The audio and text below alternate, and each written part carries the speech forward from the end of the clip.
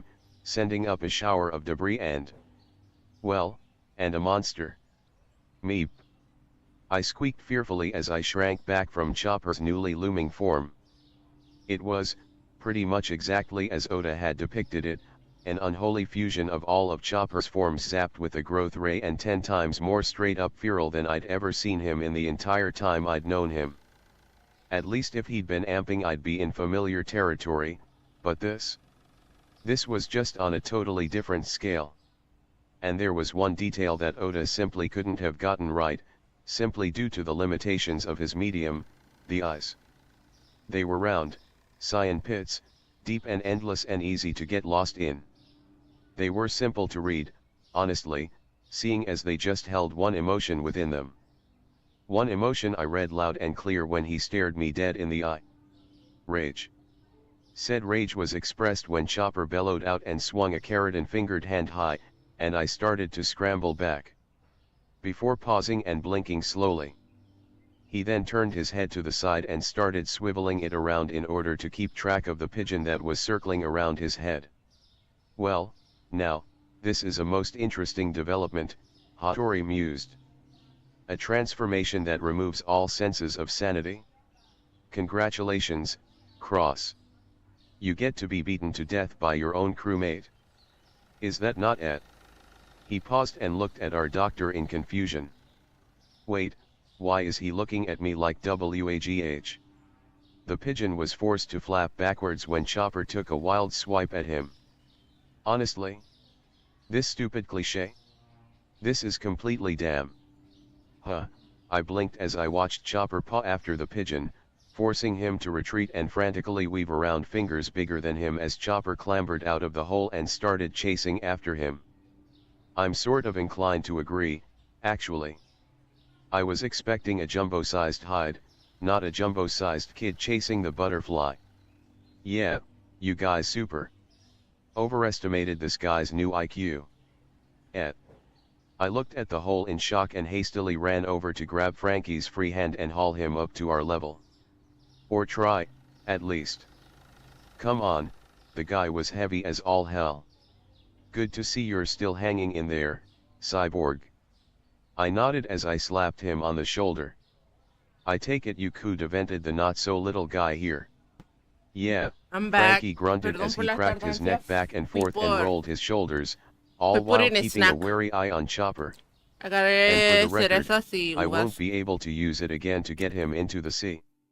Not enough cola, I divined. Frankie snorted darkly. Worse, it wouldn't actually connect. See, your friend may not be smart enough to speak, but he's sure got the brains he needs to learn. Every time I use an attack, he figures out some way to counter. Weapons left? Dodged. Strong right? Nearly grabbed it before I could reel it back. Fresh fire? Guards with his hooves. And my triangle jackers and master nails techniques can't even get through that thick fur. And I just used my ace in the hole, so it looks like that's out too. Sorry, Frankie, I shrugged helplessly. Unless divine retribution strikes him Creo down que or sí. something, I'm fresh out of ideas. Cross. You're not messing with us this time, are you? Huh? No, why? Slam. Because it would appear that you know who has a warped sense of humor, Lasso deadpanned. Fridge. I knew that from the day I met Soundbite, I shelf, replied with equal fridge, dryness. Fridge. The reason for our Shelf, flatness was okay. that via some grand cosmic joke or more likely, B.R.O.B's childish desire for shits and giggles a groaning Fakuro somehow wound up standing on Chopper's head, which was buried face first in the stone of the tower. Well, I ain't divine by any given measure of the word, Boss grunted as he dropped out of the air and landed next to us. But I'll accept any words of thanks or prayer as they come. He glanced up at a still orbiting Hattori. Huh. More cheese. Honestly, I should have known you'd end up matched against the pet, Cross. That pet carved my face open like a Thanksgiving turkey. I snapped indignantly as I pointed at the bandage on my face. And beyond that, why the hell haven't you managed to take out Blob Boy yet? Boss snorted as he tapped the ashes off his cigar. Easy, he might hit like a pansy, but that Blob's as slippery as any water I've ever swam in, and he can take normal hits easily enough. And since when do you fall under the category of normal? I demanded. I've been using the full shell style for all of 15 minutes, give me a break. Boss shot back with a scowl. Meanwhile, Hattori had taken roost on Fakuro's head and was giving him a flat look. And your own power ranking is how high again? The zipper-mouthed assassin shot a glare back at the pigeon. That hard-backed manatee hits like a cannon while the big mouth you were fighting is a normal human. What's your excuse, Chopapa? The avian assassin twitched minutely before refocusing on us. What say we both just focus on the present and never mention this day ever again, agreed. Fakuro cracked his knuckles as he mirrored the pigeon. Fine with me, Choppa. I took a nervous step back as I moved my hand to the pocket where I was holding my baton. Anyone got any bright ideas? Frankie scowled in thought for a second before adopting a cocky smirk. Well, I didn't think that I'd have to use it so soon, but it looks like it's now or never for that super upgrade I just finished. And when I say super, he slammed his forearms together in his trademark blue pose. Cleaner. You damn well know that I mean that it's nothing short of super. Soundbite nodded firmly as he adopted a smirk. You, me, The and the bottle oil. makes three, because Okay. I just got me an idea of my own to kick that feather rat's ass. Boss cracked his neck back and forth as he rolled his shoulder. Guess I'm the bottle in that scenario, which, honestly, is fine with me. He cracked a grin of his own. Because I think I'm about set to take that tub of lard down a peg or 20 with my latest finisher. I gave my allies searching glances with more than a little urgency as Chopper started to shift around. You guys are sure that these moves will do the trick? Positive, the three chorused. Well, that's good to hear. Chopper suddenly jerked his head out of the wall and turned to face us with an outraged roar, prompting Hattori and Fukuro to shave off of him and glare at us from his flanks. Because I don't think we're going to get another shot. I ground out as I slammed my fist into my palm. Then we'll have to make it count. Frankie nodded before snapping his hand up and his wrist open. Weapons left. Chopper snapped a hand up and blocked the blast from actually hitting him, but the explosion still drew out an aggravated growl. Yeah, that's right, you overgrown piece of venison. Frankie shouted as he waved his arms over his head. Come and get me. He then turned and ran towards the water line as Chopper charged after him. Stark. Fukuro raised his eyebrow at the spectacle. Well, that's that bastard taken care of, Chopapa. He then narrowed his eyes. Still though, it might be best that I guarantee. Riptide and Fukuro hastily crossed his arms in defense as Boss appeared before him. Iron Body, Arbitrator. Squall Pistol. Boss shoved his flipper into the assassin's arms. The dugong scowled as the force of the Muy bien impact por ahora. knocked his opponent back a bit, Tengo nada but de not dinero. much else. Bienvenido Well, de regreso. now that's just annoying. Sí, 6 compré el power siguiente skill, nivel. TE Away's Me ranking. tardé porque fui a agarrar Fukuro narrowed his eyes challengingly. unas frutas, Boss Dugong, cerezas power y level uvas. 2000. Impressive, and higher than me, but in the end, it's just not going to be enough. Boss snorted defiantly. What say we test that theory? Fukuro shoved his face in his opponent's with a snarl. My thoughts exactly. And with that the two shave/riptide out of sight, leaving Hattori and I facing one another down. I angled my head to the side. You ready to finish this? Hattori narrowed his eyes. You have absolutely no idea. I flexed my fingers in my gauntlets, testing the dial triggers within, and pulled one arm back to grab lasso. Soundbite, how about some? I unslung my cannon and took aim. Appropriate music for the climax? It would be my Yo pleasure, aproveché y vi un the video snail purred. sobre el escándalo And with con that, Timo. ¿Qué pasó the air con filled Timo with ahora? 3 different tracks of music. CANI cannon. Tempest wing. And the fight began. Oh. You know, if somebody had told me, say, a year back that I would one day end up fighting a Zoan type who pushed their powers to the max and went off their nut, all for the sake of helping somebody who's not a part of my family, I'd have probably laughed in their face before tossing them into the sea to sober up. Frankie chuckled dryly as he ducked under a swipe at his head. Guess that goes to show I'm something of a dumbass, huh? I mean, come on, it's the grand line. There's no such thing as Hijo crazy de la here gran except for thinking that someone's putísima crazy. madre. As he jumped back from another attack, both combatants paused as music filled the air. Frankie stiffened before an ecstatic grin played over his face. Oh, man, this song feels like it's speaking to my soul. It's making me feel so. He slammed his forearms above his head with a roar. Soup whoa. The cyborg hastily broke out of his pose to dodge another stone-cracking swipe, and nearly lost his balance as he leapt back onto the edge of the dock. Alright, maybe a little too super. Still. A grin stretched over his face as he felt the seawater lap at his heels, and he raised his fists into a boxing position. Good enough. Come and get some, Furball. Gruor. Chopper responded, lowering his head as he began, well, not quite running, but it seemed so with his size. Frankie tensed his muscles, waiting until he got close enough to pick out the individual ridges on the branches of his horns before charging forward a few steps himself and dropping into a baseball slide that just barely took him under the monster's bulk, with said monster digging his hooves into the stonework and forcing himself to a halt the second he registered that he'd missed.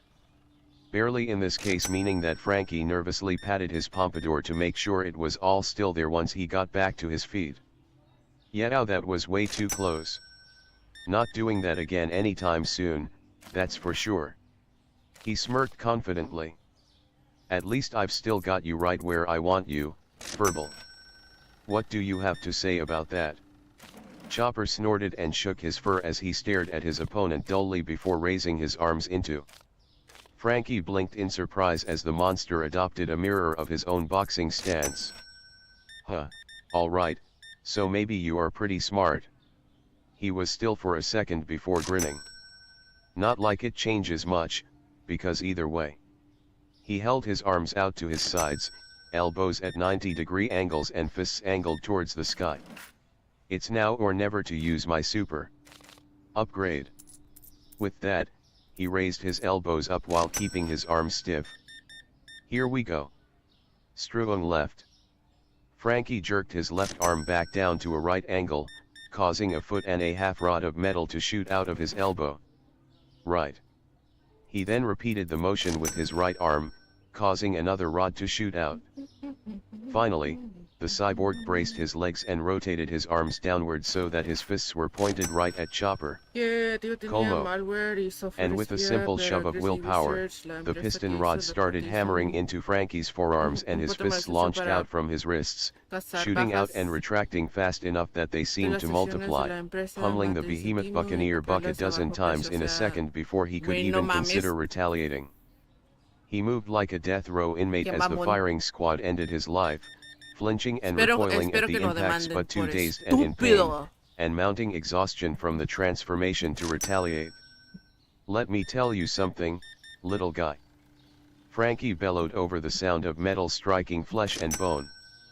Usually I'm a pretty super guy, but after listening to Straw Hat beat down on that fox guy. After getting the idea for this upgrade?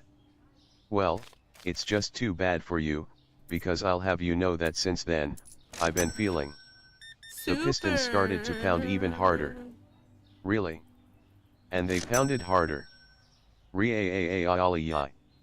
And just like that they accelerated into blurs. Suya-pa-pa-pa-pa-pa-a-a-a.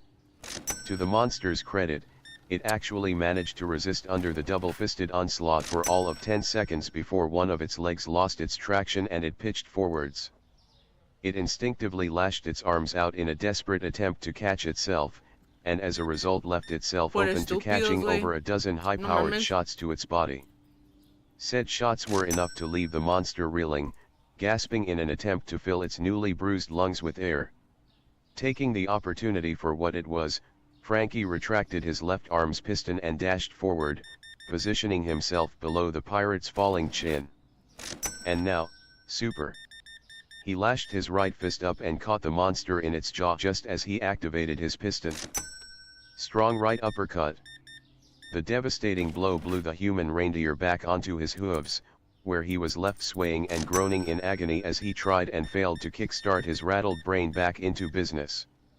Frankie took a second to huff and get his breath back before allowing himself to chuckle as he popped his right piston back into place. Ah, man, let me tell you, that move is a bitch to use. Those pistons hurt like hell when they come out, and not only does it need a full bottle of cola to get the motors chugging, but it drains more the longer I keep it running. Totally not cool. But hey, he shrugged as he popped his gut fridge open and withdrew a spare pair of shades. At least it makes up for it by being super. And you know that when I say super. Frankie smirked as he slid his sunglasses onto his face, the ever-present sunlight glinting off of them. I mean, super. Frankie held his pose for a second. Bam. What the YEOW? Before he was forced to dodge as something shot straight through where he'd been standing a moment earlier and slammed into Chopper, causing him to sway back with a pained groan. The cyborg snapped his head up, glasses askew as he looked around in confusion. What the heck was that? Oh. Fist and Flipper met cheek to cheek as Boss and Fukuro smashed a cross-counter into each other, the blows bouncing harmlessly off each other's iron bodies. Glaring, the two broke off, bounding back a bit to reassess their next moves. This is ridiculous. Fukuro silently raged.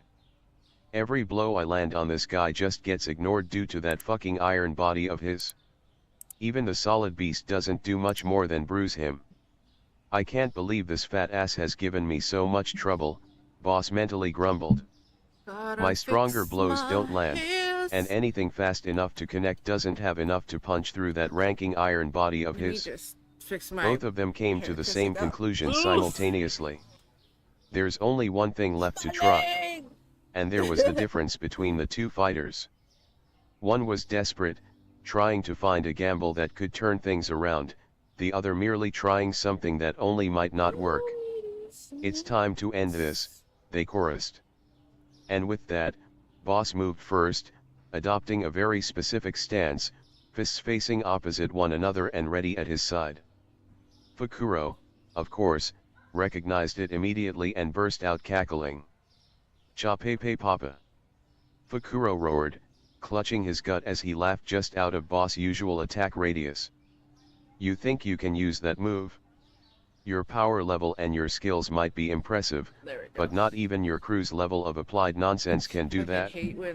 The only way to use that is with intimate knowledge of the six. Brushes against The my iron face. body is Peanut the root butter of it all, and boss intoned, his stance not wavering one bit as he glared dead ahead. oh shit, that It shit's up. teaches the body to be strong, so that it might withstand all forms of punishment and not rend itself apart. And it's This must be brought to this terms cheese, with I the think. paper arts, so that one's muscles remain flexible even while staying inflexible. Powers. Shave comes next. It teaches swiftness, speed, so that one may act decisively and in an instant, and yet all thanks to a simple motion, boss continued without pausing.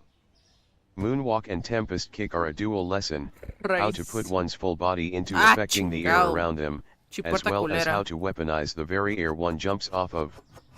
Finally, finger pistol is not about technique, but mentality. One's whole body is put into use in the attack, all muscles are exerted in the motion, and thus to perform it, one must effectively transform their body into a weapon. Cha, pa, the assassin squeaked, for once at an utter loss for words. Individually these techniques are all incredibly powerful, but when brought together in a single instant and a single action, Déjame salir. boss clenched and unclenched the muscles in his fists in preparation. They form a weapon of unparalleled might and destruction. By now Fukuro's mouth resembled less a zipper and more an undone clasp. How? Why you only had that scroll for 10 minutes? You haven't even been able to use the 6 powers for half an hour. And that was more than I needed by half, boss scoffed. Cross said you and your pals have spent your whole lives learning these arts and how to kill. Not bad. Me. I've spent and dedicated my life to learning how to learn. You can concentrate on mastering the one art all you want, but at the end of the day, Hasta. the Dugong grit his teeth fiercely. I am the one who will master them all. And mind you, that's not a boast. Huequitos. The master martial artist's gaze sharpened. But my man's dream. But. Boss lowered his head with a chuckle. I digress. That dream, is a dream for the future. For now, however. He drew his fists back and tensed. Refusing to wait so much as a second longer, Fukuro shaved at him with all the speed he could muster and rained holy hell down on his head, blow after blow smashing against the Dugong's body to no avail. Boss merely closed his eyes as he weathered the strikes, his mind casting back into his own river of time. Finally, after all these years, I've started to become worthy of you. Memories drifted unbidden to the Dugong's conscious mind as he concentrated. Memories that reflected who he was, and what he'd accomplished. I've finally started on the road to follow you, Saifu. Minus 45 years ago. It was an average day on the shores of Alabasta. Limpiador. Flat-bottomed barges plied the Sandora, transporting goods up and down the great artery of the desert kingdom. Out at sea, ships from single-mast pinnaces to four-mast galleons plied the coastal waters, jockeying for Nanohana or heading to other ports. However, The focus at the moment is not on the vessels out at sea, but rather further up the length of the Sandora River, where a group of young Kung Fu Dugong pups were waddling along the sands as they ventured into territories where their parents had explicitly told them not to venture. There were 3 of them, in all. The one on the left had a somewhat grouchy, stoic look on his face, the one on the right a calm countenance, and the one in the middle who was leading them bore a bold grin on his face and a somewhat oversized camo bandana around his forehead. The one thing that all of them shared, however, was the air of eagerness about them. So, Rookie the calm one on the right said, giving their leader a sidelong grin. "We going anywhere specific today?" "Betcha we're just wandering around again." The grouch on the left rolled his eyes with a scoff. "PSH, come on, apprentice, don't be like that." Rookie laughed as he elbowed his friend on his left before smiling to his right. And to answer, "Neophyte, I'll have you know that apprentice is actually right. We don't have a destination set for today's venture, and why should we?" Rookie jumped in front of the Sandora River and struck a pose, flipper raised high in the air. After all, while journeys with destinations are great and all, it's the ones without that are even better, because then it's all up to fate. He then crossed his arms and grinned a cocksure grin at his friends. "And no matter the dangers that arise, we'll face them head on and come out as champs because we are Kung Fu Dugongs, and we don't run away from anything. Right, guys? Right." Neophyte nodded firmly. "That's for damn sure." Apprentice allowed himself a smirk. Luayunk, the Sandora lizard that burst from one of the nearby dunes, bellowed before charging at them. The pups stared at the Giga lizard in shock for a moment. "Run away!" Until Rookie screamed at the top of his lungs and leapt into the river, with Neophyte right behind him. Apprentice glanced after them for a second before shaking his head and directing a glare at the tyrant lizard, falling into one of the stances he remembered from watching the older Dugongs. "Bring it on," he muttered beneath his breath. The lizard rushed closer and closer, and the Dugong was just about able to smell the absolutely rancid stench of its breath. "Well, now." Crunch. When suddenly the lizard was brought to a dead halt by a massive blow cracking into its skull, leaving a deep canyon in its forehead. Apprentice gaped in shock as the one responsible for saving his life. Bravado aside, he knew that the beast posed a very real danger to him. Landed in front of him. It was an adult Dugong, older than any that he'd seen in his life and armed with nothing but a bamboo pole. But as he turned back to lock eyes with Apprentice, the younger Dugong felt cowed. The look in his eyes was enough on its own to show that he had lived in a way that he and his friends had only dreamed of. It's obvious that you've got more guts than a shark full of chum. But guts aren't enough to be able to fight against an opponent like that, especially for an unarmed pup. Apprentice felt stirrings of annoyance from the designation, but his incredulity beat them down with ease. "You? Who are you? You're not from the tribe." The old Dugong chuckled. "Actually, I am. I've just been out and about for a long while and I've only just gotten back today is all. Call me." The elder Dugong glanced upwards thoughtfully for a second before shrugging. Saifu Dugong, why not? It's as good a name as any." Apprentice took in the Dugong's nonchalant attitude after doing something so incredible as killing a Sandora dragon, one of the most frightening beasts he knew of, with one hit and no effort. "Saifu, how strong are you?" A glint appeared in the Dugong's eye, and his mouth turned upwards in a grin. Oh, excuse me. "I was once called boss, but I passed that title on when I left to travel, and see what more the world had to offer for me. And it's been very rewarding." Apprentice stared at him. This was the embodiment of everything that Rookie kept going on about, and at the same time, it was the embodiment of what he was looking for. One stupid act had brought him face to face with what he knew he wanted out of life. And so it was that he bowed down in the sand towards the Dugong he had met barely a minute ago. "I would learn all that you have to show me," Saifu Apprentice stated. "I am Apprentice Dugong, but if you will take me as your student, I will adopt the name Disciple Dugong from this day on." Gutsy and eager. The elder Dugong hummed thoughtfully, then shrugged. What the hell? I've got nothing better to do. I thought I got If the that's peanut what you butter. so I desire, didn't. Okay, stand up, so I'm gonna disciple, get and an follow me. extra of these two With nary a and thought to peanut his butter. friends, the newly dubbed disciple followed Saifu into the desert, not complaining as their path directed towards the Sandora Mountains. For a good long while, neither spoke. Then, at last, Saifu broke his stride along with the silence. Normally I would start your training from the beginning and teach you from the basics up, but it seems to me that you're a pretty bright pup, so I'll give you the benefit of a doubt and raise the level a bit. Now, the wizened Dugong tapped his pole against the sheer rock face they were standing in front of. Punch this cliff in half. Disciple Dugong slowly turned his head to stare up at the cliff in naked shock. He observed it in silence for a few seconds before sobering his expression and cracking his neck to the side. Right away, Saifu. The old master's muzzle slowly split into an eager grin. Oh. Your endurance will be put to the test here. Today, we will be traveling the coastline to Nanohana. Disciple nodded in acceptance. The long way, of course, stretching through the territories where pirates so often prowl.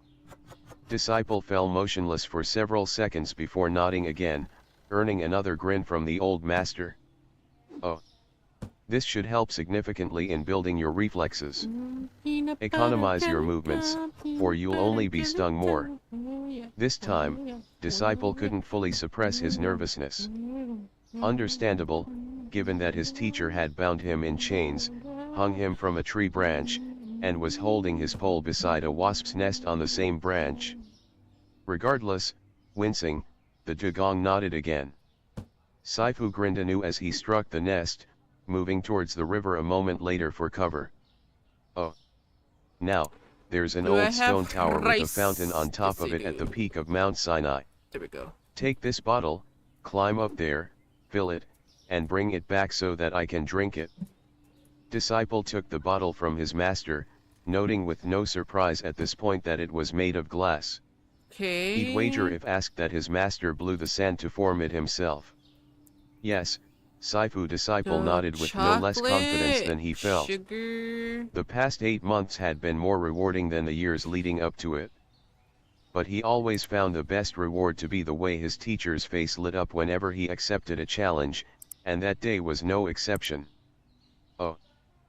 But, Saifu, sir, I'm begging you. What about what you've learned from the places you've been over the years? Disciple protested desperately. Surely, in all of your travels, you've learned all of the basics that I have to teach, my faithful disciple Saifu replied airily as he stared out to sea. What I have learned in the sea is for me and me alone.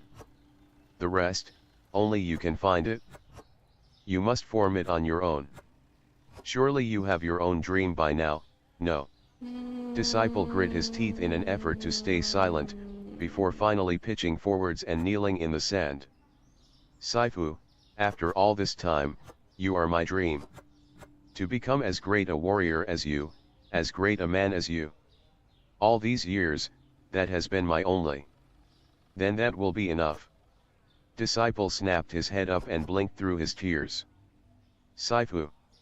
The elderly Dugong smiled kindly as he placed a flipper upon his student's shoulder. I will venture out into this world, and continue to learn, and when you are ready, I expect that you will do the same. And when you do, seek not to follow my path, but rather your own path. For though the road may be long and winding, I have faith that we shall cross again in the future. And the next time we meet, we shall see where you stand on the path to your dream. We shall see if the student has surpassed the teacher. Disciple scrunched his eyes shut miserably as he fought to hold back his tears, but bowed in acceptance nevertheless. Yes, Saifu. He forced his eyes open, and imprinted the proud grin he had grown to see as his greatest reward in his mind. Then the bamboo wielder leapt into the ocean and disappeared. He never returned. Oh. Disciple spun the woven seaweed of his rope dart in his flippers, looking with determination at the polearm-wielding Dugongs across from him. Come on, Disciple, you're the one who asked for a 2-on-1 fight, Chief called out as he thumbed his camo headband. Sure you're not biting off more than you can chew? Disciple snorted as he gave his old friends a confident smirk. I've got a big stomach. Hit me with your best shot. Lancer scoffed as he lowered his spear at him. Your funeral, partner. And with that, they launched into the mother of all duels.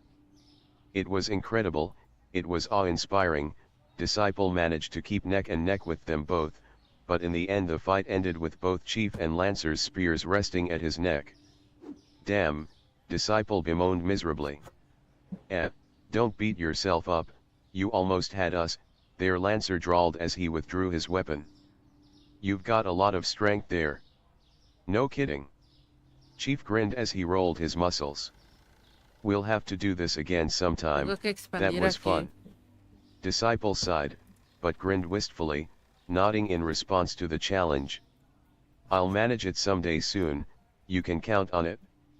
They exchanged smirks and fist bumps before the other two dugongs dove into the river and swam off, leaving Disciple alone. And the second that his friends were out of sight, he turned around and smashed his flipper into the rock face behind him. He scowled ferociously as the resulting crack only reached halfway to the top. Damn, still a ways to go, he sighed. Okay, I need this sugar and just who are you honey. four supposed to be? Disciple regarded And the quartet the of pups before him dryly. and this cola. I'm Leo, the leader. And I'm I Mikey, need this the funny cheese guy. And I'm Rayfei, the tough one. I see. And I'm Donnie, Honey, the one who picked all the sugar. names. And together, we are the Mega Duper Super. Mikey's Mega Kick-Ass. The epically incredible. Honey, There was a moment of sugar, silence, and then Disciple felt his eyebrow twitch irritably as the four huddled up and started whispering with one another. and cheese. Soon enough, however, they split up and lined up before him. Okay, so we're still working on the group name, but we can all agree on the reason that we're here, at least. Leo said. In near perfect unison, the four of them bowed to him. You're the most badass dugong in Alabasta, please train us, they requested. Disciple cocked his eyebrow flatly. And, why should I? Please. Mikey broke formation and fell on his knees as he pleaded desperately. You're our last hope. Mikey. Rayfei snapped irritably. He's not wrong though, Donnie bemoaned. We've already tried all the other masters, Leo explained. But nobody will take on all four of us at once. We know it's stupid and we're not really related by blood, but, the four exchanged solemn looks. It's always been us four, for as long as we can remember, us against the world. We have to train together, it's our only option. So, please. All four bowed their heads as one. Please train us. Okay, Disciple regarded the nomás, pups emotionlessly for a minute, la before looking soda. away with a weary sigh. Well, if this is what you really want, Okay, la soda. then so be it. I shall train you as my master trained me. The young pups grinned ecstatically and started exchanging high fives with one another. Now. Disciple barked, snapping them out of their celebration as he snapped a flipper out and pointed to his side. Your first training task, punch that cliff in half. The dugong heaved a weary sigh as his new students were suddenly paralyzed in shock.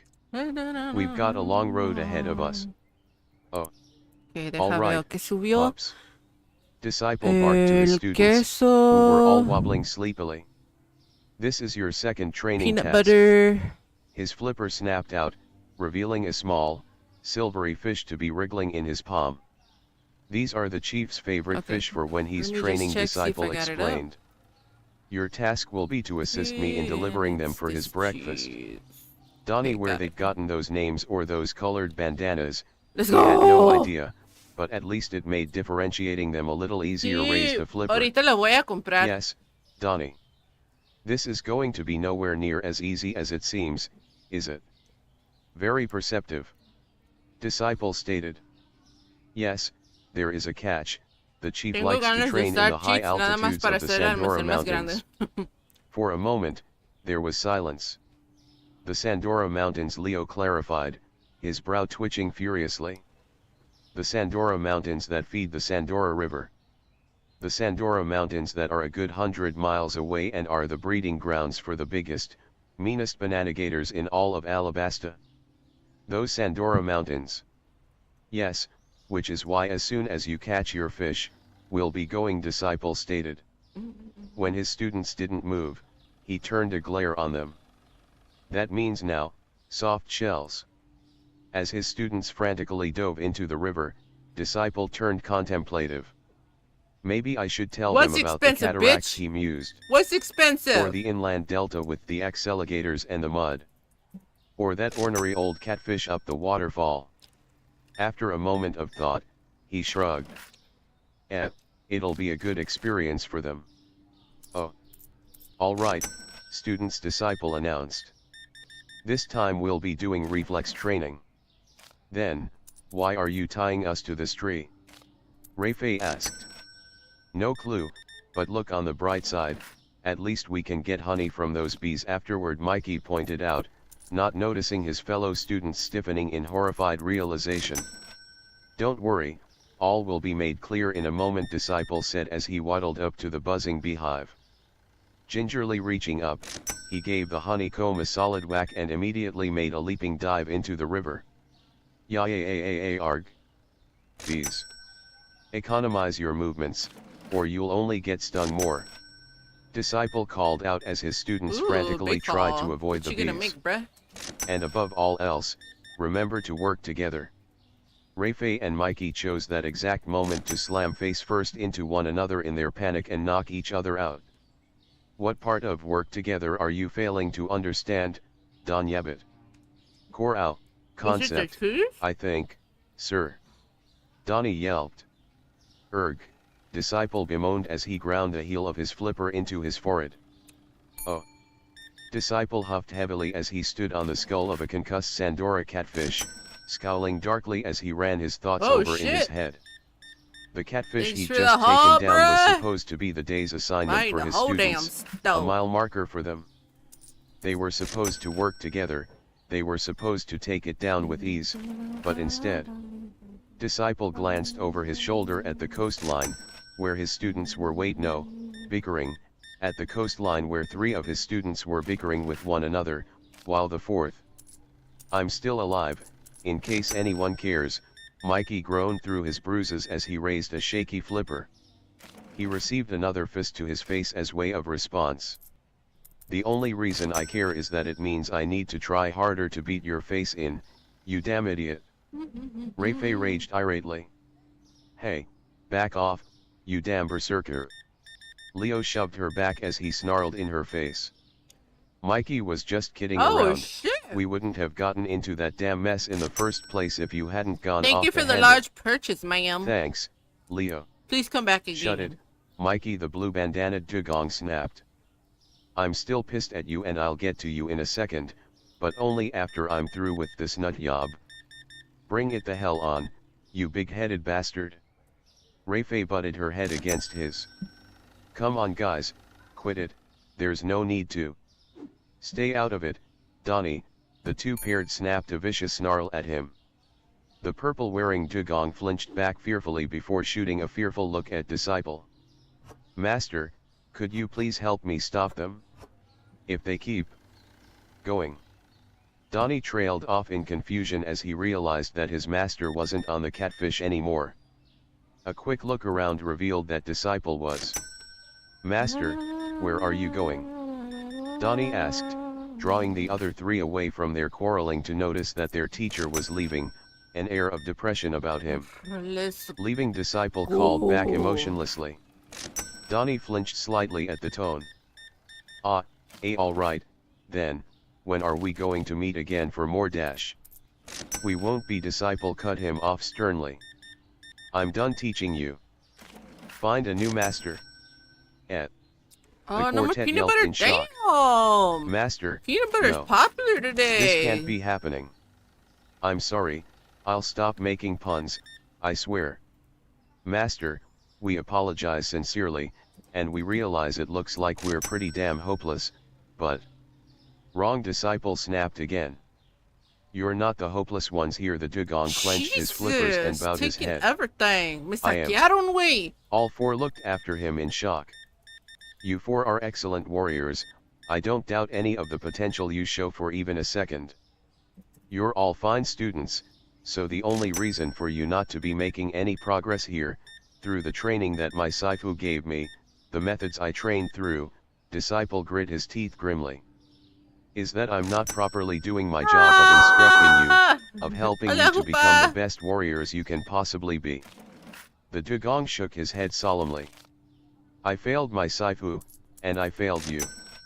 I'm sorry that I wasted your time. Before Mira, any of hijo de the la quartet puta. could say anything further, he $100 dove into the por water algo and de swam off. 5. Oh. The Estúpido. next morning found Disciple going about his daily routine as the rays of the sunrise woke him up. He grabbed some dried salmon from his stash, he polished his shell, lit a new cigar, combed through the braided seaweed of his rope dart for any parasites that might have taken root in the night, and he was about to stride into the surf for his daily morning swim, when his routine was rudely interrupted by his tripping over something that hadn't been there the night before. Once he recovered from his impromptu face plant, Disciple was able to swiftly identify the reason behind the disruption of his routine, namely, a quartet of dugong pups who were all passed out on what amounted to his front porch. Disciple stared at the sleeping forms of his ex-students for a moment before scowling darkly. He opened his muzzle to start to chew them out, before pausing in confusion as the offbeat lapping of the waves hit his ears. The older dugong turned on his tail and promptly froze in utter shock, and for good reason too. After all, it wasn't every day that one bore witness to the sight of the surface of the Sandora River being covered from shore to shore with dozens of pummeled Sandora catfish. Disciple observed the minor sea king's insensate forms for a moment before turning his attention back to his students. Without the haze of anger clouding his vision, he was able to notice that they weren't only sleeping on his turf, but rather they were sleeping off a rather impressive array of injuries. Injuries that synced up with, say, taking on a horde of carnivorous fish 10 times their own size. Disciple was silent for a few minutes longer before scratching the back of his head with a sigh. Ah, geez, of all the things I had to succeed at teaching, and it was this. He kept his head bowed a moment longer before allowing a smirk to tug at his muzzle. TCH, oh, what the hell? If this is what they really want. With that, Disciple brought his flipper to his lips and whistled, prompting his students to jerk awake with cries of shock. Oh, be right back. Ateen Hut. Disciple barked imperiously, prompting his students to snap to attention before they were fully awake. Leo blinked blearily as he tried to get his mind in working order. What the? Well. Disciple roared, causing his students to jump anew before flinching back as they realized just what kind of a position they were in. They then cowered as Disciple pinned them all with a chilling glare and started pacing back and forth grimly. You all defied my refusal to continue training you, went up against impossible odds, and only just managed to eke out a victory, all for the sake of impressing me. Did I get all that right? The four exchanged nervous glances before nodding hesitantly. Yes, master. Disciple was silent for a moment before snorting heavily. This little stunt of yours tells me two things. First, the teacher shot his students a cocky smirk. I'll be right back. That I'm obviously doing something right where your training is concerned, so I guess I might as well continue your training. The quartet promptly adopted euphoric grins and started cheering as they exchanged victorious high fives and chest bumps. Second, Disciple forged onwards. It's equally obvious that I have been severely underestimating your capabilities, and as such I will be adjusting your training appropriately. In short, I suggest that you all catch what sleep you can. He adopted a vicious smirk. Because in 6 hours, we're running a raid on the Bananagators' nest, and there's nothing they love more than the smell of catfish blood. The four pups froze as expressions of utter horror washed over their faces, before their eyes rolled up in their heads and they collapsed backwards. Disciple cocked his eyebrow at them for a second before snickering and grinding the butt of his cigar between his teeth. Het. Bunch of wimpy ass anchovies. Oh. Go with them. Et. Disciple blinked over his shoulder in confusion, his contemplation of the sea broken by none of other than Chief Dugong, who was standing behind him and smiling his usual happy-go-lucky smile. What are you? Go with the Straw Hats, Chief Dugong re-emphasized with a chuckle. You have my blessing. Go with them, go out to sea and chase your dreams. Show the world the true might of the Kung Fu Dugongs. Chief's smile widened prominently. Boss Dugong. Disciple started in shock. But what? See Chief, Boss is a name reserved for only the strongest of Dugongs, F for our leader, and that's... You. Chief cut Disciple off flatly. It's always been you, from day one. I might be a happy-go-lucky fellow, sure, but do you really think that neither I nor Lancer Dugong couldn't tell? You think we didn't know sandbagging when we saw it? Disciple flinched and looked away hesitantly. Well, Chief chuckled lightly as he clapped a hand on his friend's shoulder.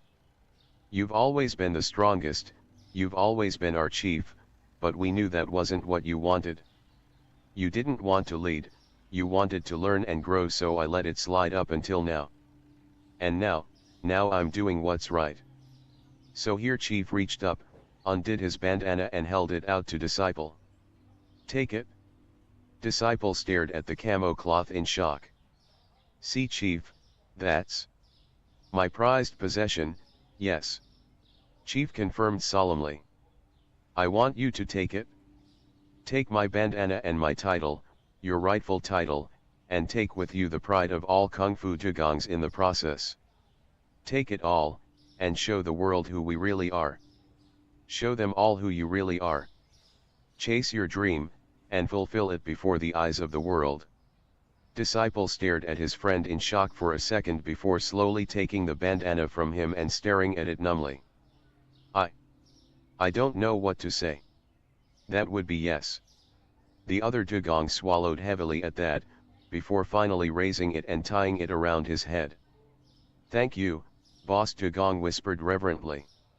Thank me by becoming the best of us there ever was or will be, Chief stated as he clapped his friend's shoulder before adopting a smirk. And by taking those hellions of yours with you, so that I'm not forced to watch them every waking moment to keep them from jumping ship. Got it? Boss barked out a teary laugh as he snapped out a salute. Yes, sir. Present. Boss allowed himself a slight smile as he cracked his eyes open, returning to the present. 6 arts made by 6 kings. He whispered. Damn you. Fukuro huffed from exertion as he reared his fist back. Take this. Solid beast. The punch slammed into Boss' muzzle, and unlike the last time the attack had actually landed, the Dugong didn't budge a single centimeter. 6 arts made by 6 kings, each king ruling over a grand ocean as wide and deep as the sky. 6 oceans that form the world, East Blue, North Blue. Only, it was more than him just staying in place. Dimly, Fukuro became aware that his hands actually hurt from punching the Dugong. Hurt enough that he was getting a power level reading. A power level reading that he dearly hoped was a mistake. Because there was no way the animal could have leaped from a notch below Jabra and Keku to pushing Rob Lucci. West Blue, South Blue. But if there was one thing, above all else, that had been pounded into him by his training, it was this: power levels didn't lie. Shave. Fukuro frantically yelped, blurring away as fast as his legs could push him. Paradise. A hum, and Fukuro hastily clamped on the brakes as Boss appeared right in front of him. And New World. Sadly for the assassin, it was too little too late, and as his momentum carried him forwards against his will, Fukuro hastily packed on the hardest iron body he was physically capable of before he slid into Boss' outstretched fists. Full shell style, 6 oceans gun. Said iron body shattered like so much glass beneath the sheer and utter force that crunched into his gut, knocking him unconscious in an instant. The force was, in fact, so strong that it then sent the rotund assassin flying back like a cannonball, following which he slammed YEOW right into Chopper's stunned form.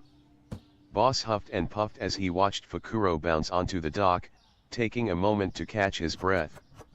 Once he was sure that his opponent was truly down and out and that the full body ache from the half-powered attack had gone down, he lashed his fist out and slammed a backhanded punch into the wall of the Tower of Justice. He held the pose for a second before allowing himself to glance up. He promptly adopted a smirk in response to what he saw. What the heck was that? Frankie shouted at him in shock. Boss chuckled to himself as he bowed his head, turning his back on the newly formed crack that ran up the entire bottom half of the split tower. That, my friend, he announced proudly as he puffed on his cigar, was me finally starting to make good on a promise. Before anything further could be said, the world suddenly fell silent. Boss glanced up in confusion. He opened his mouth to say something. And then the very world seemed to roar. Oh. Fighting Hattori was both easier and harder on the tower C landing than in the stairwell. The sugar's there. Easier, because I had more room to maneuver and could aim properly with lasso, forcing Hattori to stick to ranged attacks lest he be turned into roast pigeon by time-fused baseballs. Harder, on the other hand, because the exact same thing applied to Hattori. He was ducking and weaving and barrel rolling around the exploding baseballs like a pro, and I had yet to land an actual hit on him yet. In other words, we were at a stalemate. The real loser of the battle was the masonry around us, which we were abusing like, oh hell, I don't know, something mildly offensive. I was tired as all hell and sick of this damn fight. I didn't have time for quips. Hey, bird brain. That's fine. I called figure out up as a I layout dodged later. out of the way of yet another Tempest Wing and retaliated with a caney blaze. I'm getting real sick of this here pissing contest. What do you say we finish this off like true and proper men? 2 final ultimate attacks launched at the same time. Hattori called down. Strongest takes all, I confirmed as I raised my cannon. Very well, Cross, Hattori declared with a nod as he flapped to a halt. I accept your challenge. And with that, he wheeled around and started flying off into the distance. The milk What's didn't he doing? sell as much as I thought it muttered, would. before jerking in shock as a visible sheen came over his wings. Then he started spinning. Oh, that can't be good. I whispered before giving Soundbite a hesitant look. Fine. How good would you say this so-called surefire move of yours is? Put it this way. Soundbite leaned his head to the side with a smirk. You're gonna wanna take a knee. Lasso and I exchanged wary glances, but I complied nonetheless and did as Soundbite ordered apple before juice? raising Lasso to Holy aim at the shit, bird. I almost got cleaned out of apple Now juice. what? God damn. Soundbite clenched his eyes shut in concentration. Lasso, you need to time your bomb to go off a foot in front of the rat. Can you do that? Yeah, I need but to he'll buy just more dodge orange again, juice. Lasso warned him. The hell he will. Do it. If you say so. The dog grunted Clean wearily. out of oil. I gritted my teeth Oh my nervously as I watched the cyclone of death God. that Hattori had become rocket ever closer. Soundbite. Ya tomaste tu Hattori was wrong medicina, güey? earlier, you know. Soundbite replied calmly. I don't just project my voice. Rather. It's like I have control of the world's Oh, mixer no se board. vendieron donitas. Soundbite, What the fuck? I stressed as the killer bird shot closer. I can tell that you're confused. That's fair. Just let me ask you a question, when is a sound at its utter loudest? I opened my mouth to tell my snail to stop screwing around. And then I found that I couldn't. In fact, I found that I couldn't say anything at all. Say or hear, for that matter. No matter how much I strained my ears, no matter what I tried, Think the I'm world gonna was. put A sound is at its over loudest. here. Soundbite opened his eyes and regarded Hattori with a firm glare. When it Yeah. occurs in utter silence. Fire. I promptly complied, pulling Lasso's trigger and blasting a baseball bomb at our ever-approaching enemy. In the land of silence, Soundbite scrunched his eyes talks shut and bowed them as he whispered. A foot away from the cyclone that was Hattori, the bomb detonated in a blast of smoke and fire.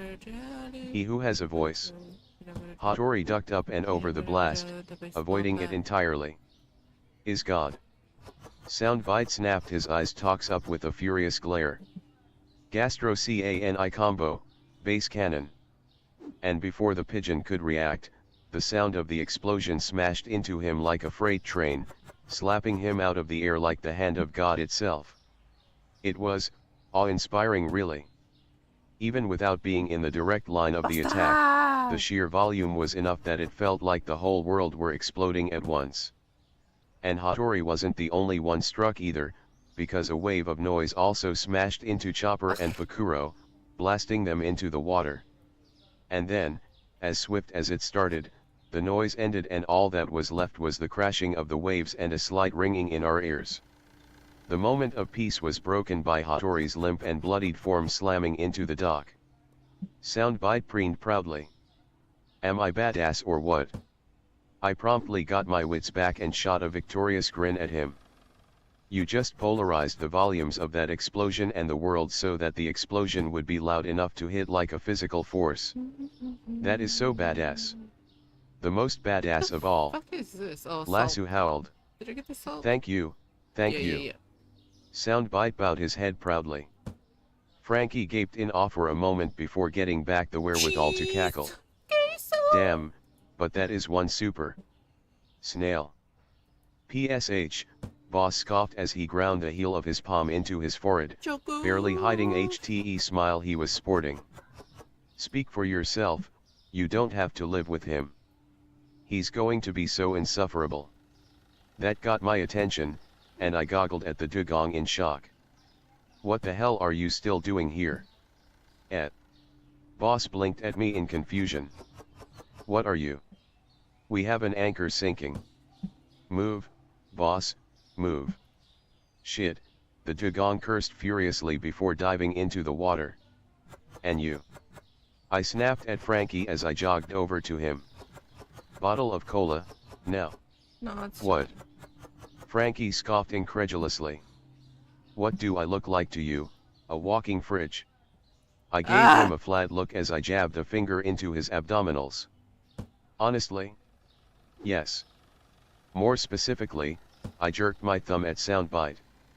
You look like someone with an available beverage with which I can clear my snail's flour-clogged gullet. Look, he just needs a mouthful to gargle, so hand it over, all right. I thought I had Frankie rice. rolled his eyes with an aggravated growl as he popped his gut open and took out his last remaining bottle, causing his pompadour to droop. Fine. But for the record, I don't like the idea of backwash, got it? Trust me, this is as pleasant for me as it is for you, Soundbite assured him as I stuck the bottle between his teeth and took in a mouthful. Whatever you say. So, anyways, Frankie turned his attention to the bridge off in the distance. Mind if I ask you a question while we wait for boss? You just did, I smirked. Tisk, smart ass. Anyways, you got an idea for how we're getting off this rock? I waved my hand casually. An idea, yeah. You'll see. Not gonna specify, huh? Let me guess, then. Frankie smirked as he pointed at the bridge. We'll be pulling some turnabout and commandeering one of those battleships over there, aren't we? I chuckled. Well, maybe we'll do that as a backup, and we'll certainly have to try raiding the battleships. I howled as I snapped my full attention to the bridge for the first time. PFFFFFT. YEOW, watch the cola, damn it. I pointedly ignored the cyborg in favor of staring at not one, but two separate battleships flanking the bridge of hesitation. Reyes. Usopp hadn't reported the gates opening, and they sure the hell didn't open while we were approaching, which meant that they'd been there since before we'd arrived. And that could only mean one thing. There are reinforcements waiting on the bridge. I whispered in horror. Shit. Oh. This isn't good, Sue summarized weakly as she cowered behind her partner's back. The sentiment was one that was shared by all members of the extraction team on the Bridge of Hesitation, on account of the opponents they were currently facing. Not the mob of Marine soldiers before them, no, they could have handled them with relative ease. Rather, the issue at the moment was the pair of figures who were leading the Marines, and standing right in between them and their crewmate. Humph, a large, heavy-set, practically ape-like Marine grunted as he cocked the rifle he was carrying, holding it with a precision and subtlety that his frame belied. So, the pirates actually managed to reach us. How unfortunate. I'd hoped that we'd have been able to accomplish this mission without bloodshed. As if their presence makes a difference, Capel. There's The other Marine, a relatively fit man wearing a flamboyant headpiece and goggles, There we go. cried as he struck a pose. We are the heroes of justice, Chug, Here's and they justice, are the your villainous ass pirates, cheeks. VLAM. We'll beat them and walk away scot-free, it's only natural, way bam.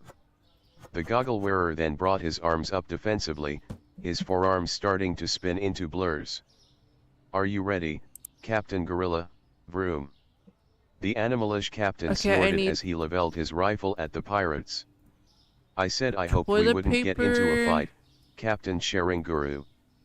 Don't take that to mean that I'm neglectful. Ha ha ha.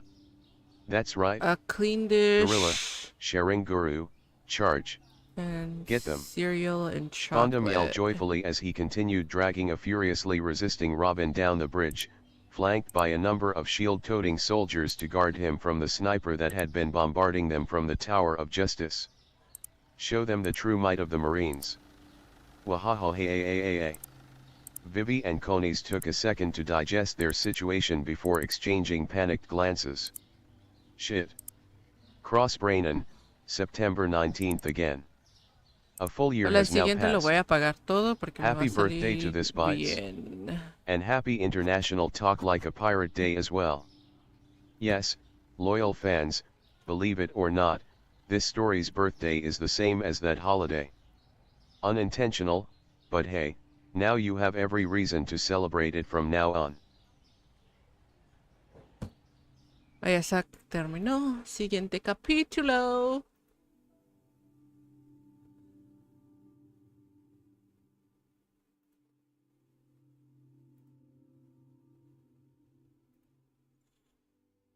Stop. Live forever.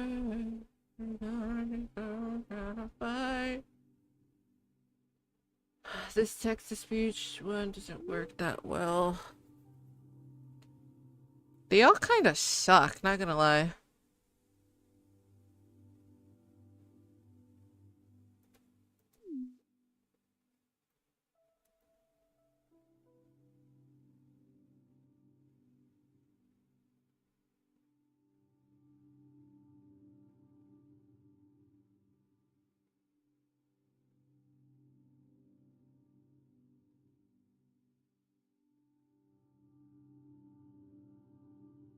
Shoot. Alright, let's start from the bottom, then go to the top. Porque el que uso de la voz bonita no tiene un límite de palabras. It has a word limit. It's so fucking annoying. This Bites. Kumniak. Chapter 44, Chapter 41, Battle for the Bridge. Straw Hats united once more. Chapter text. Chapter 41. Patient and, aiming for a massive word count is all well and good, but this was just getting silly. Seriously, loyal fans, at the rate we were going, we were likely to hit 50,000 words, and though Ego thought it would be a good reward for your patience to do that, I pointed out that you may not have the patience to read through such a monster. So, nothing for it but to give you this, and leave you with another trademark of the crossbrain. Kumniakin, are supremely sadistic beyond all reason cliffhangers that leave you salivating for more and more. Plus it gives us an extra payday, of course. Oh, right here. Laughing face, let me and put hey, the we're here. sorry for the scare earlier, but surely you'll forgive us, right? Because, this up we're brilliant. XD. here. Patient and, brilliant fine. trolls, that is. Okay. though it seems we may have to step up our game in the future. Alright, the Updated sugar Kumniakin, and the blah, milk. no one took the bait. We're off our game XP. Sugar and the milk. Tow your boat, gently cross the maelstroms. Gently my ass. Oh, and the cheese. I moaned as I held on for dear life to the side of the rowboat. Damn it, I hadn't been seasick once in the past 6 months, I was not going to break my streak herb, now. Splash. Erg. Even if the damn thing was moving faster than any rowboat was ever meant to go. Aw, what's wrong, Cross, got a weak stomach. Lasso chuckled as he leered over my shoulder. I've got some motion sickness medicine if you want it. Chopper offered, before lowering his hoof with a hesitant look over his shoulder. Though, all of this motion might have made it unstable. Nice catch 22, Doc. So there's a design flaw, Oh, Sumi. and this one. Well, if you're gonna Ralph, normally I'd recommend you doing it over the edge. Oh, and Frankie those two grimaced as he colas. glanced at the waters frothing below us. But honestly, given how fast these things are moving, that might not be the best of ideas. What goes around comes around and all that, yeah no. If I get puke in my face, then you're all going for a swim. Boss barked indignantly over his shoulder as he all Oh, but and the dug through the maelstrom's juices. savage I forgot waters. the orange juice. And would the rest of you cram it already? This is a lot more complicated than just bull rushing through the water. I need to concentrate to keep us from getting sucked under, damn it. My sincerest apologies. I moaned miserably as I clutched at my stomach. I'll try and stay quiet as my gut crawls out of my mouth. Much appreciated. Now, hang on, we've got a bit one coming right at us. This is pretty popular. I hastily clamped down on the boat's edge as we went over yet another wave. And orange Damn it. juice. It was one thing to go through rough weather on a tub as big and strong as Mary, but in a boat this small, the effect was way herb. Ugh, how the hell did I get in this mess in the first place? Oh, right, it was my idea. Flashback. So. Frankie cocked an eyebrow as he watched Boss pump the last of the water out of Chopper. How long do we have until Doc Monster wakes up? Ah. I glanced upwards as I tapped my chin in thought. Well, seeing as his body is Okay, let's exhausted check the from undergoing a prices. huge Did anything amount of go up or stress, down? normally it would take a while to recover. Okay, the But mozzarella cheese. Lasso prompted. But, I nodded in agreement as I cake shot and an candy. uncomfortable glance at the Let's do this battleships first. flanking the bridge. Queso mozzarella. Right now, it's better that we be hauling conscious deadweight into a battlefield than unconscious. So, boss, you might want to step back a bit. I cleared my throat as the Okay. dugong backed off, and once he was a safe distance away. Chopper, if you wake up right now, I promise that when I die I'll donate my body to science. I barked, already in pre-flinch. I want that in writing. I wasn't disappointed. Nobody even blinked as Chopper snapped up into a sitting position, a mad glint in his candy. very conscious eyes. The next second, however, Coffee. he blinked the madness away, and promptly flopped onto his back. It took a minute of struggle for him to properly Ooh, process the situation, 11. and once he sent a fearful glance 23. my way. Let's fucking Um, go. How bad A was ver, it? ¿qué compró? Nowhere near as bad as we thought, I reassured him. Dije que iba We'll a cover the details later, but for now, una you can rest assured that you expansión. didn't hurt anyone except our enemies, so don't worry about it. Ooh. Okay. Frankie coughed something under his breath, but Boss was quick to shut him up with an elbow in his side. Chopper didn't notice as he hormiga! nodded, clearly mollified, but frowned as he tried to force his body to move. Keyword being tried, and when he got only a few errant twitches in response, the frown turned into an outright grimace. How much fighting do we have left? MMPH. I grunted as I wavered my hand back and forth. The worst is over, but we're taking a step down from quality for a massive step up in quantity real fast. Chopper glanced upwards, his eyes darting back and forth in thought, and after a moment he attempted to shift onto his side, the inevitable failure drawing an aggravated sigh from his lips. All right. Look in my backpack, there should be a metal-plated tool roll in there that has my syringes in it. You're looking for a red-filled one labeled J52. Let me guess. I mused as I complied with his instructions and held up the needle in question, tapping out any air bubbles in it. Adrenal serum. And going by these very clear skull labels you have on it, experimental. His silence was answer enough. How much of a blowback are we talking here? By my estimates and the current state of my body, I'd say. Chopper mused. It'll energize me for 12 hours, then I'm going to sleep like a corpse for twice as long. Sound like a good cost-benefit. If this works. I scoffed. I'll use you as a plushie once we're done, for all I care. Now, how do I get this into you? You need to find a vein on me somewhere, preferably my arm. That's The human zone shifted fine. his arm A slightly, ver. scowling at it.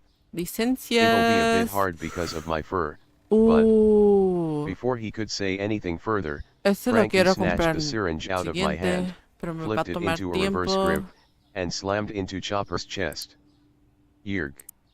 Chopper howled as he shot to his hooves. No, feet, he was in muscle point and ripped the syringe out of his chest before snarling in the cyborg's face. What the hell is wrong with you, you damn asshole? Okay. Do you have any idea just how Let's bone-dead go! stupid that kind of a stunt is? You just Uber broke the uvas. Hippocratic Oath in a dozen different ways. I should sue you for malpractice. First off, I never took no hypocritical whatever, and second, it worked, didn't it? Frankie huffed as he crossed his arms, entirely unaffected by my crewmate's fury. Sides, it works faster that way anyway. I've got enough experience where ODs are concerned to know that. Yo. Chopper snarled as he strangled the air above Frankie's shoulders. Excuse me? Any other time, I'd join in the banter, but we have a situation. Soundbite chimed in. How are we supposed to get to that bridge without passing Luffy's duel to the death? Cause I don't know about you guys, but I don't like our odds. The reindeer twitched for a moment before huffing and shrinking back down to brain point. To be continued. Humph, boss snorted. I could get there easily, but I see your point. The rest of you can't tidal swim, and there isn't a boat in 100 miles that can withstand those hell pools. To punctuate the point, a passing seabird landed on the waters and was promptly sucked in with nary a squawk. I allowed a smirk to come over my expression as I scanned the docks. Oh, now, I wouldn't quite say that. My smirk widened as I caught sight of my intended target and pointed. Look, see. There's a rowboat we can use. Boss eyed the rinky-dink tub for a second before affixing me with a flat look.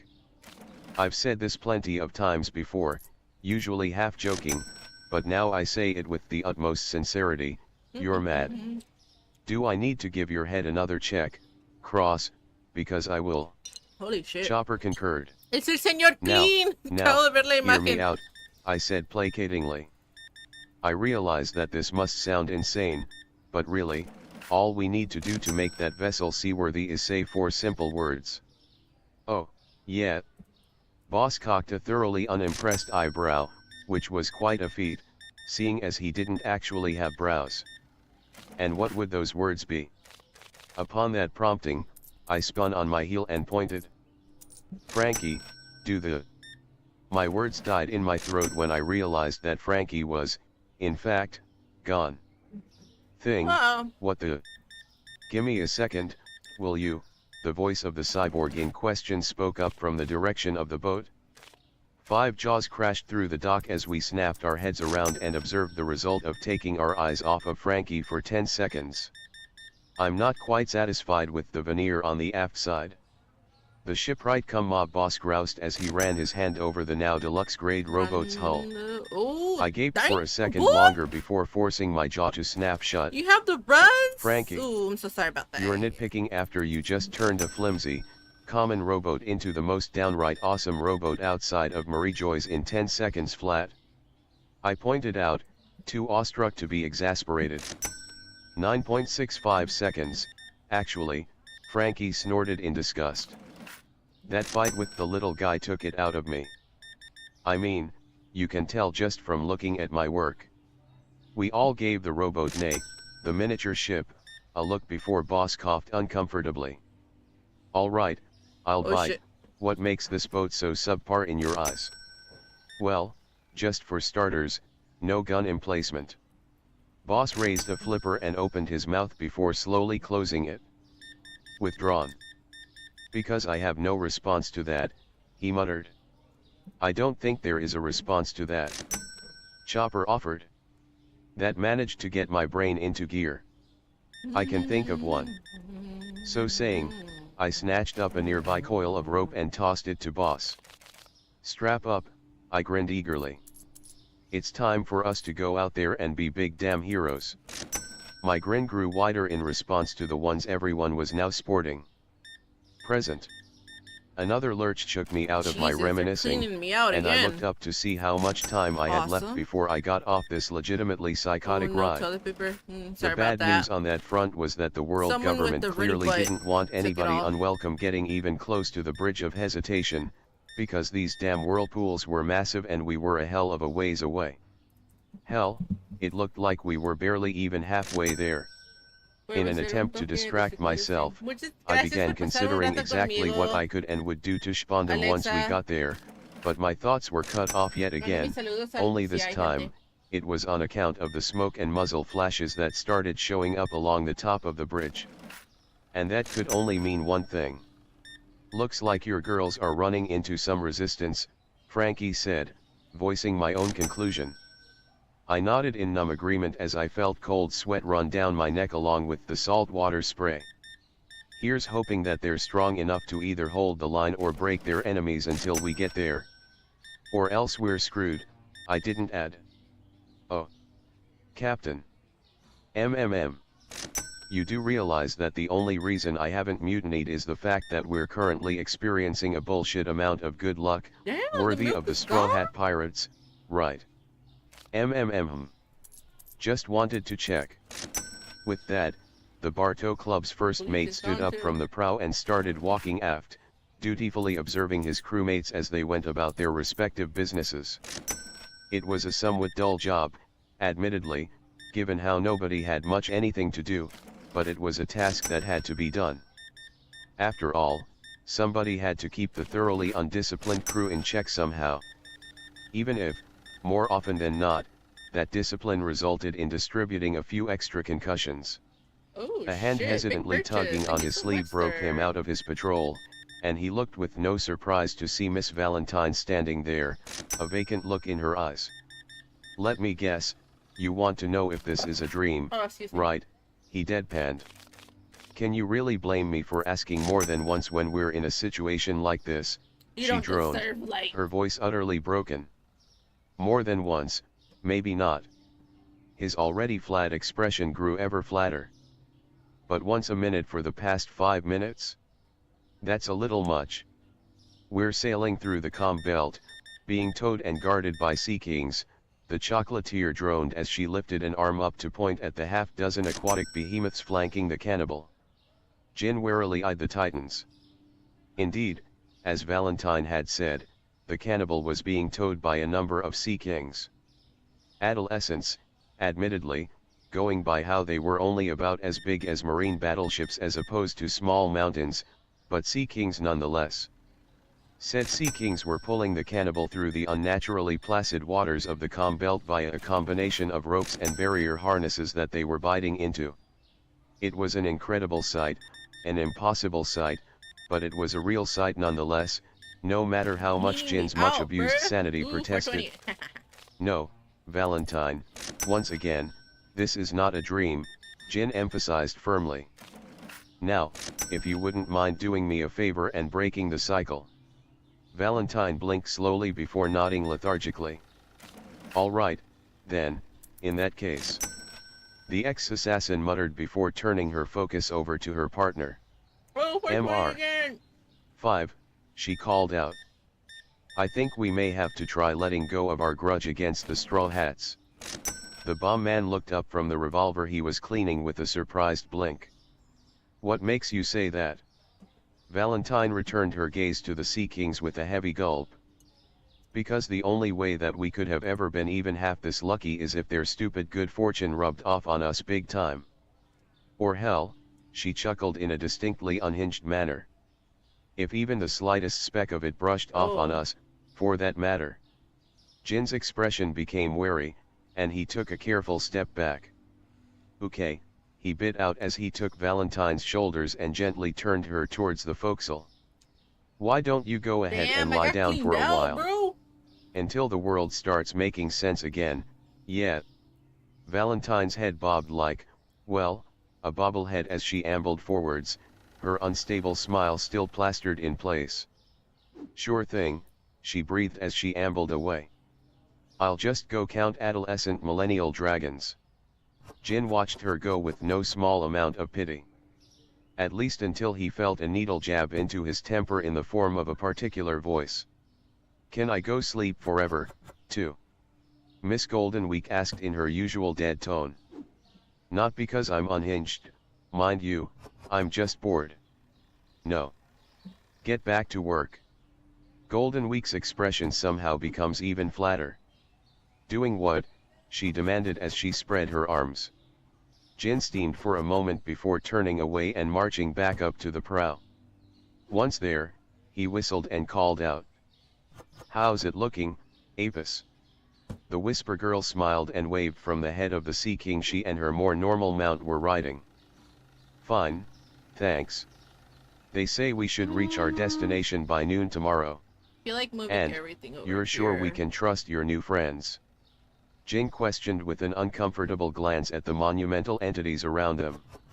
Apis smiled kindly. Of course. After all, she leaned forward and patted the cow-like head of the Sea King she was riding. They're childhood friends with Momua, and Momua's a new friend of mine. Right, Momua. The relatively small Sea King leaned into the girl's hand with a pleased if excessively loud moo. Jin cocked his eyebrow as he observed the odd trio and thought back to the circumstances that had led to the bovine Sea King becoming an acquaintance of the Bartow Club. A few hours back, when the cannibal had been surrounded by Sea Kings and about to be made lunch, he and everyone who hadn't been part of Bartolomeo's mafia before forming a pirate crew, along with almost half of those who had come very, very close to bashing their captain's face in, barriers or no, for leading them into the deadliest of oceans without any significant plan of survival in mind. All but one, though Lindy had seemed murderous, probably out of concern for Apis, the Whisper Girl in question had screamed out, using both her voice and powers to plead with the Sea Kings to leave them alone. Remarkably, they had paused in response to the outcry and actually regarded one another with what had appeared to be confusion. Then the cow had piped up on their behalf, apparently saying something about how she seems nice, and the next thing they knew, the Bartow Club found themselves being questioned about why they were in the calm belt, or rather the nest, as they apparently called it. And equally remarkably, while they were rather infuriated upon learning about the pirates' reasons for entering the Grand Line, the focus of their rage wasn't them. Apparently, for reasons that they merely described as a promise, there was no small amount of bad blood festering between the Sea Kings and the world government, even if said grudge was only one-sided. As such, the Sea Kings found the idea of sticking one to their apparently age-old foe, however tangentially, to be supremely appealing. As such, Momu had quickly gathered up several of his brethren and recruited their aid in towing his new friend and her friends through the Sea King nest, to a location where the pirates would be able to hunker down until the search for them was over. With that in mind, Jin half smiled and nodded at Apis before turning to look back at the ex-Baroque Works agents on deck. And this destination of yours, you sure it'll be safe? Almost positive, Miss Goldenweek called up as she started on another rice cracker. The world government doesn't keep track of Cactus Island. It was an unnamed, uninhabited island until Baroque Works made it a base 4 years ago. Pirates had a 1 in 7 chance of going there, which was good enough to make it a bounty hunter nest, and barely any civilians who passed through it actually lived to tell of it on account of how the next island down that chain is basically a dead end. You can guess from the fact that we made good money off of it until the Straw Hats interfered that nobody really strong ever showed up there. And now that Baroque Works is finished, the town is either abandoned or, more likely, being used as a refuge by our failed agents, Mr. 5 picked up as he reconstructed his pistol.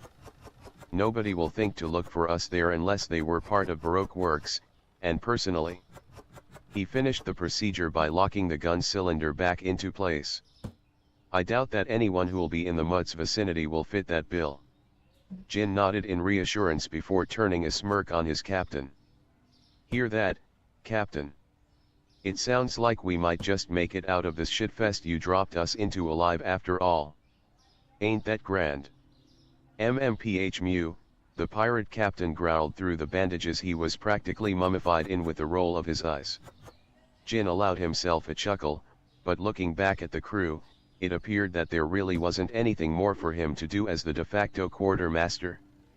No weather or navigation problems, no worry of attack, not even any rambunctiousness to quash. They were currently making ludicrously good time and managing to go around slightly less than half the world in little more than a day. It was awe-inspiring, really.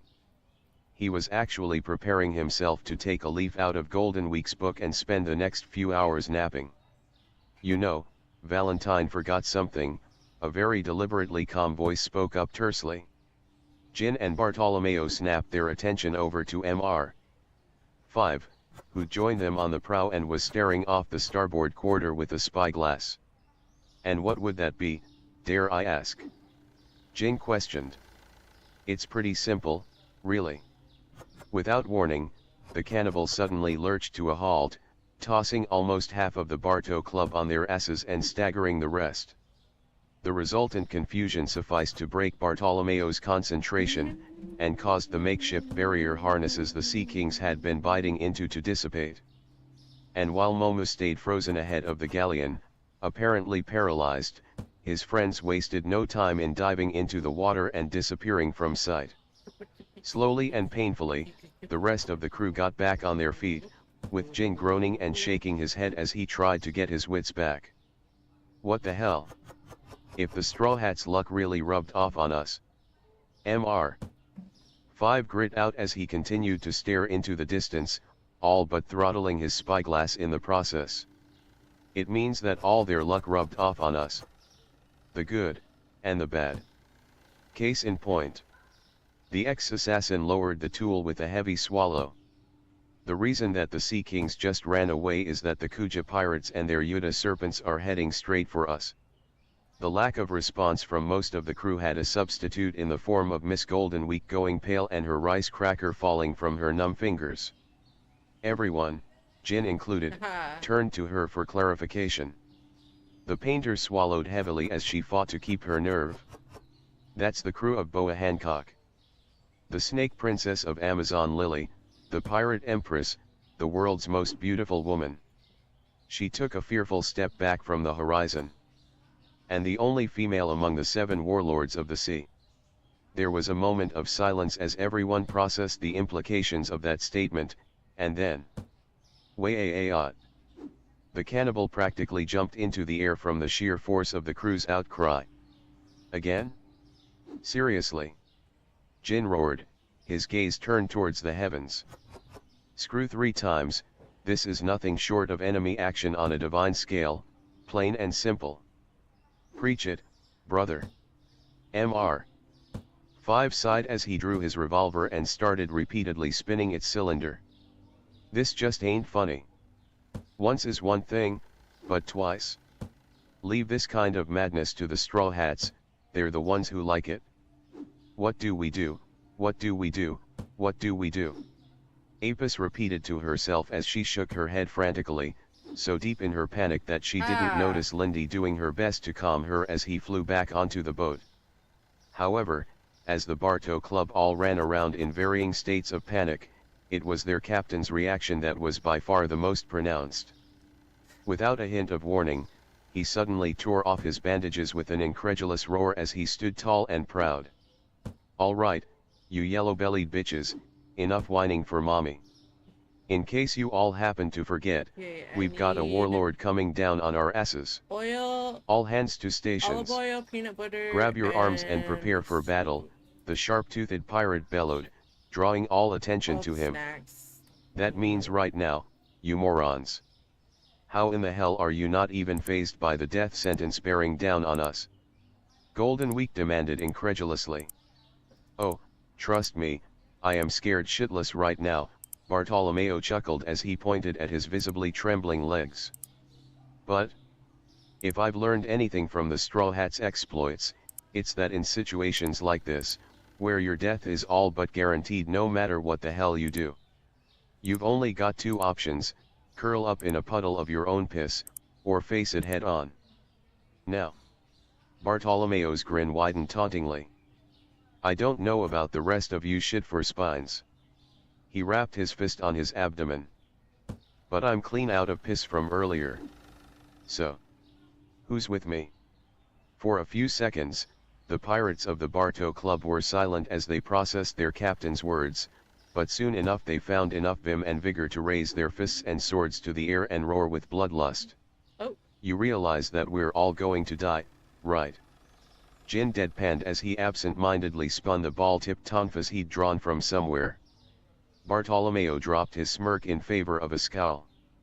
Yeah, true enough, but with any luck, we'll be able to do one thing that coward Krieg never managed with Hawkeye. Oh yeah. The cold-hearted demon cocked an eyebrow out of morbid curiosity. And what's that? Bartolomeo redonned his grin, only this time with a feral gleam in his eyes. We're gonna make that cocky bitch remember our names for the rest of her life, even if it's the last damn thing we do. Jin stared at his captain in stunned silence before eagerly mirroring his expression. Aye, sir. Bartolomeo held his grin for a moment as he watched his first mate run off to coordinate the crew before adopting a scowl as he observed the speck approaching on the horizon. Sorry, Straw Hats. He muttered to himself. I know you need all the support you can get, and I'd cheer you on if I could, but right now. He bared his teeth as he cracked his knuckles. I've got my own damn problems to worry about. Oh. Slam. Ack. Crack. Gah. Conies and Vivi grunted in pain as they were flung onto their backs, taking the opportunity to catch their breath and gather their wits. I take it that you're not having an easy time either. Conies groaned as she sat up and rubbed the back of her head. The damn bastard hits like a tank, the princess wheezed, clutching her stomach as a thoroughly agitated Karoo helped pull her to her feet. You're lucky.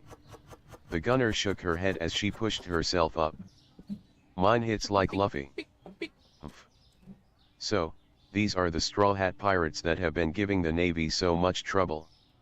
The pirate women winced and shot glares that were equal parts hateful and fearful at the Marines. Captain Gorilla snorted heavily as he tapped his rifle in his palm. And Akainu was pushing for Anigamo and Doberman to come instead of us.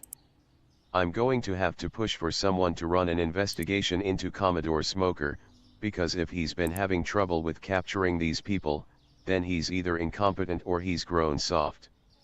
Bah! What does it matter? Crash. Captain Sharinguru smirked as he slammed his fists together and started grinding them against one another. So they've managed to make it this far, Kawam, so what?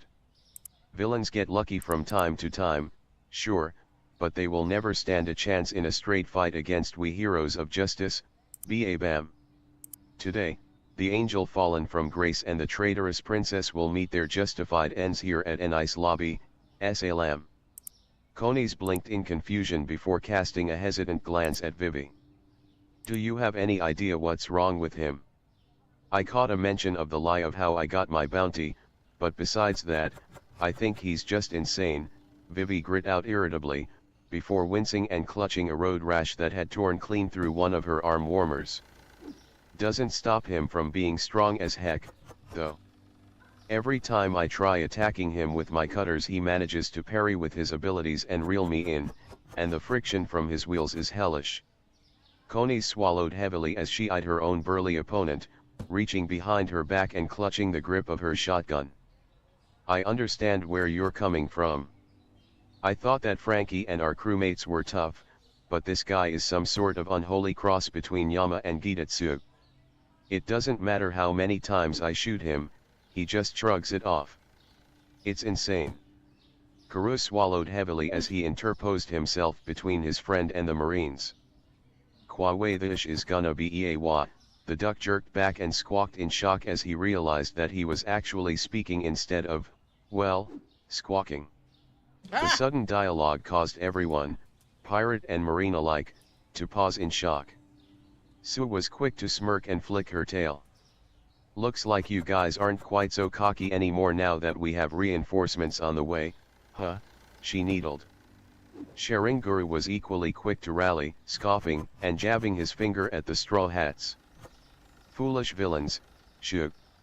It matters not whether you face us with 1 or 100 allies, we. Less talking, more acting, Gorilla interrupted. The wheelman promptly snapped his mouth shut with an aggravated growl and stalked forward, the sleeves of his arms blurring into a spin. Vivi took a hesitant step back before stealing her expression and starting to spin her own cutter in turn. All right, she muttered to herself. We have help coming now, so we don't have to win anymore, but they're still a mile out and we're not making any progress against these two. The princess angled her head so that she could stare down the bridge and grimaced. Robin's already halfway down the bridge. Unless we get to her fast. She winced as she came to the obvious conclusion, and glanced to her avian companion. Karoo, you need to run ahead and save Robin. What? Karoo screeched in shock. Are you? Karoo. Vivi snapped firmly. There are almost 100 Marines between us and her and you're the only one fast enough to make it past them unmolested? BB but I can't weave you a one. Karoo shook his head desperately. If Abe said it once, Abe said it a dozen times, I won't ever weave. Karoo. The duck choked off his protests, and everyone on the bridge within earshot flinched, for Vivi had pinned the duck in place with a firm glare. The reason we're in the middle of all of this in the first place is so that we can rescue Robin from being dragged off to hell. If that. Vivi trailed off with a murderous scowl. If that dead man walking manages to take her away, then everything we've done in the last few hours will be for nothing. However, as swiftly as her fury appeared, it dissipated in place of pure confidence. We'll be fine, Karoo. We'll do what we can do, you do what you can do, all right. Karoo hesitated for a moment more before he gritted his teeth and pawed his talons on the ground. Aight, 1 second, 10 steps in 1 second. Stop that duck, halt. Sharinguru exclaimed as he swung his fist forward. That one's a stretch, Sharinguru, Gorilla said even as he leveled his gun at the bird. However, the captains barely even made it a step apiece. Not a chance. GRGH/damn. Before Coney slammed her forearm into Gorilla's rifle, knocking its barrel upward, while Vivi snagged the full length of her lion cutter's chains on the captain's wheels. The sheer jerk nearly wrenched her off her feet, but it did halt the wheelman's charge. They only managed to stop them for a moment before the captains managed to shove them back. And shave, the duck called out before flashing out of sight. But it was more than long enough. Damn it! Gorilla cursed as he watched the oversized fowl tear through the soldiers behind him. Vivi smirked as she rewound her lion cutters. You lose. Oh. The world ground to a crawl for Karoo as he dashed forward and dodged around the Marines that had just enough awareness to react to him, forcing himself to keep his gaze ahead instead of looking back at his charge and best friend as she faced down 2 Marine captains. It hurt like hell, yes, but in the end, it didn't change the fact that she was right. If that wretch got away with Robin, the best result they could hope for was a Pyrrhic victory, and that was a stretch. As he ran, the royal captain of the supersonic duck squadron reflected on the irony of his current situation, risking his neck and potentially Vivi's in order to save a woman that he would have gladly stomped flat into the earth 1,000 times over not even half a year ago. Okay, do I That, have everything? alongside the sheer Or just degree to snacks which and she had shit? grown on him since then, served to hammer Okay. home just how Okay. much the Straw Hats had changed So him. I need. He hadn't Oh, I fully have forgiven this. I her, need and he knew that Vivi hadn't hand either, but the wash, fact was that he had at least managed to and accept this that she one. wasn't Miss All Sunday anymore, she was just Robin, his crewmate, his friend. Karoo gritted his teeth together even harder as he took stock of the opposition that remained between him and the object of his mission. Apart from about a dozen or so That's perfect. soldiers standing in his way and the shield-carrying entourage surrounding him, Spondam was straight ahead, and, more importantly, so was Robin. A malicious grin split the duck's lips as he spread his wings, preparing himself to cut Robin away from that damn son of a. Get him, Funkfried. Karoo blinked in confusion when Spondam suddenly shouted out. Funkfried? What's a funk? Barayag. Shit. Karoo squawked in panic when a mass of white suddenly filled his vision, and he was forced to dig his talons into the stone and flap his wings in order to keep his balance and prevent himself from crashing into whatever the hell had just gotten in his way. The second he came to a halt and reality snapped back into motion, his eyes widened in panic as they processed what was now in front of him, part of his mind flashing back to Crosswords back on the Rocket Man.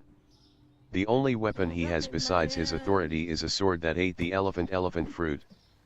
And an elephant, blade trunk, or not, shouldn't be a problem for any of you. Not a problem, my unsightly feathered ass, the duck mentally groused as he stared up at the ivory-tusked behemoth that was glaring down at him. Once he recovered, however, he grit his teeth and glared right back. TCH. Well, not like I have a choice here. Out of my way, fat ass, he squawked before sprinting forwards, lashing his talon armor out and slashing at the elephant's leg. He then paled in horror when his blades harmlessly skittered off with a flurry of sparks and a clang of steel on steel. The duck staggered back as he watched the area he'd struck shimmer like. That's actually steel, isn't it? He whimpered fearfully. Funkfried's only response was to narrow his eyes. Yeah, well, how do ya like this? Karoo squawked as he bolted to the side, intent on dodging around the elephant's sword. After all, it was an elephant, how fast could it possibly? Whack! Karoo yelped as he ground to yet another halt when Funkfried suddenly showed up in front of him again, only rather than a whole elephant, he was in what had to be his hybrid form, seeing as his trunk was a full-on blade and his lower half had morphed into a serpent-like form that ended in a hilt. The duck swallowed heavily as he took a step back. Yo, a transformation makes you way fast, doesn't it? A hint of a smirk peeked out from beneath the elephant's trunk. Karoo whimpered miserably as he reached up and slammed his visor down over his eyes. This ish gonna suck. Oh. Coney's juke left as a rifle bullet ricocheted off the stone of the bridge where she'd been standing before, then rolled to the right as the butt of Gorilla's rifle smashed through where her torso should have been. Once she had some breathing room, Coney swung her blunderbuss out and fired it in a single smooth motion. Still, in spite of her lack of aiming, the loaded shell flew true. At least, it did until Gorilla used his gun to smack a loose piece of debris into the projectile's path and force an early detonation. Not again, the gunner groaned as she unslung her burn bazooka, so far the only thing her opponent bothered dodging, which he managed with an uncanny degree of agility, and shoved her blunderbuss back in its holster behind her back. Complain less, dodge more. Incoming. Wagah. Coney's gasped as she threw herself to the side, only just managing to dodge yet another bullet only to notice too late that it wasn't a bullet that struck the bricks, but rather the rifle's butt instead. The angel barely had enough time to shield herself with her burn bazooka as Gorilla turned on his heel and swung the rifle into her, the sheer impact jarring Coney's through her cannon and sending her crashing onto her ass. Ow! Coney's winced as she rubbed the part of her anatomy she'd landed on before casting a glare over her shoulder. Nice red there, Cottontail. Hey, what do you want from me? Sue snapped back. The bastard's a walking brick, there's jack and shit in body language for me to read. Still. So, that's how you're doing it? Konis and Su snapped their attention back to Gorilla, who was looking them over with an annoyed expression. I was wondering how you were managing to dodge or parry every single attack I threw at you. The fox is reading my movements. Su hesitated for a moment before sniffing proudly. Of course I am, she proclaimed. We foxes are notoriously smart, and I spent most of my life traipsing through a jungle where everything not me wanted to eat me, so I know how to read a swing. She then furrowed her brow irritably. Your freakish body's just making that difficult, is all. Gorilla dismissed the blatant insult with a snort. Well, then. If unpredictability is out the window, maybe I should just try the simpler approach. Coney sagged miserably. Oh, this is going to ugh. The angel grunted as she blocked yet another swing with her cannon. And then another and another and another, the overly burly captain pounding away at Coney's defense with a barrage that was at once utterly predictable and nigh unstoppable. The only thing she could do was keep her bazooka in the way and backpedal as best she could, and as the dents developing in the barrel demonstrated, that was a stopgap strategy at best. Meanwhile, the Straw Hats negotiator was having only marginally more luck with her own opponent. Justice Gazelle. That is to say, absolutely no luck at all. It was only via swift reflexes and a load of luck that Vivi was barely able to catch the swiftly spinning, leg-powered uppercut on the chain of her lion cutters, gritting her teeth as the sheer force of the revolutions hit her even through her weapon, shaking her bones and threatening to grind through the chain. Luckily, the punch also shoved her back a few feet, giving her just enough space to get some spin on her lion cutters and swing one of them at the offending and still extended limb. And like the last few times she'd attempted it, she was barely able to keep the weapon from being torn out of her hands as what had to be metal plating hiding under the captain's clothes slapped the blade away at high speeds. Justice smash. The princess had only just managed to recover her balance and weapon when she was forced to duck under yet another revolving haymaker that would have plowed straight through her skull. When the captain's other fist snapped out at her, however, she was forced to swing out her cutters and dig them into the stone before forcefully yanking herself out of the way of the blow, though not without the very edge of the limb managing to score a gash in her cheek. Once she rolled to her feet and recovered her balance, Vivi hastily started weighing her options as she eyed her opponent. It was a depressingly short list. That armor he's hiding is forcefully deflecting any physical attacks, she thought grimly, before wincing and snapping a hand to the bleeding scrape on her face. And his punches have to be completely dodged or they'll do more than just bruise, and while I might be flexible, he's leagues faster than I am. She bit out a pained tisk. Right, that's it. I'm having Kuru teach me shave after this. An iron body from Zoro and Tempest kick from Justice. Vivi snapped herself out of her thoughts and braced herself as Sharinguru tensed in preparation for something. Right, plan out how to become a better fighter later, survive now. Hopefully whatever he uses won't be anything too. Sandstorm. Wait, what? Without warning, the heels of the captain's feet spun into blurs themselves, kicking up a dust cloud at Vivi. It was only years of experience dealing with windblown sand that allowed Vivi to maintain her composure and dodge the air-rending haymaker that followed soon afterward, but the familiarity of the attack struck Vivi like a bolt of lightning once she had a second to recover. Hey! Vivi pointed an accusatory finger at the Marine. That move was totally a rip-off of Sara's. She suddenly choked off as another realization clicked into place. The princess then groaned in weary resignation. Oh, Horus, the sound effects, the talk of heroes and villains, naming your attacks justice this and justice that. You actually think that you're Sara, warrior of the seas, don't you? You think that you're some kind of comic book superhero. The wheelman paused at that, slowly turning around to face her with his head bowed and his shoulders shaking. At first, she thought he was crying, but then she heard the laughter. Ha ha ha. Think? Oh, you foolish villain. Gorilla paused his onslaught as he slapped a hand to his face and groaned. Oh, perfect, now you've gone and done it. Eggs. Sharinguru snapped a finger skyward, and planted his fist on his hip as he bellowed at the sky. I do not think I am a superhero, I am a superhero, he proclaimed proudly. I am Captain Sharinguru, hero of justice and defeater of evil.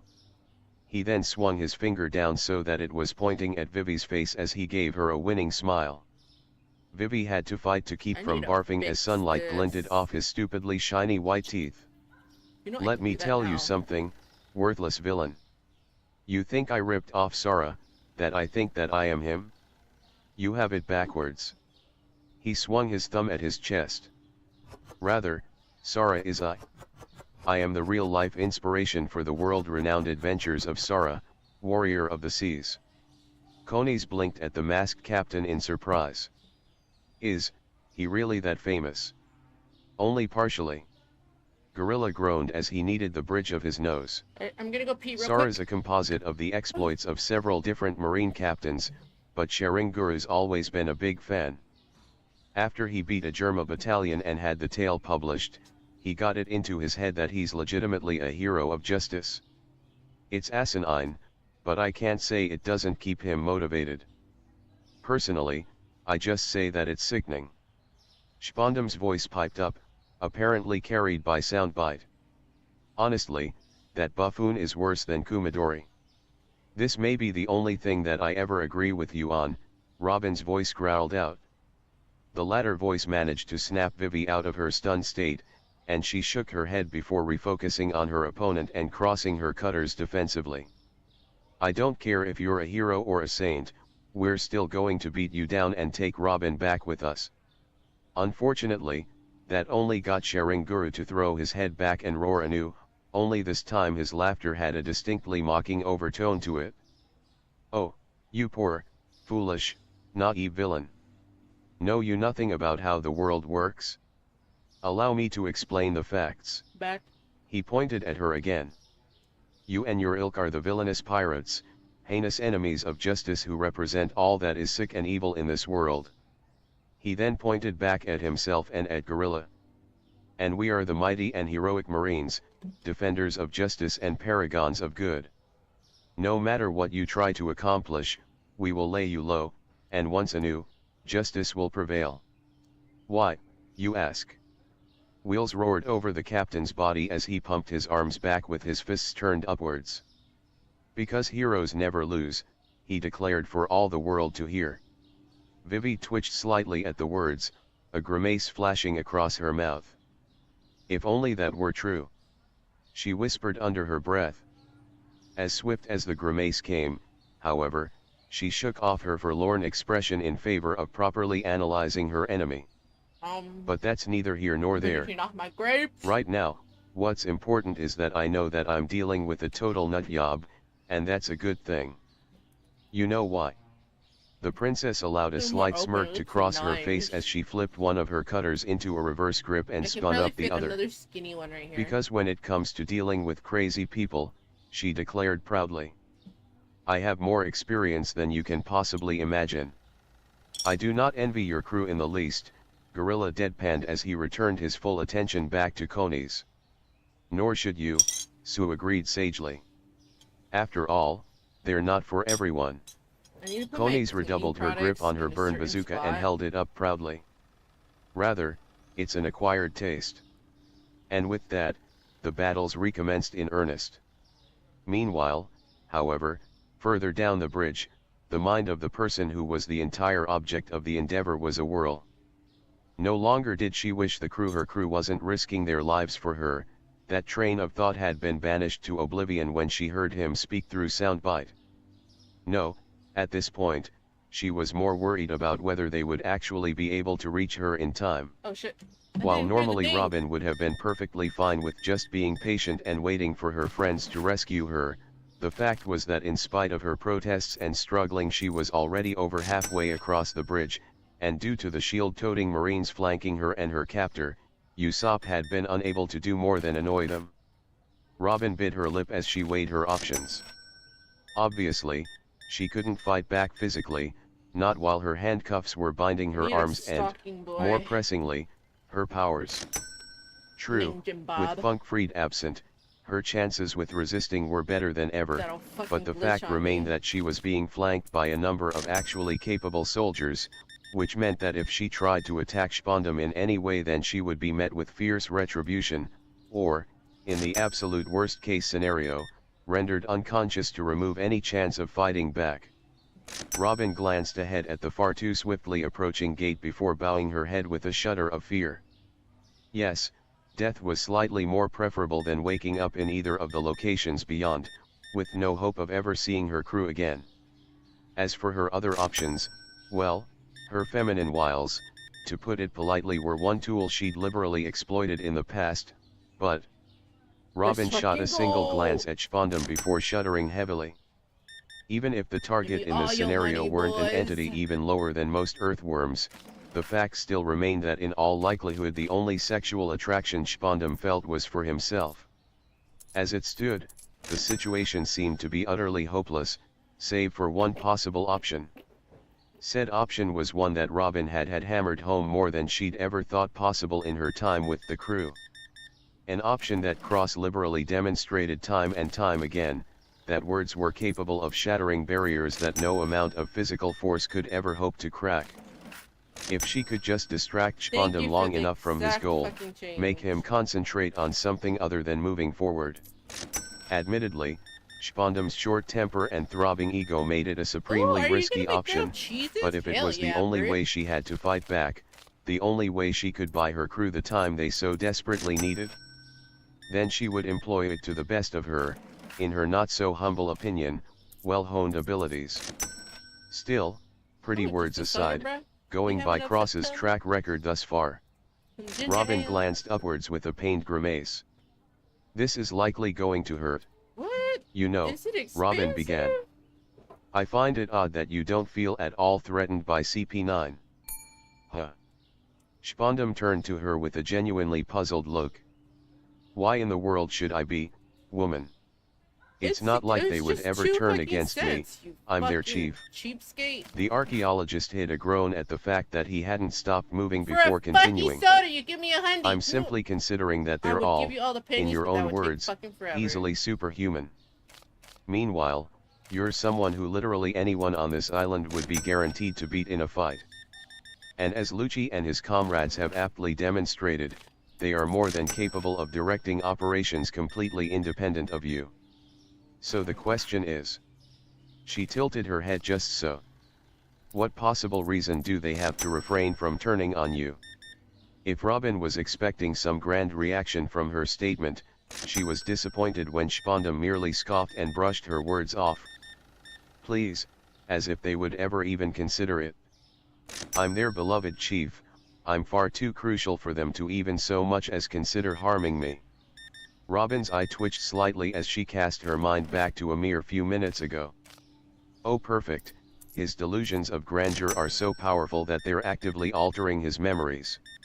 Nevertheless, she forced a smirk that held more confidence than she actually felt.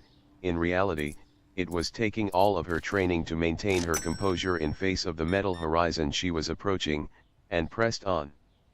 Really, now? What is it that you do, exactly? Spondam tilted his head back with a proud snort.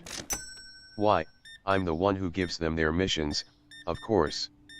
I read through the intel collected from the other PALs, I decide what's pertinent and what isn't, and then I deploy them.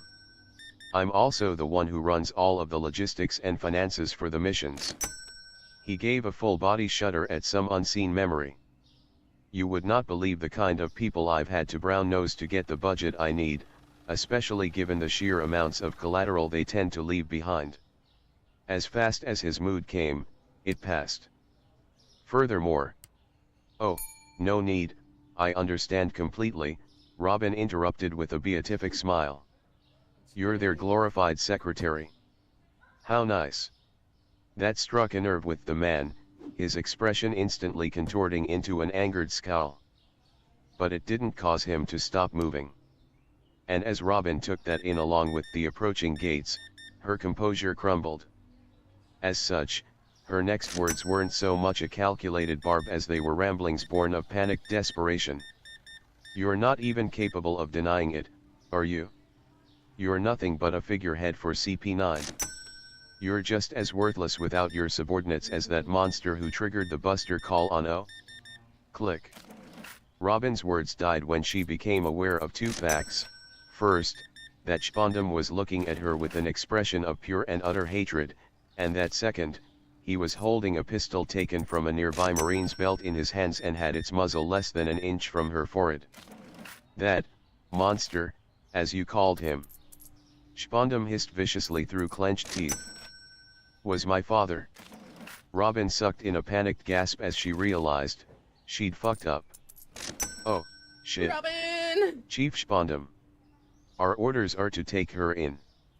BLAM. Ac." Everyone on the bridge froze in mixed shock and horror as Spondam fired a round into the, technically, insubordinate Marine's shoulder before returning the gun to its initial aim, all without even glancing to the side. "The heck is this, pal? Some kind of anti-hero gambit or something? Wham!"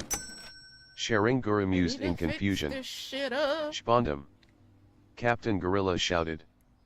"What the hell do you think you're doing? The mission." "The mission," Spondam spat venomously without ever diverting his attention, "is no longer a priority. I've put up with this filthy demon's insolence up until now for the sake of the world government. But now I couldn't care if she were the bastard brat of one of the 5 Elder Stars.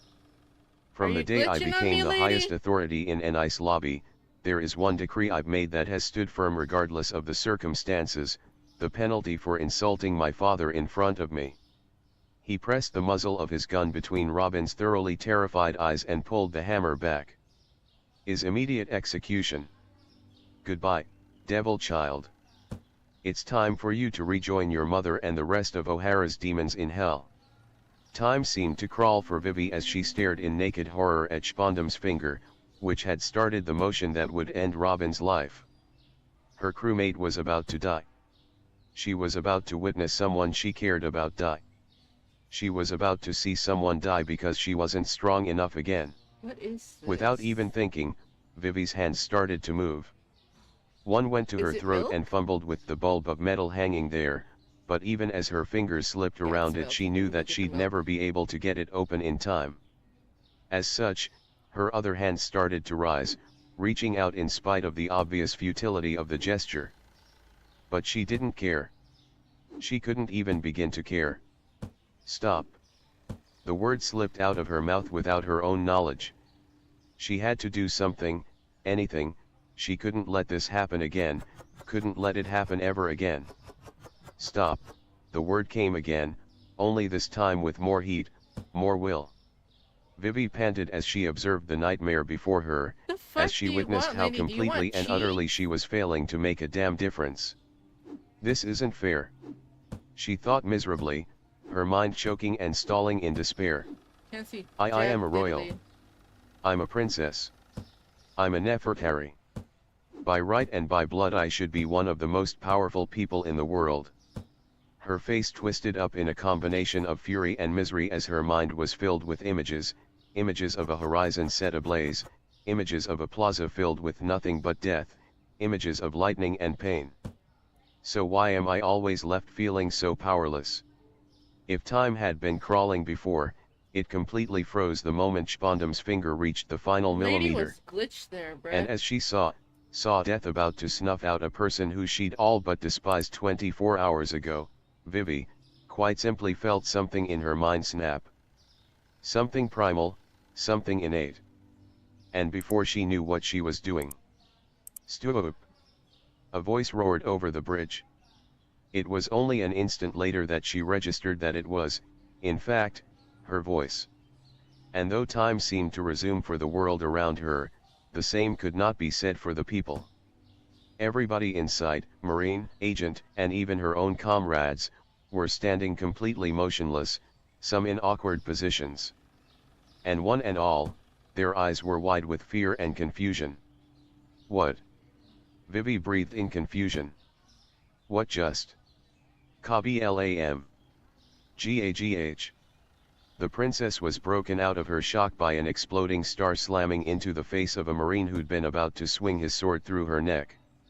Said explosion was enough to break whatever spell the bridge had fallen under, prompting the soldiers to scramble back into the defensive positions they'd been using to hide from the Straw Hat sniper. Or, well, most of them did, anyway. WTTHL. Spondum ground out through his locked jaw. Ah, and ove. And thank God for that, one of the soldiers guarding him scowled as he worked the pistol out of his fingers, while another dragged Robin out of his line of fire, causing her to sigh in relief and then blink in confusion, as the soldiers made no attempt to force her closer to the gates of justice. Ah, not that I'm complaining, but why aren't you taking me to the gates? She asked warily. The nearest soldier rolled his eyes.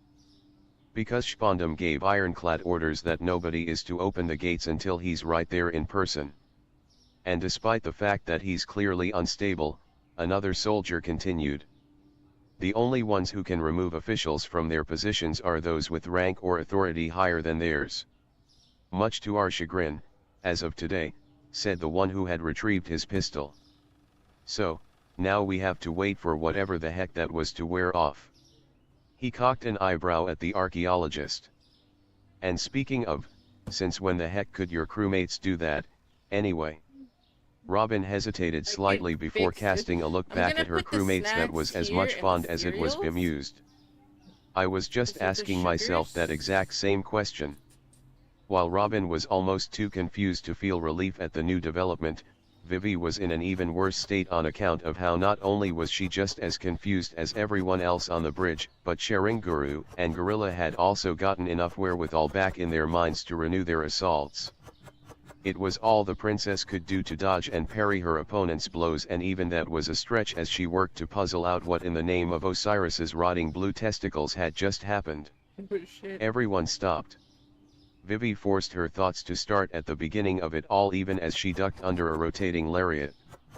I called for everyone to stop, and they did. Maybe I can do it again? Should I try to act?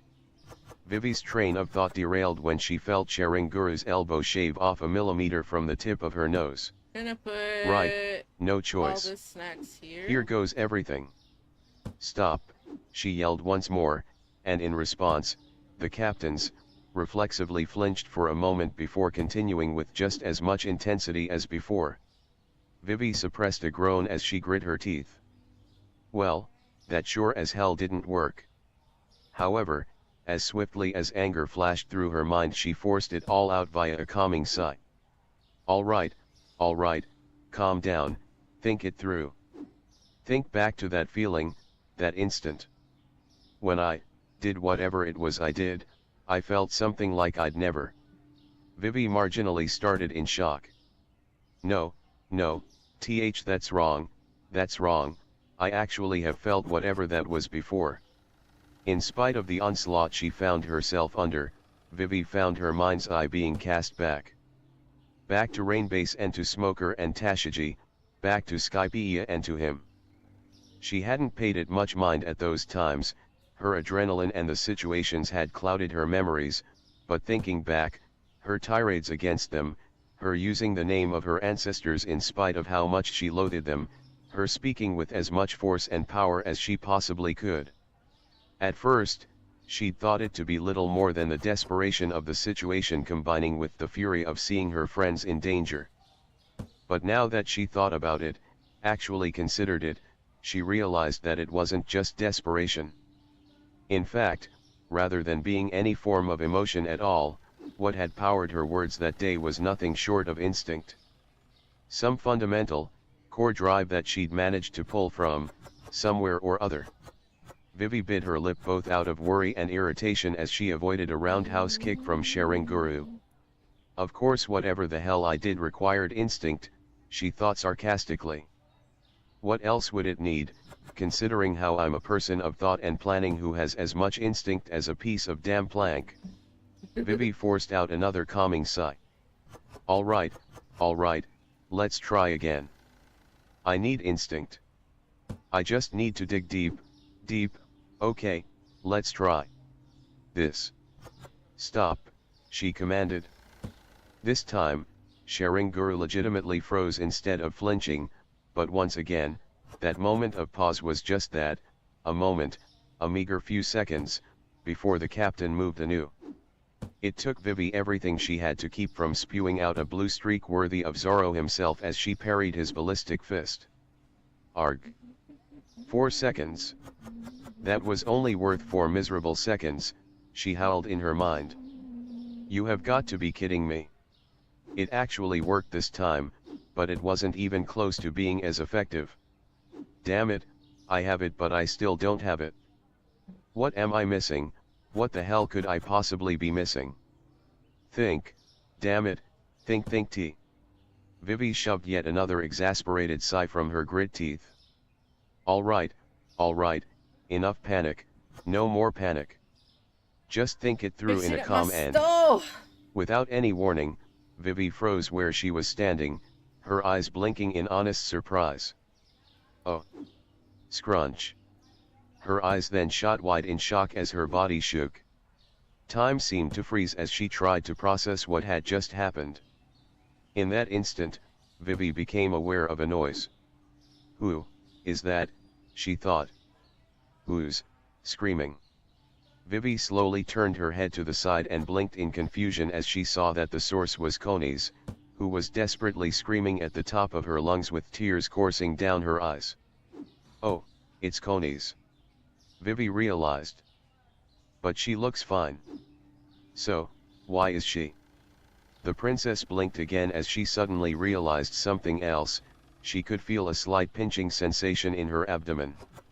Her gaze shifted downwards and slowly she got in understanding. Oh, I see, she mentally nodded. The reason she's screaming is that I got hit. And indeed, the princess had most certainly been hit.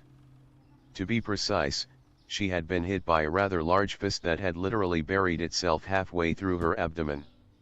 As if her noticing her injury were the trigger, time resumed and Vivi was simultaneously spun and flung backward, hitting the stonework of the bridge with a sickening crack and bouncing. She landed again on her side before skidding to a stop. After taking a moment to get some breath back in her lungs, she tried to pull herself to her knees on quivering limbs, only for a shuddering spasm to rack her body and force her to vomit up a glob of blood and what she desperately hoped was only her last meal onto the stone. IVI. Koni's voice screamed. Vivi was barely aware of her friend turning and starting to run towards her. She was then vaguely aware of a bipedal clothes-wearing simian moving to stand in her path, impeding her progress. Have you forgotten? Gorilla snorted in irritation. You're still fighting me? Why you? Koni snarled furiously through her tears, but that was all she was able to get out before Gorilla slammed his gun into her bazooka and forced her into a deadlock. Be quiet and watch your friend's execution. You'll be joining her for the crimes you've committed soon enough. Indeed, Wabam.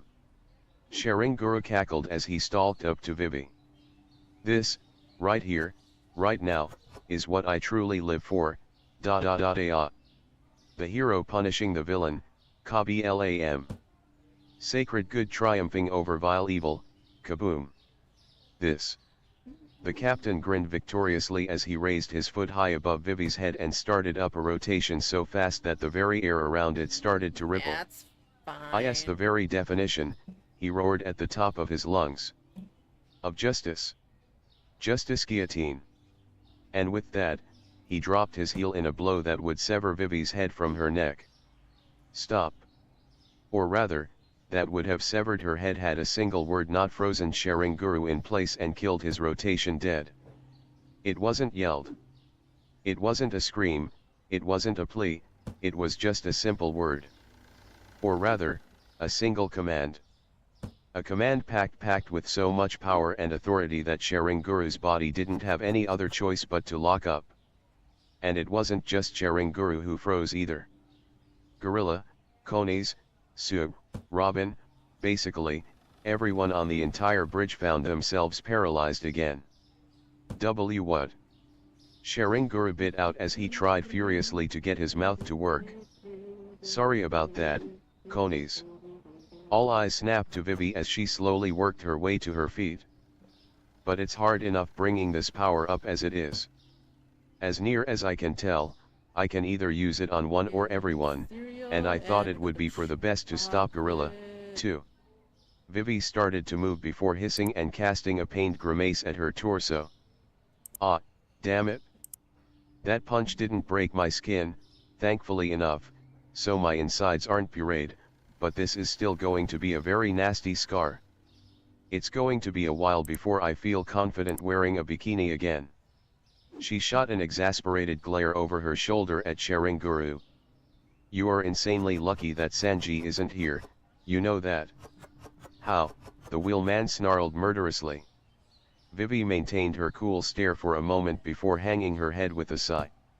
Honestly? I'm not sure. This is all as new to me as it is to you. But I'm fairly certain that its basis revolves around my instinct as a ruler. Ruler's instinct. All attention within earshot turned to the Cloud Fox, who was looking at Vivi in a combination of genuine awe and naked terror. Instinct, it's something that every living being is born with, the Cloud Fox whispered, the sheer silence of the bridge letting all hear her. It leads us to food or water, warns us of danger, all kinds of things. But Su slowly shook her head. Not all are created equal. Some beings, when they're born, their instincts are superior. These beings, their instincts aren't just about survival, they're about leadership. The instinct to rule over others. I've only ever heard of it being found in the likes of alpha wolves and sea kings. But then again, I suppose that when you consider the existence of people like Viper and Ganfall, it's only natural to assume that humans would have it, too. Vivi nodded in agreement. All my life, I've known that I would one day rule. It wasn't just from my father telling me, wasn't from my friends or subjects, it was just. She held her hand up and stared at it as she flexed her fingers. Something I've known, from the deepest part of my heart. Something basic, something natural. A fact, if you will. The sky is blue, water is wet, and I, Nefertari Vivi, was born to rule. And now? Vivi affixed the Marine captain with a firm look. Now I can actually use it. I don't know how, but I'm bringing it out, and even if you refuse it with all your heart and soul, I will make you obey the divine right that I have held within me since I was born. She raised her head proudly as she glared down at the Marine. I am Princess Nefertari Vivi of Alabasta, and you will respect my authority. I honestly never expected to ask this question again, but, how does that make sense? Robin wondered aloud. See, haven't you been around here for a few years, Robin? Attention returned to the Cloud Fox as an eager grin slowly peeked through her fur. This ocean is the Grand Line, she whispered reverentially. There is no need for sense here. What is, just simply is. Respect. Vivi blinked in surprise before turning her attention back to Sharinguru, who was shivering in place. Respect, your authority, he ground out viciously. Without any warning, Sharinguru's foot suddenly slammed down and cracked the stone of the bridge. The only authority that I respect, the captain roared as he ripped the blade at his side from its sheath. Is that of justice. And with that, he leapt at Vivi, his sword arm extended and his wrist rotating so rapidly that the blade became a disc of pure steel and death. Justice Maelstrom. Vivi tensed in preparation to BL no, that sword was equivalent to instant death, definitely something to dodge. Before she could get a chance, however, a grenade came whistling in. The wheelman just barely noticed and managed to raise his attack between it and him before it detonated. Of course, given the suction of the Justice Maelstrom, the resulting blast hit him all at once, knocking him out of the sky and sending him bouncing off the bridge, scorched medium rare. I'm very sorry if you wanted him for yourself, Vivi. The princess looked over at Conies, who was smiling lightly as she reloaded her grenade launcher. But you see, the gunner continued pleasantly. The fact is that he does seem like a pretty tough enemy, and I'd like to inflict some pain on him myself. Would you terribly mind if I took him off your hands? We'll lay an absolute world of hurt on him, we promise. Sue smirked sadistically. Vivi blinked in surprise for a moment before smiling and shrugging indifferently. Fine by me, that lunatic's ramblings were starting to grate at my ears. Meanwhile, Vivi's expression turned cold as she turned her attention behind Koni's. Freeze, she ordered. And so it was that Captain Gorilla froze mid-aim, barely staying on his feet. The princess smiled even as she jerked her lion cutters into her hands and started spinning them in preparation. I'll handle this overgrown ape. Altogether, I think that for the two of us it should only take, 30 seconds. Koni's wavered her hands side to side. Personally, I'd prefer to call it a full minute. It's better to finish with time to spare than to be late, you know. Fair, fair. Now, then. Vivi narrowed her gaze. Shall we? No. Koni's the expression process hardened here. as she slammed her fist into her palm. Let's. And with that, the pirates began to approach their opponents. Oh. Though it took him a moment to shake off the days of the attack that had disrupted him, the wheel marine Sharinguru was swift to get his bearings back and take notice of the pirate headed his way. His response to her approach was to snort indignantly. Fool, Sheng. Sharinguru roared as he jabbed his blade at her. Do you think that I, a hero of justice, would ever allow? Blam. Gah. The marine captain was promptly cut off by another of Koni's explosive shells going off in his face, causing him to reel back and sputter. Allow? Oh, I never thought you'd allow anything, Koni said, smiling sweetly even as she returned her grenade launcher to her back. That doesn't mean you'll succeed. I am Koni's of the Straw Hats, and that injury you inflicted on my friend. Her expression promptly turned thunderous as she whipped two of her pistols out and held them at the ready. That was the last hit you'll land today. You wish, pirate, slam. Sharinguru declared, shoving himself to his feet and spinning his legs beneath him. For you see, true justice will prevail today. And with that, the marine shoved his feet against the ground and took advantage of the spin from his heels to give him an extra powerful burst of speed. Koni's kept her stance firm as she followed him with her guns. Pistol. Bullets cannot harm me. Sharinguru cackled as he brought his blade before him and started spinning it. Justice Mail. Luxury. Gagh. The captain promptly lost his stance when a flash of utterly blinding light stabbed into his eyes, burning his retinas and causing him to crash into the bridge and roll to a halt as he flailed and clawed at his eyes. Yerg, what the hell? Whoa. Allow me to clarify something for you, Koni's voice filtered through the void of white that had devoured his eyesight. Whereas your goggles are purely for show and offer nothing in the way of protection, mine are reinforced and have tinted lenses. Just so you know, up until now I've been using conventional weaponry because, in all honesty, I didn't want to show my full hand until it was absolutely necessary. After what you did to my friend, however. The twin clicks of two pistols being cocked prompted Sharinguru to spin up the armor hiding under his shirt, and he was only just able to deflect the bullets that would have perforated him. With his vision finally clearing, Sharinguru staggered back to his feet and eyed the pirate warily as she advanced on him. I'm going to go ahead and give you a crash course. Koni's intoned gravely as she drew her rifles from her back and held them at ready. In sky warfare. And with that, she whipped her rifles up and thumbed the secondary triggers hidden on them. Rifle incendium. The marine prepared to deliver yet another of his tirades, only for his words to die when he noticed a glow building up in the barrels of the guns. He hastily scoured what little knowledge of Latin he had, and his brow twitched at the answer. Oh, you have got to be. Whoosh. Twin gouts of flame erupted from the rifles, spiking the temperature on the bridge and charring the stones. Konis felt her heart leap as Sharinguru was engulfed in the blaze. Justice tornado. And then felt it plummet when not only was the blaze dispersed, but a whirlwind of steel and death charged out at her. Shit, the gunner cursed fearfully as she dove to the side, the tornado only just missing her as it swept past her heels. The channel it carved out of the stone in passing did little to inspire confidence. The fact that the whirlwind was slowly adjusting its trajectory and circling back around at an even faster speed did even less.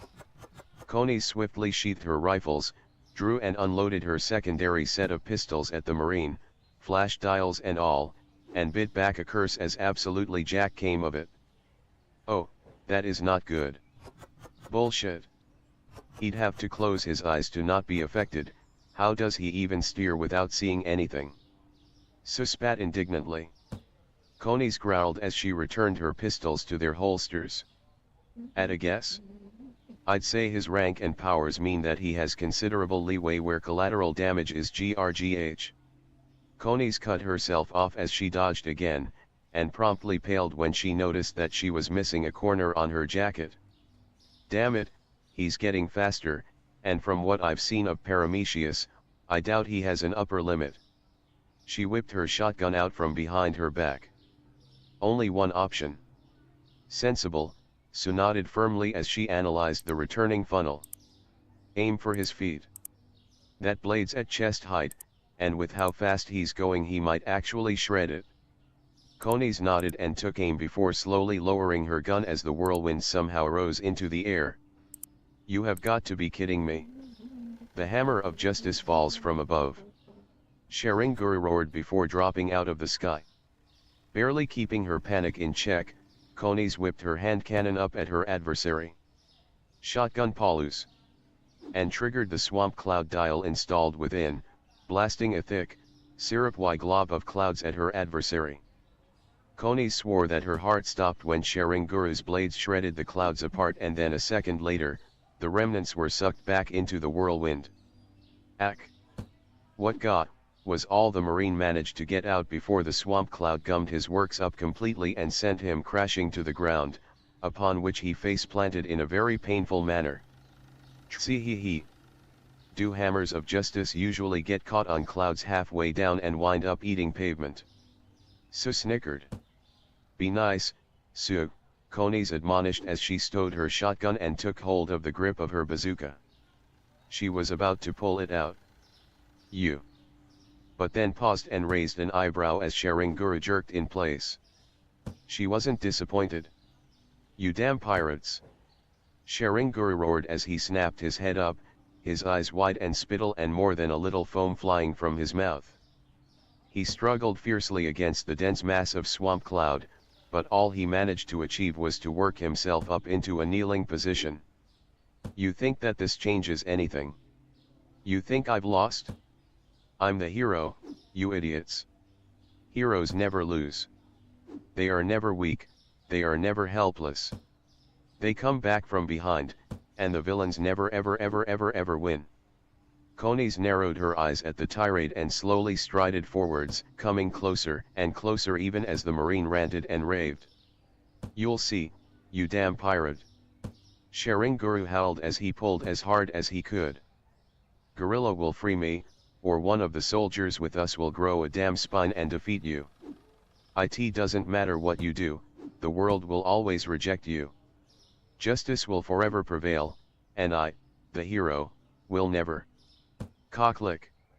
Sharinguru was silenced by Konis heaving her burn bazooka over her shoulder rather than under it and pointing the secondary muzzle at him. Hey, wheelie.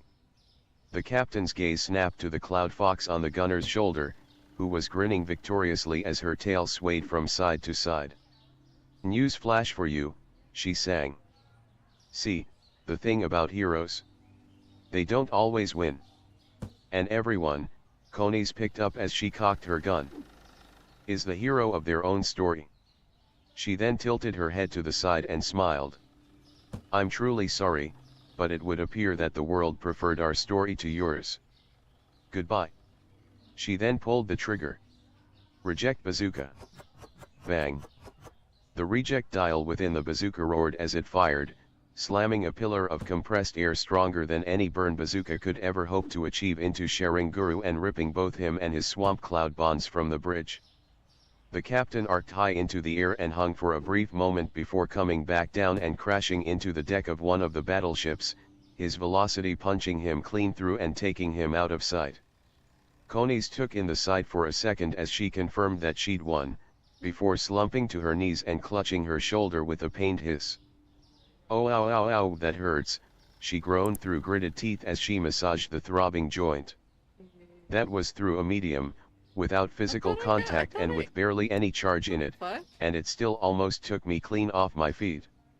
How in the name of the blue seas did Wiper fire off that thing 3 times in one day without losing his arm? Because he's a monster worthy of this crew. Oh, right. Sue replied with a cocked eyebrow. Konis paused thoughtfully at that before hanging her head with a sigh.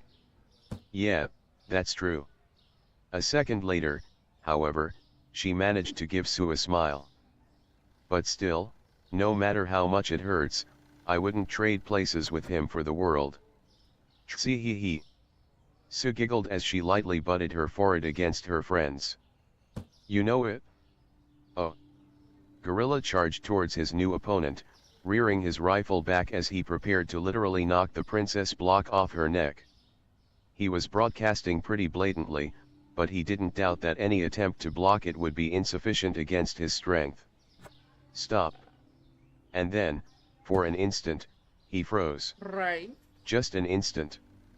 It was only less than a second, but in a fight, a second equaled an eternity, and it was this eternity that allowed Vivi to wrap one of her lion cutters around his leg and yank, which, when combined with his off-balance position, resulted in him face-planting on the pavement. The large marine raised himself on his palms with a snarl as he glared at the princess. "You." "Me," Vivi replied frigidly.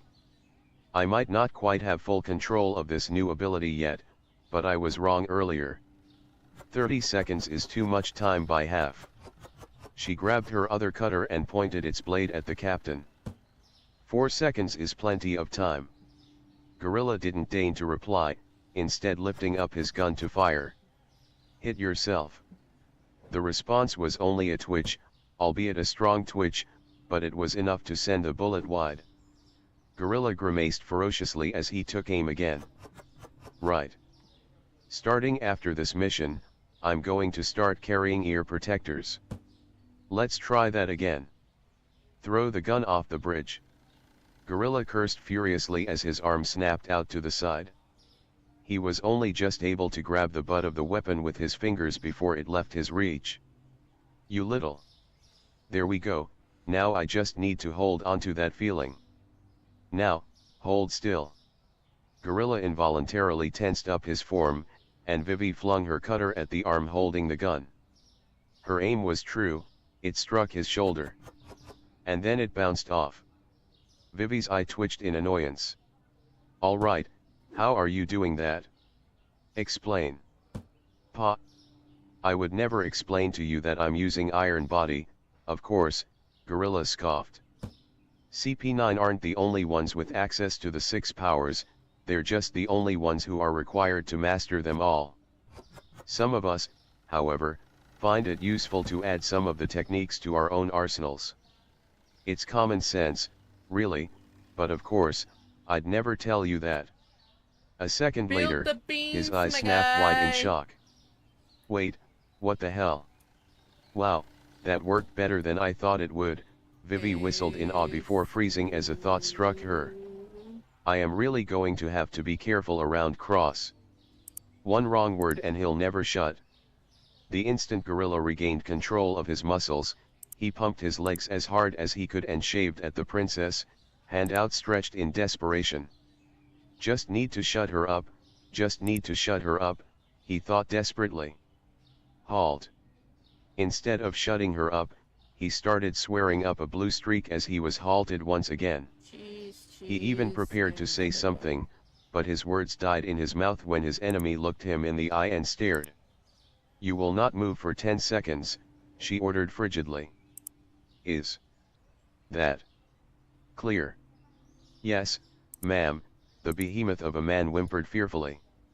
Vivi responded by loosing the breath she'd been holding in a sigh of relief.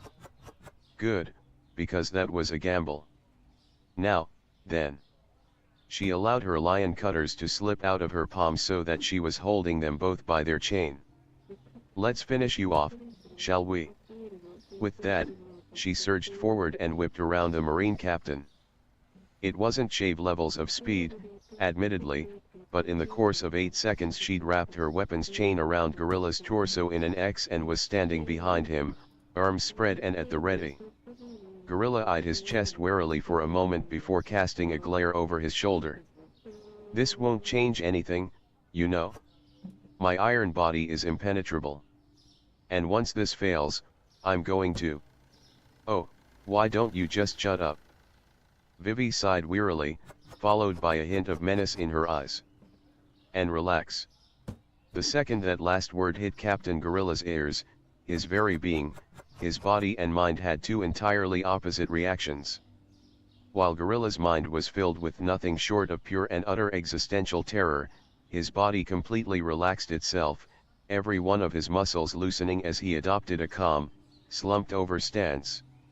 If it's any consolation. Vivi shrugged casually. I'm fairly certain that you should lose consciousness almost instantly from blood loss. But for now. Her eyes narrowed menacingly.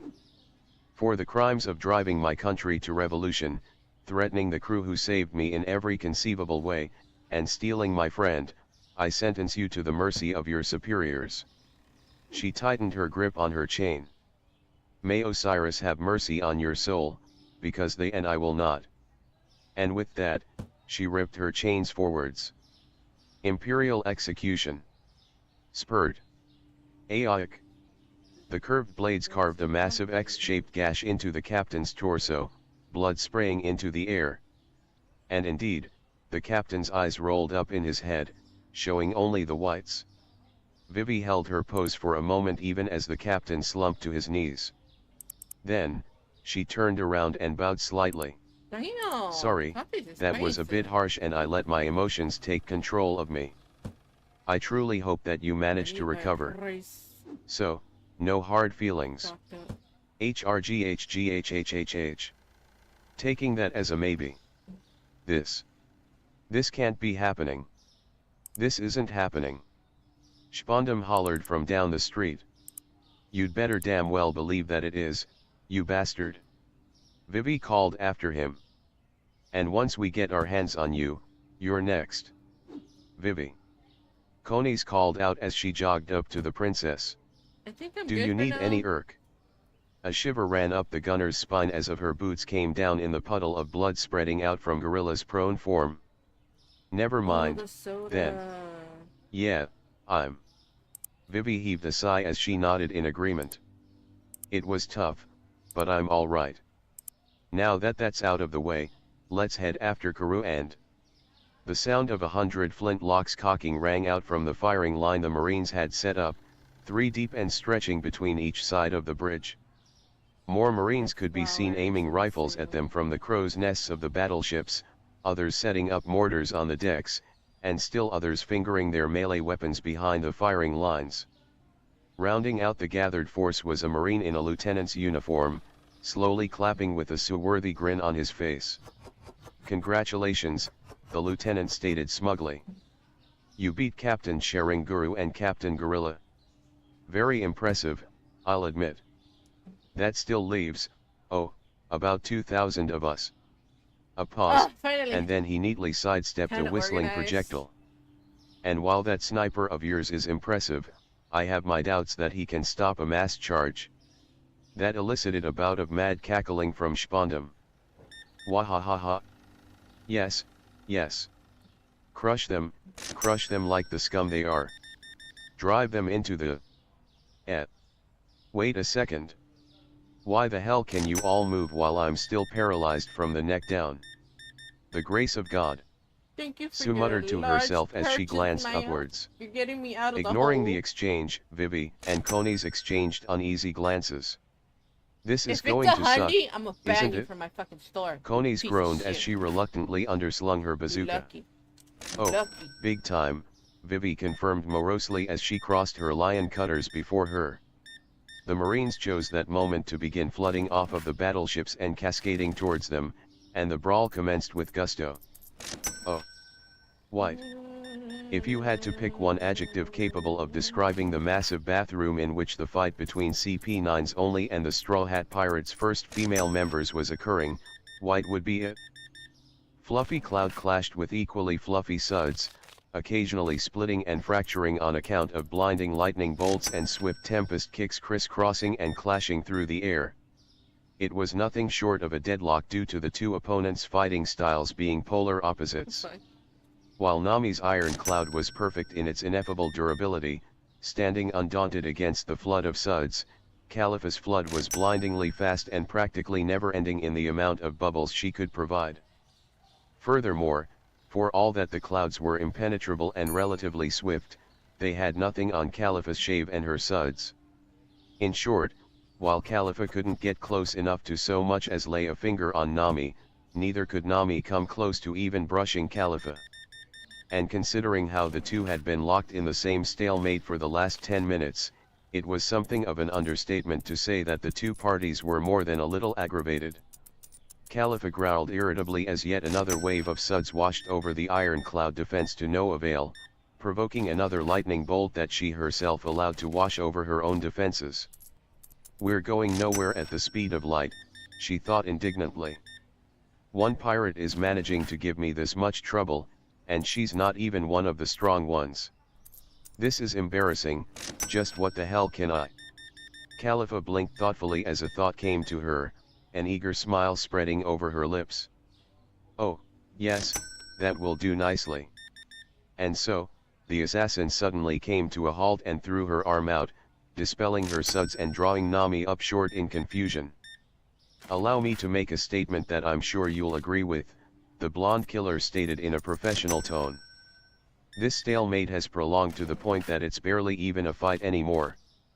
Neither one of us is making any progress, and I can only assume that you are as irritated as I am." "You may be a bitch, but I can agree with that," Nami replied testily, drawing her clouds around herself in the process. "But unless you're ready to do the smart thing and hold still so that I can char you into a briquette, I don't see your point in stating the obvious." "Oh, my point is quite simple, I assure you," Khalifa sniffed haughtily. "While I was hoping to finish this in an enjoyable manner, simple and clean and all that, the fact that a Buster Call and an apoplectic Fleet Admiral Sengoku are apparently heading this way, means that I am pressed for time. As such," she adjusted her glasses so that they caught the light, "I'll just have to pull out my trump card." Before Nami could react, Khalifa leaned over and slid her hands up her body. Suds roiled up from the points of contact as she flexed her power, and the bubbles quickly spread first across her arms, then the rest of her body. Soon, she was clad in a full suit of medieval knight-style armor, made entirely out of soap bubbles. "Soap armor," Khalifa proudly declared. For a moment, there was silence. "You look ridiculous, Bubbly," Nami finally declared. Khalifa ignored the slight with a haughty laugh. "You won't be laughing once you observe the full might of my armor's power." And with that, the bubble woman slammed her visor down and cast her arm out, conjuring a claymore of pure bubbles. "En garde." And with that, she charged straight for the massive Iron Cloud. Nami, for her part, snorted derisively as she watched the charge. Honestly, she'd expected a lot more than this from the government agent. Dude, With an almost getting careless cleaned out flick of of a her lot of wrist, stuff. the navigator launched several balls of electricity at her opponent. Every ball hit its mark, discharging their voltage into the Suds and causing them to dissolve in order to expose absolutely nothing. What the hell? Nami squawked as the suit of armor collapsed into a puddle of sudsy water, before paling as a thought struck her. "Oh, don't tell me she's a Logia." Not quite. If Nami had paled before, her blood straight up froze when a pair of iron-hard arms wrapped around her, one clenching her around her windpipe in a choke hold, and one wrapping around the lower part of the pirate's body. Itchy "Where the hell do you eyebrow. think you're touching?" Nami hissed. Wherever I damn well please, pirate, Khalifa smirked in Nami's ear. And for the record, I lied earlier. That was actually my soap doppelganger. Now. Nami's breath hitched when Khalifa flexed her arm around her neck. How about we put an end to this? Even with her air supply obstructed, Nami grit her teeth defiantly and swung her Klimatact upwards, sending a wave of cool balls at the cloud sheet had floating above the battlefield since the fight had started in earnest. Nami smirked as the heavens burst and a torrential downpour cascaded down upon the pair.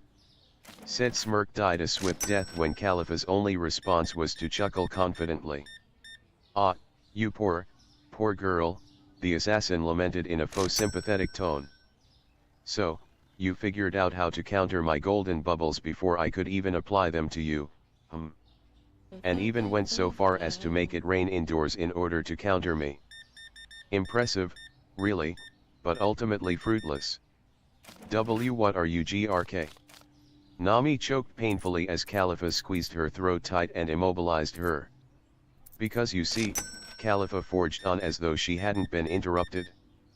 I don't plan on using my golden bubbles on you, or even killing you, for that matter. Normally, I would just crush your skull like an egg and be done with you, but in light of your crew's unprecedented actions and the recent expansion of my own arsenal, I've decided to, shall we say, experiment a bit. The soap woman drew her free arm up Nami's side, creating a stream of bubbles even in spite of the rain soaking them both. My golden bubbles wash away everything they come in contact with. Filth, strength, even friction itself. So, I'm left wondering, what else can they wash away? Just what? She started trailing her finger around her captive's ear. Can these powers do? Nami's heart all but stopped in her chest as the full implications of what she was hearing hit her. No. Nami angled her head as much as she could so that she could stare back at Khalifa in horror. No, why you can't? Ah, but the truth is. Khalifa spun her hand and evoked a small mass of bubbles in her palm, angled just so that they were shielded from the rain and positioned right over Nami's ear. I can. Chrome bubble cleanse. Nami struggled and writhed desperately in the woman's grip, but it was no use. She gasped out a scream as the assassin's hand clamped onto her head and shoved a surge of suds down her ear canals. No. Nami cried fearfully, fighting to get away as hard as she could. She needed to get out, get away, she couldn't let, here. Nami's breath caught in her throat and her eyes rolled up in her skull as everything went white. Any thoughts of escape, of struggle, or resistance or, anything really, dissolved into ether as the soap flowed through her mind. It was just so relaxing, as if the soap was scouring away all of the stress and grime that had been building up in her for her whole life. Her muscles rapidly turned to jelly and she fell slack in Khalifa's arms, her eyes glazed and unfocused and her expression as blank as a newfound slate. Khalifa cocked her eyebrow as she observed the pirate's limp form before stepping back and allowing her to drop, adjusting her glasses as she got a better look at her work. Interesting. I was expecting a bit more of a struggle, but honestly this might be for the best. Speed kills and all that.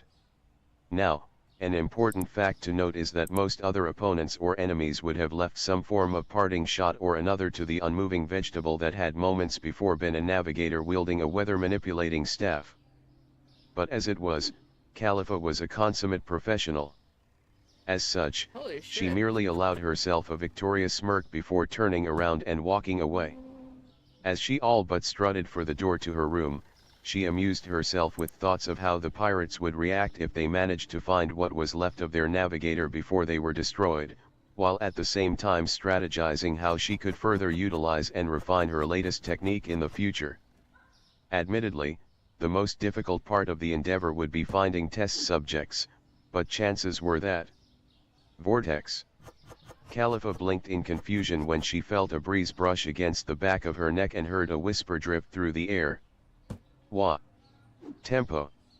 The assassin barely had a moment to feel the wind at her back start to accelerate before her instinct screamed at her, prompting her to drop to the ground and bury an iron body-enhanced fist in the floor.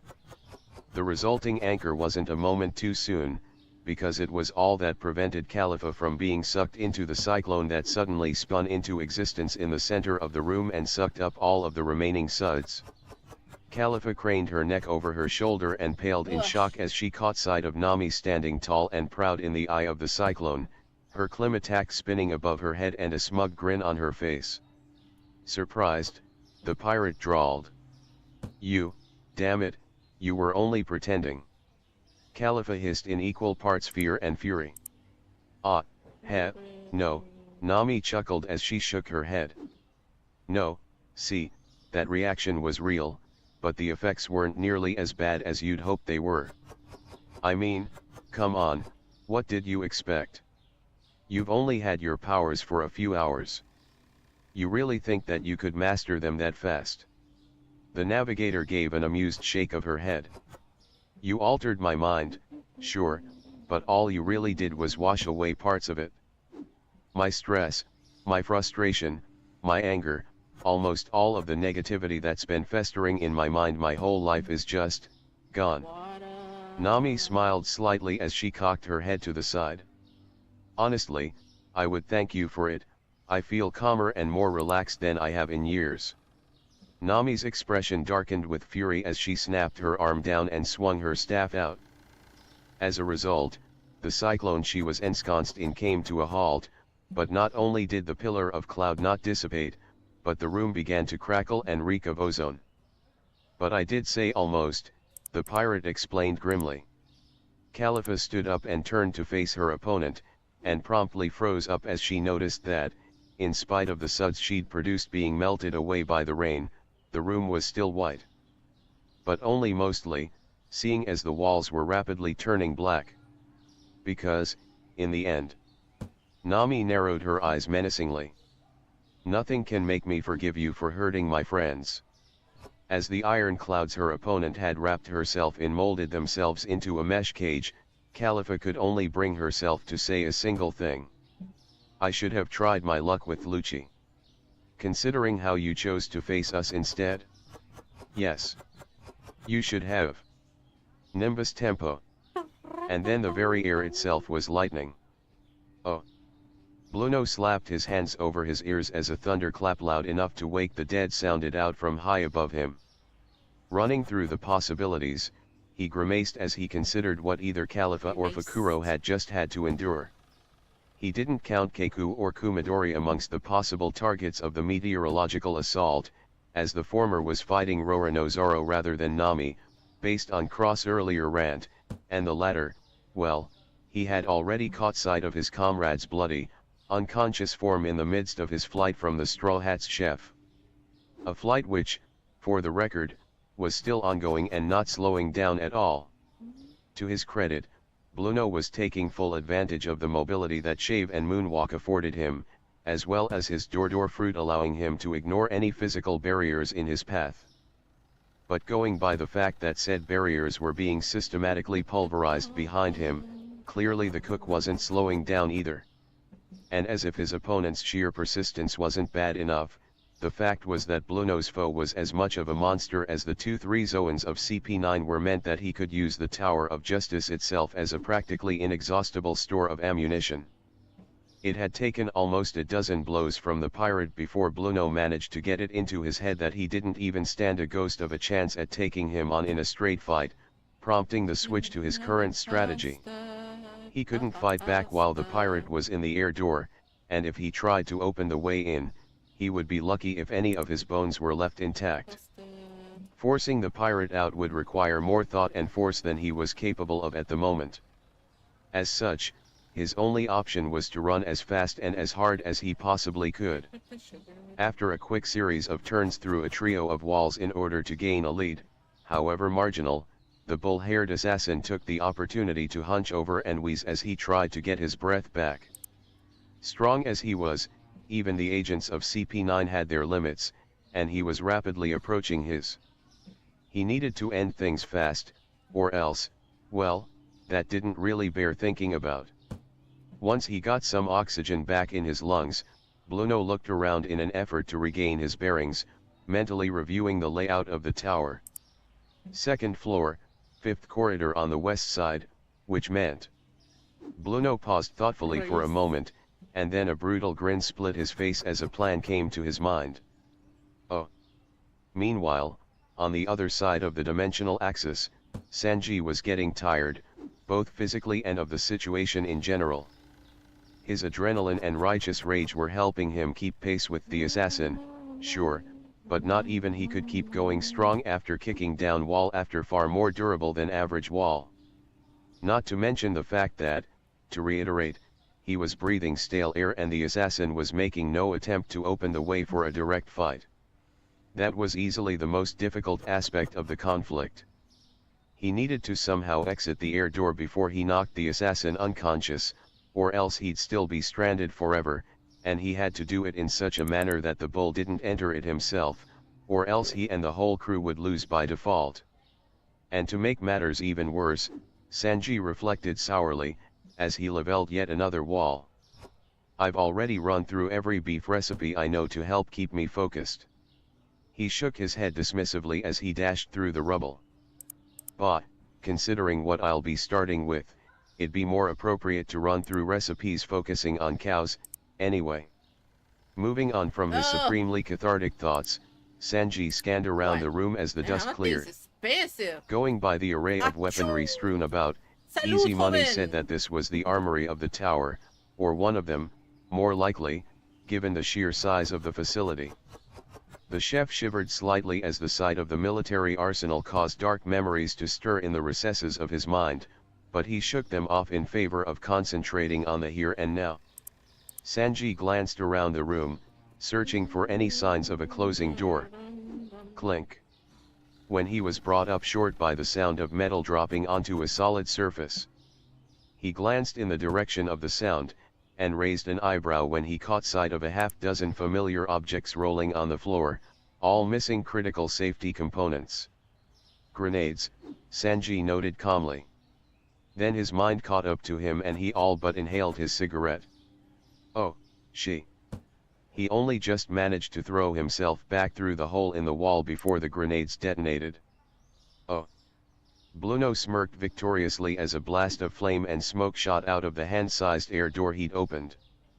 Going by the curse he'd just heard, if his trick hadn't managed to finish off the pirate, then at minimum, he was injured or off balance. Still, given how tough he'd been up until then. Air peephole, Bluno stated for his own benefit, pressing against the air and sliding it to the side, opening a line of sight into his dimension.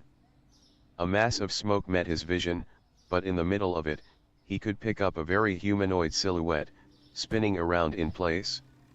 Humph! The assassin snorted derisively as he shut the hole and walked over to where Sanji was on the other side. He must be concussed or something. At this point, I'll be putting him out of his misery. Once he was correctly positioned, Bluno shoved an air door open, leapt through and made a grab for Sanji's head, and then was forced to switch his leap to a roll when he fell through thin air instead.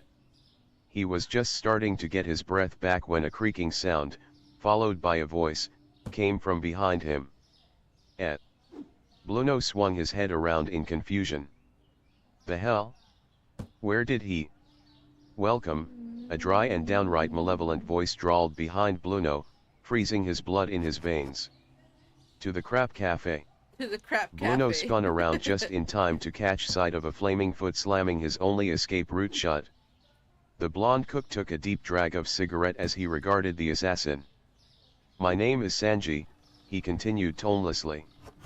"And I will be both your waiter and your cook today." Bluno remained frozen in place as Sanji started to stalk towards him. "Allow me to list," Sanji's next drag lit a proper flame at the end of his cigarette. "The 12-course meal we have planned for you tonight." And with that, he moved. A few corridors off from the armory where Bluno had pulled his ploy lay the central staircase of the Tower of Justice, a magnificent work of architecture that flowed upwards and downwards without any difficulties or gaps from the many floors that it crossed. While some parts of the structure had been ravaged by the conflict going on within the building, apart from the tower's bisection and a few other areas, the stairwell was largely unmolested by the fight. It was a true credit to the world government's architects that the area managed to remain pristine looking in the midst of all the destruction. Then a wall imploded and any and all semblance of immaculate perfection shattered in an instant. A moment later, another wall was ruined, this time by fractures radiating from a central point of impact. Then another, and another after that. Up and down the staircase at varying intervals, the stonework of the stairwell, from walls to steps to railings, all started to disintegrate. From sites of impact to outright shattering, it was as though some invisible wrecking crew were raining down unholy hell upon the stairwell. Finally, after about a minute or so, the destruction suddenly halted and the world fell silent. And then, all at once, a pair of double doors started to open in midair in the dead center of the stairwell. Flambe barrage. Said doors were promptly blasted off their hinges by a suit-wearing minotaur slamming through them, his eyes rolled into his head and blood flying from his mouth on account of the blazing volley of flaming arcs of air that were slamming into his chest. Said arcs were being launched from the blazing leg of the blonde cook who followed the minotaur through the dimensional gap moments after him, before the whole could fade into non-existence. Satisfied with his assault, Sanji flipped and landed on one of the intact railings in the stairwell, taking the reprieve to draw a cigarette and his lighter from his pockets, his previous cigarette having been ashed over the course of his assault. "You damn slippery bull," he growled to himself, glaring up over his shoulder towards Bluno's falling form as he flicked a flame out of his lighter. "You made me miss out on a chance to covertly check out the room of the beautiful Khalifa." In spite of his rage, Sanji looked away as Bluno reached the apex of his arc and started to fall, taking a calming drag from his cigarette before sighing out a cloud of smoke. But, then again, I suppose it just can't be helped. After all. Bluno's smoking body smashed into the ground floor of the tower in a heap, shattering the stonework into dust. He didn't get back up. This prince is already occupied with saving his fair lady. Oh. On the island of Enice Lobby, there was a tower. Inside the Tower of Justice was a room. That room, which belonged to Jabra of CP9, was decorated in the manner of the great gardens of the country Wano. At its best, it was a serene, beautiful place where Jabra could vent his frustrations when training and missions failed to do so. One would be hard-pressed to call it beautiful anymore. The lovingly maintained grass was torn up and shredded, revealing large patches of bare sod.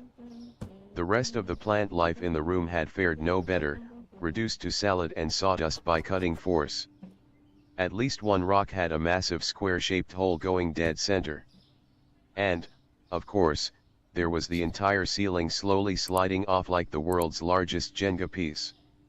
And about 15 feet to the left of center was the culprit of this devastation, a whirlwind of steel, razor air, and one massive square nose. A great swordsman once said, without subtlety, a sword is but an iron bar. The duel between Zoro and Keiku held no such subtlety by this point. 3 sword style, 4 sword giraffe style, both discarded for good old hack and slash. Each blow was a killing blow, each parry attempted to break the sword that landed on it. It was the swordsman equivalent of a back alley brawl. And it was a brawl Keiku was losing. Not quickly, mind you. Why, to the eyes of most casual observers, it looked like he wasn't even losing at all.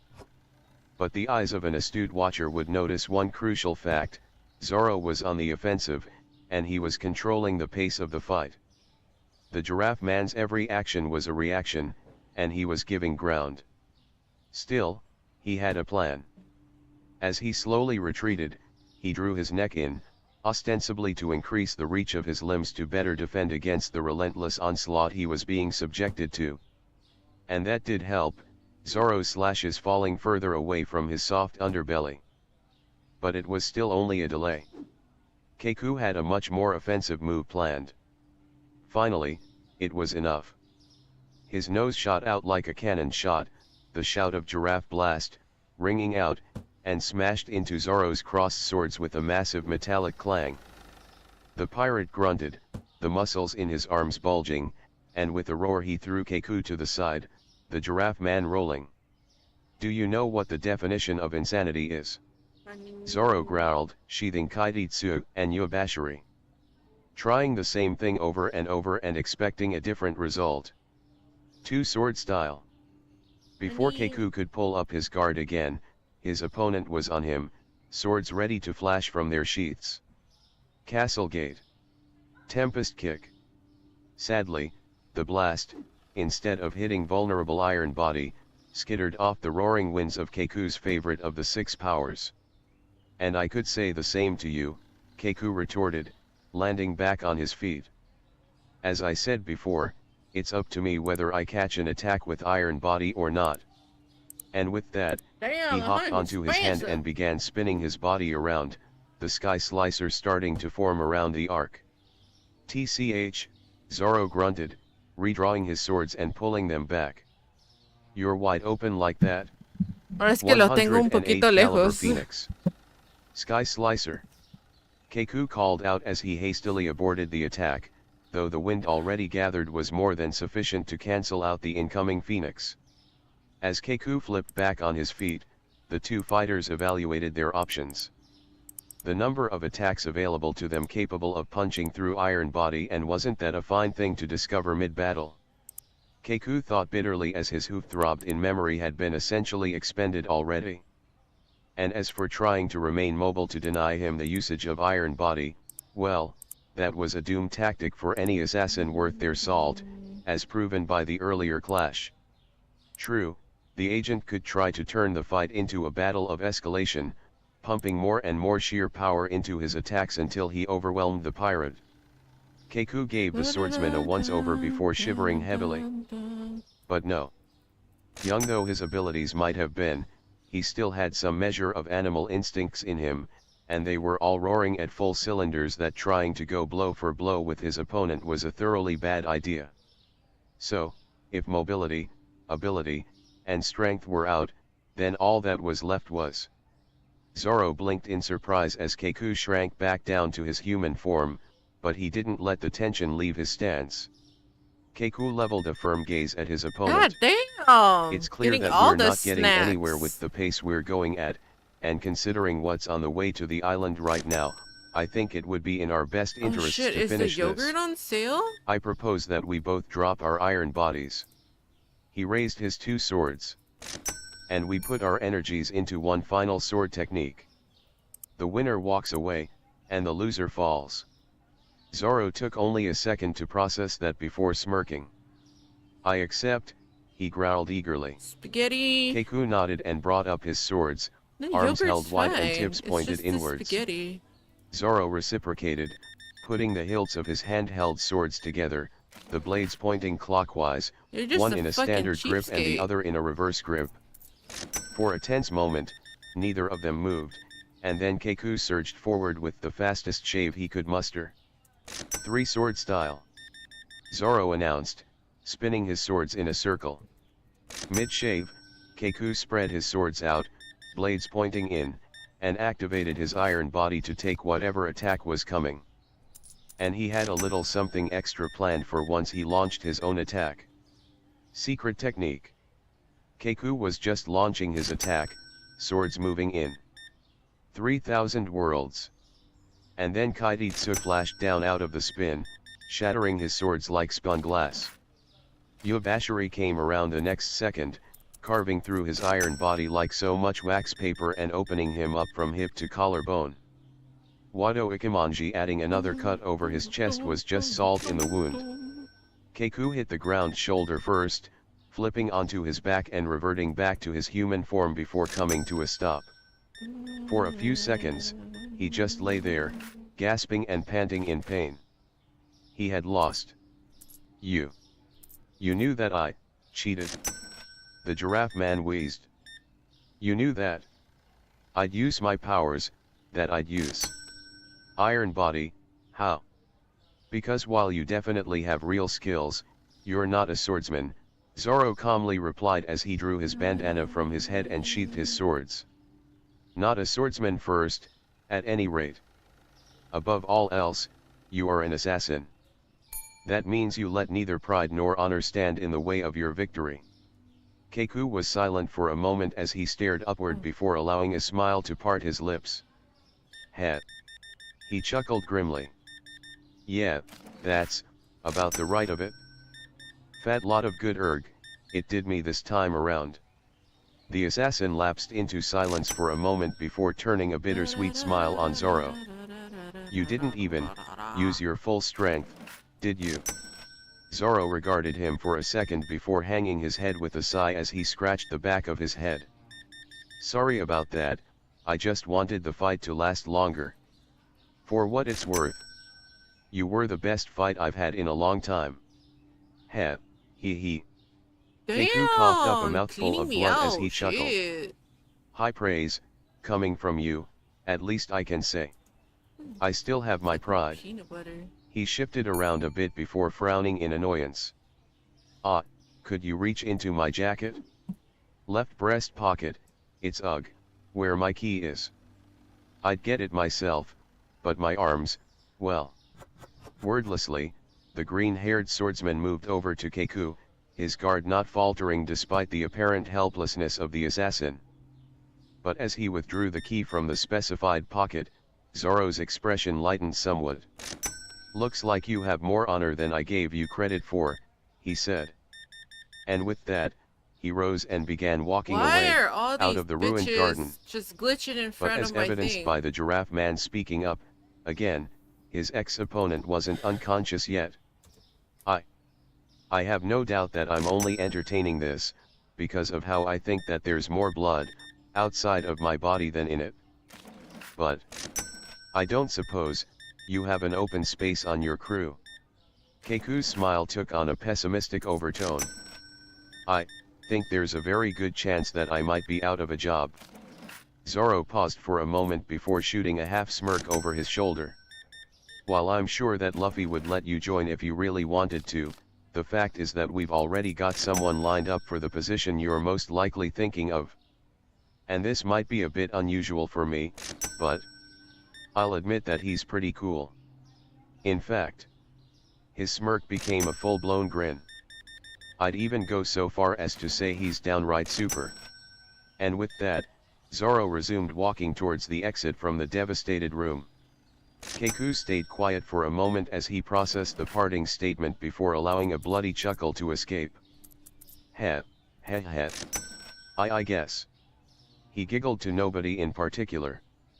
"That today, just really isn't my day, huh? Heh. Whether by chance or by divine Fucking intervention, weirdos. an ordinary, everyday rooster chose that exact moment to flap over and perch itself on the tip of the assassin's nose. This twist of fate only made him laugh harder for the last few seconds of consciousness he had left. Oh. Kuro clenched his beak together as Funkfried's razor-edged trunk swept through where his head had been milliseconds before. The tusks, just as sharp, proved just as ineffective. Unfortunately, as good as his These dodging motherfuckers wanted it was sugar. all he could do. His claws had proven themselves to be completely ineffectual against the elephant sword's thick, steel-hard hide, and after the first time his shave charge had bounced off of Funkfried's skull, he had proceeded to fill the length of the bridge with his serpentine bulk and block every avenue of attack. I guess he's the bodyguard of someone of that much authority for a good reason, the duck reflected sourly. That's right, Funkfried. Don't give that overgrown duck even an inch. Spondum cheered. As much as Spondum's voice grated at Kuro's ears, it also served to help goad him on, his mind flying at 1,000,000 miles an hour in an attempt to devise some way around the living sword before it was too late. Only for his thought process to slam to a halt when a pained cry cut through the pandemonium of the bridge. Vivi. Kuro didn't even hesitate for a second before turning on his heel and tearing down the bridge of hesitation, the world slowing to a halt as he pushed his body to the limit and dashed through the masses of marines towards his charge. I need to protect Vivi, I need to protect Vivi. What are you guys Over fighting and for over, now? the mantra that he'd drilled into his head since he Bread? was a chick rang through I his have bread. skull, I think I have bread. pushing the Do I have supersonic duck even faster. bread? No, that's Within less soda. than a minute, he was within eyesight of his friends. Bread. His claws bit into the stone of the bridge, tensing for a shave that would put him right next to her. I need to protect, et. And then, he actually looked at the scene before him, and the mantra fell away. The reason for this was that while guys Vivi want had more managed to coffee? accrue a small collection of cuts, scrapes, Oh, I and bruises don't on have her enough person, coffee. every single one of them was minor. Even the major wound in her gut, despite its size and apparent severity, was clearly not hampering her in the least, as the way she was systematically cutting down any Marines that approached her attested to. Even as he watched a fire team of Marines charge her, Karoo could already tell what they couldn't and didn't. They were already They were defeated just the stuck instant they there. decided to stand against her. And as Vivi's lion cutters wrapped around them and tore through them, an epiphany happened to strike Karoo. I don't need to protect Vivi, he thought, the realization hitting him like one of Eneru's thunderbolts. Vivi's gotten stronger. She's strong enough that she can handle herself. I don't need to protect her. And then another realization hit him, in quick succession. I don't need to protect her. The ones I need to protect. His left foot, on the fifth push of the shave, slammed into the stone in just such a manner that he spun on his other talon, turning a full 180 degrees and glaring daggers at the elephant sword that was 15 standing days? in his Shit, path. I'm a dumbass. I need. Karoo snarled, determination blazing in every fiber of his being. To protect my queens. And with that, Karoo slammed 10 steps into the pavement at once and launched himself forward with a furious squawk. He then repeated the process with his other leg, only that time he put in 12 steps at once. Then 13 from there. Then 15, and then 20, each successive shave faster and more powerful than the last. And then the duck hit 30 steps at once and the air around him snapped, the pressure wave and noise flinging almost 55 Marines off their feet. Vivi and Conies exchanged shocked looks at the development before electing to take full advantage of the subsequent gap to storm further down the bridge after the duck, who was now speeding straight for the opponent he'd abandoned. Funkfried blinked at the display in shock, closing his eyes for a fraction of a second. Supersonic. And then time froze for the sword as it opened its eyes and Karoo was right there, hanging before his face, talons extended and rocketing right at his forehead. Funkfried hastily flexed his forehead, his hide reflecting a flash of eternal sunlight as it hardened into steel. Kick. Scrang. And then all movement on the bridge froze as all eyes were drawn to where Karoo's talons were planted in the dead center of Funkfried's forehead. For a moment, the world stayed perfectly frozen, as if it were all a picture. And then Karoo fell onto his ass while Funkfried stayed standing. A moment of silence, and then Spondam broke out into a mad cackle. Wahahahaha. Well done, Funkfried, well done. You see that, you stupid pirates. You bastards never had a chance of beating, and Spondam trailed off in horror as his sword started to keel over with agonizing slowness, the change of angle displaying both the whites of his insensate eyes and the pair of talon-shaped dents in his skull. The Zoan weapon didn't even fall halfway when he suddenly disappeared, a single badly dented sword with tusks at the hilt and a tail-like tassel clattering to the ground where he once stood. Spondam stayed frozen even as Karoo pushed himself onto his legs, shaking but still standing. He then flinched in terror as the duck pinned him with a determined glare. "We next," the captain of the supersonic duck squadron declared venomously. He took a step forward and then promptly collapsed beak first with a cry of pain. "Wagh. Karoo." Vivi screamed. What the? Karoo squawked painfully, agony shooting through his body from his talons up. He tried to push himself up with his wings, but collapsed again when the leg he tried to support himself with gave out with a sickening crack. The duck stared over his shoulder in equal parts agony and naked horror. "Ow! My legs! Damn it, My wicks just Oh, I broke. changed the cheeses Damn for it. the top, didn't I? Coney's cursed beneath her breath as she took in the Marines who were starting to get their nerve back. Hang on, Karoo, we'll be right there. So saying, she made to heft her burn bazooka, only to drop it with a cry of pain when her arm suddenly fell slack mid-motion. Gah! Conies. What's? So took one look at her friend's arm before stiffening fearfully. Your shoulder just jumped its socket. Ugh. Grrghh. Conies ground out as she clutched her throbbing shoulder. Heartwarming gift or not, I'm starting to think that damn rejectile was more trouble than it was worth. Spondam was quick to recover his ego and don a malicious grin as he flung his head back. Oh, now this is just perfect. Wahahaha. He blinked in surprise as he realized something. Huh, looks like I can move again. He stared blankly at his hands for a second before sneering and casting his arm out. Kill them No. all. No. Jump! Leave them aloha. Vivi's command was choked off as she collapsed to the ground, as though her strings had just been snipped out from above her. Vivi. Jump! Karoo squawked fearfully. What? Vivi squirmed fruitlessly as she tried to force something, anything at all to move. Stop! My body. It won't move, I can't do anything. Oh, perfect, Sue groaned as she dragged a paw down her face. The newfound superpower you've been spamming for the past 5 minutes has an unexpected drawback. Because of course it does. Hands up, who didn't see this coming?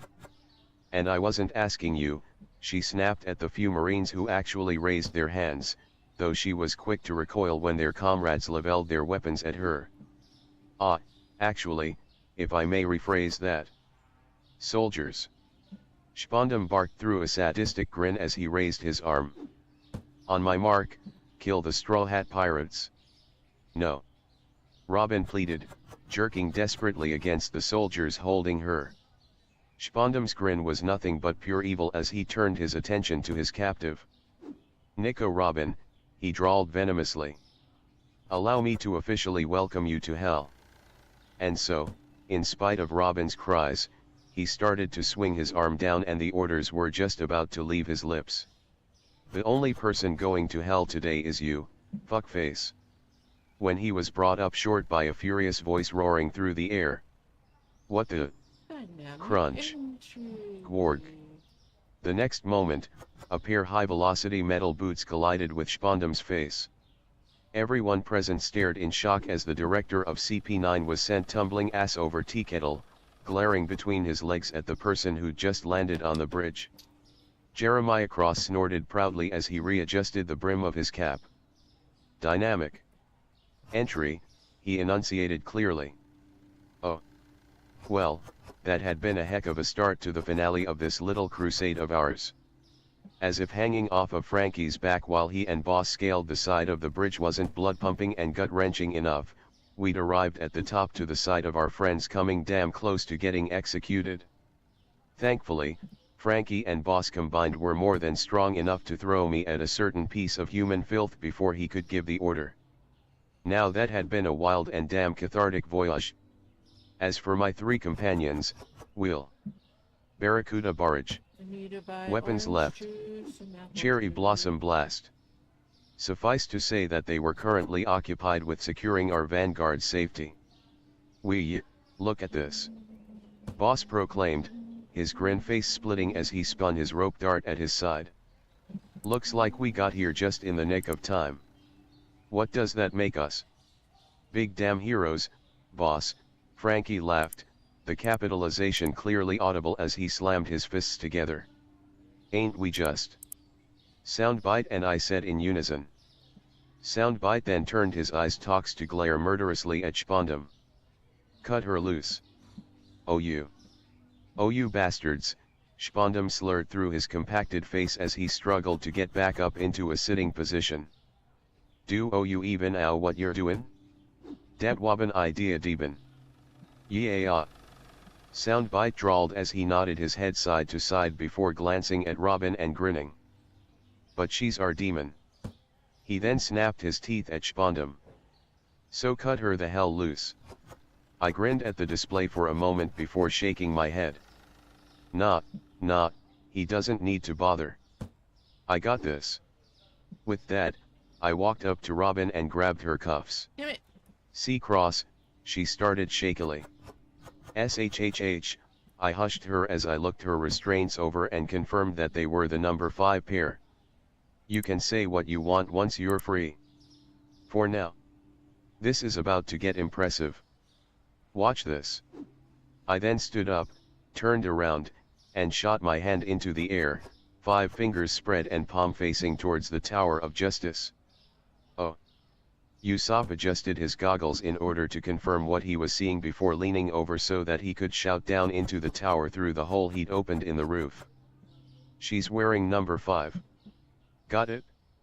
Nami called up before blowing a whistle and waving down the tower's central shaft.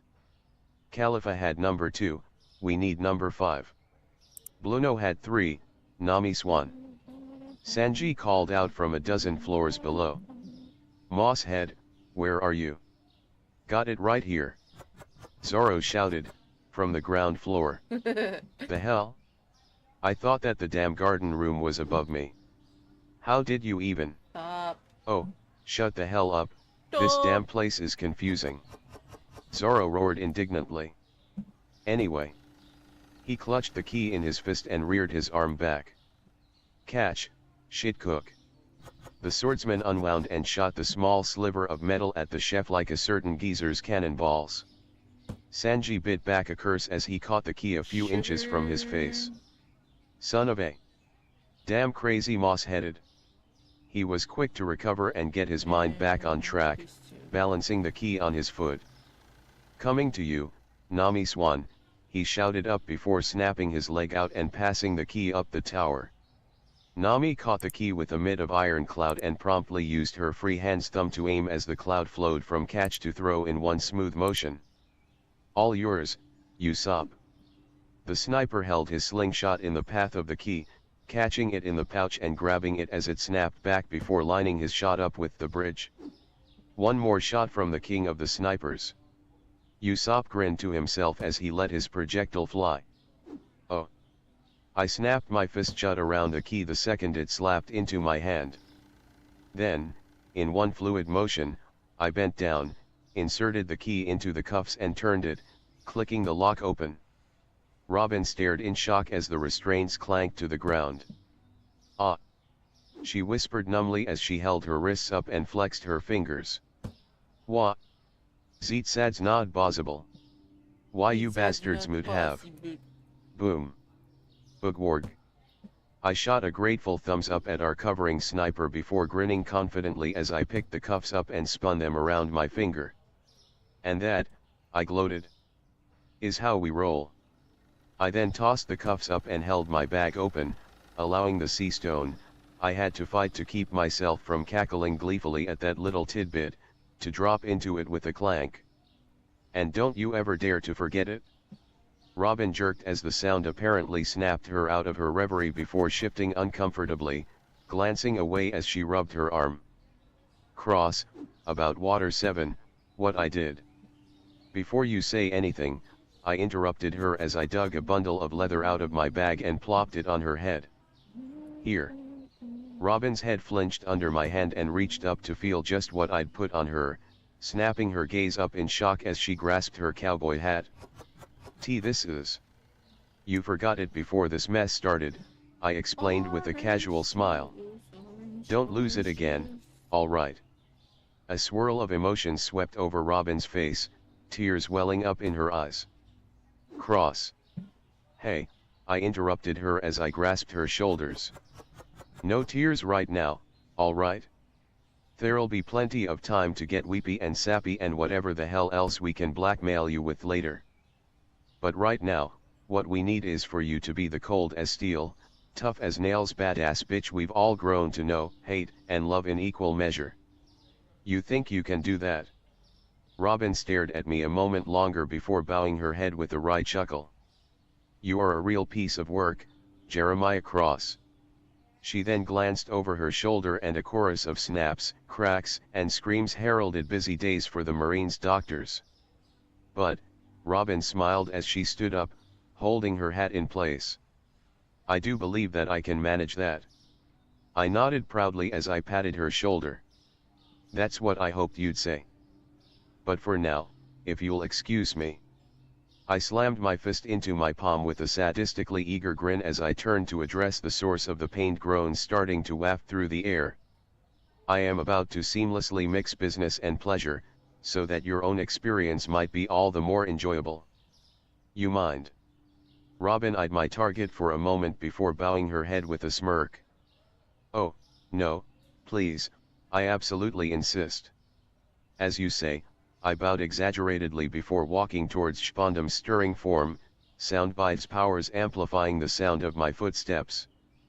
The individual slowly raised his head in horror as I drew near enough to see the separations on the leather straps of his mask. I grinned cheerily as I snapped up a mock salute. Howdy. Remember me? You. Spondam's eyes widened in recognition. J. Jeremiah Cross. You're the guy who burned Pluton's blueprints in cold blood and who has systematically ruined your life over the past hour. My smile took on a bloodthirsty overtone as I tilted my head just so. Yes. Yes, I am. Spondam's expression slowly contorted into one of fury. You son of a evil suit-wearing leather-ass string bean, say what? The scumbag in question blinked in confusion. What? Crack. Gorg. Spondam howled in agony as the toe of my greave slammed into his chin. My turn, I chirped pleasantly as I leaned over and hauled him up by his collar. Hello, Spondam. What say we chat? By jaw. Spondam gurgled painfully. Oh, you bwaj by jaw. Oh, Spondam, Spondam, Spondam, I chuckled as I shook my head. Trust me when I say that that is going to be the absolute least of your worries. Oh. See, I've known about you for a while, Spondam, and I've thought long and hard about what I'd do to you if I ever happened to run into you, Cross stated, his voice devoid of any emotion but a hard, malicious kind of glee. And as I've thought about you, I've come up with oh so many possibilities, oh so many ways I can punish you for every last second that you have perpetrated the inexcusable crime of existing. Let's read off a few, shall we? We'll start with the basics. I could simply beat you to a pulp that not even your rat bastard of a father could love. I could have soundbite practice his gastroblast on you until your whole body is jelly or his voice gives out, whichever comes first. I could have him recite any one of the terrible, utterly horrific sounds he keeps stored in his gray matter on full blast until yours starts dribbling out of your ears. And those are the indiscriminate. What say we move on to specific body parts? A special kind of malevolent evil slowly started to slide into Cross's expression, and his voice fell into a whisper. I could cut off your fingers one joint at a time, and feed them to you knuckle by knuckle. I could use my flash dial to burn your eyes out of your head until all you have left are empty sockets. I could use a needle to hollow out every one of your teeth before sticking pins through the cavities and soaking them in vinegar and lemon juice. I could break your jaw, or rather I could re-break it, and then use it to force you to bite off your own tongue. But, of course, I'd start by pouring molten sand down your throat, in order to muffle that irritating whining you'd be making the entire time that would prevent me from enjoying my work. Sal Death whistled in awe as he eyed the impel-down staff room snail. Wow. If he wasn't on the other side of the law, I'd consider scouting him for a job. Chances are that he'd make executive in a year, easy. You're underselling him.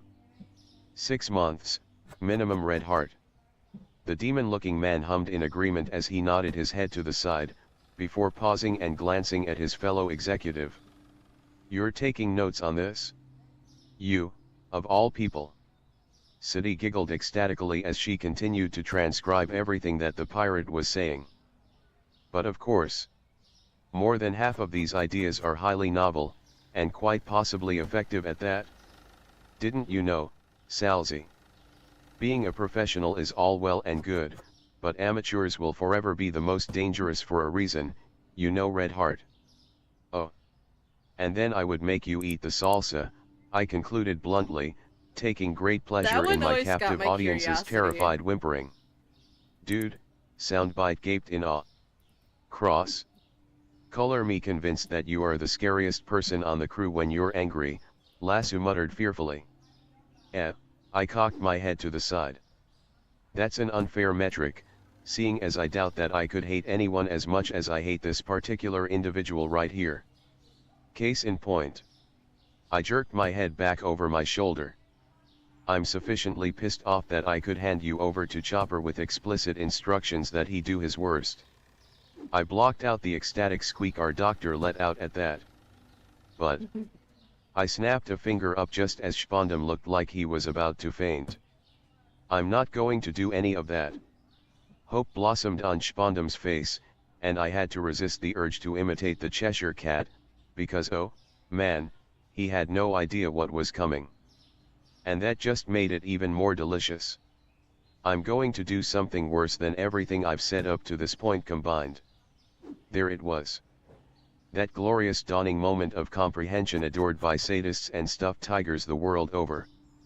I swiftly drew my vision dial and immortalized that expression for all eternity before grabbing Spondum's collar and hauling him around so that he had an unobstructed view of the two comrades who'd come to stand behind me. I believe you've met my friends, Frankie and Nico Robin, I drawled. It was very satisfying to watch Spondum become stark white as the pair loomed over him. In case you've forgotten, I hummed indifferently. You framed Frankie and sentenced his mentor to death a few years back, your father destroyed Robin's homeland when she was a child, you've made the past 24 hours of their lives a living hell. I made a show of snapping my fingers in realization. Oh, yeah, and you personally kicked the shit out of them less than an hour ago. Pew pew pew pew pew pew. Soundbite chortled ecstatically in a thoroughly chipper and despair-inducing voice, reveling in the fact that Spondum didn't even have the strength in him to shiver anymore. Let's give it everything we've got. I shoved my hand out, tossing Spondum to the feet of Robin and Frankie. Their expressions were shadowed, but I swear that their eyes were shining murderously, and that I could see the ga-ga-ga-ga-go characters floating in the air above them. Have fun, you two, I sang as I waved at them. And parents back home, fair warning, this is about to become very R-rated.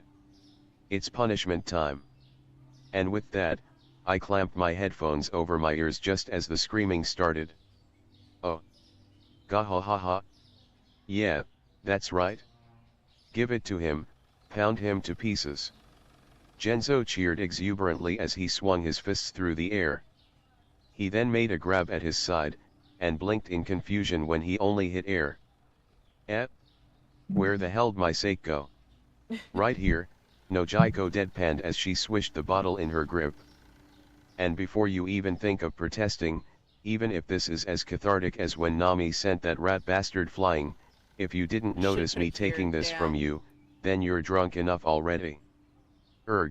Yeah, alright, maybe you have a hey.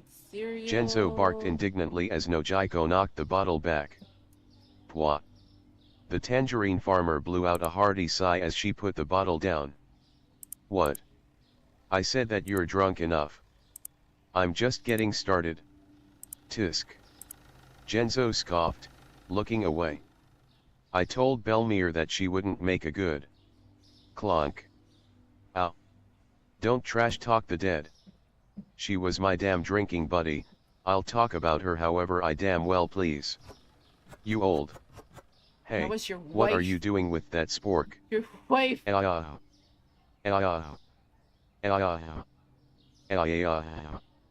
The two briefly ceased their argument as Spondum's agonized wails reached new levels, and both wondered what exactly was happening.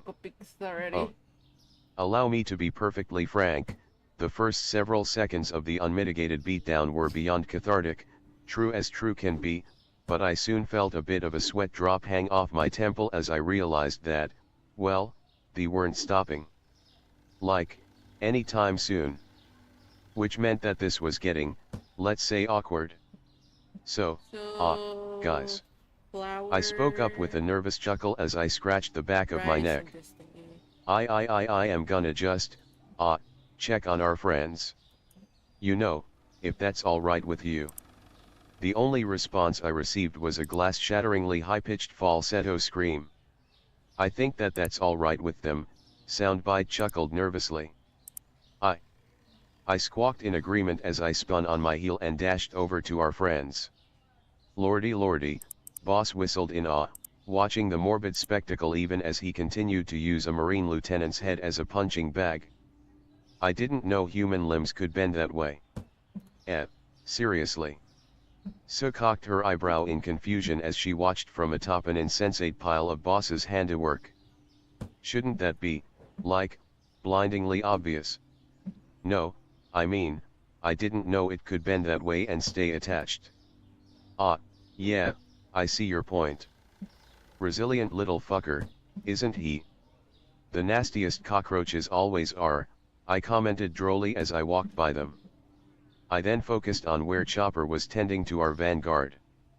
Ladies, duck, you look like shit. I'd tell you to fuck off, but I feel like it too.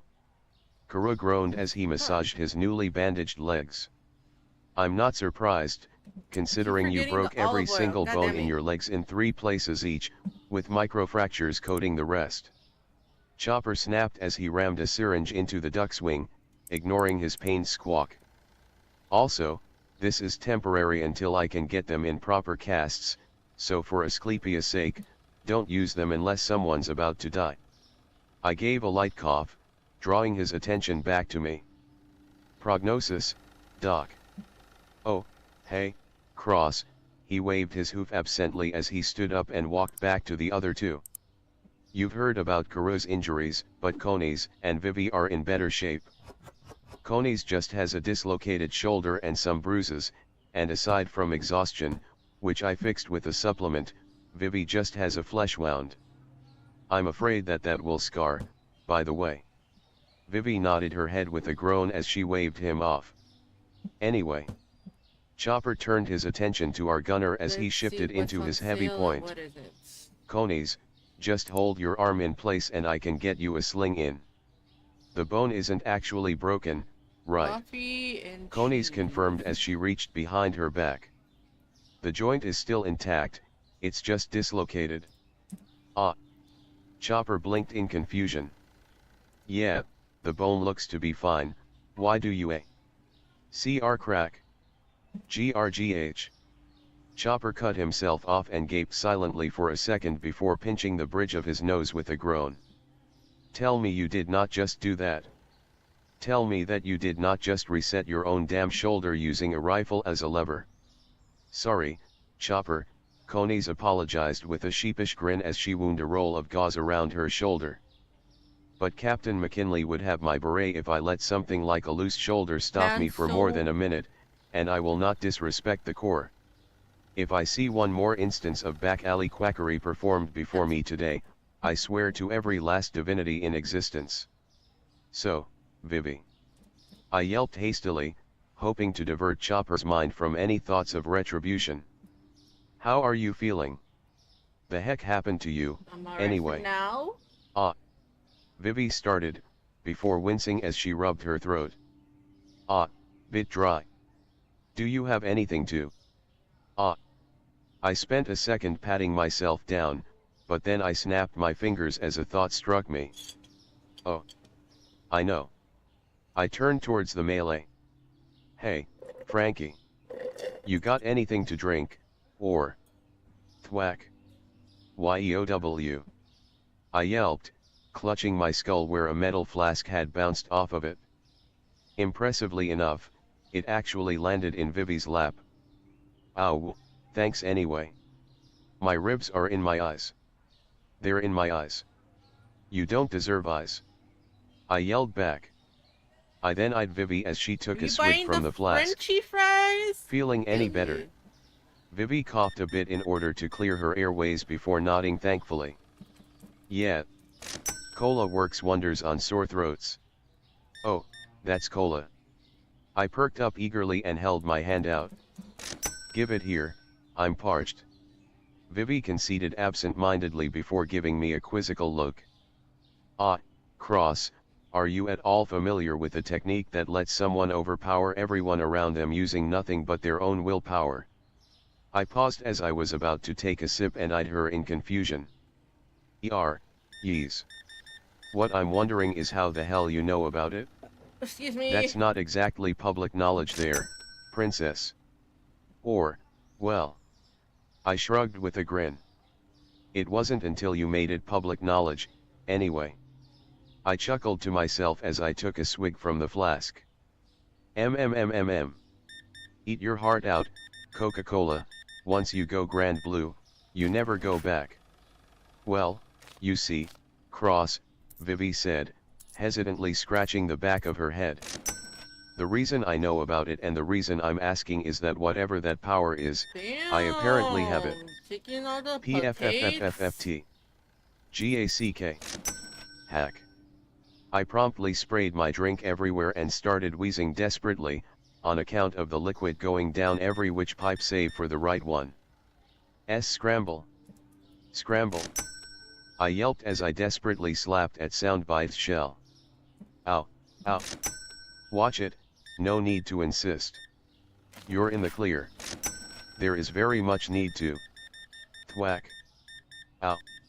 I yelped as a metal fist bounced off of my skull. Stop wasting my damn cola, jackass. Focus on the scumbucket, pervert. I roared back before snapping my attention to the half-nervous, half-peeved, all-wet princess. Vivi, what in the blue, wet, and utterly insane hell are you talking about? Vivi blinked before starting to talk. Taking all the snacks, bro? Robin must have provoked Spondum somehow, because he was holding a gun to her head and he was going to blow her brains out. I was thinking about how I shouldn't be powerless to help my friends, powerless to do anything but watch them die, and something just. Vivi snapped her fingers demonstratively. Snapped in my mind. I heard myself yell for everything to stop, and, it just happened. Can Thought that it hire had a something to do stalker? with ruler's instinct. I squawked incredulously as I strangled the air. Yes. You've got to be. Conqueror's Haki? You have Conqueror's Haki. Haki? You mentioned that with Satoru and Isa, yes. Konis asked curiously. MRGHGRGR. I grumbled as I kneaded the bridge of my nose. Their ability was just observation Haki. There are 3 different forms of the ability, and unlike observation and armament, which every living being on the planet is born with and can learn to master, you cannot, I repeat, cannot learn Conquerors. Only 1 in every 1 million people is capable of utilizing it, and considering that Luffy is one of them, I think it doesn't bear explaining that I did not expect it to manifest in anyone else on the crew. It's Dad Va. Karoo squawked incredulously. Considering the fact that the average user is capable of scaring or taming Sea Kings just by looking them in the eye, and decimating an entire army, just by willing it. I bit out. If it wasn't, the world government wouldn't have survived a day. That's a yes, then, Vivi concluded dryly, before shaking her head with a weary groan. Is there any particular reason why you didn't consider bringing that up while you were spilling your guts on training techniques? Because I asked for instructions on them and I got squat in return. I flung my arms up in exasperation. Why do you think I was so pissed at Ace when he left, huh? The hothead stiffed me on Haki instructions, which I really hoped we could get because all 3 kinds are common knowledge in the New World. And unless a miracle happens, we're not going to meet anyone else who knows and is willing to share the instructions before we hit the end of paradise. I shook my head with a weary sigh. The story never showed the methods in detail, and the only way I've seen people unlock any of the abilities without training, as you experienced yourself, is through massive trauma. Believe me, if I had my way, we'd all be trying to learn it ASAP. Ugh. Vivi rubbed the back of her neck sheepishly. Well, At least now I can make people listen to me when I really need to, so that's something. I was drawn up short by that particular statement. Run that by me again. Vivi blinked at me in surprise. Yeah, I just focus my willpower on someone, and they obey any order I give them, Bitch, did you just even if cut they in line? don't. That's not what you're thinking of, is it? She concluded lamely as she took in my poleaxed expression. Try people keel over foaming at the mouth. I moaned in exasperation. I shook my head as I tried to reason things out. Still, the execution and the basis seem to be the same as Conquerors, so, maybe this is some kind of branch off of it. I shook my head helplessly. I've been gone for a while, who knows what the hell Oda came up with. There's a reason fans call him Goda. I glanced upwards with a weary groan. For now, however, we have the world knowing that you are apparently one of the chosen few who always manage to achieve greatness, while you yourself are in possession of an absolutely alien ability that even I know nothing about. The day just keeps getting better, don't it? Yes. Yes. It does. I looked over my shoulder with a cocked eyebrow as Robin and Frankie approached me with far too satisfied expressions on their faces. I glanced at Soundbite as I slashed my hand across my throat before speaking up.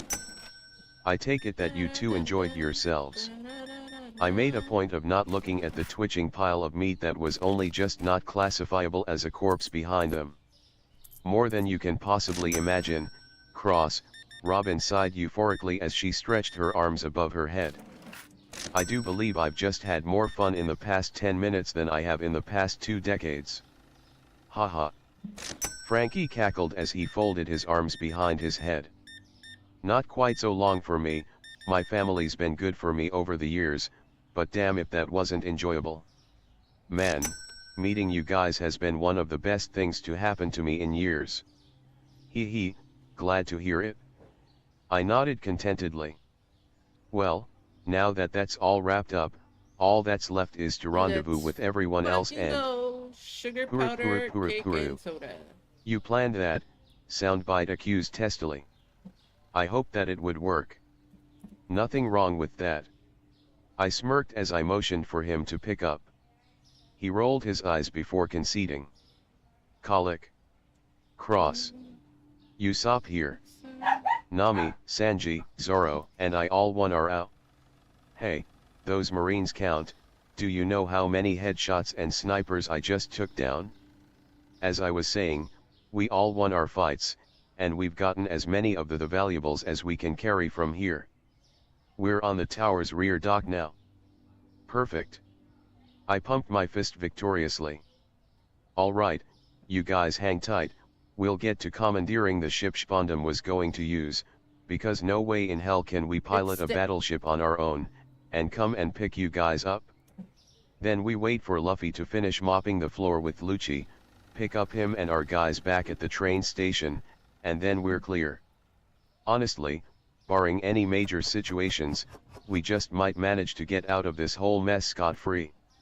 In retrospect, I would have been better off blasting my impact gauntlet in my own face than saying that stupid sentence. Honestly, how in the world could I have been so utterly brain-dead as to willfully say that out loud? Because that was most certainly the catalyst for Vivi tapping me on my shoulder. Cross, she whimpered fearfully as she stared behind me. I think that counts as a major situation. Naive and optimistic as I was, I followed her gaze with the most innocent of confusion, and was rewarded for my troubles with the sight of hell itself. Oh, shit biscuits, I whispered fearfully. Because really, Keep an eye on what him. other reaction Keep an could a eye on person him, have to the gates of hell themselves starting to open, and the light of an infernal dawn shining through?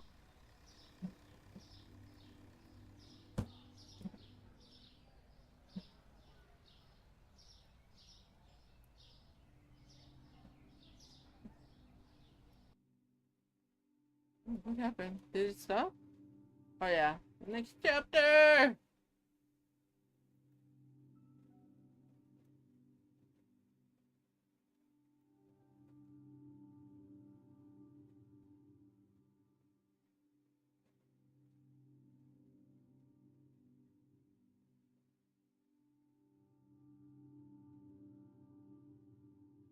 This bites. Kumniak. Chapter yeah. 45, Chapter 42, the I'll world be back. cries I'm out, gonna go get a snack. keep fighting, Well, actually, I'm Luffy, gonna go make you me can't a- lose now. I'll be back. Chapter I'm gonna let text. this dude restock for me. So, I'm going to go out on a limb and say that this is bad. Usopp gulped, his knees knocking furiously together. No shit, Zoro and Sanji bit out. The 4 Straw Hats still in the Tower of Justice stared past the bridge and towards the massive steel horizon, the Gates of Justice. Said gates were currently in the process of opening. Slowly, but with the inexorable slowness of a glacier. And it wasn't difficult to figure out why. We took too long. The Buster Call is here, Nami concluded grimly. Bit more than a Buster Call, kiddies, Kokoro noted as she yanked the cork of a bottle out with her teeth. Check it out. As if on cue, a cascade of golden light burst forth from the crack in the doors, causing the pirates to yelp and shield their eyes. What the heck? Nami yelped. Oh shit. Cross roared, his voice dripping with terror. What is that, Granny?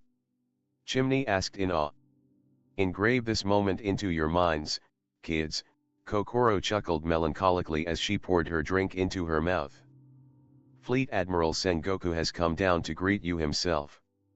This here's a once-in-a-lifetime opportunity. Or, well. She shrugged indifferently. The last moment of our lives, more like it? Either or. We're gonna die, we're gonna die, we're gonna die yee. Usopp whimpered in a half-conscious rerun. For once, Usopp.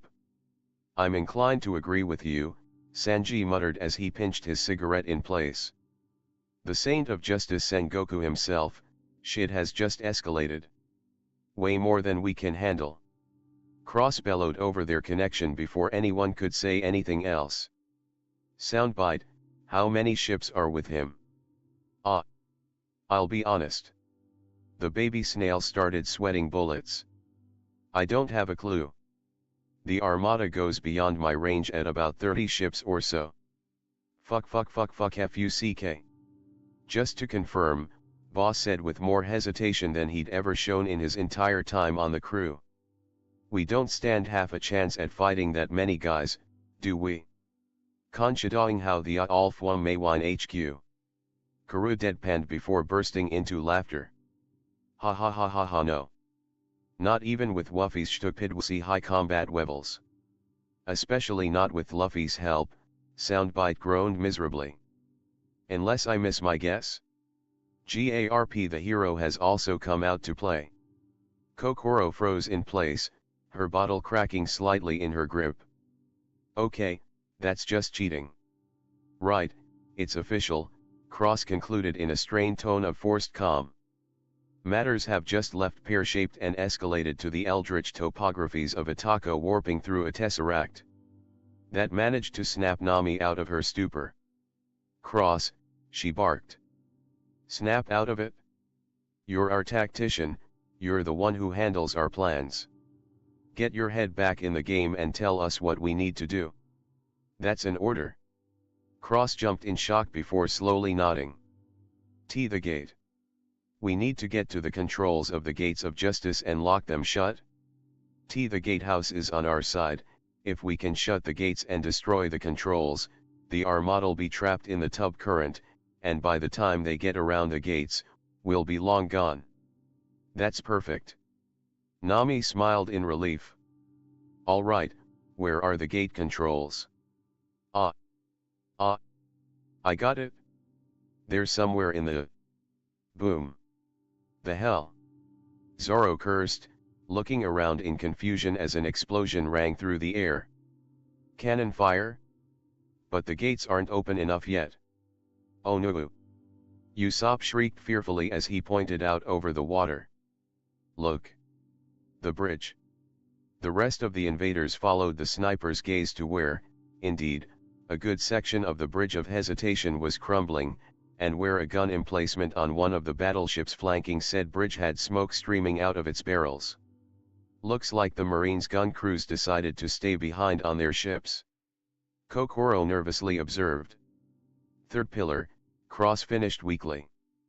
The controls are on the third pillar, and we're now trapped on the second and first. We can't close the gates, can't stop him from coming through. We just lost, Su summarized quietly. The Cloud Fox's defeated voice managed to snap something in Nami's mind, drawing a determined scowl onto her face. Oh, the hell we did, she hissed as she started fiddling with the straps over her chest. Soundbite, where are the controls? The hell are you? Now, the navigator snapped. Got. West side, top floor. Got it, Nami nodded. She then unslung her waver from her back, unfolded it, and mounted it, revving the dial engine in preparation as she scrutinized the agitated waters. I'll get over there and flip that switch in a minute flat. The rest of the Straw Hats exclaimed in shock. Nagagaga, you do realize that this is a suicide mission, right? Kokoro scoffed incredulously. Those whirlpools are ship killers under normal circumstances, but the fact that the gates are opening is only disrupting things further. Sanji glanced fearfully between the bridge and the navigator before shaking his head in denial. And Nami Swan, you can't go out there. The second mate of the Straw Hat Pirates narrowed her eyes. Watch me. And before the cook could stop her, she yanked on her waver's accelerator and blasted off into the froth of an ice lobby's rear entrance. Within a second, the sheer difficulty of the task became clear. For all her bravado, the massive whirlpools and the subsequent ripples and waves had her fighting not to keel over from the moment she hit the waters. Nami grit her teeth as she fought to keep her balance. Ugh, rough waters, typical of Grand Line storms, she muttered to herself. Conflicting currents, riptides galore, this would sink any experienced navigator in the best of ships within seconds. As if on cue, the sea suddenly surged up and disgorged a wave 3 times Nami's height. Nami didn't miss a beat as she ripped up the inside of the surge and burst over the top, sticking the landing without a flinch. She felt her blood start to race, a grin of primal joy crossing her face. Good thing I'm more than just experienced. I'm the best, damn it. And so it was that she continued rocketing towards the third pillar, unfazed by the currents and waves and far too fast for anyone on or beside the bridge to take a shot at her. At least, not if they wanted to hit anything besides ocean. As she approached the structure, the currents started to even out, allowing her to take one hand off of the waver's handles and take up her climatact. What happened next occurred in the space of seconds. A few feet from the pillar proper, Nami swung her staff out and let fly a mass of Eisen clouds that formed themselves into a ramp leading up the stonework. Then, when the ramp finished forming, she gritted her teeth in concentration and pushed the dial engine to its maximum throttle. For the second time in her life, the resulting speed and force born from the jet dial's full power managed to overpower gravity and propel Nami up the sheer wall of the pillar. Granted, it only had enough force and power to keep Nami glued to the wall for a few seconds before it died down, but those seconds were all the time she needed to reach an opening. Once she was just below the window, Nami snapped the segments of her climatact around so that they were doubled up and then tossed them ahead of her.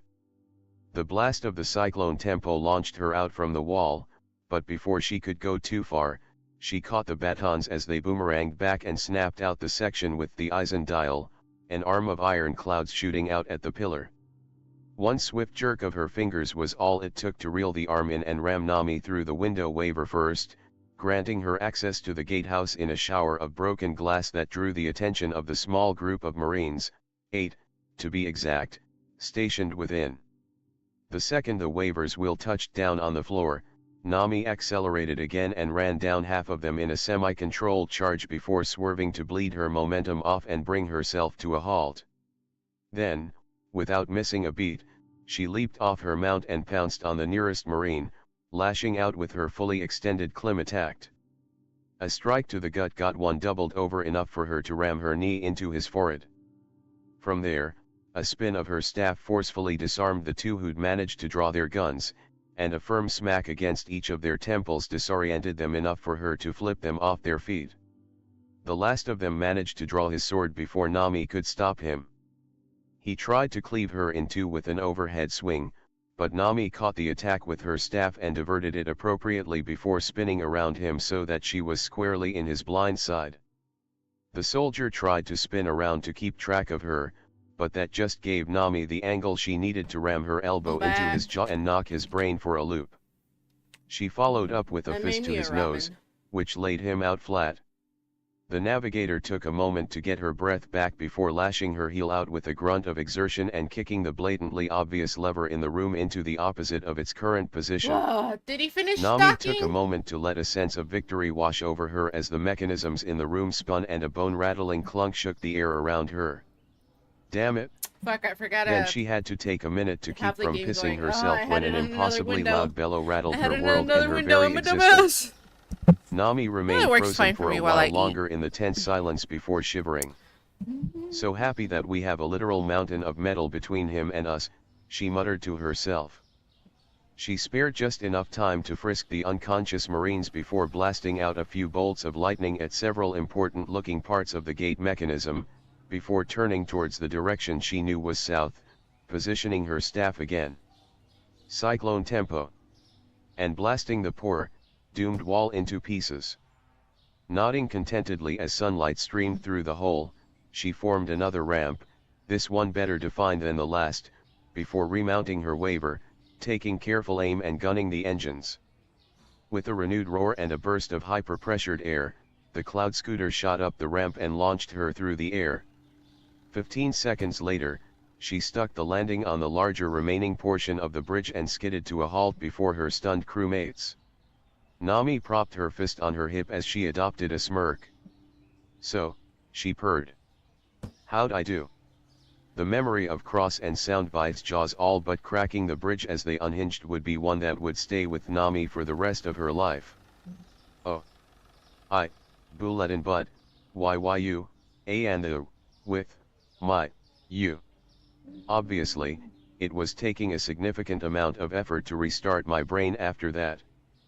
Curb stomping Khalifa as I knew that she had not so much as a scratch, was one thing, but that? A brr, that, and then. Could somebody hit me please? I finally yelled out. Thwack. Thank you. I nodded gratefully to Vivi as I rubbed the spot she'd clocked before refocusing on Nami. And you? What the shit was that? Nami chuckled and shrugged casually, looking infinitely calmer than I had ever seen her. Khalifa tried using her powers directly on my brain to wash my mind away, but instead she washed away a lifetime's worth of stress.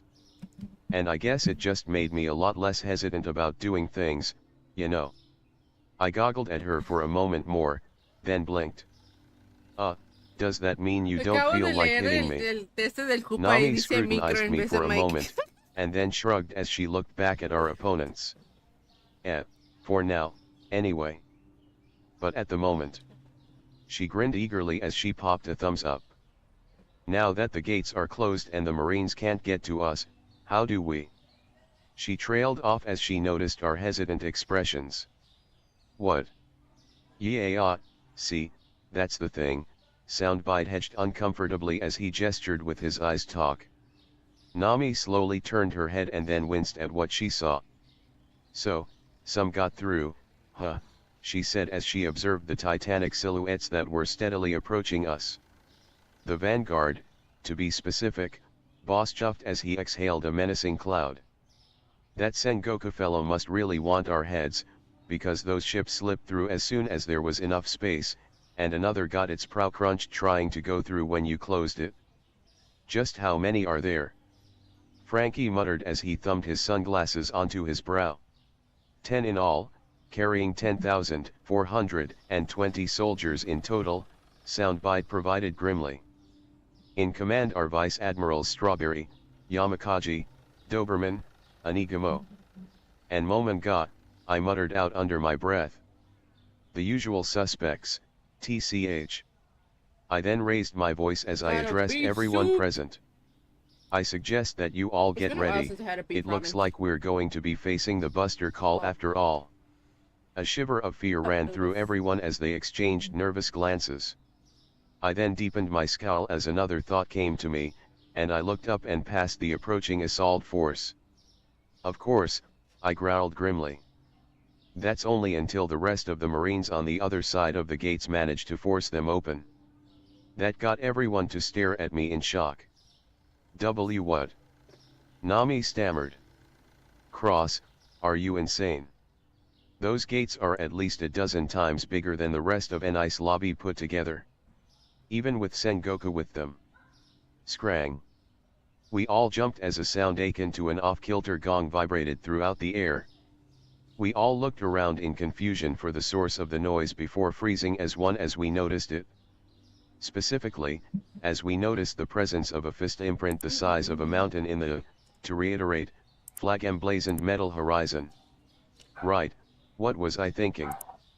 This is the fleet admiral of the Marines we're talking about, Nami chuckled hysterically. I don't actually believe that was Sengoku, Nami. Robin whispered hoarsely. Silence reigned for several seconds before Nami managed to force something out. Unless I miss my guess, that is the handiwork of Garp the Hero, also known as Garp the Fist. So, then. Scray-ah. This time, not only did we reel from the vibration striking us with a slap of air, but we didn't even need to try looking for the source. What After type all, of restocking we'd is have that? to be blind to miss the island-sized palm imprint slightly buckling one of the gates inwards.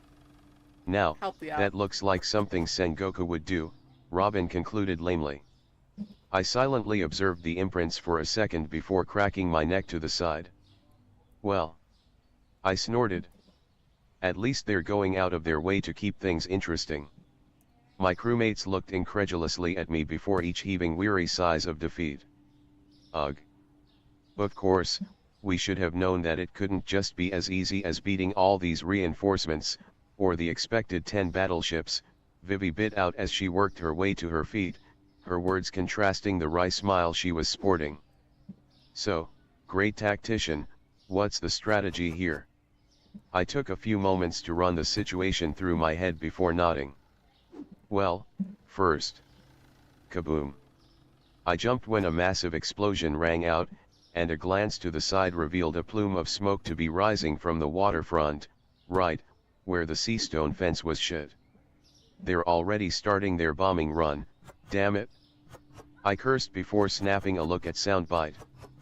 Connect me to the guys still at the tower, now. Dancing across the starry sky could not be as magnificent and elegant as Nami. Less singing her praises, more watching your heads. I barked urgently. Sanji blinked in confusion. What? Boom. I know. I know that I've said it a dozen times before, but you really can't understand just how much it bears repeating. The manga and anime could not and did not measure up to reality. Only this time. I didn't feel awe. Or at least, I didn't feel a positive kind of awe.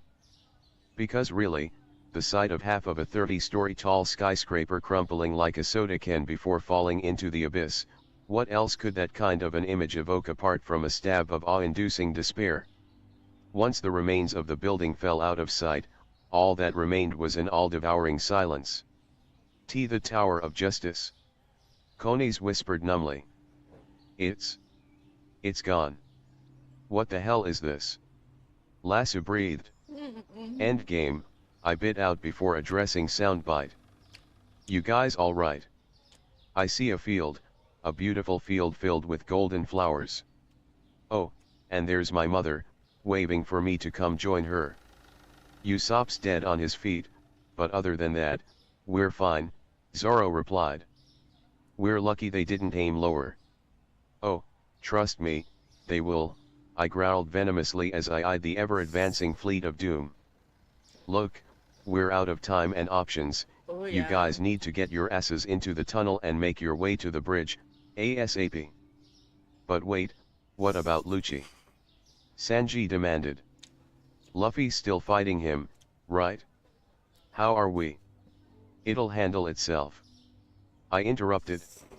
Look, you guys trust me, right? Duh. No shit, shit brain. Hello mother, How have you sorry, what did he? What? Not on your Liao? Erg, I mean yes, fine, I trust you too. Only once in a blue moon, but still. Then trust me now, I said patiently. Just go down the passage and you'll get here safe and sound. Got it? I'll lead the way. Stay on my ass, moss head. Cram it and walk, Curly. I still don't like. Ow. Stop slapping me, damn it. Nagagaga. This crew just keeps getting more and more interesting. They're really scary, but really fun. Really, really fun. Oi, hagfish. I hastily added. I'm trusting my friends with you, got that? Get them back here safe and sound, you hear? That brought Kokoro up short. She blinked in stunned confusion for a second before cackling louder than ever. Nagagagagagaaa. You're a truly terrifying individual, Jeremiah Cross. I'm glad I'm on your side. Don't worry, you'll see them alive, though no promises on quality of life, if you know what I mean. Meh, I waved my hand casually. What the hell do I care if they have a little bit of trauma banging around in their skulls? Give 'em hell, lady. Can do. Wait, hell. What the hell are you planning, Crow? Talk later. Run now. Bye bye. Soundbite crowed before cutting the connection. Alright, alright. I scratched the back of my neck as I racked my brains. I could lower the interdiction field, tell the people at the courthouse to know, easy money that they were hightailing it already, they didn't need my help. And if I tried piping in with Luffy, I'd be more of a distraction than anything, so that only left. Alright, everyone, listen up. I barked as I clapped my hands together and wrung them nervously. As of this moment, we are entering into a war of attrition. These bastards are going to come down on our heads with everything that they have in an effort to break us, but no matter what, we have to hold out. Kick, scratch, bite, what the hell ever, I don't give a damn. Right now, our only priority is to survive until Luffy beats Rob Lucci, and he will beat Rob Lucci. I shot the last bit down at the transceiver with extra emphasis before continuing. Once Luffy wins, we'll be free and clear to get the hell out of Dodge and leave this hellhole in the dust. And how the hell are we going to be doing that, Cross? Frankie demanded incredulously. They've cut us off from the only other ship here, and you already pointed out we can't commandeer a battleship. I don't want to sound like I've given up, but right now, I'd say we're super screwed. Honestly. I knew how Frankie felt. How could I not? Battleships bearing down on us, certain death literally knocking at our doorstep. Honestly, it was an impossible situation. But in spite of all that impossibility, I smiled. A genuine smile, not the least bit strained or mischievous, and that in and of itself seemed to unnerve everyone more than one of my typical smiles would. And as for why I smiled, well, quite simply, I smiled because I had an image in my head. An immutable image that I had memorized and taken to heart, that I'd been expecting and dreading in equal measure since I'd arrived in this world. I had an image of hope, and so long as I had that image, I would not admit defeat. I would not do her the disservice of failing her by falling before she arrived. We are getting out of here, I stated proudly. Cross. Nami started. We are getting out of here, I re-emphasized, pumping as much power and conviction into the words as I could. I realize that things look bad, that matters have escalated to the point of no return, I do, but I promise you. I made a point of looking everyone in the eye as I spoke. Each and every one of you, from the bottom of my heart, I swear to you, we will leave this place. We just need to stand strong, stand firm and stay alive. Once Luffy wins, once the time arrives. I held up my fist and clenched it firmly. We are going to leave this place and never come back. And when we do, everyone on the planet will know, beyond a shadow of a doubt, that we, the Straw Hat Pirates, fought the Marines, fought the world itself, and won. So, I spread my arms invitingly. I ask you, who's with me? There was a moment of silence as everyone glanced at one another, but I eventually received a reply in the form of a scattered blanket of affirmatives. Well, that wouldn't do at all, would it? I don't think you all heard me. I said, who the hell's with me? I roared as I pumped my fist in the air. Yeah, most everyone else roared vigorously as they mirrored my motion. Good.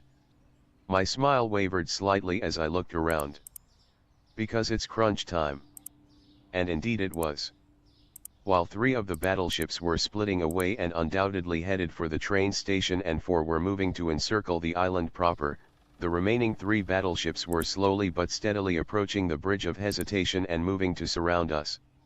While everyone prepared themselves for battle, I took a moment to glance at what was once an ice lobby, and I shivered. If the gates of justice engulfed one horizon in metal and justice, then the Buster Call was slowly but steadily consuming the other in fire and devastation. It was, to paraphrase Rowling, incredible. Horrific, terrifying, and downright sickening, true enough, but there was no other word for the sheer scale than incredible. Hell, the constant bombardment almost managed to cover up the impacts of Garp and Sengoku's systematic blows on the gates, the rolling rumble of cannon fire shaking me to my... Wait, shaking. Oh, fuck. I hastily ran over to Robin, dropping down to my knees so that I was on her level and grabbing her wrists, dragging her arms away from her temples and forcing her to lock her eyes with mine. Robin, Robin. I barked, shaking her slightly to focus her gaze. Look at me, Robin. Don't look at that, don't listen to it, ignore it. Look at me, alright? Look at us. This isn't that place, Robin. This isn't that place. This will not be like then. You're not alone, remember. You're with your friends now, and they are not hurting us. Every shot they take is only hurting themselves. We're here, Robin. We're all here, every last one of us, and we are not going anywhere, do you hear me? For a single terrifying second, I didn't think I'd manage to pull it off. For a second, all I saw was a little girl shivering in terror and with fire reflected in her eyes. But then she was gone, and Robin was back. Get me out. She was back, and she was smiling and, well, I just couldn't help myself. There it is. That drew Robin up short, prompting her to blink in confusion. Huh. I hesitated for a moment before shrugging casually and donning a slight grin. A smile worth fighting for. Robin stared at me with wide eyes before hiccuping up a laugh and lightly knocking her forehead against mine. Never change, Cross, she whispered. Never, never change. I need more I storage. breathed a sigh of relief as I leaned my forehead back. Let me... Not on your life. We held the position for a bit until I felt the rumblings get closer, at which point I patted her shoulder and drew back. Now, come on. I drew Lasso and held him at ready as I stood up and held my hand out to her. Let's go and give 'em hell. Robin nodded proudly as she took my hand and pulled herself to her feet. Let's. Sadly, while I talked a big game and while I did feel relatively confident, the fact is that anyone would have felt some doubt looming over them in response to the mass of Marines lining up on the Titanic battleship's railings, all ready and raring to charge us. As we waited, I noticed a certain absence and sent a curious glance Soundbite's way. Hey, you've been quiet for a while now. Any reason for that? Soundbite glanced nervously back at me before darting his eyes away. Just, looking for something appropriate to say, you know. Ah, right. I nodded slowly. Fair enough. You managed to come up with anything. Soundbite's eyes swept the oncoming military titans with a heavy gulp. How about, today is a good day to die? I felt a pit open in my gut at the sound of him of all people saying that, but for the life of me I couldn't bring myself to refute it. Yeah. I guess that fits. Ah, I'm sorry, Cross. I blinked in confusion as Conies spoke up and got my attention. I realize that you're having a conversation, but do you mind if I may say something in response to that? I shared a confused glance with Soundbite before shrugging helplessly. Yeah, I guess. What is it? Conies nodded gratefully, before adopting a grim glare and leveling her bazooka at the enemy. Fuck that, she spat venomously. It's a good day for someone else to die. I swear to God that the world itself fell silent at that little display. And in that silence, I took the time to think. Do you think he's gonna? Sue asked curiously. I thought about how far we'd come, not just from Water 7 to here but from the East Blue all the way to here, to this very place. PF. Yup, he's gonna. Boss confirmed with a guffaw. Honestly, did you expect anything else from him? Vivi said, shaking her head with a wistful grin. This motherfucker. I thought about what we'd managed I to don't have accomplish. pencils? I thought about the consequences that resulted from those accomplishments. PFFFF. Good grief. Kuru groaned as he slammed a wing to his face. Never thought I'd get to experience this firsthand. Frankie laughed as he put his fists up. Today really is a super day. And I thought about the fact that we were about to meet that force head-on, with only the strength of our bodies and our backs to support us under the weight of the onslaught. PFFFFFFF. And in 5, 4, 3, 2, Nami counted down fondly as she spun her staff and clouds at her side. In light of these thoughts, in light of this power and danger, in light of absolutely everything that had occurred over the course of the past 24 hours and 6 months alike, what other option did I have? Ha ha ha ha ha ha hey hey hey hey hey hey hey. But to throw my head back and roar with gut-rattling laughter. Ha ha hey hey hey ha ha ha ha. I cackled hysterically. Yeah, Conus has the right idea. Fuck that noise. Fuck dying, fuck the Buster call, fuck the Marines. But most importantly, I swung lasso up and delighted in the terror that suddenly appeared in the eyes of the Marines who I was aiming at. Fuck it all, I whispered rapturously. And with that, I pulled the trigger, and the world went straight to hell. Oh. Come on, guys. Black Bart Bartolomeo roared as he pumped his fist. I realize that this is scary as all shit, but think about it. At best, this is going to make us even more infamous. And at worst, well, I say that if we're going down, we do our damnedest to sure that this bitch never forgets us in the process. No matter what happens, let's make our names live on. Right. I bellowed the Barto Club. All were assembled ready to fight, with only Valentine absent due to her current condition. All stood ready as the massive twin serpents and the ship they tugged drew near, and all tensed as it stopped beside the cannibal. All right, everyone. Bartolomeo shot his fist forward with a roar. Cha! Love love beam. A wave of presence swept over the deck of the cannibal, and the vast majority of the Barto Club pirates froze as they turned to stone. At. Bartolomeo paused in place, Come and give me your blinking money. in confusion as he tried to process what had just happened. And as he succeeded in doing so, his jaw promptly dropped to the deck. Oh, fuck me. Well, this isn't good. Miss Goldenweek muttered as she poked at Mr. 5's mineral forehead. I'm too young to die. Apis yelped as she flung her arms around her dragon's neck, a motion that Lindy mimicked fearfully. Expand Well, storage well, again. well. The pirates all froze as a cool voice that absolutely demanded their attention spoke up, and slowly they turned their attention to the enemy ship. The pirate Empress Boa Hancock tossed her hair in a haughty manner as she strode onto the deck of the cannibal, flanked on both sides by a pair of titanic snake zoans in their hybrid forms. I will admit, Captain Bartolomeo, she drawled imperiously. At first, I was annoyed when the world government laid the ultimatum before me that I would have to What's put effort chicken? into attempting to eliminate you and your crew. But now I actually find myself to be quite Shit. thankful for this turn of events. After all, she swept a droll look sugar. over the surviving crewmates. It's not every day that someone manages to evade the effects of my love fruit. Soda. The warlord cake. proceeded to cast her head back, yai back as she looked down upon the pirates. Tell me the secrets of how you resisted my unparalleled beauty, and I shall make your deaths painless. Otherwise. Boa Marigold hissed as she slithered across the deck and flanked the pirates. We'll be the ones to kill you instead.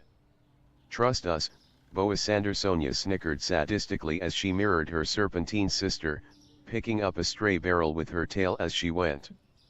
It will be slow. She then squeezed her tail and gradually squeezed the barrel to match sticks. Make a And it will be wish. nothing short of agony. After a minute of hesitant silence, Miss Golden Week shrugged slightly. I hypnotize people via a specific painting design I discovered combined with different colors. People are forced to feel whatever emotions the colors signify once it's attached. One of my techniques is known as Colors Trap, Tranquil Green. She jabbed her thumb over her So much shoulder, chicken, girl. and I had it What you gonna tattooed into make? my back some time ago to help Can me you with bring my me focus. some? Green is a secondary color and is only surpassed by Terror White, which can surpass all other colors, and the primary colors of Rage Red, Sadness Blue, and Laughter Yellow, and even then, only when they're overwhelming. Lovesick Pink is a tertiary color. With Tranquil Green permanently affecting my emotions, I'm largely immune to such feelings. Wait, you mean to say that you fucking hypnotically castrated yourself? Bartolomeo demanded incredulously. What can I say? Golden Week shrugged indifferently as she drew a rice cracker from her bag and started into it. Emotions are a hindrance, and I am nothing if not a professional. Right. Hancock finally stated uncomfortably before shifting her attention to Apis. And you, child. And your pet as well, seeing as my powers work even upon the non-human. The Whisper Girl flinched slightly at the attention before scratching her cheek uncomfortably. Well, honestly, 93, the only 93. thing I can think of is that I'm 10. She shrugged helplessly. I don't really think about stuff like that yet, you know. I'm getting a lot of And you're pears too scary for with the more, money. platonic forms of love. Miss Golden Week helpfully supplied. Yes? I think. Apis nodded hesitantly before continuing. And as for Lindy, well. She looked up at the dragon in askance, blinking in confusion. I don't really get it, but according to him, there is no human alive who could possibly comprehend my sexual preference, whatever that means. Hancock blinked in surprise and eyed the dragon curiously before shivering as it adopted an indecipherable leer. Understandable. 44.55. She muttered nervously. Let's She then fucking regained her posture go. as she shifted her glare onto Bartolomeo. And what of you, Black Bart? What is your excuse? The fresh attention towards him served to snap Bartolomeo out of the awkward surprise that his unaffected crewmates had provoked. He took in the sight of his crew, reduced to the statue section of a garden store, and slowly bowed his head, his fists clenched at his sides. Your powers, they depend on someone being attracted to you, huh? The shark-toothed man muttered grimly. Then. I guess that it's too bad for you. There's only one person in the world that I'll ever admire or view with awe, and it ain't you. Oh. Hancock cocked an eyebrow in vague disinterest. Oh? Is that so? Yeah, it is. Thank you for the Bartolomeo exact slowly let a change, lunatic sir. grin split his face. You are You know, a it boss. sucks balls that I'm gonna die here, it really fucking does, but the truth is, I really can't find it in me to give a rat's ass. Why, you ask? The light around Bartolomeo's arms warped and shifted, snapping into a pair of barriers as he snapped a vicious leer at Hancock. I wound up in this situation for that person's sake, and if it were all in their name, then I would gladly do it all the fuck over again. Before anyone could react, Bartolomeo loosed a howl ripped straight from the very bottom of his soul and charged at Hancock. For the next king of the pirates. Bartolomeo roared as he took a flying leap at her, arm cocked back for the mother of all haymakers. For Straw Hat Damn, Muffy, the toilet paper guy. barrier bar. In a blur of motion, Bruh. Hancock's hand snapped out and grabbed Bartolomeo Now, out slow of down the air by his throat fast. as though he were a passing pigeon. Quack. Bartolomeo gagged as he scrabbled at the iron-hard fingers that were throttling him. Why you damn by? Be quiet. Any motion on the deck of the ship snapped to an immediate halt as everyone, save for the Snake Zoans, stared at Hancock in terror. And for good reason, too. The pirate empress's expression had morphed itself into a mask of authority that was practically Gorgonian, her terrible beauty untarnished, but a semblance of some great predator permeating her countenance. Bartolomeo got it worst of all. For a single second, There's no more fucking he swore shoes that he might either? as well have been a tiny, insignificant rat, clutched in the coils of a world-encompassing serpent, whose fangs were about to devour him whole. Explain what you meant, she intoned frigidly. When you said that you did this for Luffy. Bartolomeo swallowed heavily around the vice grip on his throat, and just as he opened his mouth to answer her. Now that was a good nap. All attention on the deck shifted again, this time to where a door in the cannibal had opened and a thoroughly refreshed-looking Miss Valentine had stepped out onto the deck. Sorry about earlier, everyone, I just got a bit overwhelmed, is all. She grinned happily. Turns out, all I needed to get my head back together was some time to cool down. I'm much, bet, The ex-assassin trailed off as her eyes swept over the deck. Her petrified crewmates, the enemy ship with the easily recognizable flag next to the vessel, the warlord of the seas holding her captain at her mercy. She was about to say something. Hi, there. When the grinning face of one of the massive serpent Zoans on board suddenly filled her vision. Jesus. My name's Boas Christ. Sandersonia, Oh, there was the more toilet Amazon paper. stated pleasantly. It looks like there's a good chance our crews are gonna become friends. Do you think you could point me to your storeroom? We left Amazon Lily in a hurry to hunt you guys down, so I'm parched. Valentine blinked slowly Damn, I as she made a lot of processed money. the words before an utterly broken smile Rice plastered is itself down, upon the her milk face packs and are she up. fell Alright, backward, let me fix her that. body blissfully fluttering to the ground. Sandersonia blinked in surprise before shooting a sheepish smile at the rest of the people present. I think I might have broken her. Sorry. Meh, it's not your fault, Golden Week droned as she bit into a rice cracker. She's had a rough few hours. I can only imagine. Marigold muttered dryly as she watched her sister poke at the ex-assassin. Oh my. They're getting quite worked up down there, aren't they? These words, while drawled in a carefree manner and utterly innocuous, were spoken by a rather unique individual.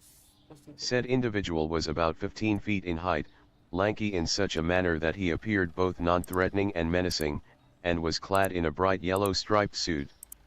Said individual was also standing on a relatively out-of-the-way part of the deck of a battleship that was over a mile out from an ice lobby's bridge of hesitation, observing the ongoing conflict with only the most wishy-washy kind of interest.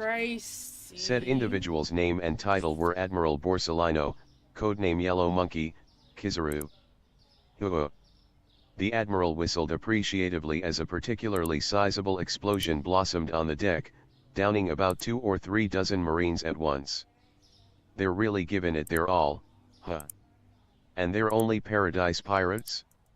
Geez, this new generation is proving itself to be filled with nothing but the scariest of monsters, ain't it? Monsters? PCH, what, ya ain't heard yet, monkey boy. Kizaru glanced over his shoulder and observed as another Marine, this one a vice admiral with a massive grin and a lit cigar, strode up to stand by him. Hey, Yama. There's more than just monsters down there, monkey, Vice Admiral Yamakaji continued as he watched the fight.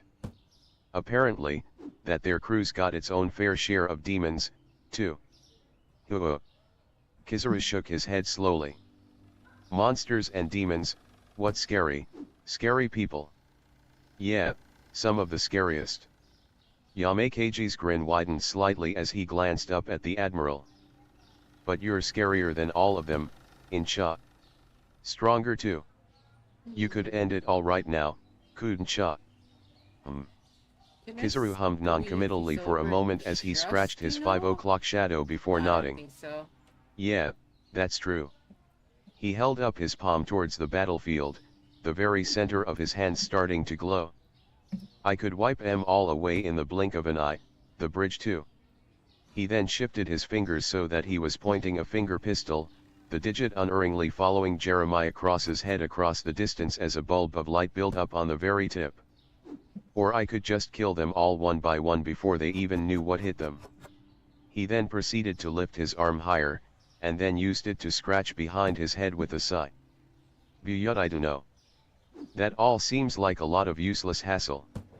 Why not just hang back and let the boys in white have their fun instead? Yamakaji shrugged indifferently as he chewed on his cigar. Yeah, I guess that makes sense. Though really, if I was in your shoes, I'd take the paperwork into account. Kizaru blinked curiously as he glanced down at the Vice Gonna Admiral. buy more chicken. Paperwork? What of it? Yamakaji waved his hand through the air. It's just that I've always found after-action reports to take a lot less time than explanations for lack of activity, all. Suppose it don't matter to you what with you have in light speed and all, but still, one has Sengoku pissed at you, the other don't, ya know what I mean. The Admiral hummed thoughtfully, scratching his stubble as he considered the options. After a few seconds of thought, he sighed, and his entire body started to glow. I guess I might as well go down there and kill M quickly then.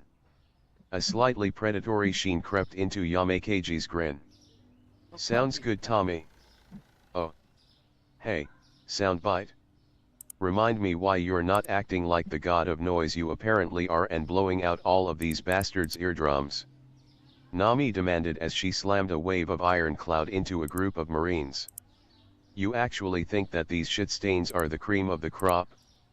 Fat chance of that. Soundbite scoffed from a few meters away. These are their chum. The second stringers, meanwhile, are waiting in the wings for the order to knock our blocks off. I'll blow my best once they blow theirs. Nami frowned but conceded the point with a nod. Refocusing her attention on the fight at hand, she turned to lash out another wave of cloud and lightning before freezing in place. The reason for the pirate's sudden paralysis was because, by necessity, Nami had become extremely competent in the practice of spotting even the smallest glint in her surroundings in her 8 years of treasure hunting for Arlong. She had come to develop this unique skill for 2 separate reasons, one obvious and commonplace and one more, exclusive, for lack of a better word. The obvious reason, of course, was that gold glinted and she couldn't spare half a berry. The exclusive reason, however, was that after the first time she'd gotten a bullet in her leg from someone she couldn't even see, she made damn sure there wouldn't be a second. Oh shit. So when Nami managed to catch sight of a glint flashing on a far-off battleship, she didn't hesitate to snap out as vast a mirage as she could manage, hiding the entire side of the bridge facing the ship. Sniper, get down, she screamed at the top of her lungs before throwing herself to the ground. After taking a moment to catch her breath, Nami glanced up and towards the battleship with a scowl. Now we just have to hope that that damn bastard doesn't try again. Oh. Vice Admiral Yamakaji blinked in bemusement as he confirmed that yes, an instant after Admiral Kizaru had shifted into pure light to transition to the bridge, a second flash of light had shot out from the bridge and off to parts unknown.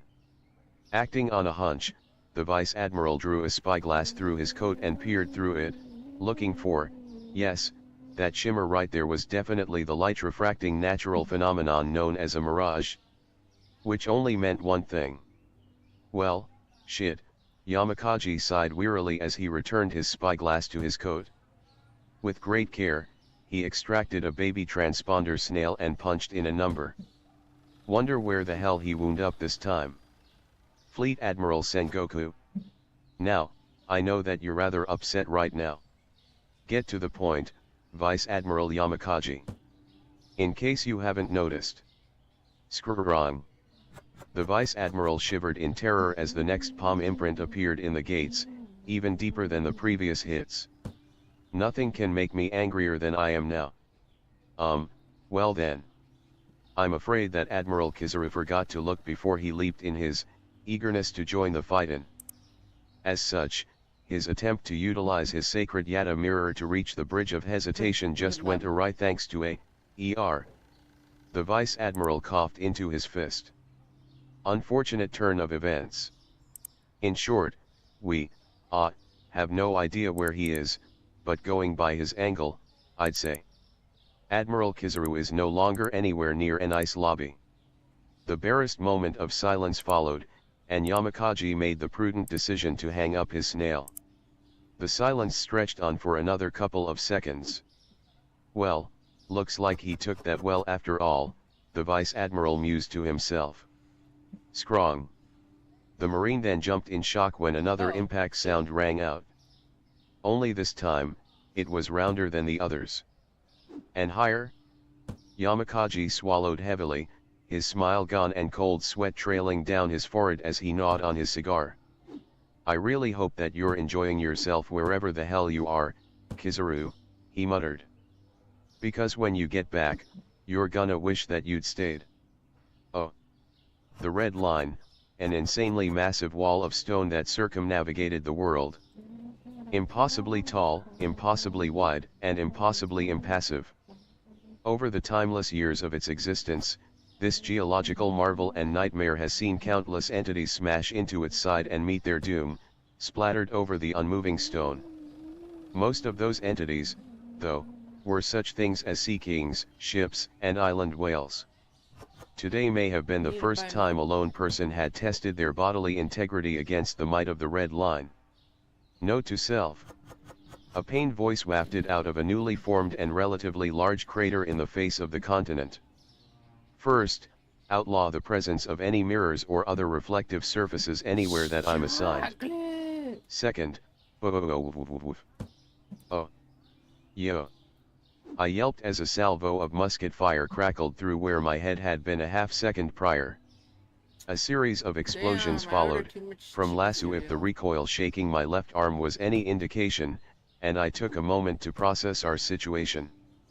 Honestly, it wasn't nearly as bad as my near miss had just indicated.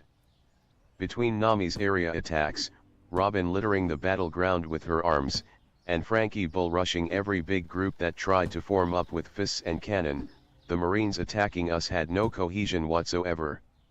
Instead, they were a mob, and not even a particularly huge one, and we could handle that. Case in point, as I stood up, 3 Marines were rushing me, 2 with cutlasses and 1 with a big iron club. Fortunately, they had strung themselves into a single file line. I sidestepped the first sword swing, stamped on his foot, and Lasso took the opportunity to chomp onto his oversized nose. The second one hesitated since his buddy was in the way, but that just gave me time to let Lasso toss the first Marine away and swing my baton upside his jaw, the impact lifting him an inch off the ground and the shock knocking him out. That just left the third guy, and before either of us could even move, another Marine flew from out of nowhere and knocked him into the water. "Kill Stealer!" I shouted in boss's direction. "Sorry," the dugong shouted back, his tone and the glare Chopper was sending his way saying otherwise. Huffing, I turned back towards the line, just in time to see a lightning bolt fry a group of Marines that were held in place by hands sprouting from the ground, and Frankie using one unusually large Marine as a club. "Yeesh," I muttered, shivering. "The Straw Hats are tearing us apart." I heard one Marine wail. "That would imply you were putting up any resistance at all." So taunted as Conies pumped another grenade at one of the battleship's crow's nest. "Would somebody shut that damn puffball up already?" another soldier shouted. "Oi!" Soundbite barked indignantly. "The only one who gets to insult the cottontail is me. And she's my puffball in the first place." Conies picked up. "Well, shut her the hell up, Her pissy voice is giving me a damn migraine. Better idea, Coney snarled venomously. Sue, lower their morale. Can do. Sue saluted before clearing her throat. Attention, Marine Dips hits. To clarify your current situation, the reason you are fighting against a crew that your bosses know you have little to no chance of defeating is that you are what is commonly referred to in the business as fodder. For those of you who find the truth of your lot in life too disturbing to contemplate, I suggest that your next course of action be to curl up and kiss your asses goodbye. I promptly came to a halt as I exchanged a look with Soundbite. Why the hell didn't we think of that? I questioned incredulously. Because we're idiots. Soundbite lamented with a sigh before casting a glare over his shell. By the way, on your six. I promptly jerked my shoulder back, ramming Lassu's stock into the face of the Marine who'd thought it would be a good idea to try and get the drop on me. Thanks. And I'm guessing that you're not going to let Sue take all the glory lying down. Not on your life. A second after the proclamation, his telltale whine filled the air. Attention, Marine Peace Widgets. Allow me to offer some musical accompaniment for this shit show. Following his proclamation, an electronic bass line started thumping against everyone's ears. After a few seconds, Soundbite put an actual voice to the music. Suffice to say that the lyrics were, "When a fight is just plain wrong / we all sing the curb stomp song." Telling, to say the absolute least of matters. I snickered as I watched the collective decorum of nearly all the Marines on the bridge plummet. Anything for you but mindless good taste, et. I aim to please. Soundbite confirmed with a cackle. I smirked as I got back to the fighting, but my grin shrunk a bit as I glanced around uncertainly. We'd been going at it for a fair amount of time now, but nothing was really changing. At the moment, what I'd give anything for would be some way of telling when in the timeline we were, but I suppose that was asking for a bit much, wasn't? Boom. A ripple of shock ran across the bridge, along with a literal tremor as a gigantic fist punched out the wall of the first pillar. I blinked in surprise as I watched the fist snap back into the tower and the smoke of an impact appear on a nearby battleship. Well, that works as well as anything. I muttered. I then grinned viciously as I watched a blur leap from the pillar towards the battleship and start pummeling the vessel into splinters. Soundbite, for the love of all that's holy, tell me you have a lock on Anigamo. You bet your ass I do, Soundbite leered sadistically. And I'm gonna let the world in on things, because matters on his ship are getting interesting. I grinned maliciously. Then, in a spark of inspiration, I reached into the bag at my side, felt around for the dial that controlled the dead zone, and spun it as far counterclockwise as it would go. And not a moment too soon. Is fighting CP9's Rob Lucci on Battleship No. 4, Identification BB-26. There.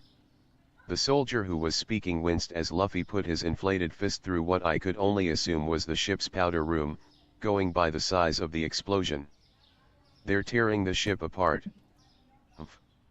And going by the sneer that Soundbite was sporting, that particularly pleasant-sounding individual was none other than Vice Admiral Anigamo himself.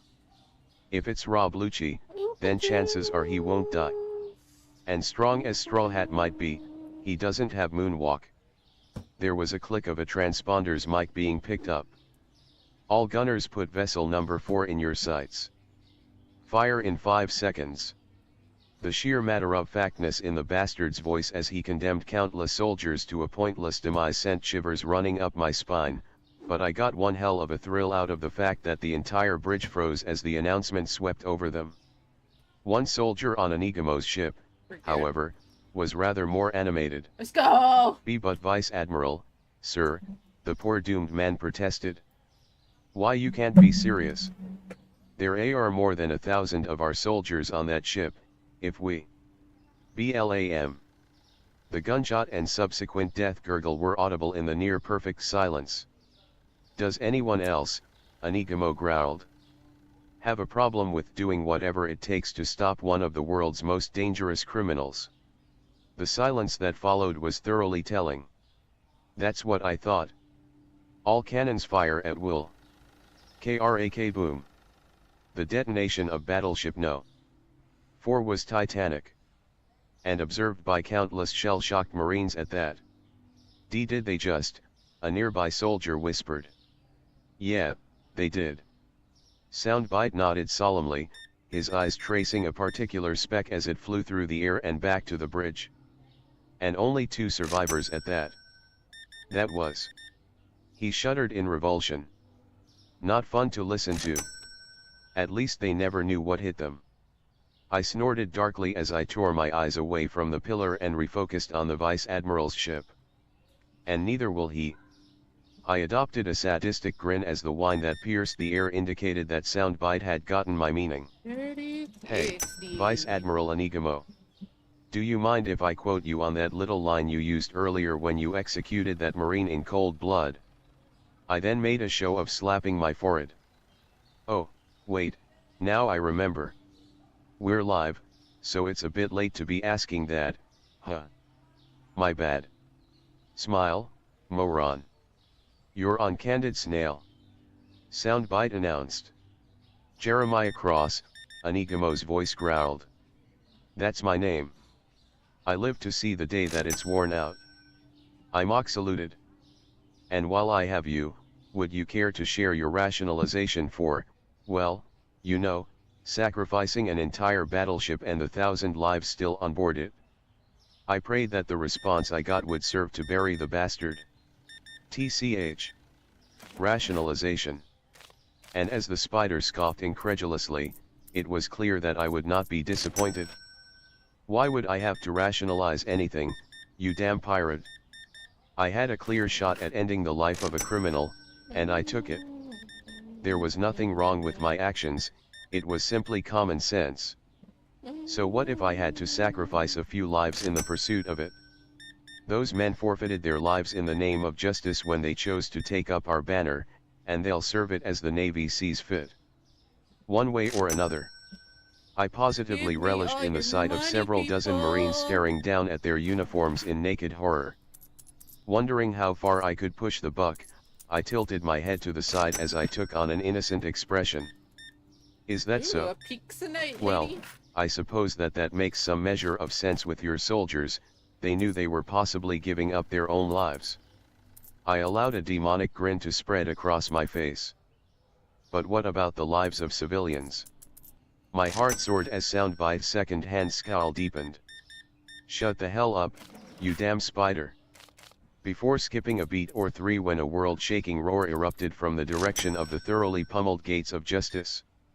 I shot a hopeful look at Soundbite once I managed to get my hearing back, but to my disappointment, he shook his head with a grimace. Damn gag orders. I cursed under my breath before shaking my head. Ah, well, it was worth a shot. At least we got something out of that, nah. I chuckled a bit before turning my attention to the still shell-shocked Marines around me. And by the way, if anyone here feels like making a run for it, I'm sure that we can come to a... ... Soundbite suddenly sounded out. Hell of a sense of ... timing. But it could be constructive, I shrugged as I pressed the appropriate button. You're on the SBS, what's? HURK. Soundbite's head suddenly rocked forwards as he gagged on something. Soundbite? Crap, what's? My concern morphed into terror when my snail started coughing up smoke. Oh, shit, oh shit. I hastily scrabbled for the button to hang up the call. And jerked back as the action produced a cloud of smoke and a faint sense of burning from the few nerve endings I had left in my hands. Let me be perfectly clear, Soundbite rumbled murderously. Any soldier who dares to take so much as a step back will be met with a firing squad upon their return to Marineford. And if you think for even a second that I will not find out the names of each and every last traitor to justice. The heat somehow coming off of Soundbite tripled, to the point I could feel it radiating off of him. For the briefest of instants, so brief I'm still not sure I actually saw it. I got the impression of a volcano spewing lava and ash over the poor, defenseless countryside. Think again. And then the connection cut off and I was left shivering on the bridge with a wheezing, still warm snail on my shoulder. It took me a second to get my bearings back, but once I did, I didn't Powder even need to sugar was turn right around there to know for that you. every Marine on the bridge was shakily raising their weapons was it as too they prepared to start expensive? fighting again. For the record, I huffed regretfully. I do understand why you're doing this, and I do forgive you for it. Before any of the You're a Marines fucking could react, cheapskate, that's what you I are. snapped lasso up and Like a squeezed off a perfectly trio of reasonable caney fucking cannonballs price. at them, the resulting blasts giving me a nice sizable chunk of breathing room. I took the opportunity to drop lasso off my shoulder and jerk my head at the mob. Buy me some space for a bit, would you, boy? The Dachshund cannon drew his hackles back in a savage grin. With pleasure. And with that, he started belting out a barrage of firepower upon the Marines, keeping them well away from me. Taking advantage of the small area of relative peace he was shit. affording me, I hummed thoughtfully as I scratched my head and got my thoughts in order. All right, ships blasted, Luffy's back on the pillar, which means... I muttered too quietly for the SBS to hear before snapping my fingers in realization. The passage is flooded, good. So the guys should be getting here soon. I frowned in realization as I glanced down at the water churning far below the bridge. Save that Kokoro got out on the boat and in calm waters. Right now, we're high up, and the maelstroms are at full force. I gnawed on my thumb as I glanced to the side. Like the toilet paper I know sells a that shit mermaids ton are at the good in the end. water, but can she really? Splash. I blinked in confusion as the sound of water splashing reached me. The hell? I looked downwards in confusion. What the heck was? A blur of motion and then... Nagagagaga. Miss me, brat. My eyes. Oh, the huge manatee. Soundbite caterwauled as he snapped back into his shell. It burns. I howled, falling back on my ass and clawing at my face in agony as I rolled back and forth on the bridge. Somebody get me some acid, I need to remove my eyes. Nothing can hurt more than this. Wah. Ah, come on kid, you're exaggerating. I know I've let myself go, but... Cross. I dimly heard Coney's call out and start to run over. Are you Alug? She suddenly cut herself off with a terrorized scream. The horror. The horror. The goggles do nothing. It burns with the intensity of 8,000 suns. What the hell happened to mermaids being beautiful? Sue wailed fearfully. Fucking rude. You try pushing 60 and holding onto a supermodel body, why don't you? Kokoro snapped in an annoyed tone before shaking her head with an annoyed huff. But fine, fine, I get the point, I'm putting my damn shirt back on. Tisk, damn kids, way to make a woman feel insecure. Be a bit more appreciative, why don't ya? I saved your friends' lives, you know. We'd rather have drowned. A trio of pained voices gurgled. But it's not too late for the rest of us, moaned, well, pretty much every Marine in earshot, many of which were looking longingly at the edges of the bridge. How could the very incarnation of a man's romance have such a cruel reality, one particular soldier lamented. Oi, don't you dare besmirch man's romances with your lust-addled perversions. Boss snapped indignantly, though a second later he hissed uncomfortably. Ah, though in this case, you bastards may have a point, yes. At that moment, I heard, that does it? Mermaid kick. Kokoro shouting angrily. Apparently, there was only so much that she could take. After a few deep breaths, I felt confident enough to open my eyes again, and I let out a sigh of relief when I saw the now clothed Kokoro, though I then proceeded to gain a sweat drop as I watched her punt around a dozen or two Marines with her yet uncovered fin feet. Okay, not something you see every day. Anyways, where was Cross? I abruptly found myself cowed beneath the wrath and hovering soul of an insanely furious chef. Why didn't you warn us? He snarled. I stuttered for a moment as I tried to think of a response that wouldn't get me pasted into hamburger meat, and then I remembered something and gathered myself enough to reply evenly. Instead of answering that question, may I suggest that you turn your anger towards the Marines? Who, might I add, actually put a sizable scar on Vivi. As expected, that succeeded in redirecting his anger. He froze briefly, glanced at Vivi, who was remaining beside Karoo and fending off anyone who attempted to come near, while simultaneously grimacing every time she strained her abdomen, before slowly turning his gaze to the nearby Marines. I was then forced to scramble back a few feet when he suddenly burst into flames. "They did what?" an infernal voice rumbled. I chuckled venomously as I waved goodbye at the pant-sweatingly terrified soldiers nearby, before flinching back in terror myself when a flaming finger jabbed itself in my face. "This isn't over, crapmouth," Sanji warned me, his hellfire burning radiant in his eye as he shot off and started tenderizing the opposition. I swallowed heavily as I watched him go at it, wiping away a goodly amount of cold sweat that had broken out on my brow. Sweet shit, that was close. I seriously thought that I was going to die. You still might. I froze up as a particularly bloodthirsty blade laid itself across my shoulder, and the sound of an elastic stretching sounded out right behind my skull. "Now, guys." I started hastily. "Save it, Cross," Zoro scoffed as he withdrew Kaiditsu 3. "We're smart enough to know that we've got more important things to worry about. This is just a friendly warning is all." The sound of rubber reversed. "Once we're out of here, though, watch your back. Since when the hell could Usopp manage to sound that badass and terrifying? For now, though." A pair of projectiles flew past me and slammed into a few more unlucky Marines. "We'll focus our attention elsewhere." I held my breath as the pair walked past me and joined the fray, eventually releasing it in a massive gasp as I collapsed on my back. "I'm a dead man once we get out of here, aren't I?" I whimpered fearfully. "Only if you get out of here alive," Soundbite pointed out. By the by, 3 o'clock. I didn't even miss a beat in flexing my palm and shoving my right arm at the same time. Impact. The resulting blast did the dual trick of propelling me to my feet and destroying the Marine's footing, giving me just enough time to jam my baton into his gut and take him down for the count. "Wow."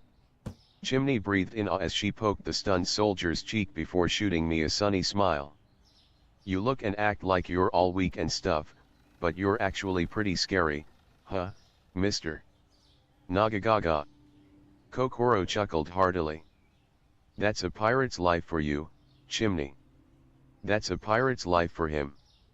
Soundbite concurred. "'Tis a pirate's life for me," I concluded with my arms spread wide. "Now, if you'll excuse me." And with that, I turned around and charged back into the fray, scooping up Lasso back onto my shoulder in the process. If the Marines had been disorganized before, now they were in utter disarray. It was a credit to them that they hadn't collapsed into an outright rout. Usopp was even more effective at close range, hitting pinpoint targets with a speed he hadn't been able to show off from the tower. Zoro was, well, Zoro. Opposition in front of him just melted. And Sanji? Aperitif. A blast of razor-sharp, flaming air sliced through a half-dozen Marines, and then through a deck-mounted mortar on one of the battleships, and then into the mast behind it, lighting it on fire and drawing out a swarm of panicked men with buckets. Well, I suspect he was working out some, admittedly not entirely misplaced frustrations. The point is, there simply weren't any leakers, so I had to do something I'd been trying to avoid up until then. I had to dive into the thick of the fighting. And luckily, a Marine turned around just in time to catch a boot to his face courtesy of a jump I definitely wouldn't have managed to make before joining the Straw Hats. The mook went down like a sack of potatoes, KO with a boot print in place of his face, while his two comrades turned to me with brandished swords. I responded with a brandished dachshund. Caney cannon. A hip-fired baseball took care of them. A whisper from Soundbite, and I sidestepped a desperate lunge from another Marine, my baton meeting the back of his skull as he pitched forward. That done, I turned around to look for anyone else trying to get a piece of me or for me to get a piece of. Instead, I blinked in surprise when a Marine, no, all the Marines ran by me. The Marines were, apparently in retreat. An organized retreat, not a full-out run like hell falling back, but they were retreating. What the hell? Nami wondered aloud. That death threat was pretty clear, why are they all running away? Maybe because they finally got a clue and realized that they can't win against us anyway. Frankie laughed confidently as he slammed his knuckles together. Considering the size of the gun at their collective heads, I sincerely doubt that, Robin countered. I briefly considered the matter. Then all too soon the berry dropped, and I ground the heel of my palm into my forehead. Robin's right, guys. I groaned wearily. This isn't the end of the fight. Attention all hands, an amplified voice blared out over the battlefield, originating from the battleships. As of this moment, all junior officers and enlisted hands are to return to their posts. As of this moment, all further combat operations. I slowly looked up and cast an evil eye at the lines of Marines who had taken their positions upon the battleship's railings and were glaring down at us. It's only the end of the first wave. Will be carried out by officers of lieutenant and captain rank, the voice of God continued. With the strength of our 300 elite, we will crush these criminals without delay. I choked slightly at the number. I expected that there'd be some more than usual, but that's just unfortunate. We shall fight them in the shade, huh? Soundbite chuckled dryly. That didn't work out well for either side, I hissed back. Captains. Conies breathed in soft horror. Damn, I was wondering when they'd call these guys out, Vivi grit out as she cast her gaze around. I'm really hoping that I'm wrong, but wasn't Smoker a captain? Usopp whimpered fearfully. Don't worry, Smoker's not representative of the captain rank, I cut in. Between his Logia fruit and Sea Prism Stone Jut, he was probably underranked when we met him. There's a reason everyone bought him beating Crocodile. But on a related note, I haven't ever heard of Marine with a devil fruit who's been below captain rank, so these guys are either using abilities or capable of holding their own against people who do, so no matter what, watch your backs. PSH, Zoro shrugged as he rolled his shoulders. What are you all getting so worked up about? All this proves is that they're too scared of us to try anything else. Your mouth is talking shit, Mosshead, Sanji chuckled grimly as he blew out a smoke cloud. Bread. But that ratty bandana you're putting on is saying something entirely different. And those two. Zoro snorted dismissively as he glanced back at the cook. And what, you're just chewing on the filter for the hell of it? Hey, listen, you. As well, I have a status report from ships No. 3, 8, and 9 at the island's main gate. The traders Oimo and Kashi, as well as the Straw Hat Pirates allies, have been eliminated. My crewmates tensed around us, but a hasty cough of bullshit into my fist served to calm them down. The battleships will return to the bridge to aid in the final elimination of the Straw Hat Pirates. For now, all Marines present, assault the Straw Hat Pirates. Forward. You dare claim that you defeated my boys that easily? Boss snarled as the Marines leaped onto the bridge and started charging at us, his thermal dart spinning so fast it blurred into a red-hot circle. I'll melt you all into tar for such an egregious insult. I gritted my teeth slightly as I watched the officers approach before casting a glance at Soundbite. You about ready to blow your best now? I growled as I took a knee for the second time that day. Soundbite grinned viciously as he furrowed his eyes. Talks. All the better to blow them away. Now then, if you don't mind. The ambient sound on the bridge suddenly died off. A little quiet, if you please. He then closed his eyes. In the land of silence, I blasted out a Caney cannonball at the approaching Marines. The projectile detonated about a meter in front of the crowd. Gastro Caney combo, base cannon. And a nice little swathe of the opposition and a goodly chunk of the bridge were both sent flying from whence they came. I chuckled venomously as I stood back up. I'd say that's about 25 down. And an assload left to deal with. Soundbite groaned as his eyes spun in his skull. And for the record, seeing as I think I blacked out for a second there, I'm not pulling that party trick again anytime soon. That's fine by me. Boss scoffed as he cracked his neck in anticipation. Just means that there's more for us. Speak for yourself. Usopp groaned. Like it or not, it doesn't matter worth shit. I squared my shoulders and snapped my baton out, jamming its button as hard as I could. Here they come. And then, just like that, the Marines' fighting brass was upon us. I don't remember much of the next 10 minutes. I think. I dunno, the point is, I was too busy trying not to die to keep track of things. It was all a blur, occasionally interspersed with sharp objects trying to lodge itself in my vital organs, fists trying to punch holes in me, and myself retaliating by breaking, basically everything within grabbing range.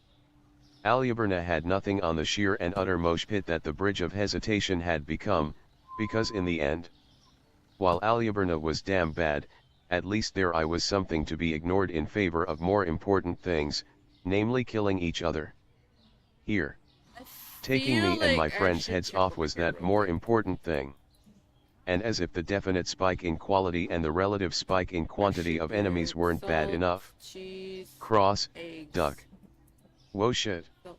I cursed, snapping my head below one of Vivi's lion cutters as she slashed a Marine I hadn't caught sight of out of midair. Then on your left. I cut my thanks off in favor of showing my gratitude by sending a base cannonball down the throat of the captain who'd been aiming to put a bullet in her skull. Vivi gave me a grateful thumbs up, but that was all she was able to do before she had to catch a blade with her chains before it could gouge a new hole in her skull. And sweet shit, was it beyond bad enough, but on top of it all, we also had to deal with an absolute sideshow's worth of devil fruit users. I swear, throughout that fight, I saw the human body do countless things that I neither thought it could nor wanted to know that it could do. The abilities that were displayed in the fight ran the gamut, from stretching, liberally a la Mr. Fantastic, as opposed to Luffy's rubber-style abilities, to secreting copious amounts of acid to throwing cannonball-sized chunks of rock as fast as baseballs, and that was a power and not pure muscle like Garp, because the guy pulling it was a freaking beanpole, to strong right. Got. To transforming into, berries apparently, hello there. Well, this bastard's sure a weird one. Frankie chuckled sadistically as he held a visibly freaked out head in his hand. Oh, wait, I've heard about him. I snickered tauntingly. You're supposed to be a very good example of the Marines, right? The head stopped freaking out in favor of shooting me a look drier than Alabasta. Spare me, Jeremiah Cross. I have heard every joke in the book, not even you could say one I haven't endured before. My grin slowly widened by several teeth. Yeah? Well, I doubt you've ever had this happen to you before. Frankie, if you'd be so kind as to wind up the pitch. The cyborg promptly cackled as he caught on to my intentions. Oh, it would be my damn honor. Huh? What the hell are you? Very good, paled before struggling furiously when he saw me draw my foot back. No. Frankie the cyborg pitches to the Straw Hat Pirate's pinch kicker. Frankie roared as he bowled very good at me.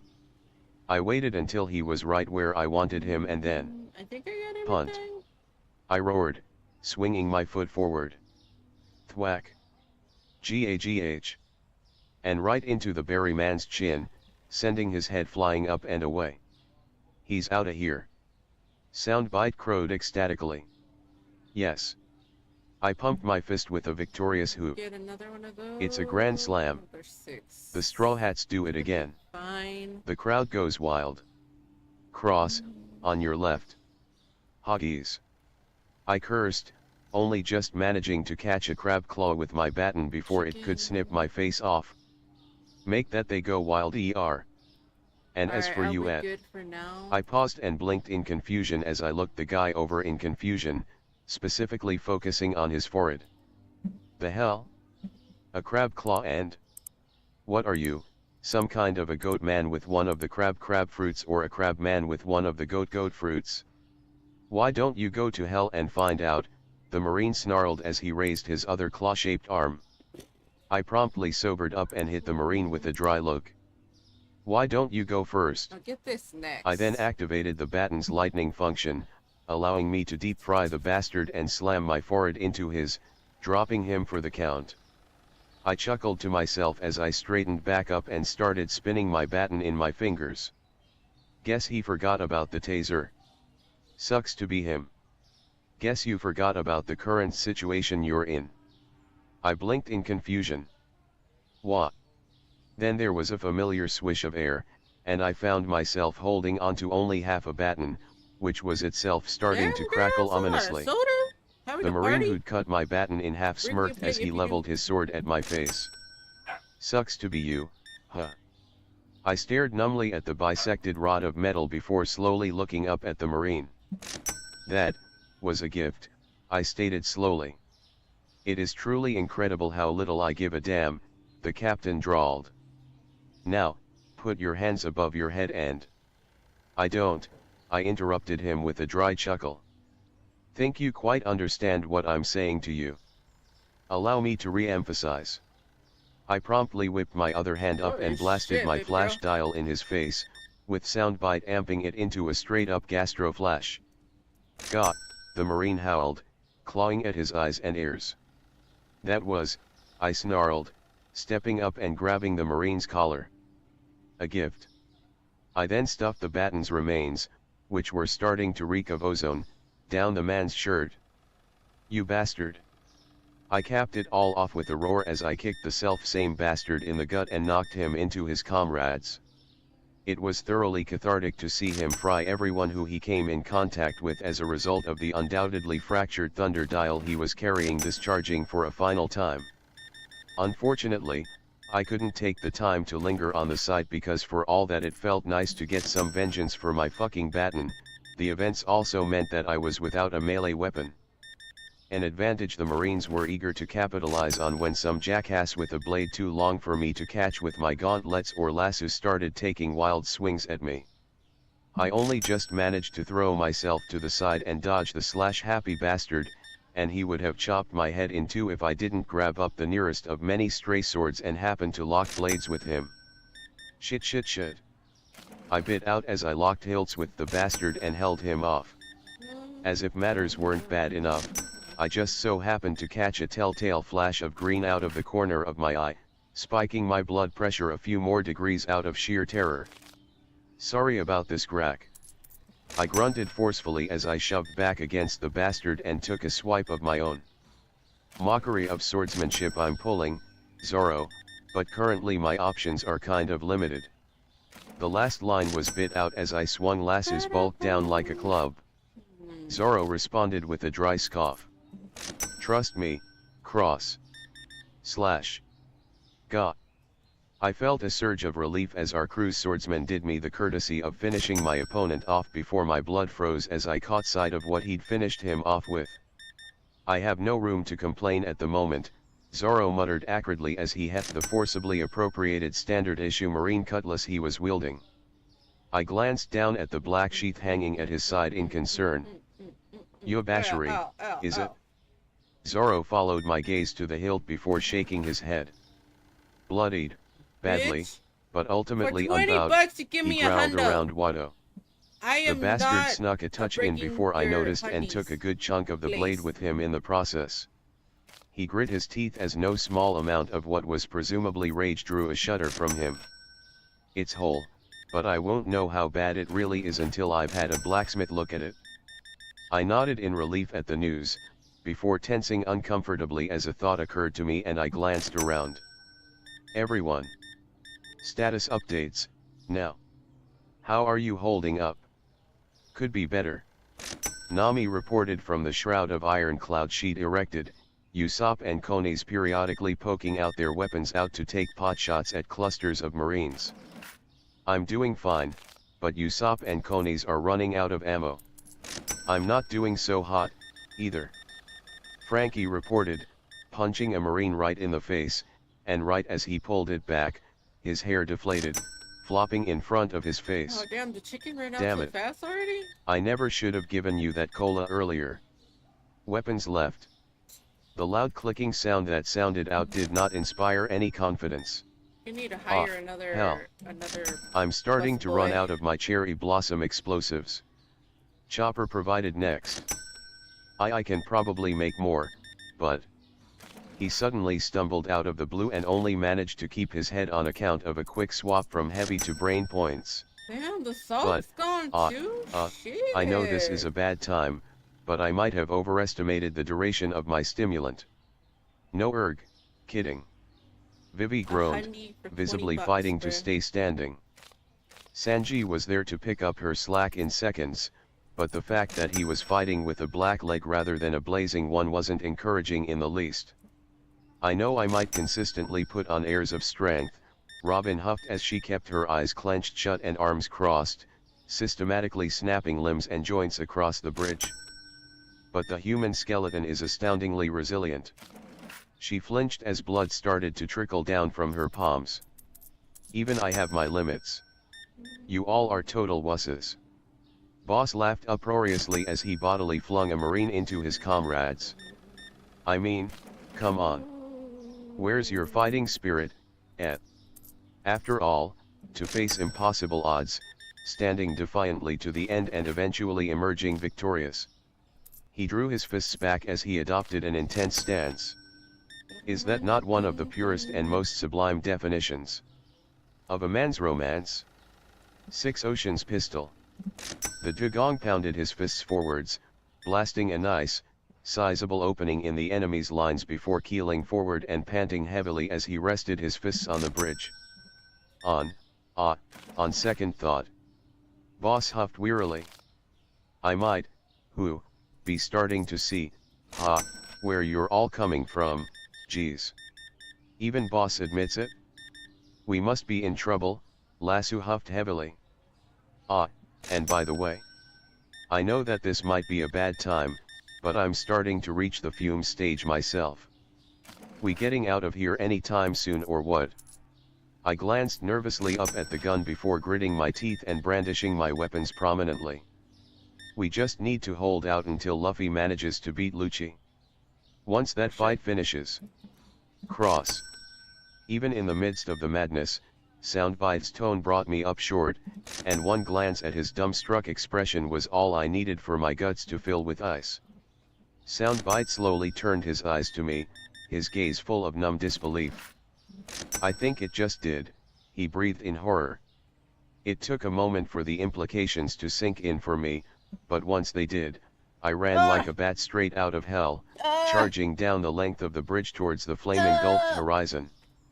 I took more than a few hits in the process, a graze from a gunshot here, a nick from a sword there, but it didn't matter to me.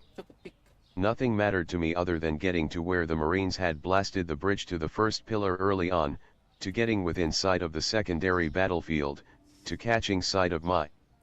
I skidded to a halt a foot from the shattered cut-off of the bridge, my momentum sending a cascade of pebbles and stray debris careening over the edge and into the froth below.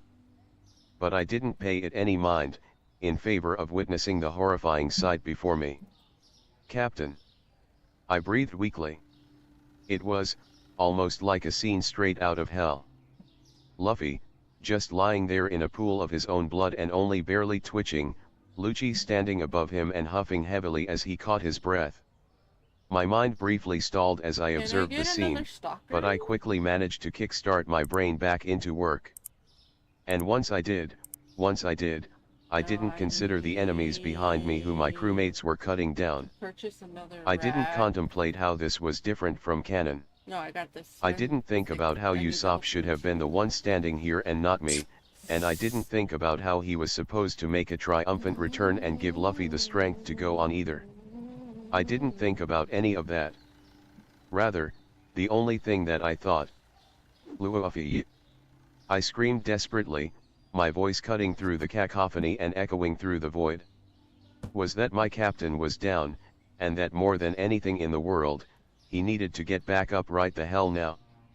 Far below, Luffy shifted slightly in his prone position, moving his head just enough to glance up at me. Cross. Luffy's voice wheezed in my ear. I choked at the sheer amount of weakness I heard in his voice, a weakness I had never thought I'd hear from him of all people, but I sucked it up and pressed on. Luffy. I gasped before raising my voice again.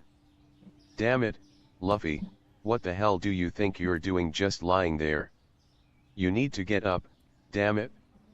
I wouldn't know until Soundbite told me much later that many combatants had directed their attention towards me at that moment, and my crew began fighting them with vigor drawn from who knows where to keep them away from me as I kept talking. I know. I choked on the words as tears streamed down my face. I know that you must be hurting like hell, Luffy.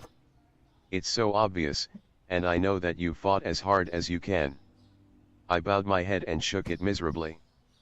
But damn it, Luffy, this isn't the end. I flung my arms out wide. Look around you, Luffy. Look at where we are. We're still in paradise, Luffy. We haven't even hit the halfway mark, we're barely even a quarter of the way there. This place. This hell of wrath and tears, it's not where it ends. It's not where we end. We still need to enjoy so many adventures, we still need to go so far, and you. I craned my head back and choked back a sob. You need to lead us there. Because without you, none of this means anything. I snapped my head back down and glared bloody murder at Rob Lucci. And as for him, that leopard bastard. I snarled murderously. So he's managed to take your best attacks so far and keep going, so the hell what? At the end of the day, you will always be stronger than him. You're strong enough to take this kind of damage and keep going. You're strong enough to fight on, no matter what gets in your way. You're strong enough to beat him, damn it. There was a single second of silence that seemed to stretch for a lifetime. Then it was broken by the last sound I expected at that moment. ... In hindsight, I really should have seen it coming, but either way, it didn't make it any less the most downright awesome thing I had experienced up to that point. Admittedly, it was a bit of a reckless move, but I didn't even hesitate to snap my hand down and ram the appropriate button to patch them through. Straw Hat, hollered a voice that I didn't recognize. You might not know me, but I placed all my hopes on you. An all-or-nothing bet a mile wide and with odds straight from hell, but I placed it knowing that you would succeed. You've come this far, don't fall at the 11th hour. Not even a moment after the caller hung up, Soundbite started to ring again, and I answered again. Come on, Straw Hat. You've fought this far, and you're calling it quits now. That's total BS. Kick that cat's ass. Give em nothing short of hell, Luffy. Pirate pride, ever and always. In between calls, Soundbite shot an ecstatic grin at me. You're gonna have to hold that button down, cause otherwise you'll break your finger. You got it? I nodded eagerly as I rammed the button down and threw the floodgates wide. Oh. Come the hell on, Straw Hat. Bonnie roared as she pounded on the table. You need to walk out of there in one piece. We still need to see which of us is the bigger glutton. I need my pride as a woman and an eater, damn it. I'm with her, Straw Hat Luffy. Law nodded firmly, the way he was drumming his fingers on his sword's sheath betraying his emotionless demeanor. You've been interesting thus far, and the insanity you've pulled could be useful in the future. Get the hell out of there and get out alive. Oh. Are you fucking kidding me? You come this fucking far, and then you topple here. Kid demanded acridly as he strained against the chain-like bandages that were all but holding his body together. Damn it, Captain, will you stay still already? Killer protested as he tried to hold his superior in place. That cyborg bastard nearly ripped you in half. To hell with you and to hell with me, I'm more concerned with the rubbery moron who's giving us all a shit name. Kid spat before continuing to curse at the snail in the room. Yeah, that's right, I've got a bone to pick with you, rubber brain. You've been the gold fucking standard for every pirate of this generation since you beat Crocodile, and now you come this close to losing to a fucking cat? If you die and make us look bad, I'll climb down there and turn you inside out with my own 2GRK. Damn it, kid. Oh. My predictions have never failed me yet, Straw Hat, and they state quite clearly that you will not die today, Basil Hawkins enunciated coldly as he systematically shuffled around the full deck of cards he had splayed out before him. I will not be pleased if you are responsible for tarnishing my reputation. Get up. Fight.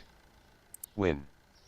The dinosaur Zoan that the mage had formed a brief alliance with stood impassively to the side as he plied his arcane trade. Drake said nothing, but the fire in his eyes, the twitching of his fingers, and the grimace on his face as he stared at the snail said all that needed to be said. Oh. Are you certain that this is the right way, brother? Should not more energy be invested in these actions? Let others roar and cajole freely, brother. For now, we shall take another path. Urij kept his palms pressed together as he bowed his head. And offer our support in solemn silence. A mad monk I might be and fallen monks we may be called, but I have not forgotten my teachings.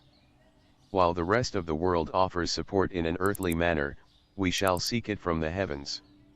As you say, brother. Oh. 1 and 2, 1 and 2, Ape Papa. Apo roared as he pounded his fists on his chest.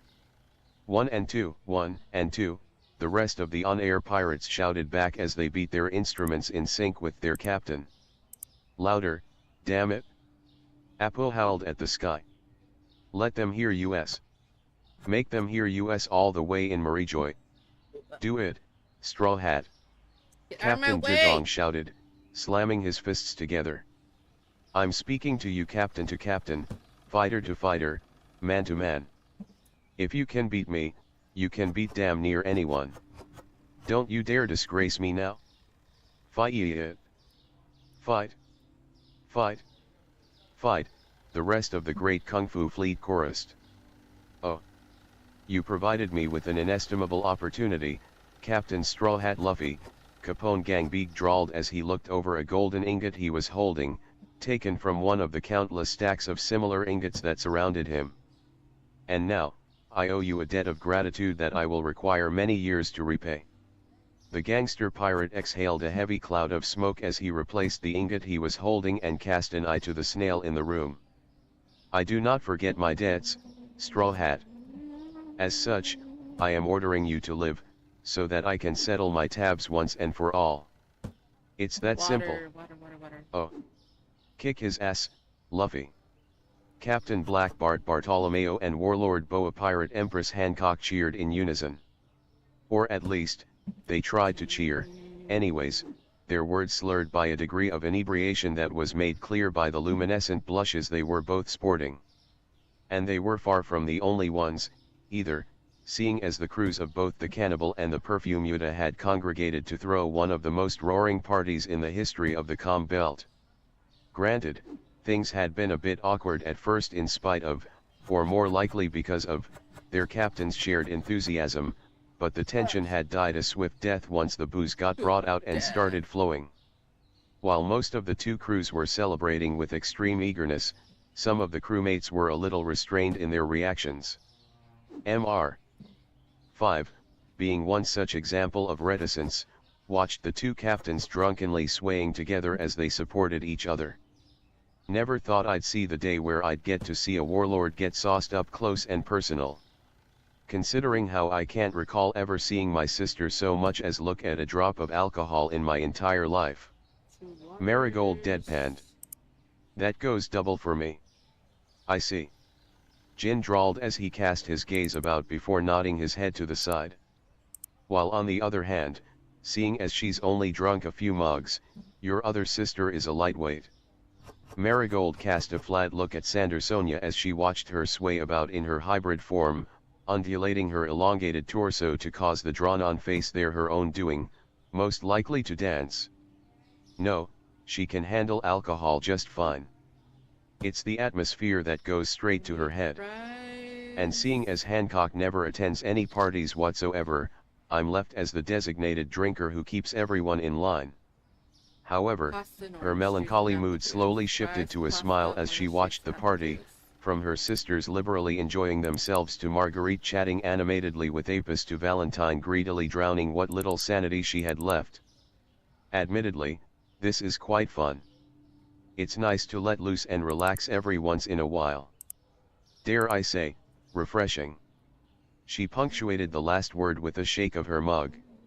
Yeah, I can take a hint, Jin grunted before waving his arm. Hey, Jack. Another barrel over here. Oh. Come on, Straw Hat. You showed that you were better than this when you beat me. Smash his face in, pound him to pieces. Poo poo poo poo, he's so loud, but the snail isn't even connected, Hamburg chuckled. I know that the snail isn't connected, Hamburg. Foxy snapped. Calling in could blow our cover, so I have to shout that much louder. Boss, with how many people are calling in right now, who do you think would be able to pick out and recognize your voice from among them? Porch questioned. Foxy turned to leer at her. Considering that backfight was on the SBS? Anyone who's paying enough attention, and I'd bet the ship that if everybody else in the world government isn't, the 5 elder stars are, he growled. Point, Porch conceded and then began waving her baton. All right, everyone, when I say go, you say Luffy. Go. Straw Hat. Close enough. Oh. What the hell do you think you're doing, Luffy? Dodden roared indignantly. Come on, who the hell cares if that bastard's a ZOAN, huh? You ate big cats for breakfast 4 days of the week, and that was only if the damn crocodiles weren't biting. Show that pussycat what's what. I raised you boys better than that, damn it. Did she even raise them at all? Mogra muttered under his breath. I think she's just trying to capitalize, Dogra muttered back. After all, what's the point of turning the hideout into a dive bar if we're not even associated with the guy it's all? Thwack. YEOW. If you got time to gab, you got time to work, so get back to work. Yes, ma'am. Meanwhile, in a corner of the renovated hideout, a certain old man sighed wearily as he grabbed the nearest bottle. Oh, forget it. I give up, he groaned. That's the spirit, Mayor. Makino grinned cheerily as she clapped his shoulder. Oh. You can't give up now, Luffy. Isa, you get down from there right. Thwack. Ow. Locky yelped, clutching the spot where a pebble had slammed into her head. Go blow it out your rifle, Locky. Isa howled from atop the totem pole she was balancing on, a transponder snail clutched in one hand and a loaded sling spinning in the other. I'm gonna support my crewmates no matter what and you can't stop me. You're not a pirate, Isa. Locky protested vigorously. Ah, come on, Locky, why not leave the kid be? The sniper shot an acrid glare at her fellow tribe mate, who was leaning against a nearby tree. You're just taking her side because she's putting up a fight for once. Wiper responded with a raised eyebrow. And the problem with that is? Locky snorted darkly before refocusing on her pseudo-younger sibling. Isa, if you don't get down from there right now, then you're grounded. See if I care. Isa snapped back before focusing on the snail she was carrying. And Captain, you have to win. I. Loki paused in her attempt to climb the pole as Isa suddenly choked up, tears stinging in her eyes. I haven't even joined yet. It's not fair. So, please. You won against God, so win now. You have to. Isa threw her head back and screamed to the clear heavens above. You have to live. Oh. I choked as I processed what I was listening to. So much support, so many calling in from so far. All for us, all for him. Can you? Hi, Spidey. I started Boy, weakly what's before up? How gasping you in a doing? breath and raising my voice. Can you hear them, Luffy? This is why you have to keep fighting. Because at the end of the day, whether you care or not, the truth is plain and clear. The world. I smiled at the sky as I wiped the tears from my eyes. The world's cheering your name. The world itself is begging you to win.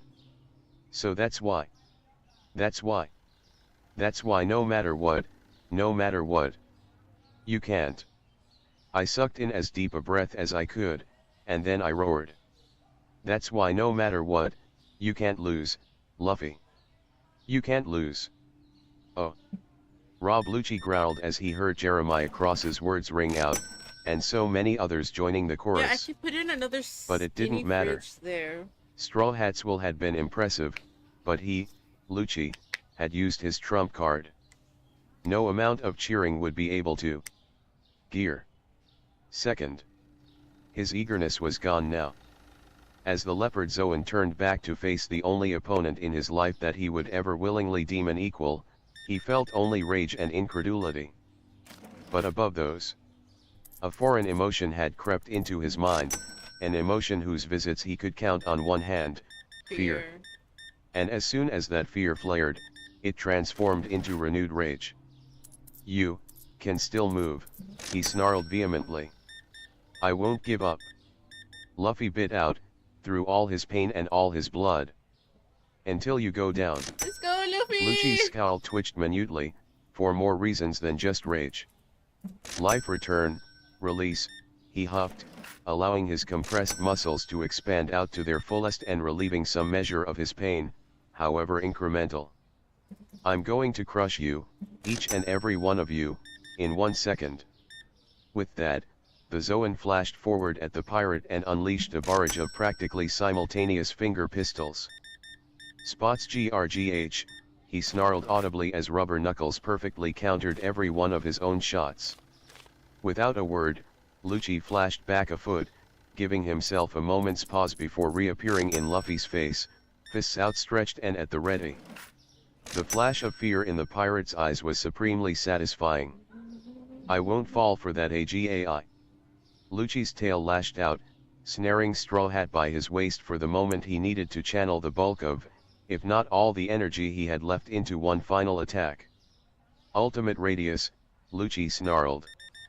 6 King Gun. The shock wave that erupted from his fist slammed clean through the rubber man's body and devastated the wall on the other side. The pirate's eyes rolled up in his head as he coughed up what must have been a quart of blood, and his body went limp. Lucci, on the other hand, was left in a state of exhaustion that he hadn't felt since he hadn't ever truly felt this exhausted, ever. Still, What do you mean the it didn't 8-pack is matter. too expensive? What mattered was that he'd won. It had been the fight of his life and he'd won. And now he needed to pick up the pieces of his life. That's fine. As Are such, you fucking the Zoan let his crazy? tail uncurl, Cheapskate. turned his back on Luffy, and began walking towards the rest of the bridge, mustering up the store. remaining strength he'd need to kill the crew that had so foolishly branded themselves as enemies of justice. Oh. Luo of ERGH. Soundbite made to join Cross in screaming their captain's name as he staggered drunkenly, but he suddenly cut himself off as his tongue stuck in his throat. Thanks to his newly awakened abilities, no one ever noticed more than a slight hiccup in the broadcasting of the voices of the world.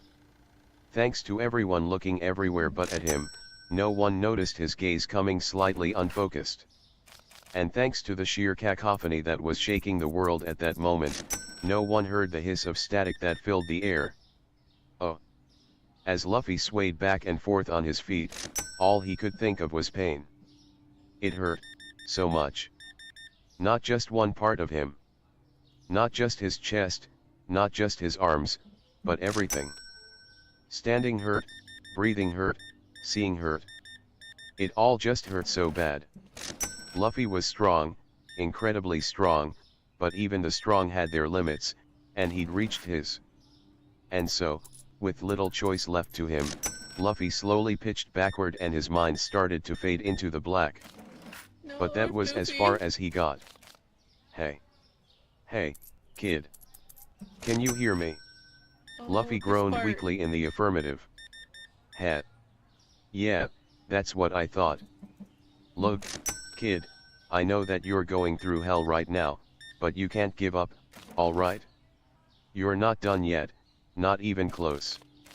Here, I'll even help you through it. First things first.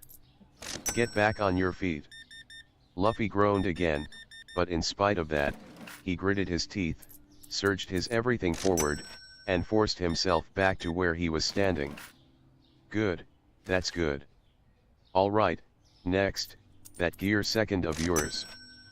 Think you can keep it going? The rubber man wheezed and panted as he reminded himself to keep breathing, but even so, the amount of steam surging from his body returned to full force. And through his pain, he was able to catch sight of Rob Lucci stopping in his tracks and slowly casting a fearful glance over his shoulder. Heh, that caught his attention. Now, this part is the easiest of all. You see that big ugly bastard in front of you, the one who's been kicking the crap out of you this entire time. Luffy's head nodded infinitesimally as his lungs sucked in that vital oxygen. Well, if you lose here, then he's going to kill your crew. He's going to kill every last one of your friends. The only person who can stop that is you, kid. So, what you're gonna do is you're gonna dig deep. You're gonna pull up every last bit of power you have, every last inch of it, all of it, and you're going to put it towards kicking his tail. Think you can handle that? Luffy's eyes slowly filled with absolute hatred as he processed those words. And fueling that hatred, the greatest swordsman in the world? That's good. I wouldn't expect anything less from a crewmate of the future king of the pirates. Eh? What are you talking about? Get on already. Shish ishi. Looks like I've found my cook. We're memories. Nami, you'll always be my friend. Hey, that's a pretty neat trick. Shut up. Let's go already. His mind ablaze, the pirate leaned back ever so slightly. Giwayuum. Hat. Knew you had it in you. Well, you seem to have this handled, so I'll be going. Good luck to ya. Oh, and before I forget. A D-shaped smile flashed through Luffy's head. You wear my old hat damn well. It's fucking And with gold, that, Roger! Luffy let all hell fly loose. Gee. Lucci barely had time to erect a half-assed iron body as the first fists hit him. After that, I'll make sure Vivi stays safe. We all will. So cool. So, you guys really want to join my crew? We have 2 new crewmates. Hip hip. Robin. After that, Lucci lost. Say you want to lie Gadliaing. Oh. It was an absolute miracle that Rob Lucci managed to endure the barrage hammering his body at all. The fists came hard, they came fast, and they came relentlessly tenderizing every square inch of the assassin's body that they could reach. His iron body didn't matter, his Zoan-enhanced physique didn't matter, not even his own inhuman constitution mattered. None of it mattered because none of it could stand up to the sheer onslaught assaulting him, pounding through his flesh, pounding him into the wall. But in spite of it all, Lucci managed to remain conscious. In spite of every last bone in his body breaking twice over, in spite of him suffering injuries that would kill weaker men 100 times over, Lucci stood strong. And then it happened.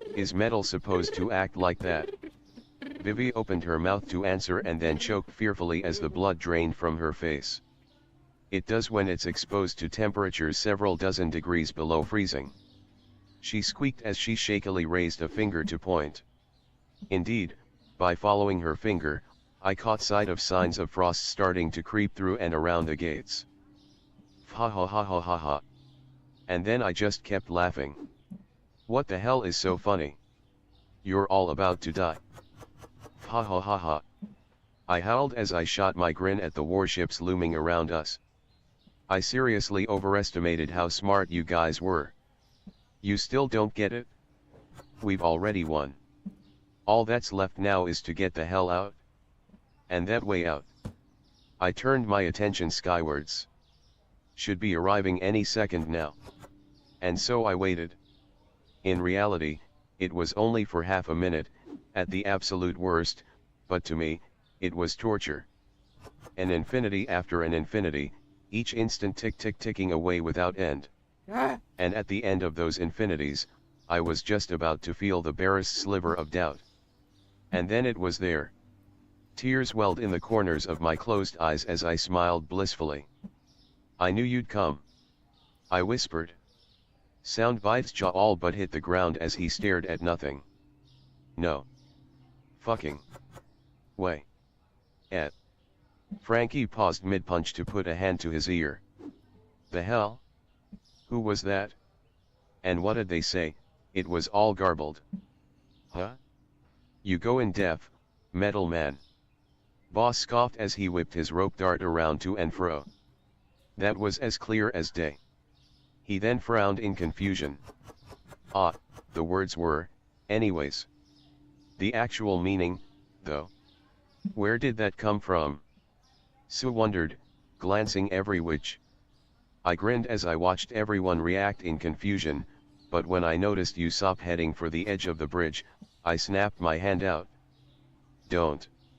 I shouted, even as I kept on smiling. Don't look, don't question it. You don't have to.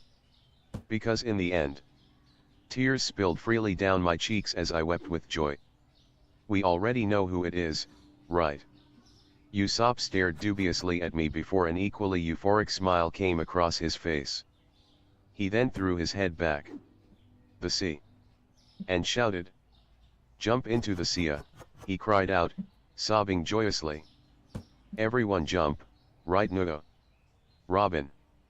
I roared at our confused archaeologist. Toss him in with us. Robin stared at me for a second before nodding confidently. Right. What? Are the two of you nuts? Zoro demanded incredulously. That damn sea is in turmoil, if we go down there. It'll be fine. Usopp sobbed in his face. She's here. She's come to help us. She's here. She actually came. Lasso glanced between us for a moment before shrugging flatly. Oh, what the hell? He reared on his hind legs and howled. To the sea. Into the sea. Boss and Frankie chorused, pumping their fists in sync as they dashed towards the edge. The sea. Sanji crowed at the top of his lungs. Into the sea. Vivi and Konis cried out together, the angel helping the princess to carry Kuru with her. You're all nuts, ya know that. Kokoro shouted out as she ran after us. The pirates have lost their minds, the voice of God cried out in confusion. I honestly couldn't help myself, cackling as I swept my arms out wide. Ha ha ha. You all only wish. We're not nuts, you bastards just didn't count right? But hey, I scoffed mockingly. I'm a nice guy. So what the hell, allow me to list off the members who currently compose the crew of the future king of the pirates. I jabbed my thumb at myself. For starters, we have me, my talking snail, and my ballistic hound. Represent. Soundbite roared. Got that right. Lasso obeyed. The future best swordsman in the world, the ultimate ruler of all snipers, and the best chef to ever come out of the North Blue. To the We get it already, two of our crew's monsters snarled as they grabbed our sniper's shoulders and dragged him along. The Wicked Witch of the Weather, the ingenious monster doctor, and the one true heir of Alabasta and her royal guard. Screw off, Cross. Nami and Chopper laughed as they ran past us. Give 'em hell, Cross. Vivi eagerly shouted, slapping me on the back as she passed. Ditto. Karoo pumped his wing firmly as he hung onto Koni's. A band of badass dugongs, our angelic gunner, and her pet fox, and the demonic heir of O'Hara. Ura. Boss roared skywards. I hope this works. Koni's giggled nervously. Of course it will. Su cackled eagerly. Haven't you noticed it yet? With these people, the crazier the scheme is, the more it's absolutely guaranteed to work. That does seem to be a fact of life. Robin agreed, a blissful smile on her face. The very heir to Roger's throne. I am getting dizzy. Why? I spared that comment a snicker before spinning on my heel and continuing. And finally, to round out our numbers, our most crucial and beloved comrade of all. My smile stretched from ear to ear as I ran to the very edge of the bridge and jumped, even going so far as to pull a flip midair as the bridge exploded behind me. I smiled down at the sea. Let's go, everyone. And laughed as Mary smiled right back up at us, waving her arms over her head. Let's all go back. Back to the Sea of Adventure. We have the most badass caravel the Grand Line has ever seen. Oh. A world away in a fairytale land of sweets, a long-legged man and a lion gaped at a cackling snail in shock. Contrary to appearances, this was not the setup to a joke. Wait, give me a second. Peckham stammered hesitantly, holding a hand up as he reached beneath his sunglasses and kneaded the bridge of his nose. Their ship just came for them? It came for them on its own and spoke. Bon oui, it did swar. Tomago breathed in shock. Bon ma man. Ma man is going to be trace interested in this development, sans doubt swar. The mink processed that for a second before snorting and slamming his glasses back into place with a growl. Well, if she is, then ma man can take care of it herself. Tomago looked at his companion with a raised eyebrow. Bon es too suicidal swar. Peckhams gave his partner in crime a flat look. The Straw Hats may be paradise rookies, but they're paradise rookies that just invaded the world government's turf for one of their crewmates and won, with the entire world as their witness. That is emperor levels of crazy at minimum, and they didn't even have a fraction of our manpower. I don't care how safe Totland is renowned for being or how powerful Linlin is, I am not risking my shell going after their damn ship. Tomago hesitated slightly before swallowing and tugging at his collar. Turtle lion?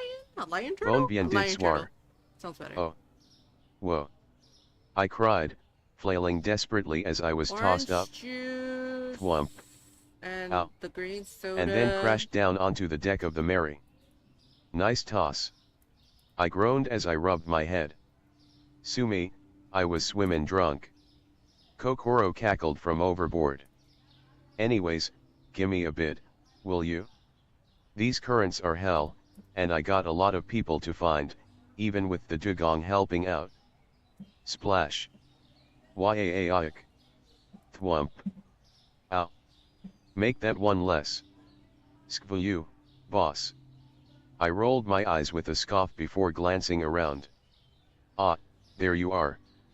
And picking soundbite up with a grin, simultaneously discarding the sword I'd been using onto the deck. Sorry about tossing you like that, I just didn't want you in the seawater is. HURK. All, seriously. The fucking deck is soaked, asshat. Soundbite snarled irately. You little cross. I spun around at the sound of a very familiar ethereal voice, and grinned joyously and crouched down with my arms held wide as a little raincoat-wearing tyke ran at me. Mary. The Klabauter man leaped into my arms and hugged me tightly with a happy I feel sob, like moving all and the I hugged eggs back. over here. Jackass. The water over here. Thwack. Yeow. Before she suddenly hauled off and rammed her And have foot into this my up shin, here. through my greave. And it hurt. A lot. Oh ow ow ow, what the hell, you little scumboat. I barked as I hopped around on my uninjured leg. You bastards left me, she roared as she flailed her arms indignantly. What? I froze in place as I stared at her in shock. That's... Hell no, that's not at all. We just decided to hold you in reserve, is all. Come on, you should know this. You don't roll out your pinch hitter in the first inning. You hold her back for the bottom of the ninth. Mary snorted and puffed her cheeks out petulantly. You're just trying to butter me up so that I don't hit you more. Is it working? Thwack. Yeow. Jackass. You little. Before I could say anything else, I was cut off by her grabbing my leg and burying her face in my jacket. I was so scared. She whispered tearfully. I hastily dropped to my knees and hugged her tight, holding onto her as firmly as I could. I never doubted you would come, not even for a second. I solemnly promised her. I heard a few more splash Oh shit. sounds from didn't even nearby, hear the ding. but I didn't look up from where I was. At least, not until Luffy gasped in relief and Kokoro and Boss leaped back on board. Phew, that was close. I thought I was going to marry. Me? Luffy yelped in shock. Hi, Captain. Mary waved eagerly. I decided to pop my body to help you guys. Oh, that's cool. Luffy laughed happily before refocusing his attention. Oh, and Robin. Thanks for MMPH. He was cut off by an autonomous hand as Robin smiled happily.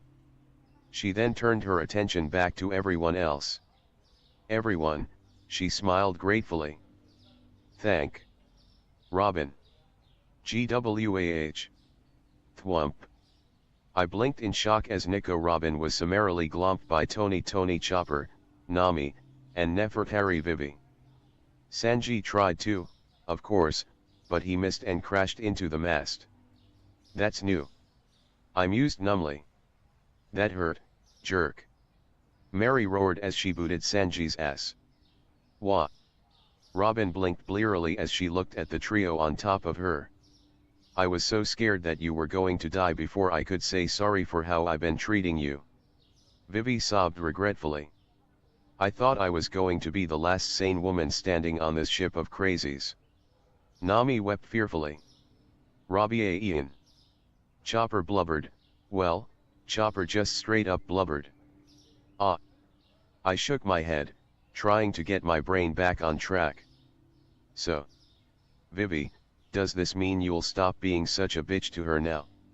Vivi swiftly snapped to her feet and coughed into her fist as she regained her usual composure. Now, let's not go crazy here. Nami stared up at her with a look of clear exasperation. Seriously? She crucified my father. It's fine, I acknowledge that I made mistakes. I'll send him my sincerest apologies at the earliest convenience. Robin glanced to the side thoughtfully. I'm sure that I still have the letter template lying around somewhere. You will write him a 20-page essay by hand, and you know exactly which pair I speak of. Vivi snapped indignantly. Is this really the time? Zoro roared.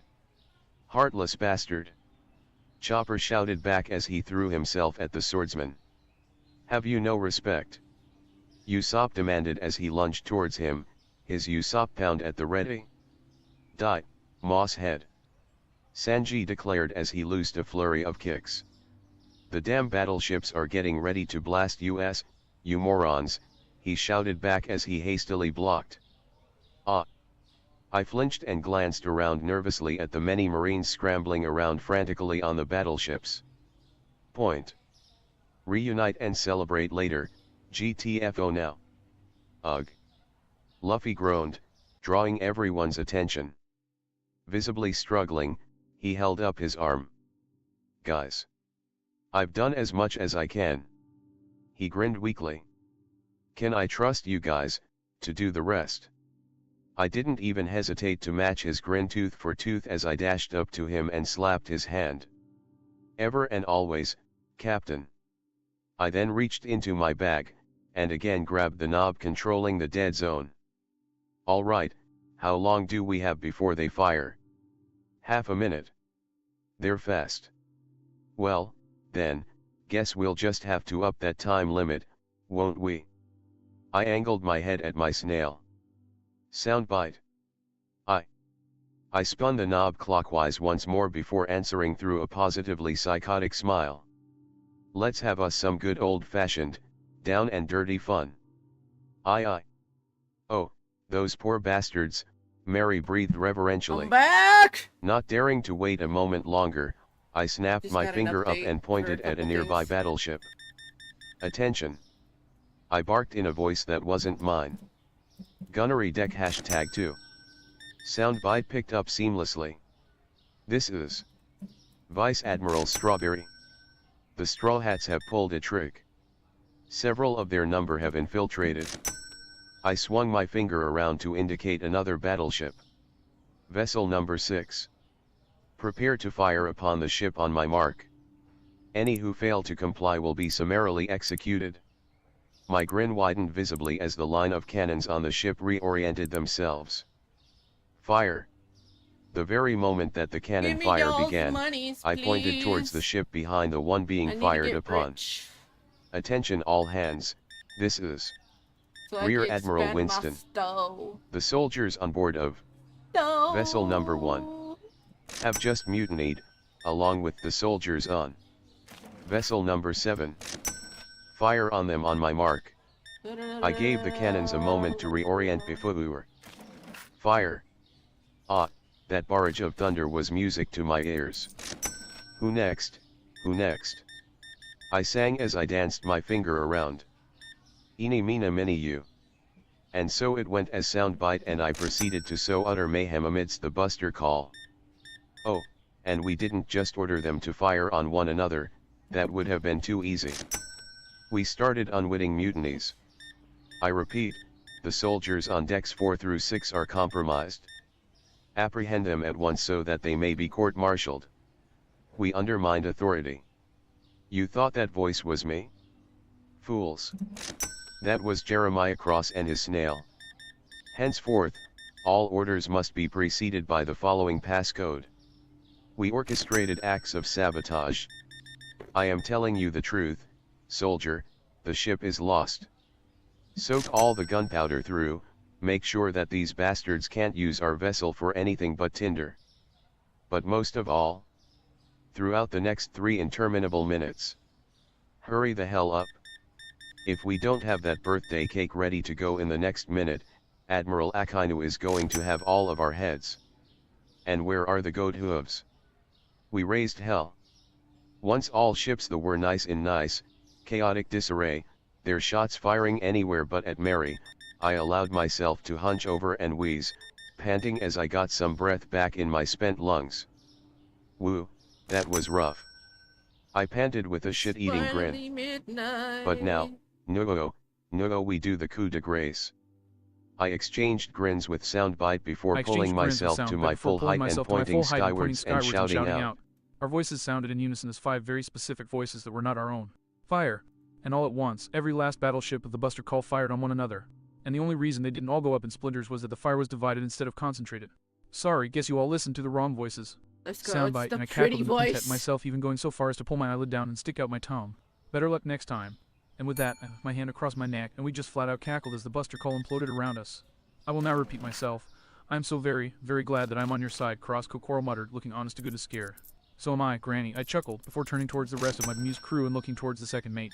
Now, seeing as how those ships are still somewhat functional and we've accomplished everything we came here for, what say we leave an I's lobby to ruin and head back to Water 7? I raised my hand. Your turn, oh mighty navigator. Nami grinned as she slapped my hand, looking over her notepad once more before nodding firmly. Right then. Everyone to your positions.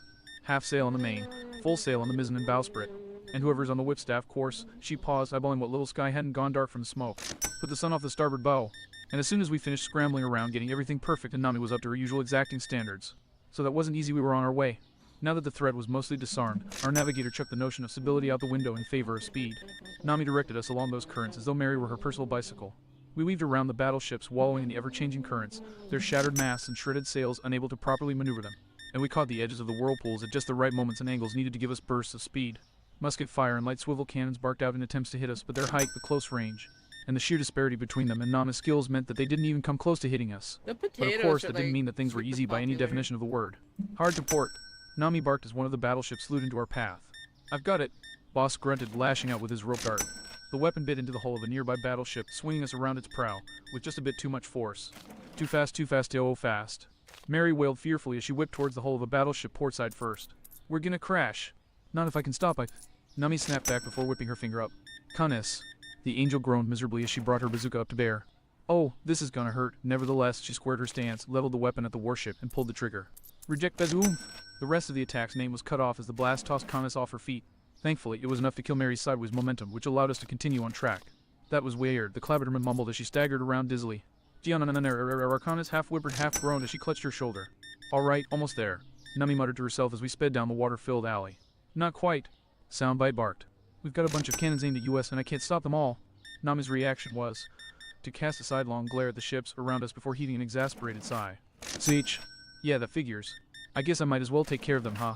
Not what I'd expected, and not that I really doubted her at this point, but what the hell? I raised an eyebrow before addressing her. Okay, I'll bite. How the heck are you planning to pull that off? Nami responded by gracing me with an angelic smile. Answer me this. What is Anai's lobby renowned as? She asked. Those of us who weren't busy panicking at the sight of gun crews swarming on the nearby battleships sent confused glances at each other. It's an Eternal Day Island. Sanji finally spoke up. Right, Nami said cheerfully. So then, she cocked her head to the side innocently. Why are we fighting in the shade?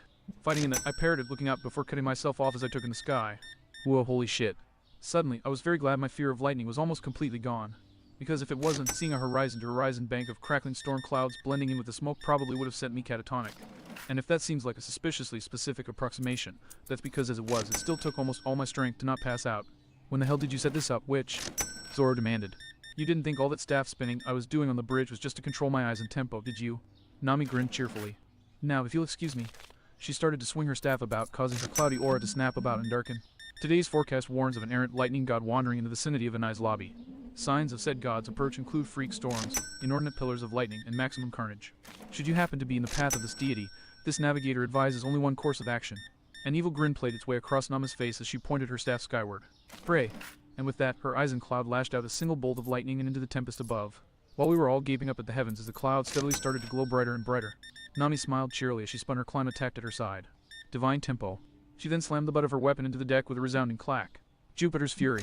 And then the world pretty much exploded with light and sound as the sky disgorged almost a dozen insanely massive pillars of pure electricity that slammed into the ocean around us, with more than half of them frying the battleships, leaving them dismasted in a fire. Once my vision returned and my ears stopped ringing, I slowly took in the sight of the Marines scrambling about on the now actively burning warships around us before turning a deliberately neutral expression on Nami. I think I can hear a song playing, I stated. Let me guess, hail to the Queen. She inquired happily. Dry pop goes the bounty. That caused Nami to freeze up, her mouth slightly open before she sighed and shook her head. Yeah, that's fair, she reluctantly admitted. No more I chuckled, mentally sending a thank you to chicken. Khalifa, and that was something I never thought I'd think, and then glanced back out to sea. I then felt euphoria begin to bubble in my chest as I What realized that I did they really was find looking out to sea. expensive? Because before us was the sight of a So blue I was horizon, not paying marred only by the attention. last battleship, Dishwasher drifting tablet. along dead in the water on a parallel course. Everyone else was swift to notice and rejoice as well. There's the exit. Mary leaped and pointed forwards joyously. Did you ever doubt me? Nami regained her charisma as she smirked victoriously. Do you think I ever don't? Zoro deadpanned. We're free, Tilda, we're free, Tilda. Usopp and Chopper Singh sang as they danced around hand in hand with one another. We made it, Robin breathed as she sighed in relief. Crash. A moment after she said that, said last battleship found itself T-boned as another one came across our path, and at its bow was a figure I immediately recognized. Vice Admiral Momonga, I grit out. Strong. Boss queried, his flipper drifting towards his rope dart, accompanied by an eager glint in his eyes. Oh, even better, Vivi lamented miserably. Momonga proceeded to whip his blade from its sheath and hold it at ready in what was clearly a well-practiced stance. Swordsman. And she means the Sea Kings make a good lunch kind too, I provided. Boss responded intelligently as he snapped his hand away from his weapon as though it were on, well, you know. Why did I open my mouth? Robin muttered darkly as she massaged the bridge of her nose. I know better by Let's now, so why? go! Infectious insanity. Lassus supplied. Yes, that sounds about right. Nami Swan, you have a plan, right? Sanji asked nervously. Yep, she said, popping the last letter before raising her hand with her palm out. Tag. Zoro snorted through his smirk as he slapped her palm with his free hand, the other occupied with tying his bandana in place. Right. Once he was past her, Nami leaned towards me. He does have this right. I hedged uncertainly. Maybe. It all depends. Asura. Yeah, no, he's got this, I amended seamlessly.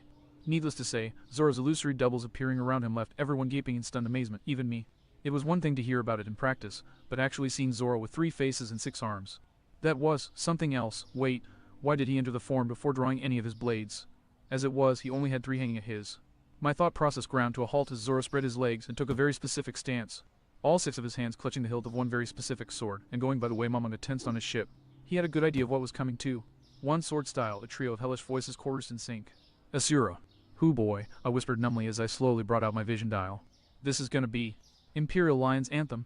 Before I could react, I think there was a blur of motion as Zoro and Momonga swung their blades as one, and then everything was still as Zoro slowly returned Wado Ikamanji into its sheath. The second the crossguard clicked against the lacquered wood, 2 things happened at once. The first was that Momonga was flung back from the edge of the battleship, his back slamming into the vessel's hull as the wind was slammed out of him. And second, Zoro's Asura clones faded, and he walked over to Luffy, pressing his straw hat back onto his face. And that's that. Back to you, Captain, he grunted. Thanks, Zoro. Luffy laughed through his hat. I'm Zoro. Nami cocked her eyebrow at him in a decidedly unimpressed manner. Not that getting rid of a vice admiral isn't impressive in everything, I'd just like to point out the fact that his battleship is still... Ah, Nami. Boss interrupted with a cough as he tugged at her jacket, jabbing his cigar at the ship. I would kindly suggest shutting up about now. Nami and I followed the direction he was pointing in and then blinked in confusion as we tried to process what our eyes were telling us. It appeared like the battleship was moving in 2 different directions for some reason. But that didn't make any sense. Why would the aft of the ship be rising above the... Did he just cut a marine battleship in half? Soundbite asked weakly.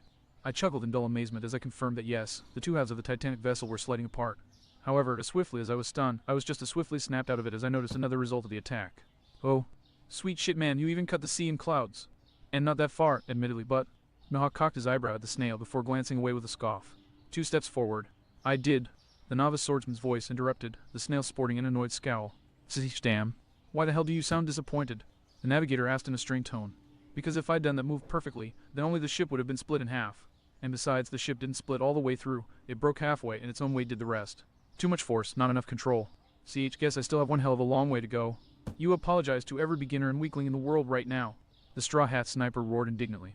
Mihawk's eyebrows rose again, and his lips slowly parted into a pleased smile. Well, he nodded in approval as he took a sip from a cup of wine he was holding. It would appear that my successor is indeed progressing at an acceptable pace. Good, very good. Dear Aurora.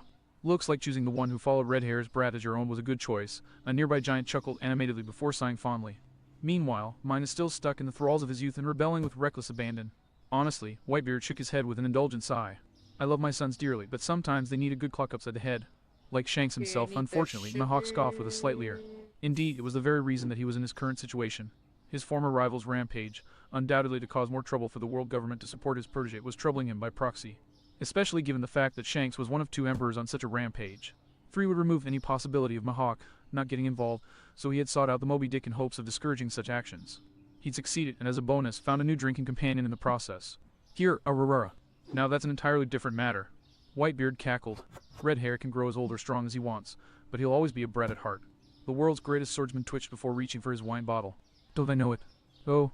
Once I managed to snap myself out of my shock, I whipped my head around and snapped my finger up at our on-staff cyborg.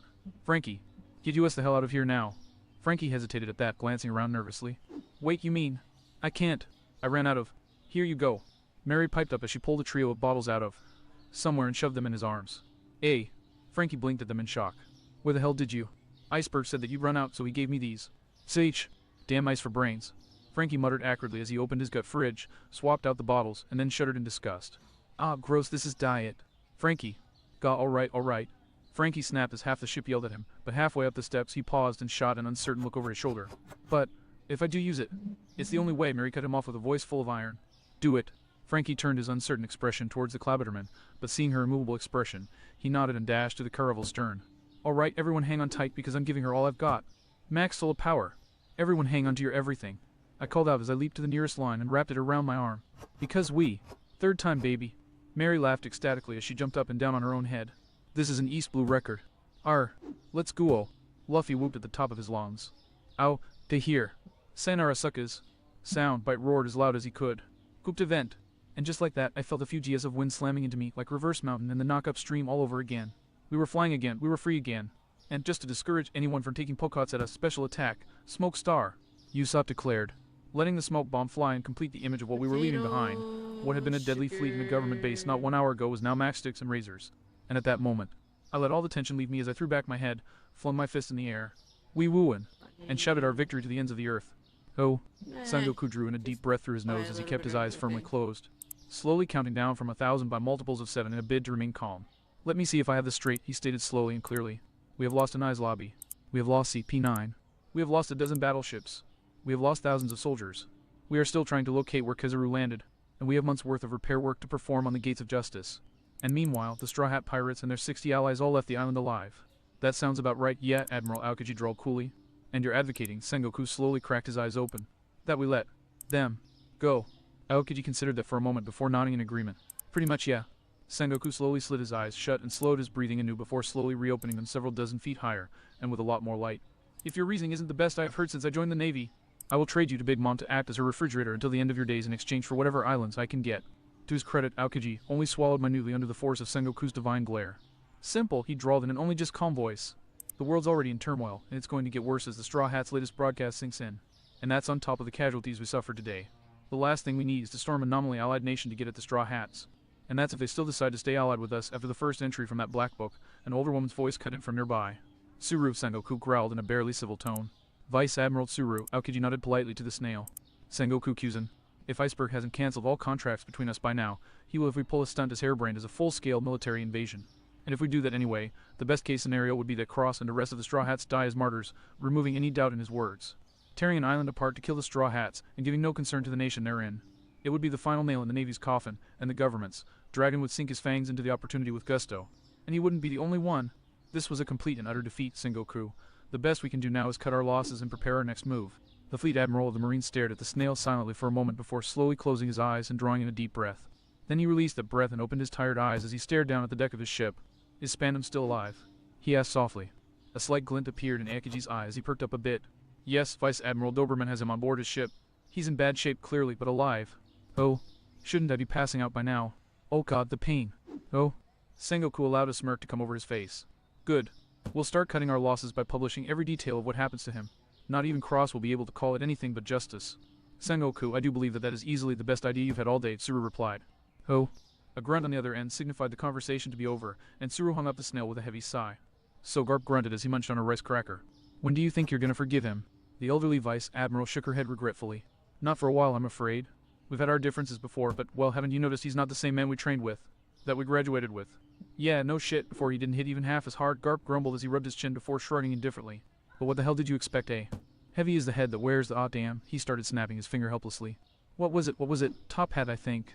Crowned Vice Admiral Momonga provided dryly as he dabbed oil onto his blade. Yeah, that. Garp pointed at the swordsman with a grin. Heavy is the head that, a blast, the golden asshole really does hit harder. Anyway, what he said. Tsuru shook her head sadly. I know that he has burdens, Garp, I do. I have them myself. I understand that, or at least I thought I did. She massaged her face tiredly. I thought he was standing strong all this time, that I was helping him bear the weight however I could. But instead it appears that all he's been doing is bending further and further to better accommodate it, and that, Tsuru clicked her tongue sadly. Well, I'm afraid that I just can't approve. Quite the moral dilemma, Momonga observed sagely. One heck of a brain twister, Garp nodded as he prepared to take a bite out of another cracker, before pausing and blinking at the youngest Vice Admiral President in surprise. Bushy tail. When the heck did you get here, brat? And why? And how? I thought you were on the other side of those. The eldest monkey winced as he shook out his thoroughly bandaged hand. Stupid tough gates. The swordsman gave the senior officer a flat look. I've been here for the past 3 minutes, using my sword maintenance kit which I left here to repair Josho Kuryu. And as for how I got here, he jabbed his thumb over his shoulder to indicate the decapitated Sea King floating next to the battleship. I swam. Garp blinked at the deceased Titan in surprise. Huh. So you did. He then blinked again in surprise. Wait, repair the rodent sword of yours? How come? I mean, sure that Roronoa fellow might have beaten your technique, but seeing as you're not hurt, he didn't beat your haki. That's because I got my haki up in time once I realized that I was outclassed in traditional swordsmanship. I was able to protect myself. Momonga frowned as he turned his Josho Kuryu in just such a manner to display the exceedingly deep rent in its blade. But Josho wasn't as lucky. Garp whistled in awe as he examined the sword's injury. And I thought they were impressive before. Yamakaji's got the right of it. Monsters and demons, the lot of them. As if we're any better. Garp blinked at Tsuru in confusion. How do you do it, Garp? Tsuru asked him. The only excuse that I can conjure is that I've had tunnel vision from supporting Sengoku, but you've never allowed your perspective to be so limited. How can you support this, Garp? How can you accept this? She waved her hands upwards. indicating the pillar of smoke that was steadily rising above the gates and blotting out the eternal sun, is what the world accepts as justice. Garp frowned and tilted his head to the side as he processed the question for a moment before allowing a grin to come over his face. Oh, that's easy. That crap just doesn't matter to me, Tsuru. You know that.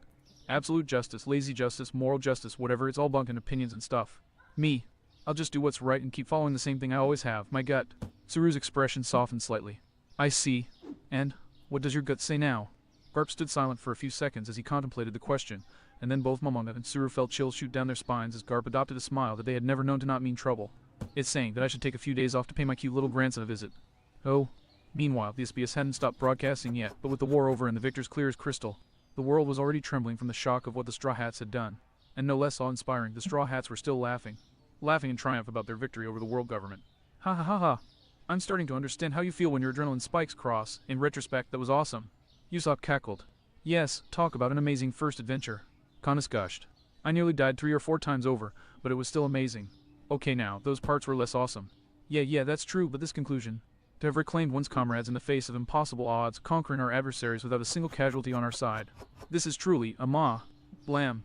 Silence, you little pest. The transponder snail hastily snapped back into its shell as a bullet glanced off of the edge of its rig.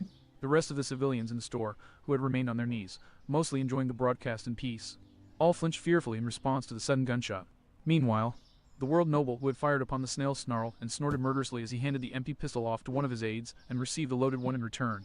Those insufferable heretics, St. Gemelmu snarled as he cocked the new gun.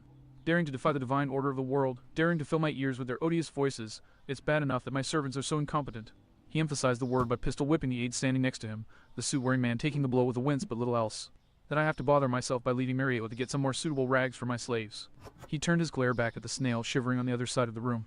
But now I'm subjected to their odious laughter even now. Who answered that snail? The civilians in the room flinched as he swung his gun over the room.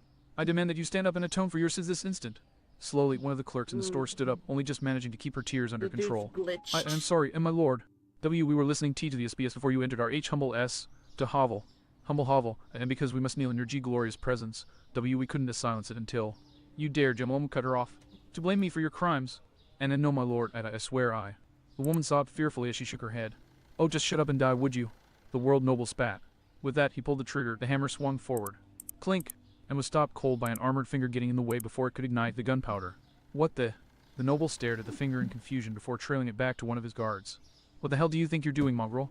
When I joined the world government, the knight said in an emotionless tone, it was for the express purpose of protecting the innocent from those who would do them harm. And now, he cocked his head to the side. I am stopping you from harming an innocent woman. You Gemelmu shook with impotent rage. You dare to lay your hands upon me. Me, one of the holy rulers of this world. I shall have you executed. Oh, really? The knight glanced around at the other members of the entourage moving to grab him before speaking a word that stopped them all flat. How? Are you stupidly insane? We're insanely stupid. The saint spat venomously. When the world government hears of this heresy, they will... Do what? The knight shot back. In case you hadn't noticed, the world government just got kicked in the balls, and the vast majority of the Marines' military forces are currently at Nai's lobby. They have no one left to spare. The knight slowly swept his gaze over his comrades. He's all alone. So the question isn't really what he will do to us. Rather, he looked back at the noble. I'd say it's what we're going to do to him. The noble sputtered indignantly at the words, an action that merely intensified when the rest of his entourage slowly looked at him as well. Well, what do you think you're doing? He hammered indignantly, swinging his head back and forth as the civilians in the shop all slowly started to get to their feet, all of them staring at him as well. Simply fulfilling the dream of every single civilian alive with the misfortune to have crossed your path, the rebel guard stated. Why, you can't do this. I am a world noble, the celestial dragon. My blood ideas. St. Gemelmu was cut off by an armored fist closing around his throat. Somebody lock the doors, the knight said in a dead tone. The clerk who had been about to die, her face now a mask of cold fury stained with tear tracks, wordlessly moved to comply, shutting the door and flipping the sign to closed. Why, you can't do this. This is heresy. This is madness. What this is. Blam. And how is justice. Oh. Marine headquarters. This is base 227 of Jabbawana requesting backup. On the double. Freeing a large number of Marines who were struggling to maintain the barricades that were only just barely managing to hold the doors of their base shut, and they were steadily buckling inwards. Oh, on the double. The Marine frantically repeated. We are currently in the midst of a sea code red situation. The entire population of the island has risen against our base, against the entire Marine presence in the kingdom. They're storming the barracks, Smash.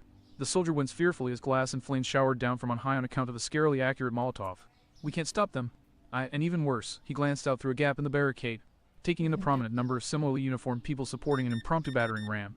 Almost 40% of the base's guard force has handed in their resignations and joined with the rebels. We're not going to last much longer. Please respond immediately. A few seconds of relative silence fell as he awaited a response. Then, Petty Officer Martino, one of the other soldiers, asked in a tone of impending doom. Why, yes. Is that snail even transmitting? The petty officer looked back at the gastropod to see that it was staring at him with half-lidded eyes but was saying nothing. And then its mouth widened into a grin vaguely reminiscent of, You little Martino, croaked numbly.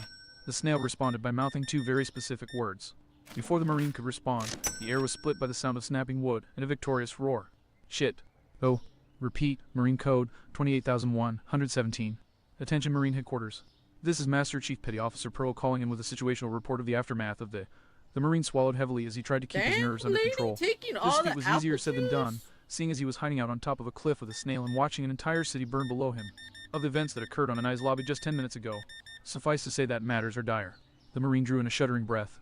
Because of the provocative nature of the actions of the Straw Hat Pirates, as well as the nature of the information that was divulged in the course of said actions, major civil unrest has started to occur on a global scale. We have received numerous reports from all four of the Blues, as well as the Grand Line. Of the nations that compose the world government, we have received notice that the soldier had to take a moment to muster his nerves before forcing himself to continue. That roughly 8% of the nations that compose the world government have either seceded or have been overthrown, and that another 12% are staving off revolutions and uprisings. Furthermore, we have lost contact with dozens of Marine bases and vessels across the seas, and are receiving countless reports of pirate activity around the world. In summation, the soldier was trembling now, and his nerves weren't helped by the sight of the city's base slowly crumbling in on itself, flames leaping from its shattered husk with an almost victorious-sounding roar. In summation, he swallowed, and then, in a fit of panic, yelled out what he was sure was the only accurate summation of the past 6 hours' events. Oh, this is, beyond a doubt, the darkest day in the entire history of the world government. Far away upon the summit of the world, 5 old men stared at a snail, their expressions grim and the atmosphere around them thunderous as the world systematically crumbled beneath them. There is Oh, let me tell you something interesting that I learned after the end of an eyes. When the surge of adrenaline is high enough, the high can last you for a very long time. Several minutes and some hard sailing later, we were still amped from what we'd all just experienced. Oh my god, there is one! Woo! I cackled energetically. We just handed the world government their collective asses. And we're the mates that pulled off our escape to boot. High five you too! I shot my hand up at my comrades. Nami and Zoro stared silently at my hand for a moment before exchanging flat looks. My face promptly fell into an equally flat scowl. Leave me hanging, and I swear that I'll air your dirty laundry across the world, and don't fool yourselves into thinking that I don't have any. Slap. Yes. I pumped my fist victoriously as I considered that we'd just pulled off a 3-way high five between the 3 mates of the Straw Hat Pirates. Jack asked the 2 quarters flatly. Oh, like you aren't both smiling? I just laughed harder as they looked away with blushes and yes smirks. That done, I started wandering the deck, weaving around my fellow crewmates' various celebrations. Catching sight of Robin standing ever so slightly off to the side, and allowing an eager grin to slide across my face. A look that soundbite and Lasso mirrored with just as much enthusiasm. Oh, Roby and Tilda. I crooned in a saccharine tone. The archaeologist stiffened and slowly turned to look at me. If her smile wasn't nervous when she did so, it definitely was after she saw the look on my face. Yes, Cross? She asked, her tone deceptively stable. Remember how I said, oh so long ago, that I would one day get my revenge on you for nearly killing me in Whiskey Peak? I purred as I stepped towards her, Lass is slinking away and out of sight behind me. And for nearly letting Chopper play Mad Doctor on me. And of course, for developing a habit of attacking my throat. The archaeologist was now visibly sweating as she slowly inched away from me. Hey ha, I remember you saying something apropos to that train of thought, yes. We'll see, I only bring that up. My grin slowly widened as Lasso got behind her legs and stopped her retreat, allowing me to shove my mad look in her face. Because it's finally time to pay the piper. And so before she could react, I shot my arm around her neck, grabbed her in a chokehold, slipped my fist beneath her hat, and pay back, you stone cold bitch. I kinda want it. I cackled uproariously as I knew her, but damn good. Og, what the let go, let go. Robin squealed as she struggled in my grip. I only got a few seconds of fun before Sandy trying to take my head off forced me to let go, but by then I'd already had my fun, and I was in stitches. You little... Sanji fumed. Oh, Robin groaned as she rubbed her burning scalp before shooting a glare at me that was more confused than angry. What on earth was that in aid of, Cross? I replied with a malevolent smirk. Oh, what was it in aid of, you ask? Simple. I drew my transceiver's mic from my bag and held it close to my mouth, making sure that no one could mistake what I was about to say. I just wanted to let the world hear as I gave Nico Robin a noogie. My spirits soared as Robin's cheeks brightened with a blush. Good luck getting your rep back after that little stunt, witch bitch. No, that's Nami. Sound by cackle. I'm going to punt your head all the way back to Sengoku, Cross. Sanji fumed indignantly as he stalked up to me. Whoa, hey. I shut my hands up defensively as he came at me. I have a valid excuse, I'll have you know. What? He demanded in a tone that promised death. Well, I hesitated slightly, before glancing to the side with a blush as I scratched my cheek. It's just that it's a little brother's duty to embarrass his older sister, you know. Sanji blinked dumbfoundedly. And before he could gather enough wherewithal to react, Robin shoved past him and hugged me. I blinked in stunned silence for a bit, before returning the hug with just as much gusto. Thank you, she whispered, before raising her tear-stained gaze to look up at everyone else. Thank you, all of you, for saving me. Sanji instantly snapped out of his anger towards me as a heart replaced his eye, while Luffy grinned his usual grin and shot her a thumbs up. Most everyone else just smiled, several with wet eyes. Boss, in particular, was wiping a tear away. Ah, what a glorious moment, he sighed rapturously. I just wish my boys could be here too. Splash. You called. All attention snapped to the edge of the boat, where the TWS was perched on the railing and leaping down onto the deck. Boss was quick to snap over to them and wrap them all up in a shell-breaking hug, gushing over a man's something or other. I myself was a bit too busy trying to figure out how the goat they had gotten there to pay attention to the specifics. But, even how the hell? I sputtered weakly. Sea turtles, mate, soundbite rasped deeply. Right. Sea turtles, I nodded in agreement. Indeed, sea turtles are quite the hardy creatures. Kokoro cackled as she knocked back a bottle she pulled from somewhere. How the heck do you think I made it back to Water 7 after I fixed myself, huh? Frankie laughed confidently. Personally, I always thought that you were just too stupid to drown, flunky. Stick a lid in any eyes for Herc. Frankie choked on his own words as he spun on his heels. Ice for brains. The mayor of Water 7 smirked from atop his vessel, which had somehow crept up on us as he mock saluted his old friend. Miss me, you meddle me head. Frankie blinked stupidly for a second before cackling uproariously. Not on your life, you limp-wristed walking cooler. Okay, that's just hypocritical, Mikey pointed out with a bark of laughter. I chuckled as the back and forth went on, watching as everyone on board gathered too. Wait a second. Everyone. No, that wasn't right, we were missing. A slight sound just brushed against my inner ear, drawing my attention. The heck? I muttered before glancing at Soundbite. Did you? Whose Soundbite's eye stalks started to swivel around. When the sound came again and caught both of our attentions, and with directionality to boot, I immediately started creeping towards the mast where the noise was coming from because, well, who wouldn't look when they heard the sound of whimpering just on the edge of their hearing? Slowly and with no small amount of trepidation, I peered my head around the edge of the mast, and my heart nearly stopped at what I saw. Mary's Clabberman, her transparent body flickering like a bad hologram, was curled up against the mast and shaking with what could be nothing else but excruciating agony as she clutched at her midsection. When she noticed me standing there and staring at her with tangible horror, she turned a Rick to smile up at me and forced out a pained chuckle. So idiot bird is here, huh? T, that's good, see cause. Her smile widened with tar-black humor as she raised a hand from her stomach. I only just managed to keep from falling to my knees as I saw that it was covered in blood. It looks like, she smiled through her tears, it's finally time for me to give up the ghost. Sorry, Cross. And just like that, she was gone. Soundbite hissed in a horrified gasp. Cross. Her head. I roared at the top of my lungs, pumping as much desperation into my voice as I possibly could. Grab Mary's head now.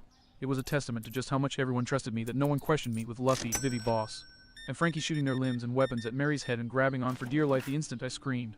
And not a moment too soon either, because almost a second later, a chorus of snaps rang out, and what had to be a dozen of Mary's deck planks splintered and tore. It was only via hasty support from the rest of our crew that Mary's saviors were dragged off their feet. In the end, Mary stayed whole, but the highly audible chorus of groans that were starting to sound out across the ship didn't inspire even a fraction of confidence. Mary! Usopp wailed frantically. Oh no, ship girl!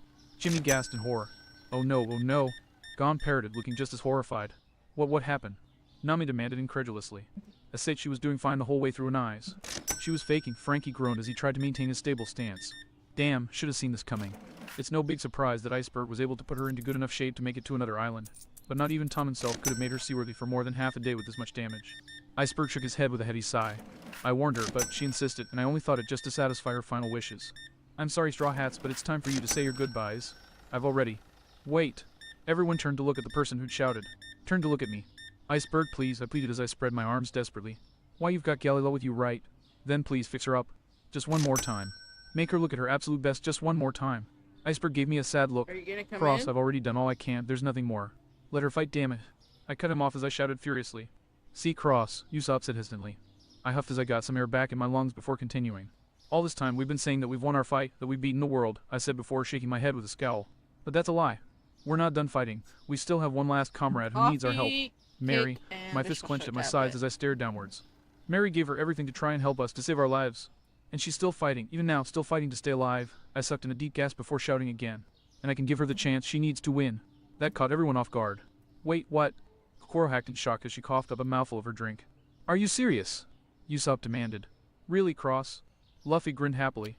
I shook my head firmly. It's a hell of a long shot, not a guarantee, a gamble at its utmost best. But damn it all, look around.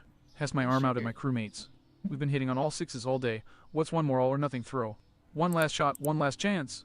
But I glared Iceberg dead in the eyes, tears streaming down my face as I started to rapidly lose control.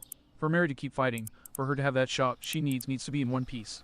You're the only one who can do it, Iceberg. Only you can save her life. So that's why. I collapsed to my knees and rammed my brow into the floorboards, bowing my head as low as it would go. I'm begging you, I shouted at the top of my lungs. I'm begging you with every last fiber of my being, with everything that I've got, to please, please help us. Give Mary a chance. Give Mary one last chance to fight on. Give her the chance to live. Not a single second later, I heard several other thumps around me, my crewmates to a man, woman, and beast mirroring my actions. I waited. Galley lot, Iceberg said firmly. All hands on deck. We have work to do. I looked up in time to see Iceberg's gaze turn to our future shipwright. I snorted a goodly amount of snot back into my nostril. I can count on you to help too, right, Frankie? Frankie grinned wryly. Not a chance in hell that I wouldn't cross. Come on, chumps.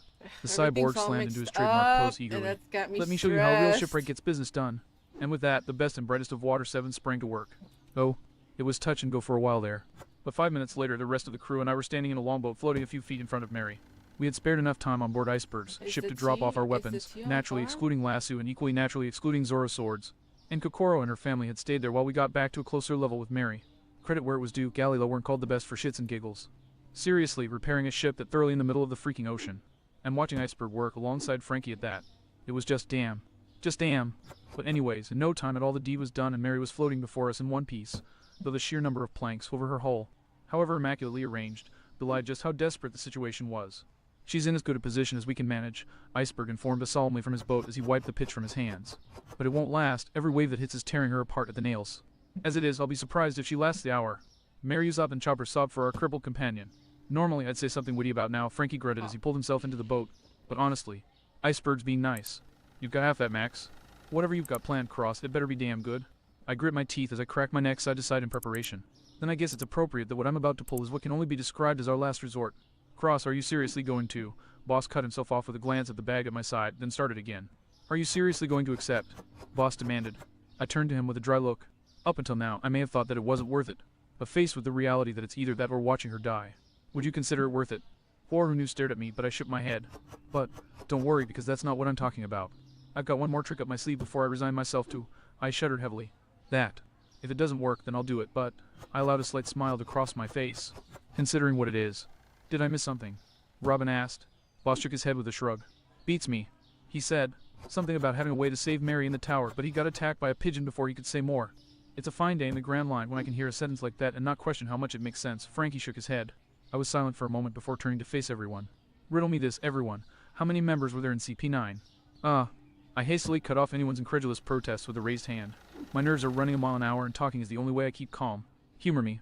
Nami exhaled heavily, obviously counting down under her breath before ticking off her fingers. If you're counting Spandam, his sword, and the pigeon, 10 all told. I allowed a content smirk to quirk my lips as I held up a single finger. Try 11. That drew her up short. What? But wait. Nami hastily started counting down on her fingers again. If we do indeed count Spandam and Funk, freed amongst the Pole's ranks, I cut her off with a chuckle. Then before this all started, there were 5 of them waiting for us on Anais in the Tower of Justice, and 6 escorting Robin and the puffing Tom. Hold on, give me a second, Sue muttered as she balanced on her hind legs and started counting down on her forepaws toes. Lucci, Hattori Koku, Khalifa, Bluno, that's only 5. She looked up in confusion. Who's number 6? I smirked as I held up a hand and started raising fingers. Lucci, Hattori, Koku, Khalifa, Bluno. I then held up my other hand and popped my index finger. And Nero. Everyone on the crew was confused except for our cook, who only just managed to keep from sucking down his cigarette. The sea weasel. He coughed in confusion.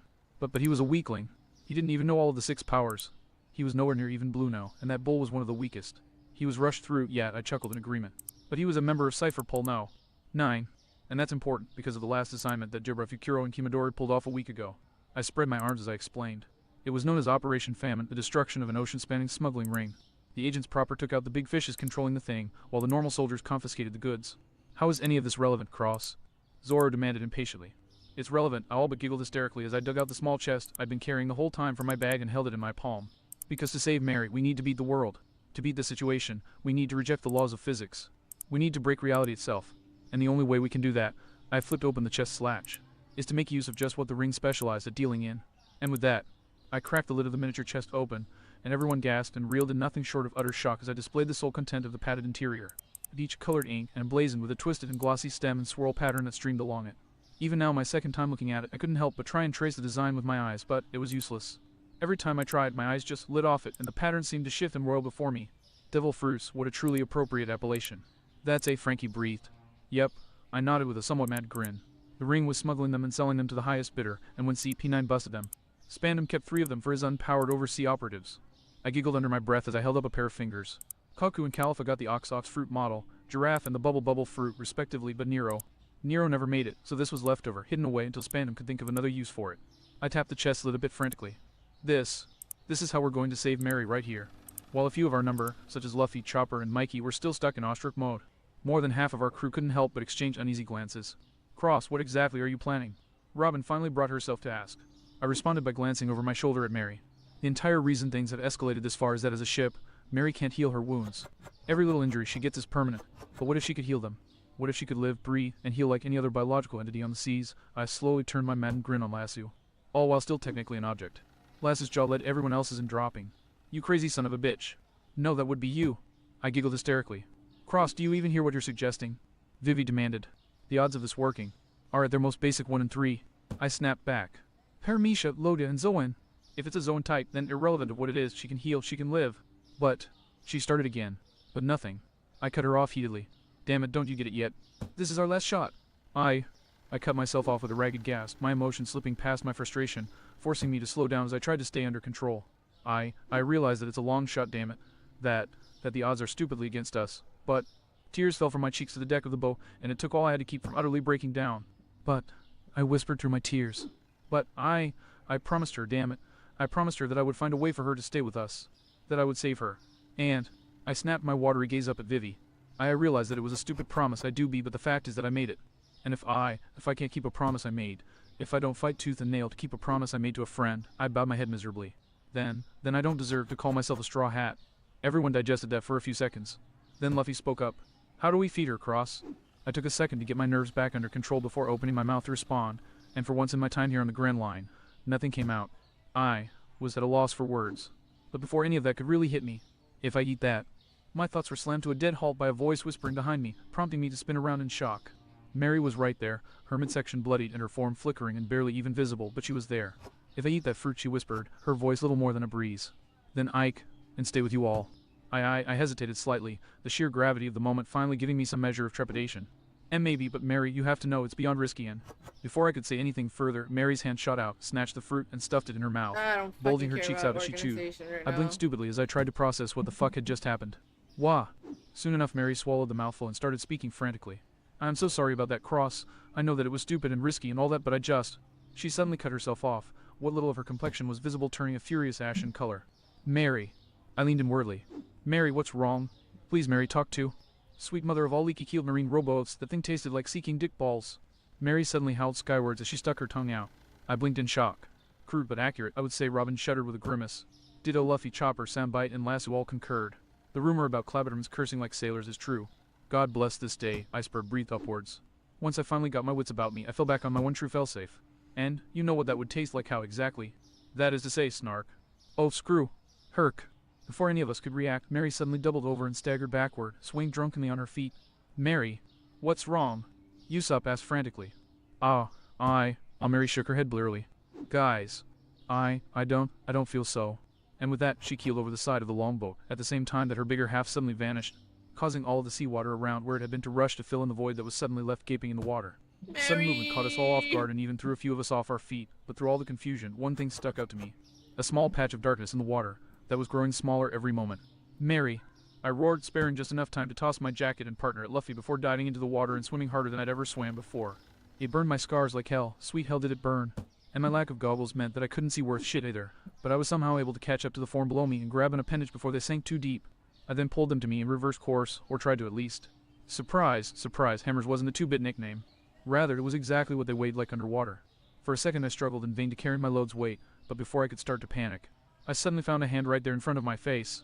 I grabbed it grabbed me, and one rush of seawater later Luffy reeled us both back onto the longboat, the momentum nearly capsizing us wholesale as we slammed back on board. I gasped and spat as I tried to clear my senses of seawater, twisting my head around frantically once I could in search of whom I'd grabbed. And Mary. Mary, where are you? Kagechi, Cross. I blinked in confusion as a voice sounded out just below my head, and when I looked down, it became clear why. She was sitting squarely on my chest. The figure that I knew was Mary was a girl the size of her Clabberderman, no taller than 4 feet.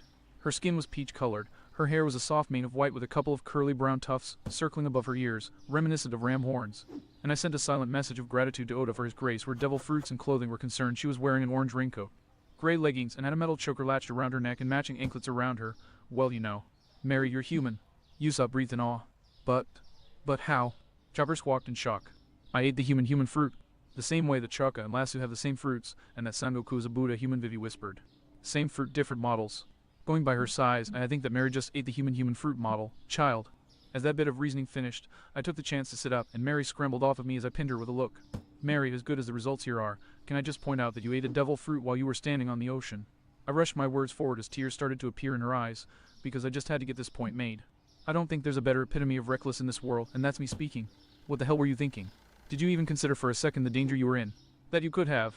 I didn't care. I choked myself off as Mary suddenly screamed at the top of her lungs. Seeing Mary standing there, shaking on her feet and sobbing as tears streamed down her face, it was Mary, I breathed. I didn't care. She continued. And I don't care now. I don't care that I could have died. I don't care that I can't swim anymore. I don't care that she choked heavily on her words. That I can't carry you guys anymore. I don't care about any of that. Because. She threw her head back and screamed. Because all I care about is you. All of you. All I care about is staying with you all. I don't care if I never get to see the new world. I don't care if I never get to see Raffle, because even if I did. Mary flung herself forwards and buried her sobbing in my chest. It would mean nothing. She wept. Without you. I don't want to go to the bottom of the sea. I don't want to die. And most of all, I don't want to be left behind. So please. She raised her head and stared at us all with absolute desperation. Let me stay with you. Let me come with you every step of the way. Let me see another sunrise as a part of this crew. Let me stay a Straw Hat. As Mary's tirade trailed off into sobs, I slowly turned my eyes towards my captain. The look he gave me didn't surprise me in the least, and that didn't make it any less joy-inducing when he nodded firmly. As such, it was with the utmost delight that I threw my arms around Mary and hugged her tight. As if we would ever even consider saying no, I yelled happily. That was all the signal everyone needed to roar with joy and do what was perfectly natural, celebrate. Mary, you sup, Luffy, and Chopper cried joyfully, all practically bowling us both over as they grabbed us in the mother of all bear hugs. We did it. Nami squealed as she grabbed the nearest person she could in a hug. Due to said person being Sanji, he had nothing to say on the matter. Vivi was mirroring the action with Karu, though given how she grabbed his neck rather than his chest, he was more frantic than happy. You guys are so totally nuts. Frankie sobbed dramatically as he tried and failed to hide his sobbing in a pose. Woo-oh! Woo-oh! Lasso howled triumphantly towards the sky. Can you believe it, Sue? Goddess giggled ecstatically as she spun her pet around. We did it! She's alive! She's alive! That's great, Conus, but I'm getting kinda. She's alive! Athag! Sue screamed and flailed in terror when Conus suddenly flung her upwards with a euphoric laugh. To snatch a dearest comrade who we all thought was doomed from the very jaws of death themselves, Wass shook his head with a wide grin. Oh, there's only one definition for this. He leapt skywards and punched the air. Say, boys, it's a man's romance. All 5 Dugongs chorused as the Tita de Boes followed their mentor. And I thought that this day couldn't become any more wonderful, Robin whispered, tears streaming down her cheeks as she stood only just off to the side. I have never been more grateful for the impossibility of these seas, of this insane beautiful crew. Zoro stood similarly off to the side, and though he didn't say anything, he was making no attempt to hide his smile. They did it! Gonv and Chimney sang as they danced around hand and paw. You think we've finally seen the extent of their madness? Iceberg asked Kokoro wistfully. Personally. Kokoro cackled as she tapped out the last few drops of her bottle with a smirk. I think that they're just getting started. The mayor's smile widened as he looked back at us. Good. And then, as if that all weren't good enough, I felt it. A single point of cold right on the tip of my nose. I stared upwards, and sucked in a breath when I realized that it was snowing. It was snowing! I sobbed beneath my breath before raising my voice to roar for all to hear. You hear that? We won. In the final count of the Straw Hat Pirates against the world itself, against reality itself. We have won. And so ended the epic saga of Anai's lobby, beneath a snowy sky as we the Straw Hat Pirates cried our hearts out, as we cried rapturous tears of pure, undiluted joy. Up arrow top. Left arrow previous chapter. Next chapter right arrow. Edit bookmark. Comments 63. User 1, 137, Cat Cuddler 1, 120, Lols, Mal 16, Javel, Eventual 190, Verspruca Cactus, Asterophorus, Time Zalfi, Ovis, Banton Karetson, Clemo 12 Azro, Aline, Soli, Anakim, Kira XXX, Asexual Blue J 3 Ounce, Ruby Dragon, Art Magneto, Pickle Fish Lips, Luke King 16, Jikami 32, Wolf 17 Fang, 4R 4V3 and 4 C4T.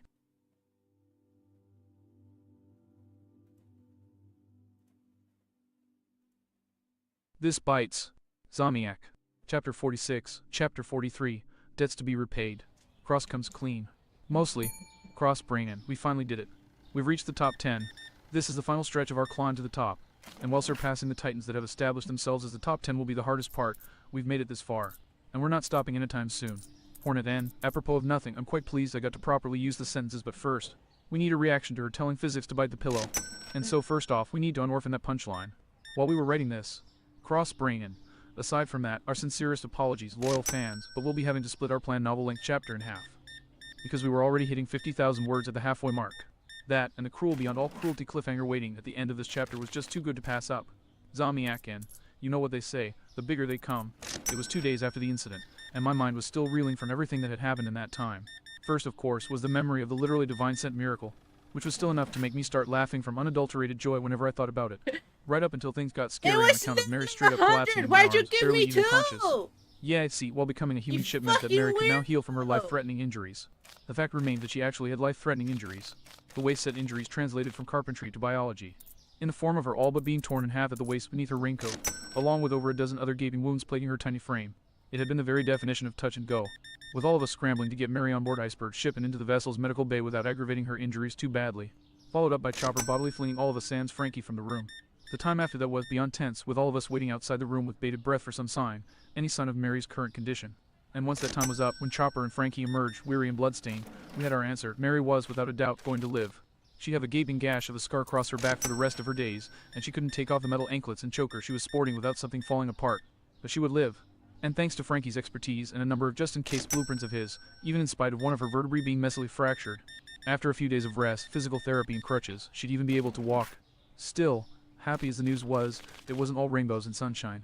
Oh, so Mary can never become a ship again. Usopp asked quietly, his air of quiet horror shared between us all. I'm sorry, Usopp, Chopper said, shaking his head sadly as he wiped the blood off of his hands. But yes, not without dying. It all goes back to that damn crack again, Frankie explained with a heavy sigh. See, while we might have been able to patch her up so that she's fine while she's human, I can tell you as a shipwright that the reinforcement we put in just won't hold up for even a second if she tries to return to her ship form. If she ever tried to go back, he snapped his fingers with a grim look, she'd be ripped in half by her own weight. Sorry guys, but it doesn't matter how long we wait or what we do. Our initial summary was right. The Going Mary's days as your ship are done. Oh, Ravivi whispered hoarsely. Sullen silence, seasoned with horror, fell over us all.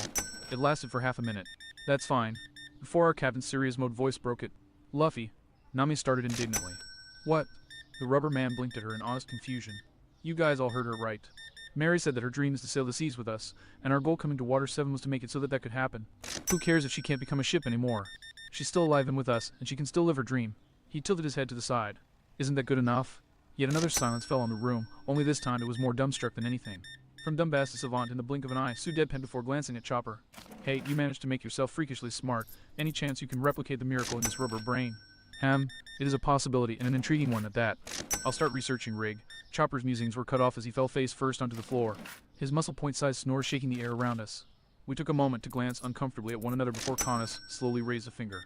How long were you guys in there? A Frankie clenched an eye shut as he cocked his head to the side. According to the clock I stuffed between my ears. 2 hours. And on that note, the cyborg promptly keeled over onto his back, adding his own snores to Chopper's chorus. The rest of us barely had enough time to realize what was coming before the Sandman whacked us upside our collective heads and darkness took us. Oh, the next thing most of us knew. It was around 30 hours later, and the less injured of us were waking up back on Water 7 with absolutely killer headaches. And aches just about everywhere else too, for that matter. Because damn if we hadn't pushed our bodies to the absolute maximum over the course of our, quote-unquote, little adventure. And we were the ones actually capable of waking up. Luffy, Mary, Karoo, Vivi, Soundbite, and Chopper were all still slumbering. The first 3 due to their excessive injuries, and the latter 3 on account of just how utterly they drained their bodies of energy during the fight. Of course we weren't ones to let that impact us. And if the fact that Iceberg, Zambai, the Square Sisters, and the 3 Galila foremen entered not 2 minutes after we woke up was any indication, that was either common knowledge or expected at this point. It was a load off my chest and everyone else's when Zambai confirmed that none of the Frankie family had died, though there was no shortage of major injuries among them, with even Oimo and Kashi walking away from the ordeal with a few new scars, though they were particularly proud of them. Point of fact, pretty much everyone was proud of their new trophies, a fact which I took no small amount of pleasure in lording over a thoroughly disgruntled Nami. Meanwhile, what Iceberg had to tell us was somewhat less pleasant. C9 had caused enough damage on their own, we'd known that as we'd left, but the worst Aqua Laguna in living memory had only served to literally throw inhuman amounts of salt in the wounds. And he smirked as he said it, Galila would have more than enough time on their hands to fix the damage thanks to their dissolved contracts with the world government, meaning that they no longer had a queue of battleships a mile long to complete. Now that caught us all up short, and Iceberg wasted no time in explaining his reasoning, which the entire island agreed with. More than agreed with, actually, considering how they seemed ready to form an angry mob when the truth of the mass resignation from hell reached them. But still, as brash and bold as the move appeared on its surface, the truth of Iceberg's actions extended far past the realms of the obvious and delved to depths of true diabolical genius that had Frankie ready to start treating him with respect. And all to get back at the government. See, as mayor of Water 7, while he only had direct control over Galila, Iceberg's word was tantamount to law where the rest of the companies on Water 7 were concerned. As such, when Tom's old apprentice sent out the word that Water 7 would no longer be servicing all those affiliated with the world government, he didn't just mean that Galileo would stop working for the Marines. He meant that the entire island would stop working for anyone affiliated with the world government. The significance lay in that while Galila was the best company on Water 7, Water 7 held the best shipwrights in all of Paradise. Period. The end result of the embargo was that a large number of nations, Pucci, Sanfaldo, and St. Poplar among the most immediate, were being stabbed with Morden's fork but hard, either abandon the world government's good graces and face all the consequences that implied head-on, or abandon Iceberg and attempt to face the seas with ships of notably lesser quality than what came out of Water 7, and considering the Grand Line's general temperament on a good day. Suffice to say that for many, the choice wasn't actually much of a choice at all, and the fact that the world government had a large number of more hostile secessions to deal with meant that they were getting ample opportunity to batten the hatches for the inevitable retaliation for staying with Iceberg. Once Iceberg finished explaining the current state of affairs on the island, we moved on to discussing more important matters, i.e., the current states of our injured crewmates. On the surface, everyone who was still out of it looked okay, but in reality, well, simply put, the physician who was looking over us in Chopper's place had quite a bit to say. Though, shriveled organs, I'm 3/4 of his kinda blood gonna lost, cheat the a rest little stretched bit as thin right as now. nori, less hydration than a cactus. More minute tears in his skin than I can count, and fatigue that should have rendered him unconscious 2 days ago. Doc. He only got those injuries yesterday, Zambai began. Exactly. The Sawbones roared as he jabbed his finger at the dismantler. He's taken 48 hours worth of Olympic-grade fatigue in a mere sixth of that time. Which leads me to the following diagnosis. Even if he's made of rubber, it makes absolutely no sense that he is still breathing. You guys have Olympics. I asked nobody in particular. I found no small amount of amusement in the way the poor bastard flung his hands up in the air with a wordless cry of frustration. Every decade or so, Mariowa hosts them, and similar smaller events occur in the blues. I probably would have wound up taking my boys and heading to one of them if I hadn't joined up with you guys, boss answered, before blinking in confusion. Apropos of nothing, cross, I just realized that I'm confused about something too. But Huh? What, I you need already to knew that my expand knowledge isn't that Sword Base comprehensive. as much as No, I that's not it. can. He waved me off. Sound bites unconscious, that much is obvious and expected. And I need the Boss-eyed infinity sound bites money. audibly snoring Shell before gesturing at his throat. So, how am I still talking? I opened my mouth and raised a finger, then reversed the action and scratched the back of my head. Devil fruits are bullshit. Awakened devil fruits make mere bullshit, they're bitch. Boss stared at me silently before nodding in acceptance. Your logic is sound.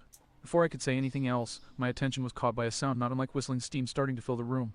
The origin, as it turned out, appeared to be the good doctor, whose face was slowly turning a rather interesting shade of purple. And I swear his head expanded a little bit. He looks like a grape about to pop, Robin Riley observed. I flashed a grin her way. Have I mentioned how happy I am to have you back, Robin? My pseudo-older sibling chuckled as she tipped her hat in my direction. The doctor slowly turned a wild-eyed look on Iceberg, who'd been watching the exchange with no small amount of amusement. Mr. Mayor, he seethed viciously. I'd like to offer you my official prognosis on the Straw Hat Pirates as a whole. Iceberg hid a snicker behind his hand. Yes, and that would be, Doc. They're utterly insane. Nami gave the poor physician a decidedly unimpressed look. You haven't been in the Grand Line long, have you? I just wanted to write a freaking thesis, damn it. The doctor sobbed miserably. But no, instead I wind up in this loony bin of a geographic location. Why the hell did I take career advice from a little girl who was offering it for a few baris? I assume because she's really good at what she does. Makey offered with an unrepentant grin. Dr. Maple, Iceberg hastily spoke up as the poor sap of a physician started to turn a demented gaze on the dugong. I believe you were informing these fine folks of the current states of their comrades. The doctor continued to twitch for a bit before heavily huffing out as much of his frustration as he could manage and refocusing on the clipboard he was carrying. Alright, let's see, might as well start with the most normal case here, the princess. Giara Rog. The doctor cut himself off as a pain gurgle came from the direction of another bed. Or, the duck, I suppose. The duck could work too, he hesitantly conceded. Said duck was leaning up in his bed, blearily rubbing his head with his bandaged wing. Ish, all white. He squawked painfully. I helped the doctor out by jerking my head at Vivi. Why yes, she's fine. She has some broken bones, a few fractured ribs, and scratches a little bit everywhere. And she's suffering from an acute case of exhaustion nowhere near the levels of that monster you call a captain. Mind you, but apart from that, she's mostly fine. The worst injury she received, he gestured at Vivi's bandaged midsection, would be that, quite frankly, impressive case of road rash that she's sporting on her midsection. That will be leaving quite the scar. Though the doctor chuckled mirthlessly as he fiddled with his clipboard. From what I know of people in your profession, I'm certain she won't mind. Sanji's tone was perfectly calm and even, but the doctor nonetheless fell silent. Most likely because of the ambient temperature in the room suddenly ratcheting up a few degrees in spite of Sanji's only motion being to light his cigarette. You may not be aware of this, but the Sea Restaurant Verity didn't have much in the way of medical treatment. As such, we more often used what we had on board to make ends meet. Suffice to say that more often than not, the results were Sanji sighed out a roiling cloud of smoke. Not that positive. In light of this information, I recommend that unless you'd like me to demonstrate some of those treatments firsthand, you refrain from finishing that sentence. Is that clear? The doctor's fearful whimper was answer enough. Meanwhile, ignoring the exchange, Karu slowly began struggling to get to his talons. I have to get back ta. Walk. Karu's eyes rolled up into the back of his head as he flopped forwards onto his beak and began snoring, showing off a syringe that had buried itself in his rump. I glanced at Chopper, all ready to compliment him on the shot and then I felt my face turn blue. Is he even awake? I croaked fearfully as I watched Chopper continue to slumber peacefully. No, Cross. He is not, Robin replied, appearing rather nervous herself, along with everyone else in the room that was conscious, for that matter. and I'm fairly certain that more than a few of the KO ones started to sweat. Dr. Maple groaned as he eyed our Zoan crewmate. That's for the best if I'll be honest. He's one of the worst cases. Granted, his biology makes an accurate diagnosis a bit difficult, but what I've got so far is quite frankly disturbing. Multiple puncture wounds all over his body, extreme amounts of stress to his skeleton and musculature. He's been beaten within an inch of his life. Suffered second-degree burns to his chest. He topped it all off with a sidelong glare at Luffy. And he's anywhere from half to three-quarters as exhausted as your captain. I'll be honest, I might not have been in the Grand Line long, but in my time here I have treated a few Zoan types, and I've seen them live through some rather insane damage. But seeing this, I still have no idea how on earth he's still alive. What can we say? Usopp chuckled with a weak smile. He's one hell of a monster. Hey, I protested in indignation. He's a demon. Get your terminology straight, why don't ya? The doctor rolled his eyes as we all shared a laugh at that. Anyway, I'm just going to go ahead and move past your pet snail because I'm not a vetter. NREID. First off, his name is Soundbite, and he is my partner. I droned tonelessly as I clenched my fingers around the man's shoulder. And second, I suggest that for the sake of your arm, you learn. I redoubled my grip. Fast. Going by the way, the doctor suddenly stiffened in my grasp. He definitely felt it as everyone conscious in the room joined me in pinning him. Some simply with stares in place of glares, but the message was clear. The poor sap swallowed and nodded, and as I relaxed my hand, he carefully picked up Soundbite and looked him over. Margia, alright, his shell looks fine besides a few cracks here and there. Though they look old, he shut his eyes as he stared into Soundbite's shell. He's normally gray, right? I nodded in agreement. Then I think he's a healthy color. Apart from that, going by his power set, maybe a sore throat and most likely some exhaustion of his own. He gave me a terrified look. T there, is that good enough for you? I smiled beatifically as I released his shoulder in favor of plucking Soundbite from his grasp. Perfect. The doctor straightened his coat out as he nervously side-eyed me. And anyway, T, the rest of you are all fine, relatively speaking. Scratches, a few fractures here and there, nothing truly major to worry about. In the end, I suppose the last person who needs to be mentioned is... Well, he cast a softer look at the person in the room who was simultaneously our newest crewmate and one of our oldest comrades. Her. We all looked nervously at Mary as the doctor reshuffled through his notes. Well, I never thought that I'd say this, but your doctor and Frankie did good work. Your friend, Mary, was it? He noted her name down when Nami nodded. Mary is in no immediate danger, and when she wakes up, she should be stable to move about on her own after a few days of crutches and physical therapy. I also gave her a basic physical, and aside from structural damage around her neck and feet that those metal braces are keeping surprisingly stable, she seems healthy. But, he promptly snapped his finger up. You need to make sure that she takes it easy for the next few days. The damage to her spine is healing fast, but not even Zoan levels of fast are enough that it will be done when she awakens, which given your crew's inordinate level of strength, I'd estimate will be in another 24 hours at the latest. From there, if what I've been told is accurate, I think that you'll need Galila's help as much as mine. She may seem to be fully human now, but there are bound to still be some carryovers from her original form, even in her alternate form. So, all in all, everyone's healthy enough. Nami concluded. The ones who are unconscious should stay that way for their own good, but as long as you don't get into any more serious fights in the next few days. He gave us all a flat look, which, given your reputations, I sincerely doubt you can accomplish. Yes, you're all clear. Even if, by all standards of modern medicine, most of you should be dead 10 to 20 times over. I sighed in relief as I breezed past the last bit of what the doctor had said. I had never doubted that we'd win against an Ai's lobby. But I won't deny that after what I'd gone through on Scapia, I'd been worrying about someone suffering some form of lasting damage. Granted, we hadn't come out of there entirely unchanged. Nami was still pretty mellowed out, Vivi taking a hell of a blow.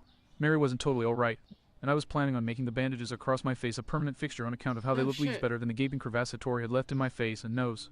But all things considered, I couldn't really complain about the way things had turned out. In that case, Iceberg's voice cut through my relief like a knife, drawing everyone's attention. His impassible expression did little to alleviate the tension.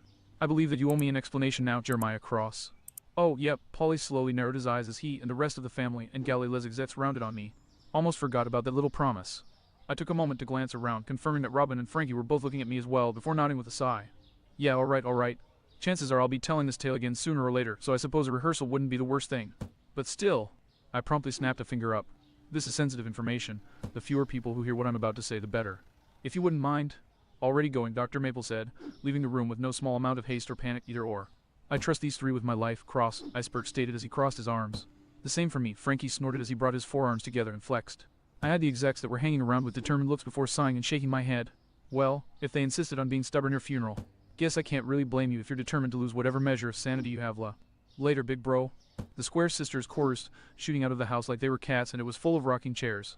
Wait up, Lulu called as he chased after them. Ditto. Tailstone howled as he followed his comrade. I watched them leave before regarding the remaining two with a raised eyebrow. And you? To their credit, Zambai and Polly only took a second to exchange a look before nodding firmly. We're staying, they said in unison. I considered matters for a moment before mentally shrugging. Just the seconds and commands would be more manageable than them all. As such, with preparations complete, I positioned myself in such a spot that I could observe everybody pertinent to the discussion. Given how most everybody I'm talking to is pretty damn smart. Hey, I'll do you the courtesy of settling for the quick version. Simply put, everything that I know that I shouldn't. I know because I read about it in a story. As everyone's jaws slowly dropped in shock, I started ticking off my fingers. Past, present, future. Everything pertinent to the rise of Roger's successor to his throne, and even a few key factoids and details that are only tangentially relevant. I have in my head. It wasn't finished when I read it, so I only know a little more than half of where it goes, and more than a few of the answers to the big mysteries remain question marks. But, I spread my arms, indicating the room in general. I think it's pretty damn self-evident that what I've got has been more than enough to cause some serious change and uproar. Most everyone who was hearing this for the first time was too stunned to reply properly, desperately trying to process what I'd just said. Eventually, however, one person managed to force the expected words out. Where in the world could you have possibly read a story like that, Cross? Robin asked incredulously. I slowly donned a smirk as I crossed my arms behind my head. Funny you should word it like that, Robin. As expected of the final graduate of an institution called the Tree of Knowledge, that was all that she needed to understand. And her reaction wasn't disappointing either, what with her entire body stiffening and her pupils shrinking as she sucked in a sudden breath. You're from another world, she stammered numbly. Eh? Every listener save Iceberg yelped, every eye turning to Robin. One far different from this one. I nodded in confirmation. Though I'm still entirely human, I assure you. Eh? The trio roared even louder as they looked back at me. As for the circumstances for my arriving in this world, well, I forged on, ignoring the now unanimously dumbstruck expressions of my audience. The story I read, entitled One Piece, was one of the more popular contemporary tales in my world. And me. I just was one of many fans who read it, a totally ordinary person. A weary sigh worked its way from my chest as I reached up to pinch the bridge of its nose. That all changed when I don't know, a force, a god, whatever it is, identifying itself as a bastard random omnipotent being, decided to up and fling me into this world with nothing but the clothes on my back. All for the shits and giggles it would get from watching my adventures. After that happened, I landed on a deserted island in the East Blue, met the little parasite over there. I nodded my head at Soundbite Shell. And well, the rest, as they say, is history. Dead silence descended from there. Polly and Zambi were looking a little dizzy, and Iceberg was openly gaping at me, any semblance of composure lost. Oddly enough, though our two crewmates, current and future alike, only looked somewhat shocked, their expressions slowly returning to neutrality, though our archaeologist still had a sheen of sweat present on her brow. Eventually, Robin broke the silence. So, if I'm understanding you correctly, she began, we're all technically characters in a story you read. I smiled nervously, rubbing the back of my head. Isn't every person already the hero of their own? Plagiarist Tilda. Sue sang from the sidelines. Cross. I flinched at the practically whip-like intensity of the word before shrinking in on myself. I've long since acknowledged everyone as being living, breathing people and not merely fictional entities. I tried hesitantly. And you were always one of my favorite characters. Though that was only the mere basis of my endeavors to. I lapsed into silence before hanging my head in defeat. Screw it, I don't know how the hell you word something like this, and I trust you're smart enough to know that I haven't been bullshitting you. So, are we good? Robin stared impassively at me for what felt like an eternity before sighing and bringing a hand up to massage her forehead. I'm not mad, Cross. After all, I suspect that I better than anyone have a decent idea of what your dilemma was like. I started to sigh in relief. However, gah. Oh, ow. Ow. Ow. I yelped in agony as I suddenly found my ear getting yanked to the side. I was vaguely aware of Nami whistling as she watched me struggle and flail. Geez, you really make being a hammer look inviting, Robin. Quiet in the peanut gallery, yo. I am fairly irritated that you didn't even consider telling me all of this once I joined. Robin scolded me in a vexed tone. Oh, ow, ow, oh, W. Let go, damn it. I finally managed to swat the hand off my ear and shoulder, and took the opportunity it gave me to cast a glare at Robin. And when the hell would I have had the chance to do that, I demanded incredulously. Before we both almost got flash frozen, during which time there was still a goodly chance of you snapping my neck before making a break for it. Or after, when you were looking left, right, and center for a chance to make a run for it. That got an embarrassed blush from Robin, prompting a cough into her fist, her eyes pointedly away from mine. That is to say, all at even. Even my. Thwack. Ouch, I yelped, clutching my throbbing skull. Watch what you say to a lady, shit-mouth, Sanji fumed indignantly. I'll say whatever the hell I want to my own sister, crap cook. I shot back, crossing my arms with a huff. And trust me, I've had more than enough experience with my own biological sibling. This is perfectly normal for brothers and sisters, so unless you have any reason to say otherwise. Yo, can I get a word in edgewise here? I turned towards Frankie as he spoke up, noting the frown on his face and his crossed arms even as Sanji began coughing. Must have inhaled his cigarette wrong again. Look, Frankie said with a wave of his hand. I realize that the Grand Line is nutso and everything, and I've seen some pretty nutty stuff myself, but come on, Cross. An explanation like that. Even I have to draw the line and call you a little nuts, no matter how crazy good your intel's been up until now. Things were quiet for a bit until Iceberg sighed wearily. As much as it pains me to agree with Flim Flam here, I think I might even prefer Flunky, the cyborg muttered. Your story is a bit out there. Do you have any kind of proof, anything at all, that could prove your words beyond any doubt? I blinked in honest surprise before frowning. Honestly, it wasn't that much of an unreasonable request, just a difficult one. My eyes started to wander around the room as I contemplated what I could use as a solution. What was something I could do that nobody knew about Yi? I had to resist the urge to cackle as my gaze alighted upon the answer to my problems. And so, moving fast, I strode over to a corner of the room and opened the fridge, palming the first trio of bottles I could find. Well, if you insist, I only just managed to hide the sheer levels of amused sadism I was feeling as I stood up and shuffled towards the cyborg. But first, since I imagine you're either out or going by your hairdo running low, mind opening your gut fridge. Hey, Frankie blinked in confusion even as he complied, clicking his gut piece open. Sure thing, thanks for. Clunk. Hey.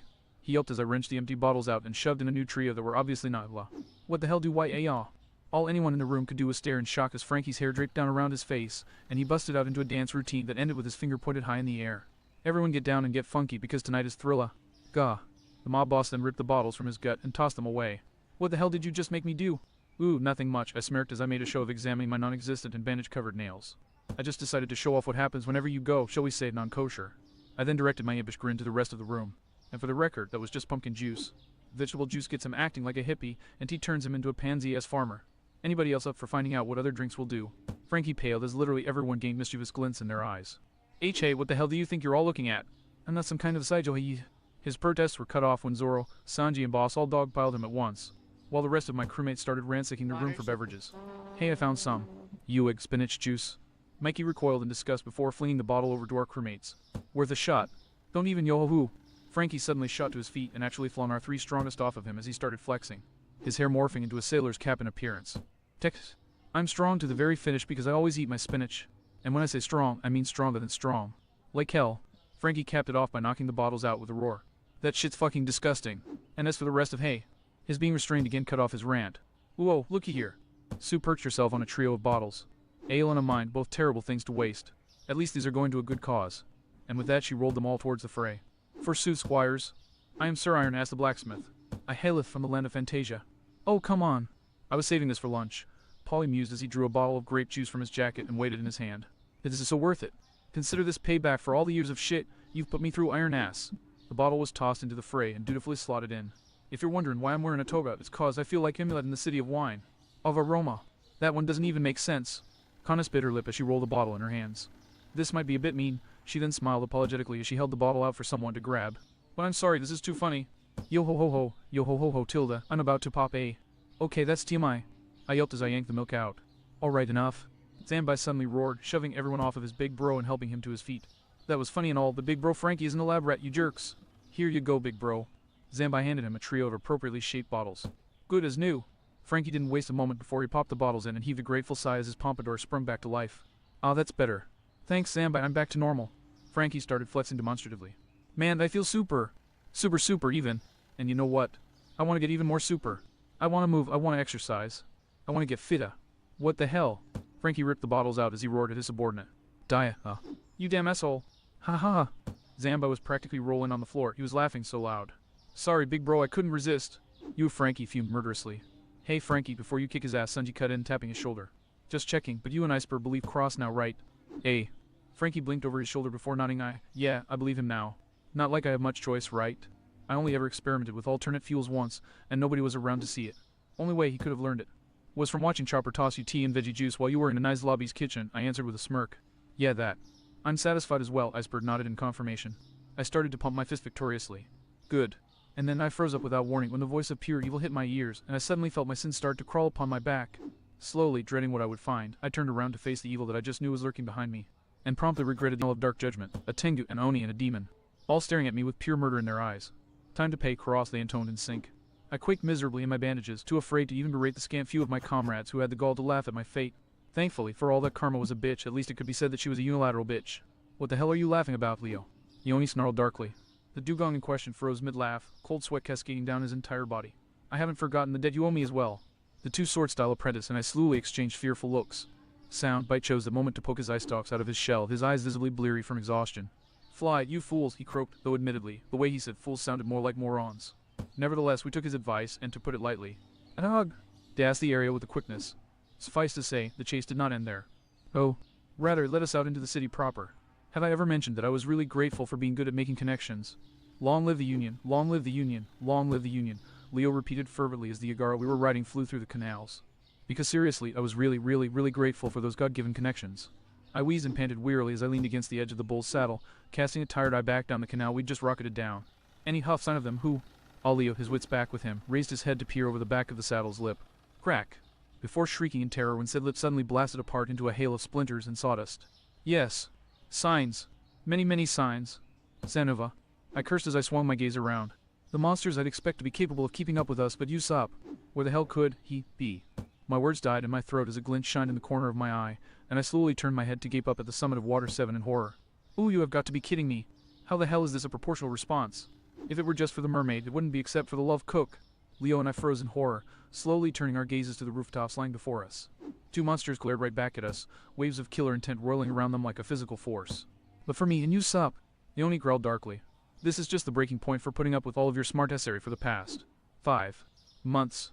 You should count yourself lucky that Nami got brainwashed, or that thunder god she predicted yesterday would be on your ass as well. I swallowed heavily as I realized just how deep a hole of shit I was in. Ooh, okay, I hedged desperately as I tried to think of some way to keep my head on my shoulders. Two things in my defense. A, none of you ever asked why I kept calling her hagfish, so really, you should have known that something was up. For the sake of your health, your other reason had better damn well be better, the demon snarled, smoke and fire coming from his mouth. Right then, more seriously. I grasped at the last straw I could conceive of. If I hadn't told you, you could have died. That caught the two of them off guard, and they exchanged glances before resuming glaring at me. And how do you figure that?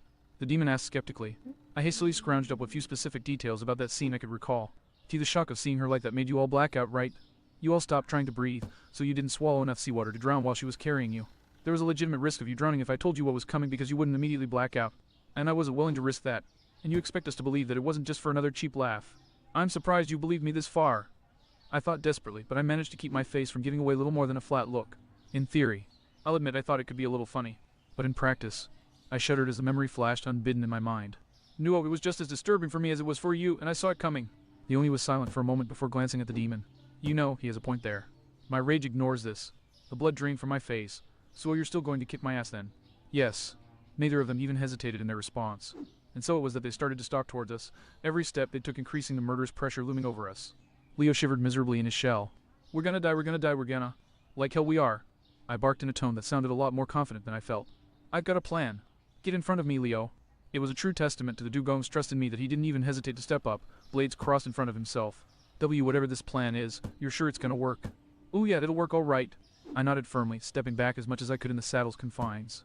No matter what happens, I'll definitely have one less monster to worry about. Leo heaved a sigh of relief. Oh thanks, Sebek, for a second the wait, what did you just? Before he could finish, my boot slammed into his ass and punted him clean off of our bull's back. Every man for himself. Why the oof? Leo's scream of shocked terror suddenly died as he found himself halted in midair. He panted as he hung there for a moment before hanging his head in relief. Oh thanks, Sebek, I was so afraid that I was going to have to fight Zoro. Ahem. Leo opened his eyes and blinked in confusion, before screaming in horror as he realized that he instinctually locked swords with the Oni. Cross, you traitorous bastard!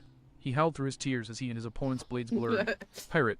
I shouted back at him as the Agara sped off at full speed. So funny. Still, in spite of the seriousness of the situation, I was utterly exhilarated. I was going to make it. I was actually going to. My ride suddenly screeched to a halt, and I couldn't rightly blame him for it because of the fact that the demon was currently hovering in the air before us. Figured out moonwalk, huh? I squeaked miserably. Ahem, the demon snorted before turning his gaze on the Agara. Move in your elevenses. The bull's response was to shoot its head underwater and quake in place. Smart choice. I inched away from the demon on pure reflex and went ramrod straight when a thunk sounded out behind me. I glanced over my shoulder and found myself struggling with a raging combo of terror and awe. Retractable parachute pack, huh? I whimpered. Any chance I could get one of those for myself, maybe incorporate the grappling belt into it. The thing's been working out really well for me so far. We can talk once you get out of traction, the Tengu hissed as he took aim at my head. I swallowed heavily before waving vaguely at my face. And not above the collar, all right. My throat's my livelihood, and my face, well, I fingered the fresh set of bandages that cut across my face.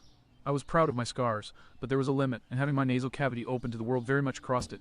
See, P9 already beat you to it. There's only one problem with that idea, Cross. I glanced over my shoulder. Crack! For whimpering painfully as I clutched my broken nose. We have exactly 0 fucks left to give. I had all of a second to process the image of a foot rearing back in preparation, and the stretching of an elastic slingshot. What are you doing? Out of bed. Before all three of us froze. The demonic image is fading, and leaving only a nervous-looking Usopp and Sanji as we turned to see a Yeti standing on the side of the canal.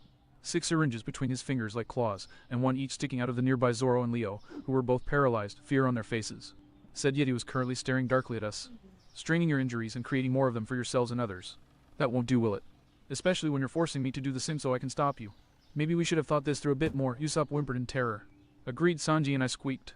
Oh. Suffice to say that when we woke up early the next morning, the sight of Chopper sleeping nearby, ostensibly peacefully, was enough to cow us into talking things out. After some consideration, realizing that opportunities in the coming sagas would be few and far between, I gave them a promise not to abuse my future knowledge solely for my own amusement again, unless I was certain that it was utterly harmless or unless they were in on it, until we set out from paradise towards the new world. After considering the phrasing, they accepted that. Their mistake. After all, that left a boatload of loopholes for me to abuse, not the least of which was that I only promised not to abuse my future knowledge. So, when the future became the present. Anyway, over the next few hours, everyone else save for Luffy came around without too much incident, one after the other. Vivi complained of some aches and pains as she picked at the unwound roll of gauze tied around her midsection. Karu grumbled and growled as he side-eyed Chopper.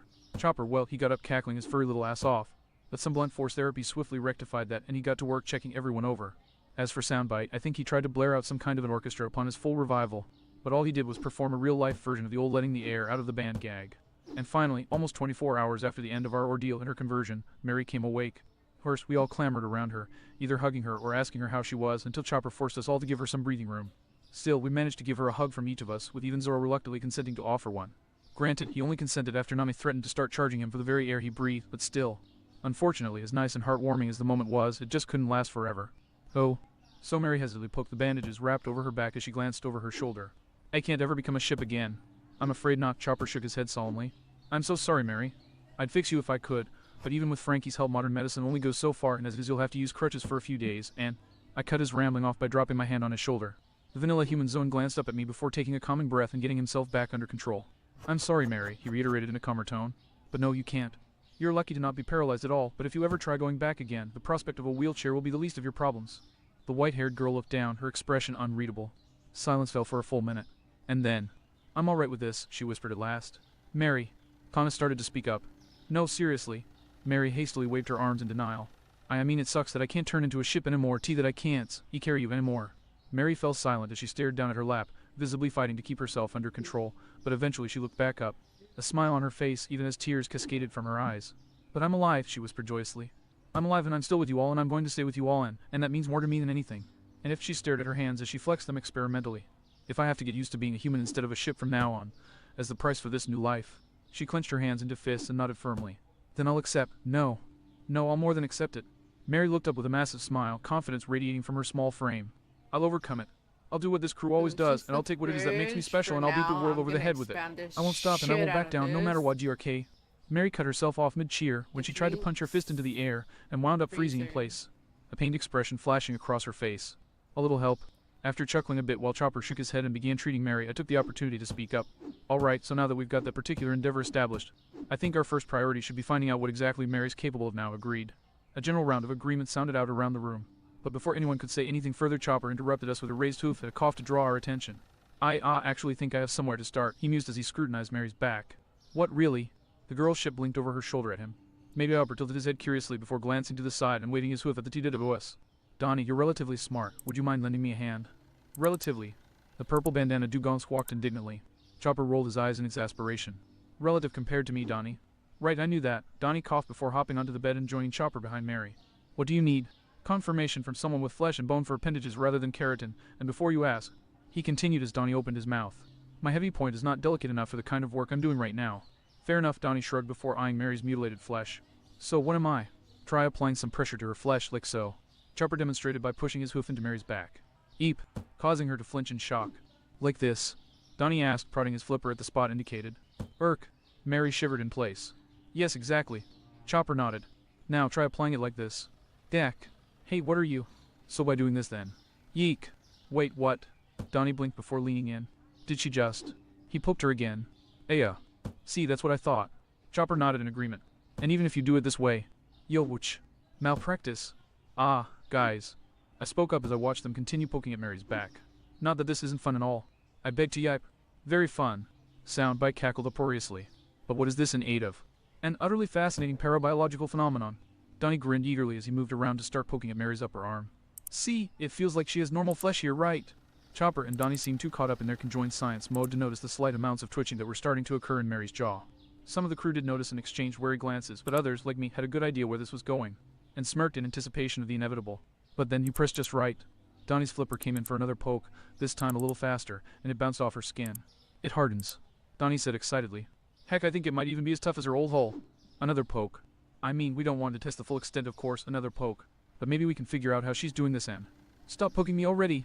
Mary suddenly shouted, grabbing the nearest thing in reach that could pass for a club, that being Mikey's unfortunately positioned tail and swinging said club at her tormentors. Chopper had the wherewithal needed to duck, but Donnie... Thwack! He wound up halfway through the nearest wall of the room. The nearest solid stone wall. For a moment, we all just stared at the dugong's lower body protruding from the wall, some of us in shock and others in barely restrained amusement. Science is fun. Sue snickered enthusiastically. I beg to differ, Mikey slurred as he hung in Mary's grip, his eyes spinning dizzily. What just happened, and what just hit me? Donnie mumbled out through the wall. You got knocked off, fuck out. Soundbite cackled uproariously. Along with a load of overtime on your reaction time training, Boss informed him with a roll of his eyes. Peach, Mary sniffed petulantly as she dropped Mickey and crossed her arms. Jackass. Right then, Chopper coughed in a tone of forced calm as he readjusted his oh-so-slightly askew hat. So, her body is the size of a child, but still possesses the proportional strength of a caravel. Well, at least she's got nothing to worry about against Mooks, at least. I coughed slightly into my fist as I glanced away. I've been using too much trope speak, I muttered to myself. Blasphemy. Soundbite scoffed with a grin. To clarify, Raffi popped her flipper up questioningly. Just how strong would the proportional strength of a caravel be? No offense, Mary, but compared to some battleships. Compared to battleships, she might be tiny. Yes, Robin nodded in agreement. But when compared to us, her normal body was measured on an entirely different weight scale. I dare say we should be grateful she doesn't weigh even half as much as she normally does. Or else she would have dragged both Cross and Luffy to the bottom with her. A sweat drop hung from Mary's skull as she observed Robin. Glad to see your morbidly disturbed and twisted sense of humor is back in full force, Robin. Her eyes narrowed. Oh, and if you try to poke me, I promise you that I will snap your arm off. Robin's expression remained pleasant, but the hand that had been reaching towards Mary promptly disintegrated into petals. I'm positive that I have absolutely no idea what you're talking about. A shameless smile stretched across her face, before stretching even further when Vivi and I grabbed her cheeks and tugged. Liar Tilda. We sang only letting go when a pair of hands whacked the backs of our skulls. Oh, Robin winced as she rubbed her stinging cheeks before shooting a flustered look at us. Will you stop pruning my moments? You pretty much accepted me as your younger sibling, and you no longer have the shadow of death looming over you if I don't act right, so no. I grinned as I folded my arms behind my head. And I can't antagonize you in a passive-aggressive manner anymore without feeling like a total bitch for it, so no. Vivi smirked as she crossed her arms triumphantly. Your days of acting all cool and mysterious are dead and gone. Soundbite concluded with a chortle. Robin's eye twitched slightly. Is it too late to go back to the days where I was aloof and everyone regarded me with suspicion? Considering how we all saw Cross give you a noogie. Zoro leered at her. Welcome to the lands of normalcy. Soundbite and I laughed even harder as Robin's head hung in such a manner to show that she was, without a doubt, sulking. Alright, fun as this is, if you're all done using me as a lab rat and teasing Robin, Mary interjected. Do you all mind giving me some space, please? I'd like to empty out my cargo as She shifted around uncomfortably on her bed. Feels kinda weird with how I am now, you know. That served to draw everyone's attention, and Nami was the first to speak up. Your cargo. But even disregarding how that's supposed to work when you're this size. Didn't Galila already unload everything on board while they were fixing you up? All of our stuff is resting in a storage locker a few blocks away. Most of it, sure, but they didn't take all the dirt your trees were in, Mary explained with a grimace. She dug her hand into her coat's pocket and withdrew a fistful of dirt, holding it up for us all to see. It was fine when it was in its box, but everything I had left must have gotten tossed around when I changed, so now it's just making a mess. So can I. Nami and I exchanged confused glances before I shrugged. Oh, go ahead. Nodding thankfully, Mary dropped the soil on the ground. Then she withdrew another handful from her pocket and dumped it on the ground as well. Then she removed another handful and another. Finally, sighing in aggravation, she turned the pocket inside out in a cascade of dirt that resulted in a pile as tall as her bed itself, and quite a bit wider.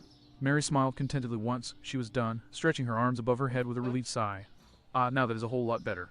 Thanks, that just felt scuzzy, and I think that there were a few bugs in it too. Nobody said anything on account of our jaws touching the floor due to the sheer spectacle we just witnessed.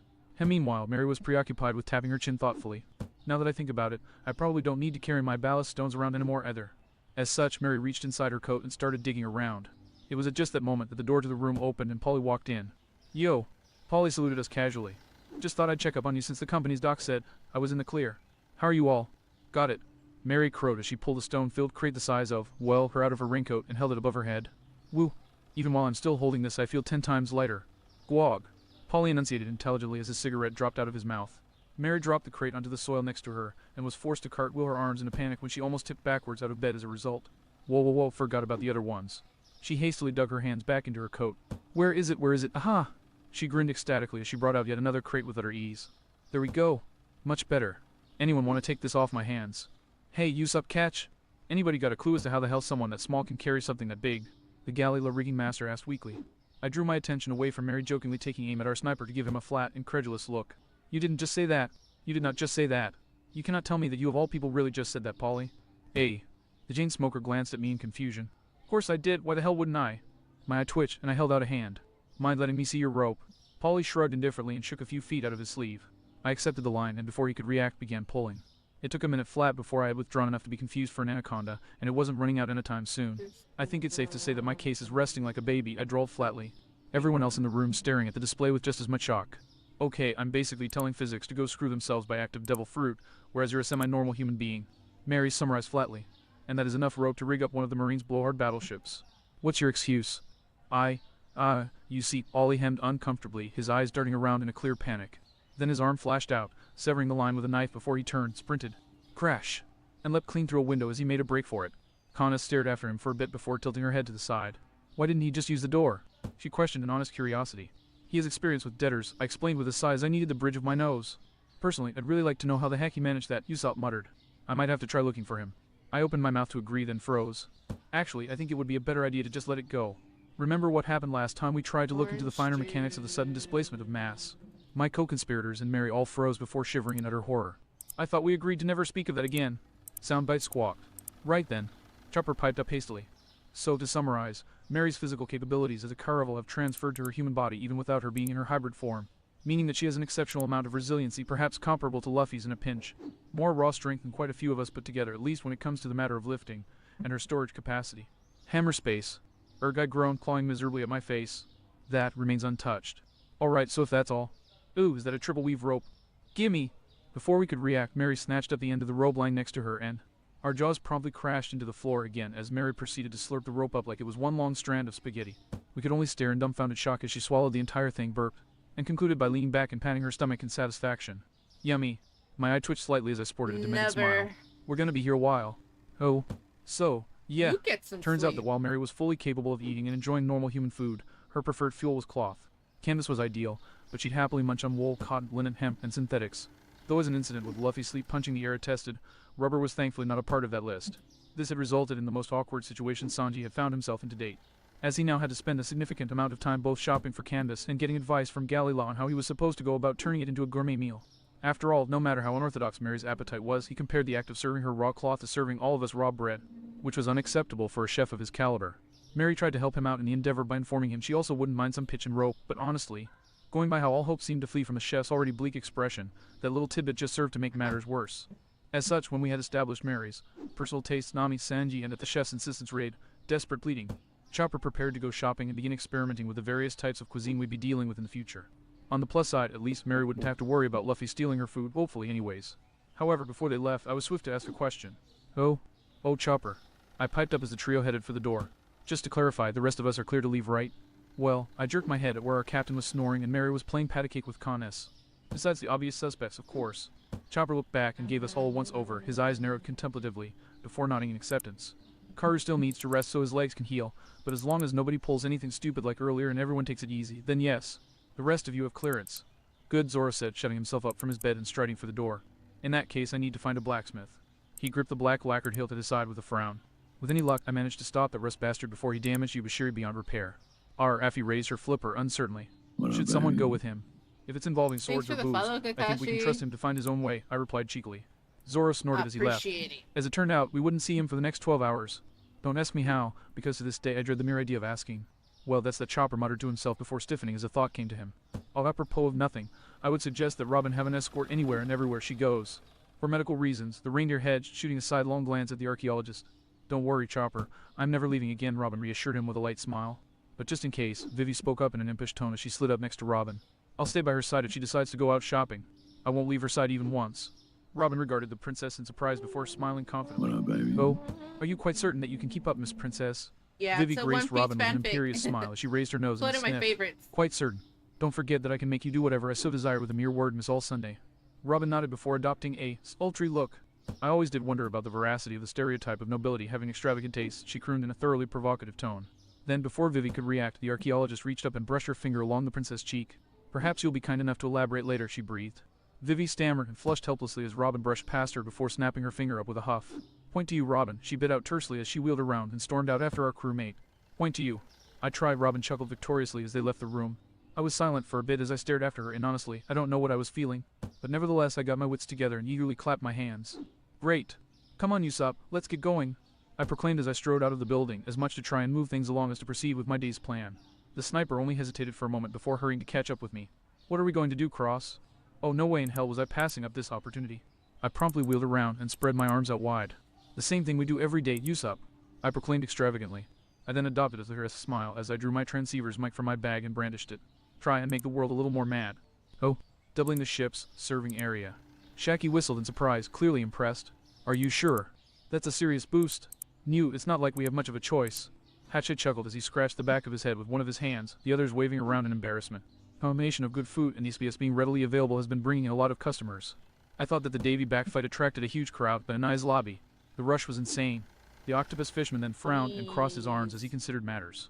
And of course, chances are that the Straw Hats are going to get into more big fights like that as time goes on. So if I want to be able to keep up with the demand, I need to make a big investment into the business if I want to keep it going. He sighed as he accepted a glass from his old friend. I'm also going to have to see about getting an extra pair of hands or two on deck as well, pun recognized. Kini and Paput are great, but there just aren't enough warm bodies on Takoyaki 8. We're being stretched way too thin. Sorry, Hachi, Rayleigh replied with an apologetic smile. But this growth cost us an arm and a leg, and we've already got our business and our niche going strong. I'm not sure a merger would be that good of an idea. Hatch, I sighed. Yeah, I know, just thought I'd ask. But in that case, who else could I? The ex-pirate suddenly cut himself off, his eyes and mouth slowly widening in realization.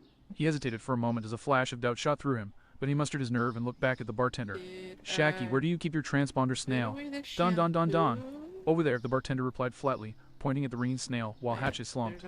No, sometimes his timing is awesome. The octopus groused as half his thumbs popped the thumbs up while the others jabbed downwards. Sometimes it really sucks. Oh, don't worry about it, Hatchy. I'm sure that after a nice lobby, this one won't be nearly as long. Rayleigh chuckled as he stood up from his stool and ambled towards the snail. No, Hatch, I groaned as he massaged his face. Well, at least there's a bright side. With any luck, the SBS will put him in a good mood so that when I call he doesn't immediately rip me a new one. That's the spirit. The Dark King laughed as he picked up the snail's speaker. Broggy, you're no better at faking an accent than I am, an unfamiliar deep voice deadpanned. Seconded cross-echoed flatly. Go gargle some magma, you bastards. Another unfamiliar voice barked. Hem. Shacky cocked her head curiously. A couple of guests this time, with one of them being named Broggy, Rayleigh mused suspiciously. Bosses, please stop bickering. Two more familiar voices pleaded. And there are Oemo and Kashi, Hatch, I noted. But what do they mean by bosses? They're not working for the government anymore. Unless they mean, Hatch and Shacky looked at Rayleigh in surprise as he began chuckling. Why am I even remotely surprised at this point? They have a point, you know. You should be somewhat careful with what you say. After all, Cross began. You both live on the SBS. Don't steal my stick. Soundbite roared angrily. Don't steal my show. Cross followed up. Sorry, but I'm just not sorry. Consider it more payback. And besides, that was fun. Usopp snickered. The show's guests laughed uproariously at the exchange. It's good to see that no matter how much things change, they always stay the same. Right, Dory? One of the pair asked with a nostalgic smile. Right you are, Broggy, right you are. The other enthusiastically concurred. Ha! Rayleigh barked as he slapped the table in amusement. I knew it! Damn, those rookies must be some of the luckiest bastards on the seas if they actually manage to find them and live to tell about it. We've already established that they have the sort of luck to throw 111 dice and have them all come up sixes, Shacky smirked fondly. Now come on, come clean, who are they talking to? Wait for it, Hatch, I muttered to himself. Well, anyway, moving on past that little bit. Yes, everyone, we of the SBS are back in action. Now, I imagine that you're all probably wondering who I have as guests with me, right? There it is. The octopus fishman laughed. Yeah, laugh it up, Shacky grumbled good-naturedly, rolling her eyes. Well, I believe I'll let our resident expert on the matter handle that particular introduction. Usopp, care to do the honors? Wahoo me! Are you? Ah, you know what? Sure. Ladies and gentlemen, it's my honor as the sniper of the Straw Hat Pirates to introduce you to the biggest role models in my life aside from my father. Hailing from Elbaf, home to the very greatest among those fit to be called brave warriors of the sea, I present the co-captains of the legendary giant warrior pirates, weighing in at 100 million apiece. Cross commented. Blue Ogre Dory and Red Ogre Broggy. To clarify, I'm Dory. One voice spoke up. And I'm Broggy. Finished the other. And it's an honor to be here. They finished as one. The introduction had barely finished when Rayleigh fell into gales of laughter, dangerously close to tipping over in his chair. Hatchey's eyes, meanwhile, were nearly popping out of his skull as he gaped at the snail. The giant warrior pirates. I thought they were just a myth. Oh no, Hachi, Rayleigh chortled. The world government only wishes they were a bad nightmare. They were and apparently still are as real as you and me. Shacky swapped her gaze between her male friends in confusion. Care to clue me in here? I've heard of pretty much every crew on the Grand Line, but the only time I've heard of a crew known as the Giant Warriors was the other day, when Cross named Oimo and Kashi as members. Heck, she scratched her chin thoughtfully. Come to think of it, I've never heard of a Giants-only crew, period. They usually fight amongst themselves too often to maintain any kind of stability. Ooh, there was one all right, Rayleigh informed her, his laughter dying down to a chuckle. And it's no surprise that you haven't heard of them either. After all, they haven't been operating for a while. A while, my ass. Hatch, I scoffed incredulously. Shacky, according to the legends, the giant warrior pirates disbanded over a century ago. The only reason I even heard about them was Rayleigh, and I thought he was just yanking my arms. Nope, real as real can be, the Dark King confirmed. A few of my older and, well, bigger drinking buddies told me about them. Had no idea whether their captains were actually alive or dead, though, or where they were. He smirked as he nodded his head at the snail. Guess we know the answer to the first of those questions, right? And, anyways, ladies and gentlemen, allow me to clarify how this happened and what's happening now. Oh, see, I swayed back and forth a bit on the crate I was sitting on as I considered my words. watching the workers of Galilee as they went about their work. We first met up with the good captains early in our pirating career on an island that will remain unnamed for obvious reasons. Cough, marine bastards, cough. Soundbite insinuated not so subtly. And I decided that, hey, seeing as I recently managed to finagle the number of the snail they recently acquired, we might as well have ourselves a nice little interview with two of the most prominent figures in pirate history. I then jabbed my thumb over my shoulder. Also joining us, besides our giant enthusiast sniper, are two of the crew's heavier hitting grunts, Oimo the Boar and Kashi the Hawk. Hey ma, I'm still alive. Oimo laughed happily. Rondas, if you can hear me, I haven't forgotten you owe me a load of beerus. Watch your back. Kashi concurred with just as much enthusiasm. I snorted lightly at the sheer banality of their reactions before nodding. Alright, that's enough wind-up, so I'm just gonna go right ahead and jump in with a question concerning some relatively ancient history. Dury, Broggy, it's safe to say that as the captains of one of the only giants, only pirate crews to date, you two were quite infamous in your day, right? Gubba bubba. You better believe it. Broggy laughed proudly. Our crew was relatively small, only 30 all told, but when it's 30 giants. Giants from Elbaf, no less. Dory grinned. Well, let's just say that we didn't take long to stop counting how many marine bases we toppled. Though that was mostly because only half of us knew how to count. Broggy snorted. That too. Dory laughed in agreement. Well then, in that case, I just have to wonder. I tilted my head in confusion. How come your bounties were only 100 million each? Only. That turned out to be a mistake as the two captains bellowed through soundbite, nearly bowling me over with their volume. Although their tones were more incredulous than offended. What alien world are you living on, you dope? Broggy demanded. Yeah. Don't you know that 100 million is nothing short of a fortune? Dory concurred. The bosses, hold on. Oimo spoke up hastily. I don't understand all of it, lots of big words, and we were stuck on an eyes and all. But apparently the government's changed its policies on bounties in the last 100 years. We talked with a lot of people while we were standing guard, and a lot of the more decorated guys said that 100 million was selling you both short. Plus you were out of commission for a full century, and considering how the world's economy is primarily fueled by human interests, then the value of the buri has probably changed over the years too, Usopp mused. How the hell do you know that, long nose? Soundbite questioned incredulously. He got tutored by someone who knew what she was talking about. I cut him with a smirk before Usopp could respond, causing him to splutter furiously. Before he could say jack, however, a distinct whistle coming from Soundbite interrupted him. Oh, what's this?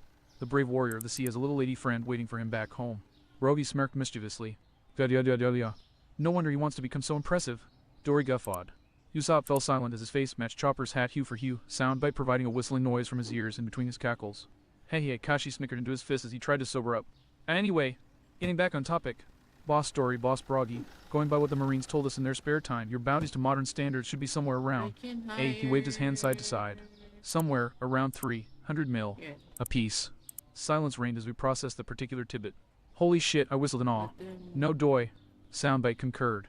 That's 3 times Luffy's bounty, Usopp exclaimed before cutting himself off with a hesitant look. Or what his bounty was before we burned an Ai's lobby to the ground, I mean. 300 million, Broggy breathed in awe. That's the biggest bounty I've ever heard of, Dory concurred in the same tone. Soundbite then fell silent as he adopted an oddly pensive expression. I hedged in confusion. No thinking about turning each other in, collecting each other's bounties and breaking out bosses. Kashi warned hastily. It didn't work out the last 5 times. Usopp and I promptly face-planted in shock. So much for the warriors of Elbaf having any brains between them, I groaned. My beloved world image, Usopp sobbed miserably. It shattered, tinkling away into stardust. Oh come on, that was 100 years ago. Broggy protested. And it looks like the Marines have only gotten stupider while we were gone. I'm sure it could work this time. I glanced up with an irritated glare.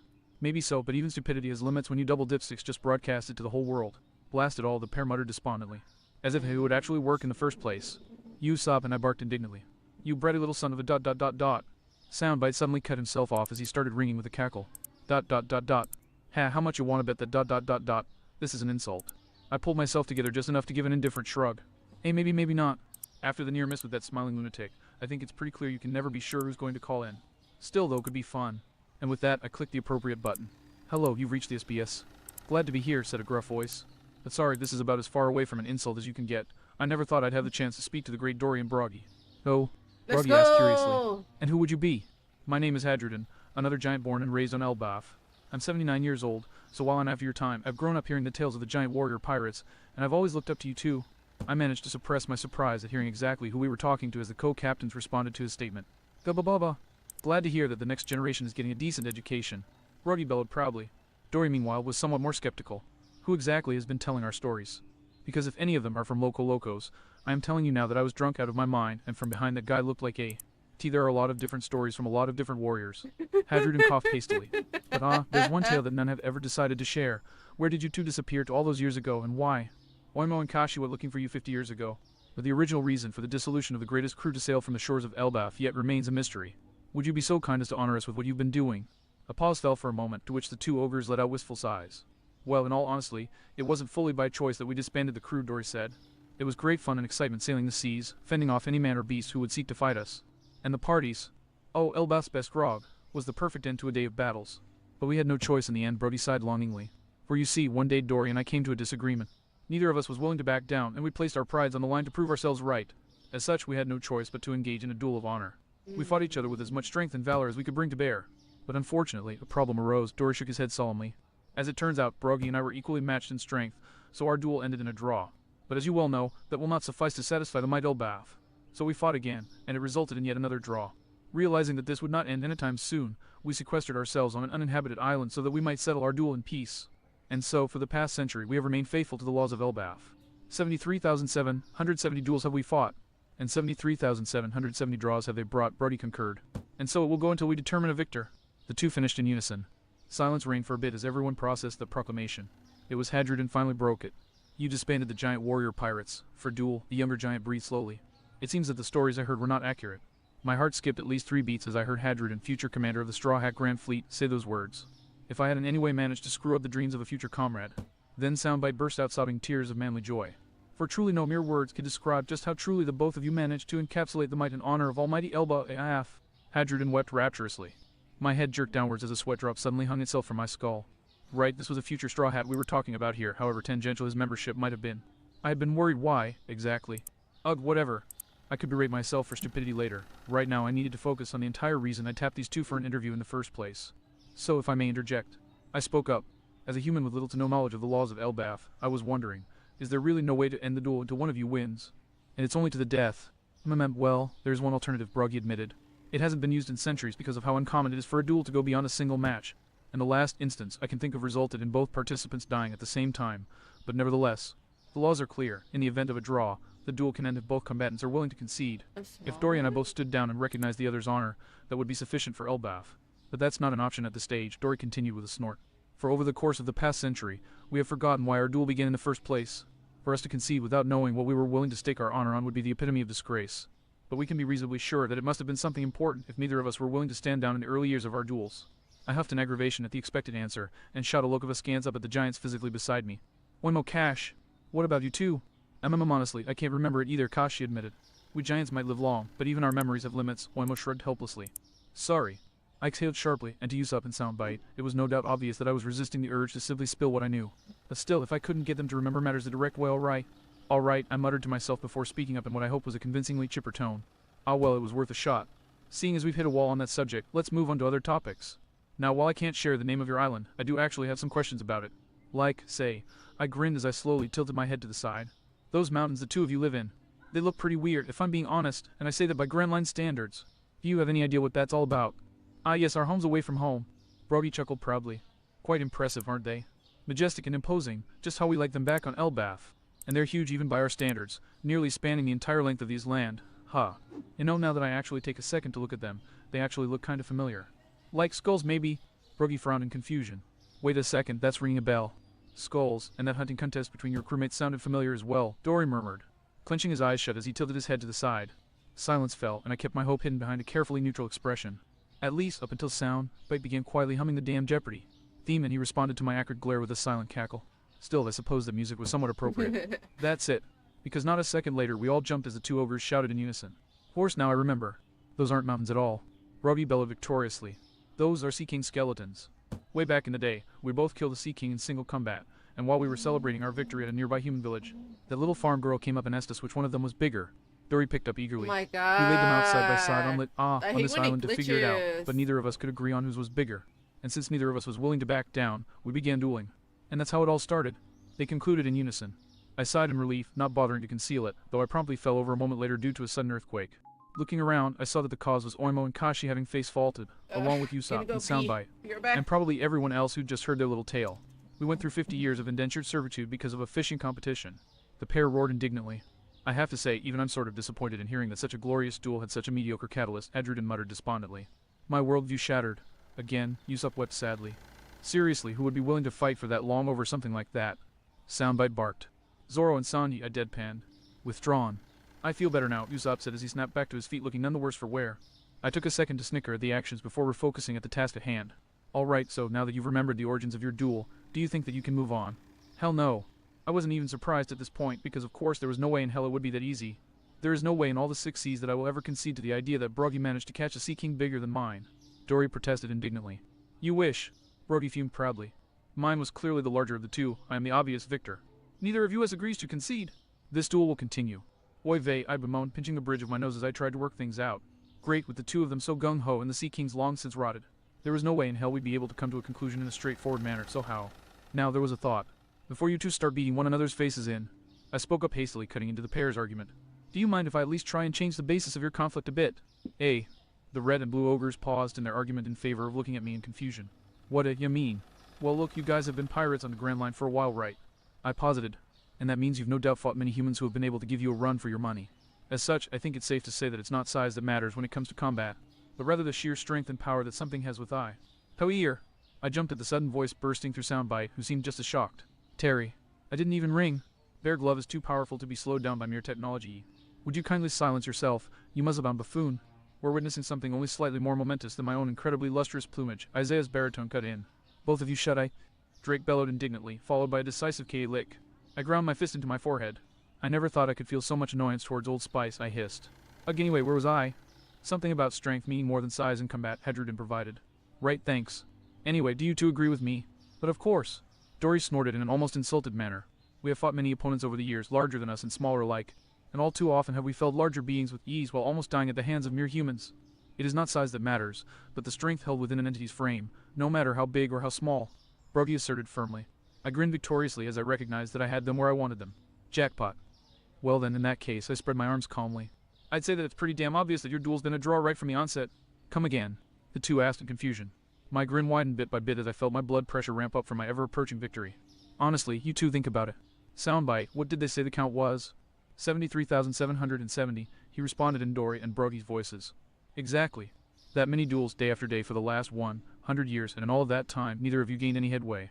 If there's one thing obvious from a track record like that, it's this. You're perfect equals in strength, and always have been. As such, I snapped my finger up. We can equally assume that those two Sea Kings you defeated were also perfectly equal in strength, with neither being any stronger than the other. Dead silence fell as my words sunk in. Waimo and Kashi's jaws slowly dropped as the penny hit, and small squeaks were escaping from Usopp as he twitched in place. From Soundbite's movements, it seemed as though Dory and Broggy were slowly turning their heads to stare at one another. The silence stretched on for almost a minute. Then I turned my attention to my fellow crewmates. Usopp and you too, Hedruden. Would you care to do the honors? Credit where it was due, the pair was quick to get their collective acts together. I, Hedruden Hammerfist, I as an impartial witness and a proud warrior of Elbaf. I Usopp, as Snai as King of Snipers, crewmate of the Straw Hat Pirates and a brave warrior of the seas. We declare that in light of new information, the honor duel between Red Ogre Broggy and Blue Ogre Dory. There was a moment as they sucked in deep breaths and then they said it. We hereby declare their duel. They roared as one. To be null and void. It's a draw. Of course, the second those words escaped their mouths, several other people began roaring as well. More specifically, the subjects of the duel in question. Soundbite was nearly tearing his own jaw out with how hard he was laughing, but furthermore, he was also sobbing his little heart out. We're free, Dory. Broggy hiccuped gratefully. Why you hear that? We're free, E. We don't have to kill each other. Dory wept through his smile. We can go back to the sea. Back to our adventures. We can go back together. BB bosses, Oimo blubbered euphorically. Does this mean? Are you saying, Kashi wheezed out. What we think you're saying? Say it. I goaded. Say it here and say it now loud and proud for all the world to hear. Oh, gladly. The red and blue ogres chorused. Hear you as people of the world. As of this moment, after nearly 100 years of absence, our mighty crew, renowned the world over, the giant warrior pirates. Oh dear, Kaizaru muttered as he fingered his neck brace with the hand on his cast-free arm. And I thought they couldn't possibly follow up with another massive attack so soon after Anai's lobby. He turned his wheelchair to the side, angling his cast-encased leg in such a manner so that he could glance out the window of his office. I wonder how much impact this will have. Has officially been reformed. Renog! Kaizaru felt a line of sweat break out on his brow as the ogre's battle cry was echoed from several places across the seat of marine power. Guess that answers that, huh? Test damn demon in his damn big mouth, he's nothing but trouble. It would really be a good idea if I just warped over to the island and killed him before he even saw me coming. He shrugged, shifting his limbs about in their cast as he sighed, leaning back in his wheelchair and letting his eyes drift shut. Too bad I had to injure myself this badly. Ah well, at least Sengoku can't be mad at me for this. But worse, no. The light man cracked his eyes open with an unnerved expression. Then again, I have been battened pretty badly so far. Oh, Hadruden. Oh, captains barked suddenly. Es sirs, the young giant responded. As it stands, even with our old crewmates returning to our flag, chances are that we will be left somewhat short-handed. Brogy summarized solemnly before donning a massive you-know-what-I-mean grin. As such, we are currently recruiting. Interested. Hadrian's jaw practically cracked the ground in shock. Are you serious? He whispered in awe. We'll take that as a yes. Brogy guffawed. Spread the word to all of Elbaf's new generation, whoever hasn't already heard us by now. As of now, we're accepting new blood with open arms. I would be honored, my captains. Bubba. Excellent. Now on Okashi. Actually, Dory interjected hastily. Would you mind if we took a break? We need to plan this out properly, and bullheaded as we might be. Allowing the whole world to peek at our playbooks probably wouldn't work out as well for us as it does for you. My faith is restored. Yusuf breathed in euphoria. Sure thing, you guys, I waved my hand casually. Ladies and gentlemen, time for an intermission, and I think we know the best way to fill that space, don't we? Yay. Time for Soundbites Music Corks each. Hey, what the Dukes... Oh, that's... Papa. Did you miss me, world? I hit a snicker behind my fist. Good timing, I muttered sotto voce. What can I say, an entertainer's got instincts. Apu whispered back. Anyway, I'll call in to talk with you later. For now, though papa. My rival roared at full blast. Yes, world, it's me, Apu, the roar of the seas, here to do as I please. Get OFF my frequency, you long-armed wannabe. I want my music corner. Soundbite half roared, half whined. Papa, I have a better idea. Why don't you take a hike?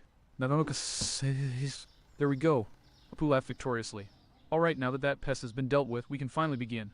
The show you've all been waiting for, Apu's Music Hour. Well, now that that's dealt with, I said, smirking and clapping my hands as Apu began playing his song.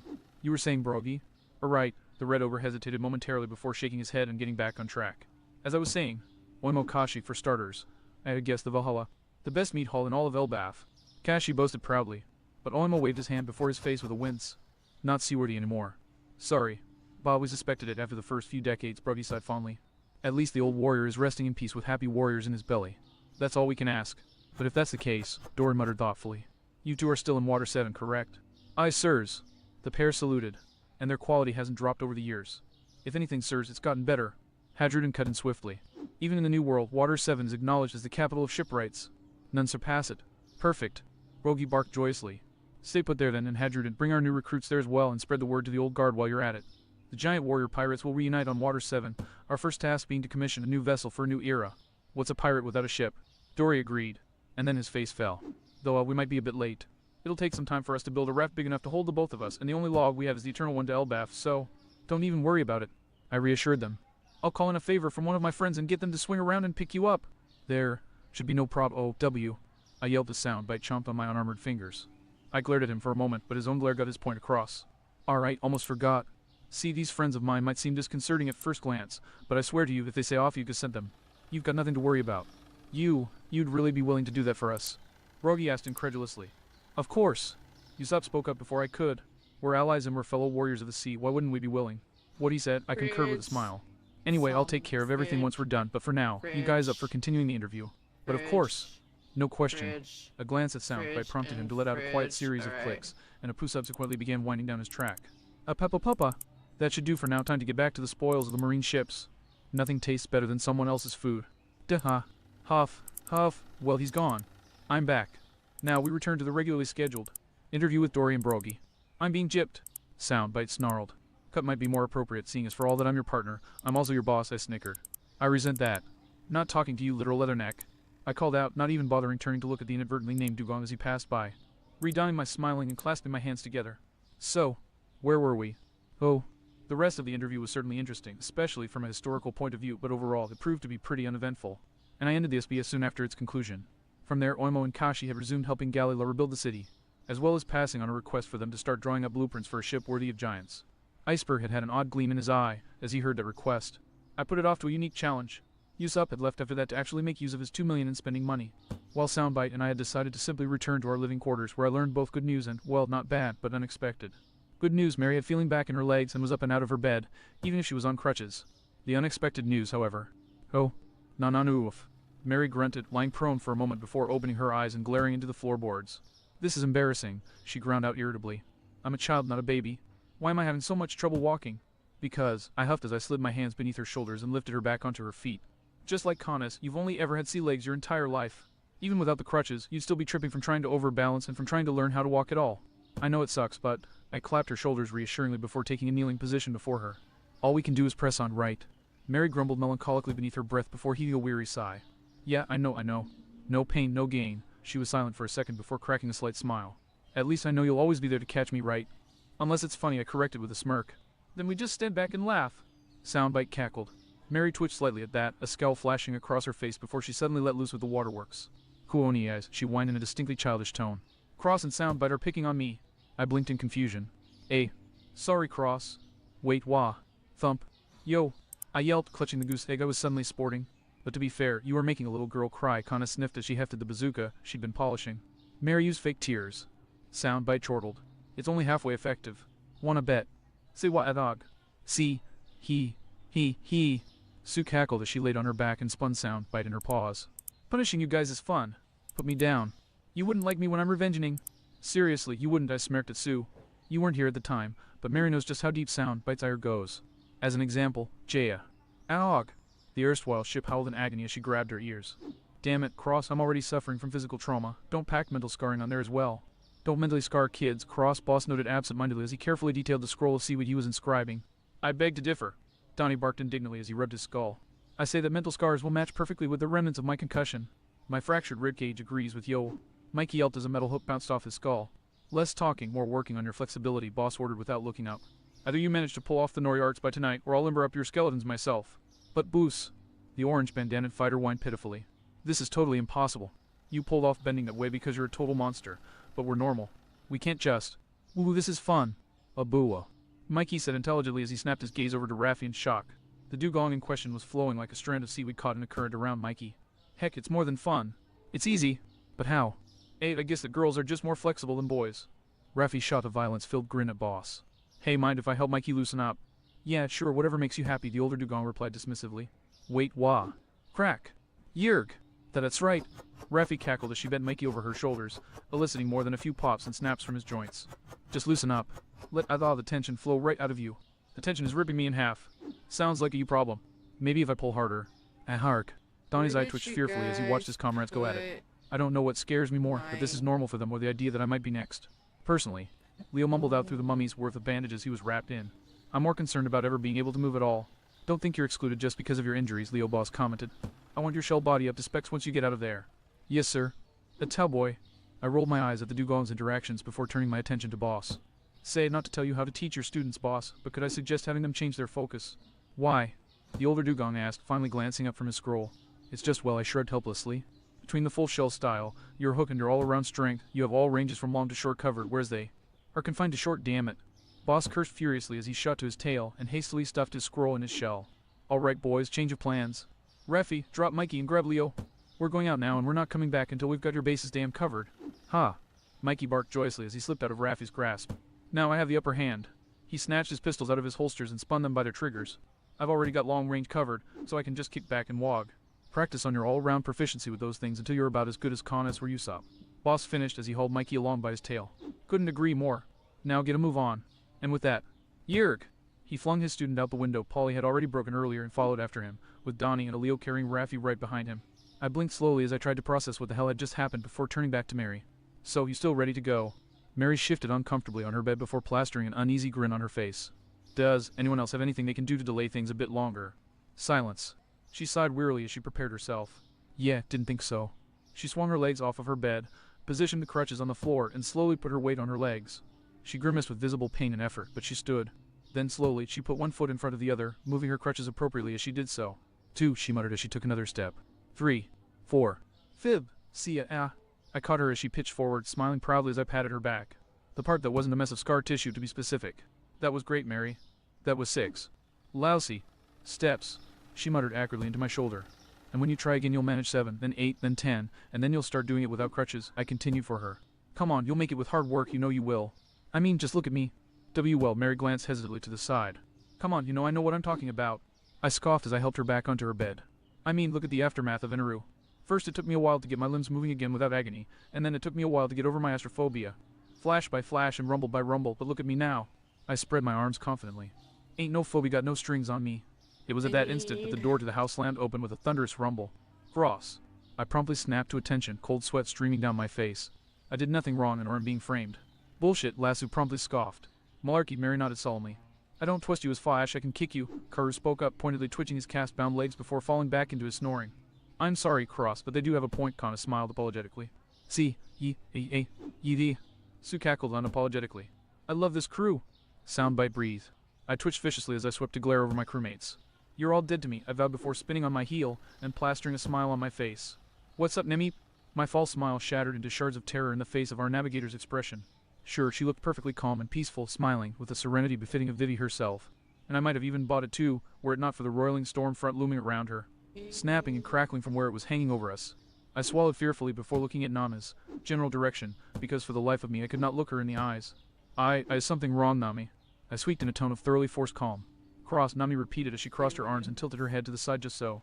Would you care to explain exactly why, in the middle of my shopping with Sanji and Usopp, we were delivered a literal half-ton of rugs in your name? My fear faltered in the face of the sheer randomness of the statement, prompting me to blink at her in confusion. Rugs? That sounds like a prank to me. I don't remember buying anything in the city. I mean, I didn't even get a chance thanks to the— oh, that's right. I scratched the back of my head with an embarrassed grimace. Look, I'm sorry, but it was an accident, alright. When the unluckies jumped us a few days back, I crashed into that guy's stall and going by the shotgun he was sporting. He had a you-break-it-you-buy-it policy, and he did not like people skimping on the bill. My dread gone, I shrugged apologetically instead. Look, I'm sorry that I used money from the briefcase, alright. I know it was for our new ship, but it was an emergency.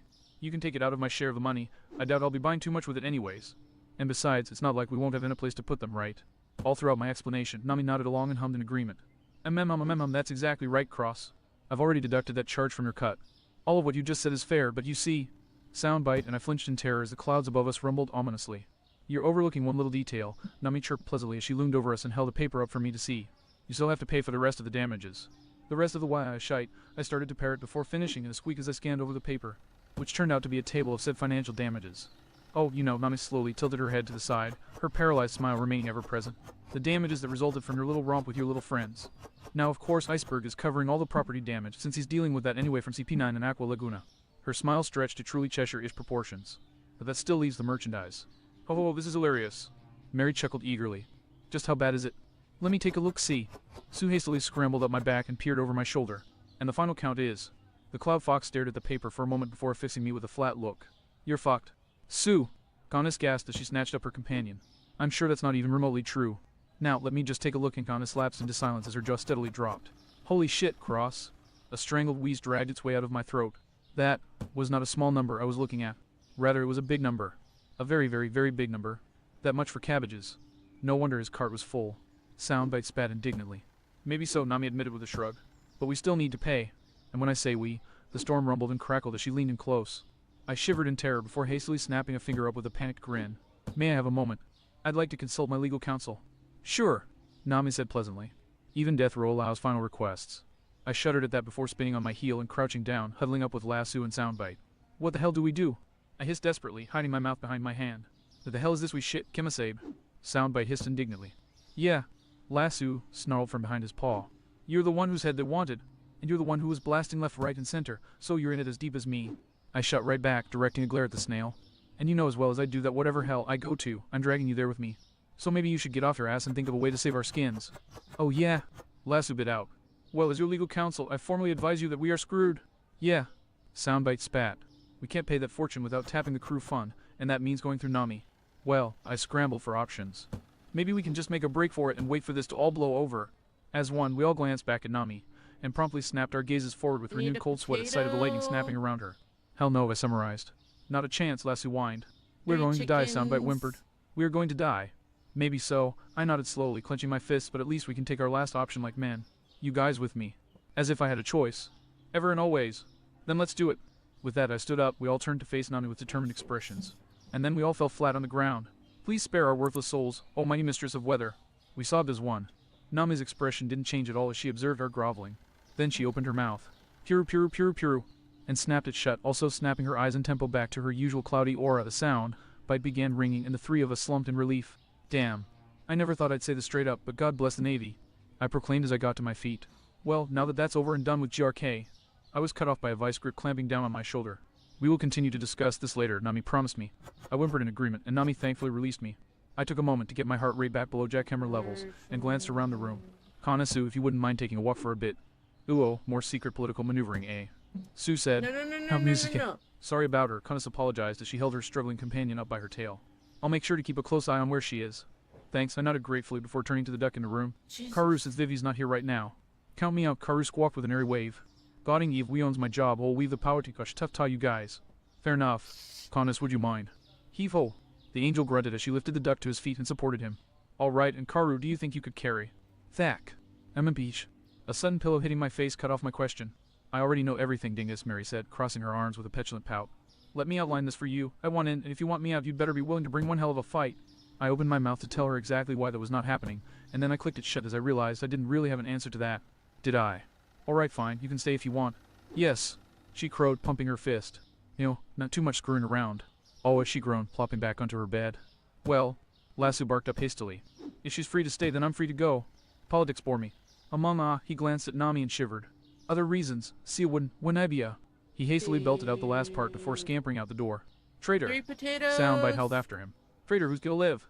I grimaced as the dash and escaped before picking up the receiver. With any luck, this would have enough good news that the blow 1 Nami struck would be potato, softened. 3 chickens, Though as my greeting showed, my and a hopes weren't high. cola. Oh, George is more. You stab him, we slap him. That is awful, Tashigi deadpan, regarding the snail before her and her superior with a flat look. What you haven't noticed yet? Cross scoffed indignantly.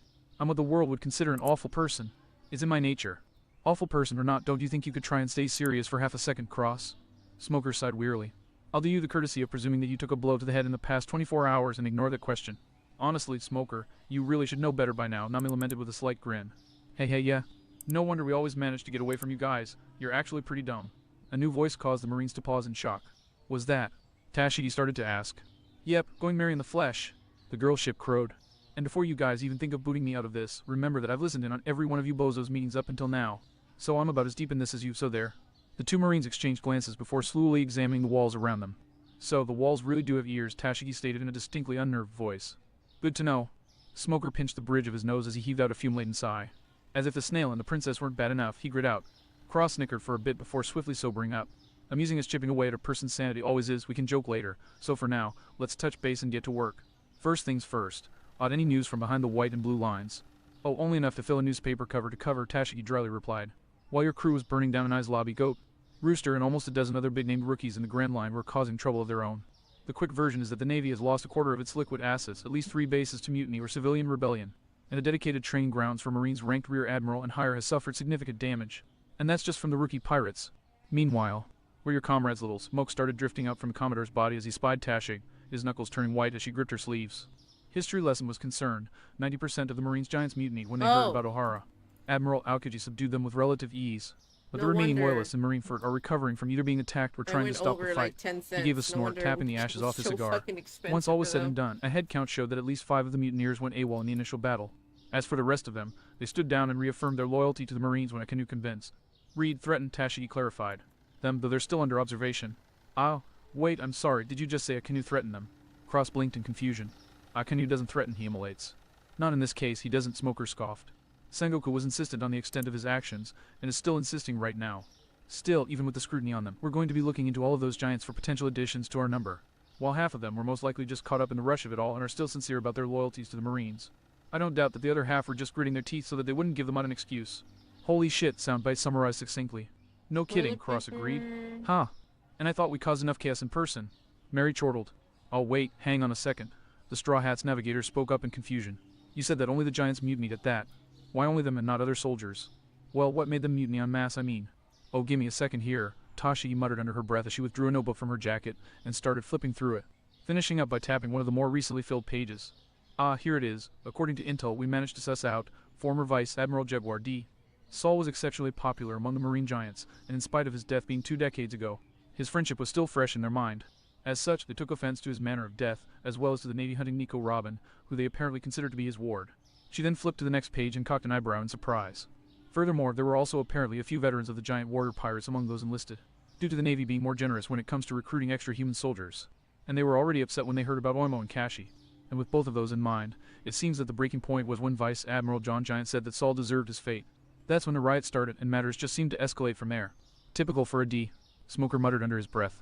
Raising 7 different kinds of hell even from beyond the smoke man snapped his jaws shut, growling, when Mary started howling with laughter. Herr Rem, Nami mused thoughtfully. If that's the case, a suggestion for whoever you have watching the giants you think might be good for recruitment, tell them to drop Saul's name and watch for a reaction. If they're not totally on board with the Marines, they'll show it.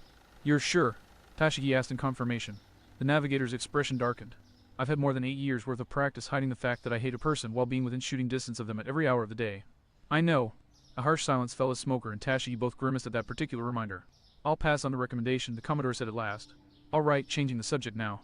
Question for the turncoats. The hell's got you down in the dumps, Four Eyes? We just kicked 10 kinds of ass and gave the world government the big mama of black eyes. Shouldn't you be cheering from the rooftops? Tashigi bit into her lip as she slowly bowed her head, her expression shadowed by both the lights of the room and her bangs. Going by how the snail's expression sobered up and became somewhat hesitant, it was clear that the message had gotten across. Smoker made to say something. It's hard for me to get enthusiastic about anything, but was interrupted by Tashigi's dull voice. When I can still hear Nico Robin, a woman I thought knew as a monster, outlining each and every last detail of the horrors that the world government inflicted on Ohara. It's hard to really feel much of anything knowing that I supported an organization responsible for something like that. Silence fell again, at least until Cross put up a shaky grin over the connection. Hey, come on, Lieutenant, you know that's not true, the pirate insisted. You're not part of that organization, remember. You're part of one that's dedicating itself to preventing shit like that from happening ever, ag. Anymore.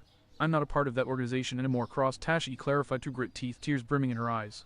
I still actually joined them, I still served at their behest, because I had faith in them. I had faith in the Navy, in the world government. And even after you helped show me what you did, I still had faith in them, and that there was some measure of good left in the Marines. In spite of the corruption obviously infesting it. But now, she reached beneath her glasses and pinched the bridge of her nose. Now I know the corruption runs to the very top, to the fleet admiral himself. She let out a pained groan as she shook her head. I honestly didn't see it coming. None of us did, Lieutenant, Smoker said softer than any present had heard from him. We all thought that Sengoku of all people would be the unyielding pillar of justice we all see him as, that he wouldn't resort to these methods. Commodore then directed an acrid glare at the snail. So unless you're going to tell me that you lied about Sengoku's name being on that many entries in the Black Book, in which case there will be consequences. Commodore Smoker. A sharp, ironclad interjection from Cross interrupted the Marine's accusation. In the history of the SBS, the only time I have ever lied was when I said that the Golden Bell on Sky Island was lost. And that was to prevent a second genocide over its possession, Cross replied venomously, before slumping and heaving a dejected sigh. His expression downcast. No, as much as I hate to admit it, Sengoku's signature was indeed on at least a third of those pages, with Khan's, the Elder Stars, and any of the admirals on the rest. Granted, the pages Sengoku approved were relatively more acceptable than the examples I listed, but the snail shook its head in defeat. Well, by their very nature, nothing CP9 did was ever pretty. Tashigi knocked the back of her skull against the wall, groaning as she ground her fist into her forehead. Damn it, she bit out. I feel like such a... But, Cross hastily interjected, his demeanor swiftly reversing itself. That being said, I still have faith that Sengoku isn't corrupt. The Marine stared at Cross's proxy in confusion. But Tashigi started hesitantly. I thought you said... If you'll recall my words at the time, anybody in Sengoku's position would have no other option but to make some tough, ultimately morally compromising choices. We all knew it, the only reason we're actually taking issue with them is because I aired them all, Cross explained. Put it this way, all I did was reveal he's human. Chances are that he isn't beyond hope. If all else fails, I know one secret that could change his mind, but I'm not going to be able to use it anytime remotely soon. Smoker narrowed his eyes accusingly. Cross, any other time, I'd put up with your cryptic BS. But after the hell of a day we've had, which you've caused, I'm not willing to take your word for it without details. Spill. Now. Silence reigned for a moment until Cross sighed. All right, it's innocuous enough. Just don't go spreading it around, all right. Mention one name and all of this to the wrong person, and you are beyond screwed. We won't, Smoker snorted. Well, all right then, where to start? Remember a while back, when I said that Virgo had beaten a mole within the Dawnquick, so pirates within an inch of his life. He didn't wait for an answer. That mole was Dawnquick, so Rocinante, Doflamingo's biological younger brother, and he was pretty much Sengoku's adopted son. The silence in the room was deafening as the Marines gaped at the snail. You're serious, Tashigi flatly stated. As a bullet, Cross confirmed. It's a long and seriously messed up story, but the end message is that Rocinante died at his brother's hand, protecting a boy he himself had adopted, which Sengoku doesn't know, and that nobody besides us here and Sengoku himself know of his relation to Rocinante. If nothing else, me even mentioning his name should give him one hell of a pause. And what's Sengoku's unknown grandson doing now? Smoker inquired. That depends. You mentioned that a bunch of rookies recently went nuts, right? Do you know where the Heart Pirates were in it all? Tashigi and Smoker exchanged shocked looks before the former thumbed through her notebook. I teamed up with the Bonnie Pirates and invaded base G76. It seems that besides looting the place from top to bottom, it paralyzed the Marines' position there and used them for game of Jenga, she said, green creeping onto her face. Well then, I guess Law just spent the day playing Jenga. Tashiga's strangled squawk was mirrored by Namas. Oh, we are not even getting close to that psycho. Trust me, this is tame by his standards, Cross reassured. And just to be clear here, we're getting allied with him. Of course we are. Mary cheered eagerly. In this kind of situation, the only options are alliance or destruction, or getting chopped into 1,000 pieces while staying perfectly alive and unharmed. Came a cool female voice that caused Tashi, his old wounds to throb. Mimicking Robin's voice does not give you carte blanche to be creepy. Nami snapped irritably. The hell are you talking about? I didn't say. Moving on. Cross barked hastily with a somewhat panicked expression. What's the next question here? Right, what are you guys' current marching orders? Smoker glanced at Tashigi in puzzlement, and the only response she could muster was a confused shrug. So for the sake of the last frayed threads of his sanity, he decided to ignore whatever the hell that was. My ship is currently en route to the G54 base. Most of the surrounding bases have either mutinied or been attacked, so they're sending me to handle anything that comes up while they send a higher-ranking officer from HQ as a permanent replacement. It'll be a short assignment. As for everyone else, Tashigi continued, T-Bone's been summoned back to Marineford for an after-action report, though the scars he's gotten should speak louder than anything he has to say, which is a good thing. Jonathan, as you can expect, is holding down his fort and mainly keeping the gates open as a makeshift rest stop for any Marines near them. And finally, Hina is currently heading for the Twin Capes to start cutting down on the number of psychos that our blue bases are reporting headed for Reverse Mountain. Perfect. Cross said happily. If Hina's heading that way anyway with her full fleet, she can handle what I was going to ask. Do me a favor and pass along a request to her that she either swing by Little Garden herself or that she send 2 battleships. One if her ships are big enough. Tashigi frowned in confusion. Officially, Little Garden is a prehistoric wildlife preserve, and unofficially it's a death sentence to all who land there without an eternal pose. Why would she need to go there? Cross donned his usual shit-eating grin with immense eagerness. Ooh, no reason. It's just that for the past century, Little Garden has also been the arena for Blue Ogre Dory and Red Ogre Bruggy's honor duel, and they need a lift to Water 7 so that they can rendezvous with their crew. Tashigi's expression promptly fell flat. Of course. Because why not? She droned and started reaching for the snail. Look, Cross, I've had a hell of a week and I just want to get some sleep, so if there isn't anything else. Wait. Tashigi froze mid-motion when Mary suddenly spoke up again.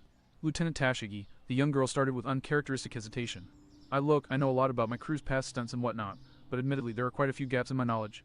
Centered around when my crew was on shore. But from what I've pieced together, you saved Cross's life in Rainbase, right?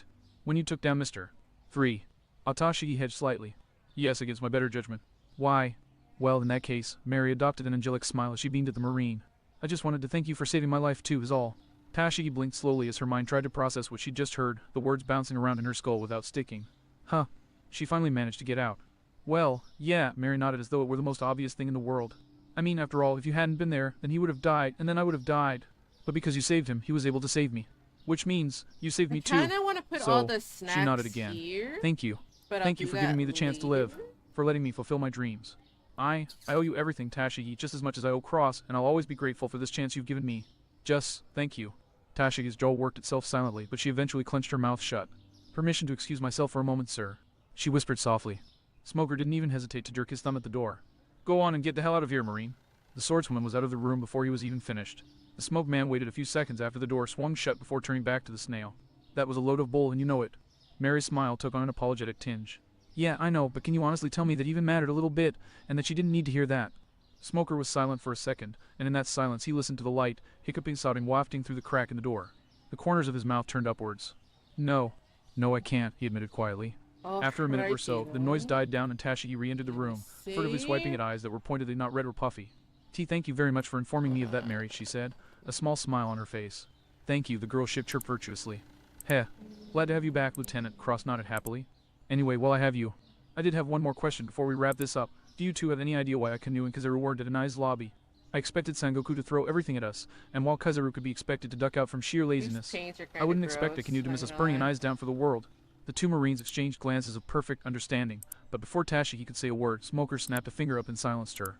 You seriously lucked out with Kizaru, he grunted. A training accident sent him flying into the red line when he tried to use his abilities to reach you. He'll be recovering from it for a few days.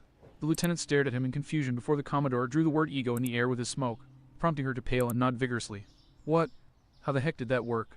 I mean, I know the general mechanics of the glint glint fruit is a Loya, but how did he? Mirrors Tashigi deadpanned. How did I not think of that sooner? Nami, if we end up meeting Kazaru, be ready to throw up a mirage, play it right, and you could end up on the other side of the world. I will absolutely remember that, Nami promised fervently. Damn right, eh? Hey, you two alright? Fine, Cross. Tashigi wheezed as she recovered from a rather ragged coughing fit. Anyway, I'll let Rooster fill you in on the details himself, but suffice to say that where his actions were concerned, they were more than enough to warrant Akinu going after him personally. He avoided him by sailing into the calm belt, but then Boa Hancock of the Seven Warlords was sent after him. Capricorn confirmed that he's still alive and free, but she shrugged helplessly. We're not sure of the finer details. Cross slowly blinked in shock. Huh. That's unexpected, to say the least. No clue how the hell he'd outrun her in the calm belt. I will definitely have to ask him about that. Easy Money says that it'll be one hell of a story. Oh shit. I'm inclined to agree in this case, Cross Smoker grunted in agreement. But we'll be learning it for ourselves soon enough. This call was just a status report, so that we could touch base with you before we get into our assignments. Like I said, it should be short, no longer than a couple of days, but we'll be out of touch in that time. But once that's done, we'll have the opportunity to get in contact with you in earnest. Tashigi promised, get ready, Cross. Because this will almost certainly be the most important meeting of a My 6 to date. Sounds good to me, Cross nodded solemnly. I'll arrange matters with our own allies and when the time comes. The pirate trailed off, stiffening in shock. Wait a second, did you just say My 6? Tashigi blinked as she realized the cause I for almost Cross's saw confusion, and she made to answer murder! before an impish That smirk slowly taxi spread almost across her crashed face. into the car in You know front what, of it! Cross? She simpered Taxi sweetly. drivers are I think that fucking this time, terrifying, I'll leave man. you with the unanswered questions. Bye-bye. What are you? Nana no white call lick. Tashigi hung the snail up before the pirate could get another word in and started howling with laughter a moment later. Oh, that was fun. She cackled as she shot her fist in the air. Woo, I am feeling utterly pumped. She spun on her heel and snapped a salute at Smoker. Permission to go on deck and practice my flying skills on the cloud, sir. Smoker cocked his eyebrow at her before waving his hand dismissively. Get out of here, Lieutenant. Thank you, sir. And with that the swordswoman shot out of the room with a whoop of glee. After a moment, Smoker left the room as well, heading for his quarters. I guess the rumors really are true, he reflected silently, the corners of his lips turning upwards ever so slightly yet again. There's just no end to the Straw Hat's capabilities. Oh. I blinked slowly as I processed what the hell had just happened before leaning back on the bed I was sitting on with a weary sigh. Damn. Beaten at my own game. And by her of all people. Could this and I'm stopping right there, I declared in a suddenly cheerful tone as I shot to my feet. Because I have no desire to suffer. Well, if you'll excuse me. I made to stride out of the house. And was promptly halted by a hand clamping down on my shoulder, and the barometric pressure in the room nosediving so fast that my breath caught in my throat. Did you honestly think I'd forget about this much money? Nami asked in an honestly insulted tone. Were you seriously leaving me to her mercy? Soundbite howled indignantly. Every sapient for himself. I whimpered pitifully through the tears cascading down my face. And honestly, I was hopeful that what with how rich we are, and the fact that I'm responsible for it, the two events would even one another out. There was a moment of tense silence as Nami thought it over before the storm looming over us dissipated, and she patted my shoulder with a chuckle. All right, Cross, all right. I'll foot the bill out of our coffers. Given how much we have, even with what we'll be paying Frankie once Sodom and Gomorrah are ready to set out, it's really not that much in the long run. I heaved a sigh of relief, and I was about to thank her when she patted my shoulder again and walked past me. We'll just do one thing once all said and done, she stated, popping a single finger to go along with the announcement. For some reason, I couldn't help but feel a stab of existential dread. And that would be. Nami turned on her heel, and proceeded to smile the most innocent and yet utterly evil smile I'd ever seen in my entire life. I'll put it all on your tab. The last thing I heard as everything went black was Mary howling with laughter. Oh. I woke up a short while later to a recently returned chopper smelling salts, and after hasty assurances that I wouldn't be having an entirely warranted, in my opinion, panic attack, he set about checking on our still healing crewmates while Mary observed the also returned Sanji's experiments with eager glee. Credit where it was due, in spite of the utterly inedible ingredients he'd been forced to procure. The presentation and even the smell almost made me want to try it. Yeah, Luffy'd be stealing it at least once, no doubt about it. I'd have to keep my vision dial handy. Because there was no way in hell I was missing the one chance I might get to immortalize either Luffy blowing chunks or Chopper pumping his stomach. Anyway, once I was back on my feet and after I dealt with the existential crisis of not having any money ever again in the foreseeable future, I got to work on the next item on my inordinately packed agenda. That is to say, contacting our other allies. I had no delusions. The next time I spoke to them by 6, I'd be telling them everything there was to tell about me.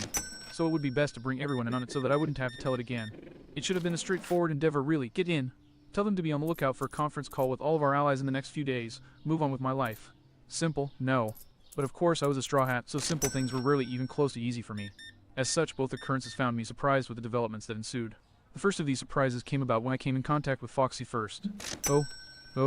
So, we're finally going to find out exactly how you know so much. Well, I'm certainly looking forward to that, Foxy grinned eagerly. But if I may, I'd like to make a recommendation for another addition to the little Zodiac of the Damned we've been setting up. Zodiac of the... Huh, that's actually a pretty good name. I think I'll steal it. Anyway, you are our recruiter, so I'll consider whoever you have in mind. Ah, who would that be exactly? Oh, I think you might know him. Foxy smirked as he waved the person at his side forward. Care to speak up? Papa. You know I never don't.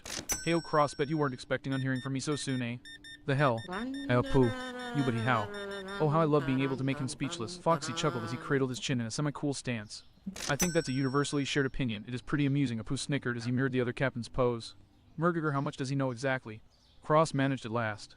Foxy's charisma shattered fantastically as a heavy sweat drop dripped from his brow.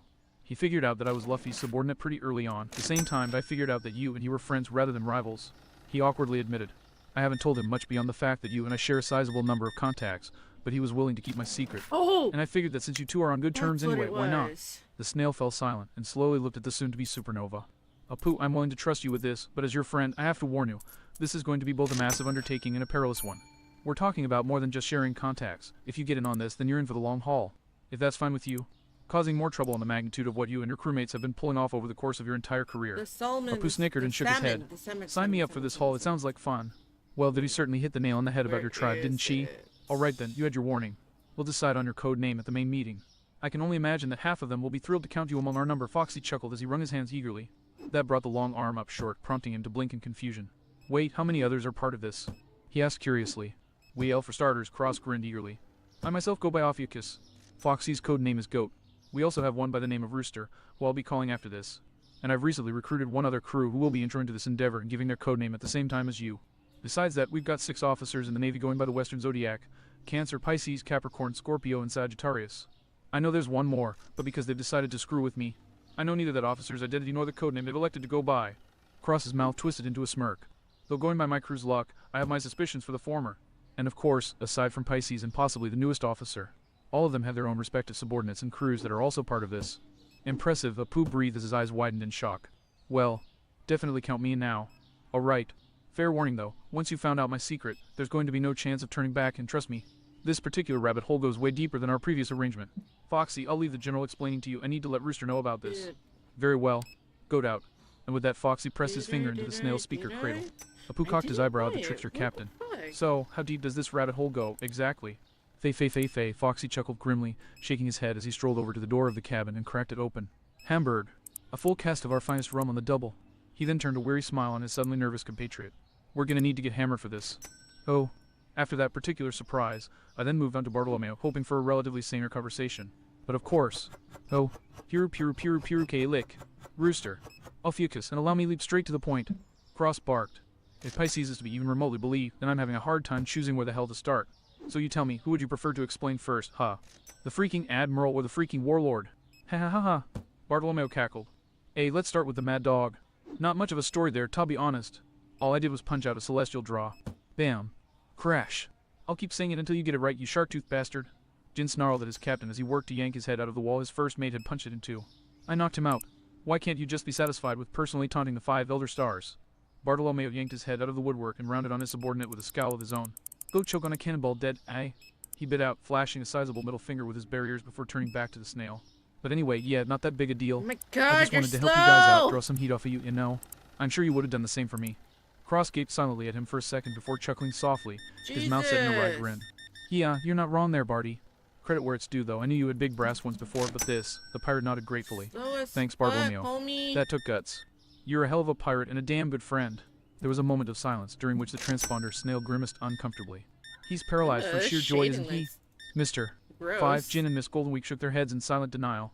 Hud, answering a jig a little ways away. More head shaking. The snail's expression fell as flat as a board. He's bowing and worshipping before a shrine of what few bounty posters we have. I'd love to call you conceited, Cross Mister. 5 drawled before kneading the bridge of his nose with a groan. But all of those are typical things he does. In this case, however, the ex-bounty hunter cocked an eyebrow as he watched the episodically pop bubbles coming from their captain's mouth. He's fainted from sheer euphoria and foaming. The snail sighed. Oh, of course he is. Well, that won't do, will it? Time for a wake-up call. The assembled crewmates stiffened fearfully before scrambling for the snail. Be with the... And reeling back in agony when it belted out a near-rendingly loud honk before they could stop it. Jayog. Bartolomeo yelped, clutching his ears as he shot up. I love this thing, Cross snickered. We know. The top brass of the Bardo Club and Soundbite roared. Oh, good, Barty's awake. Get your head in the game, man. We're not done yet. And for the record, Cross grimaced uncomfortably. The hero worship is starting to get a little bit creepy, so if you could curb your enthusiasm even a bit, that's about as likely as Crocodile allying with your captain, you damn all-luck magnet. Miss Valentine groused from a corner of the room. She was slumped in. Just let it go, it could be worse. Right then, who vetoed the luffy figurehead? That got shocked looks from everyone. How the hell did you know that? Jin demanded. Tiff, hey, Cross chuckled grimly. Trust me, you guys are lucky. Any other day I'd bullshit you all, but in all honesty, Barty'll be learning the truth soon enough at a not-so-little get-together I've got planned in a few days' time. But that's in the future. For now, we still have the matter of Boa World's most beautiful and second deadliest woman, Hancock. I don't know how the hell you guys are navigating the calm belt, but considering how she can do it with ease, how did you manage to avoid her? Who said they avoided us? The snail's eye stalks snapped to attention as the sumo-like Kuja pirate who remained silent until then chose to speak up. Going by the voice, the sheer authority, and the relative age, I'm guessing, the snail's eye stalks swiveled around in order to cock inquisitively. Boa Marigold, youngest of the 3 Gordon sisters. As impressive as ever, Jeremiah Cross, Marigold replied evenly. In case you were curious about my presence here, suffice to say that your words have had a significant impact on my oldest sister. Oh, We've fuck! become quite the fans of your SPS, and when we learned that Bartolomeo was not only a mutual fan, but also allied with you, Damn, Hancock people elected be to falsify a liking report of the failure while I remained sushi. here to await your inevitable contact. We were very interested in speaking with you.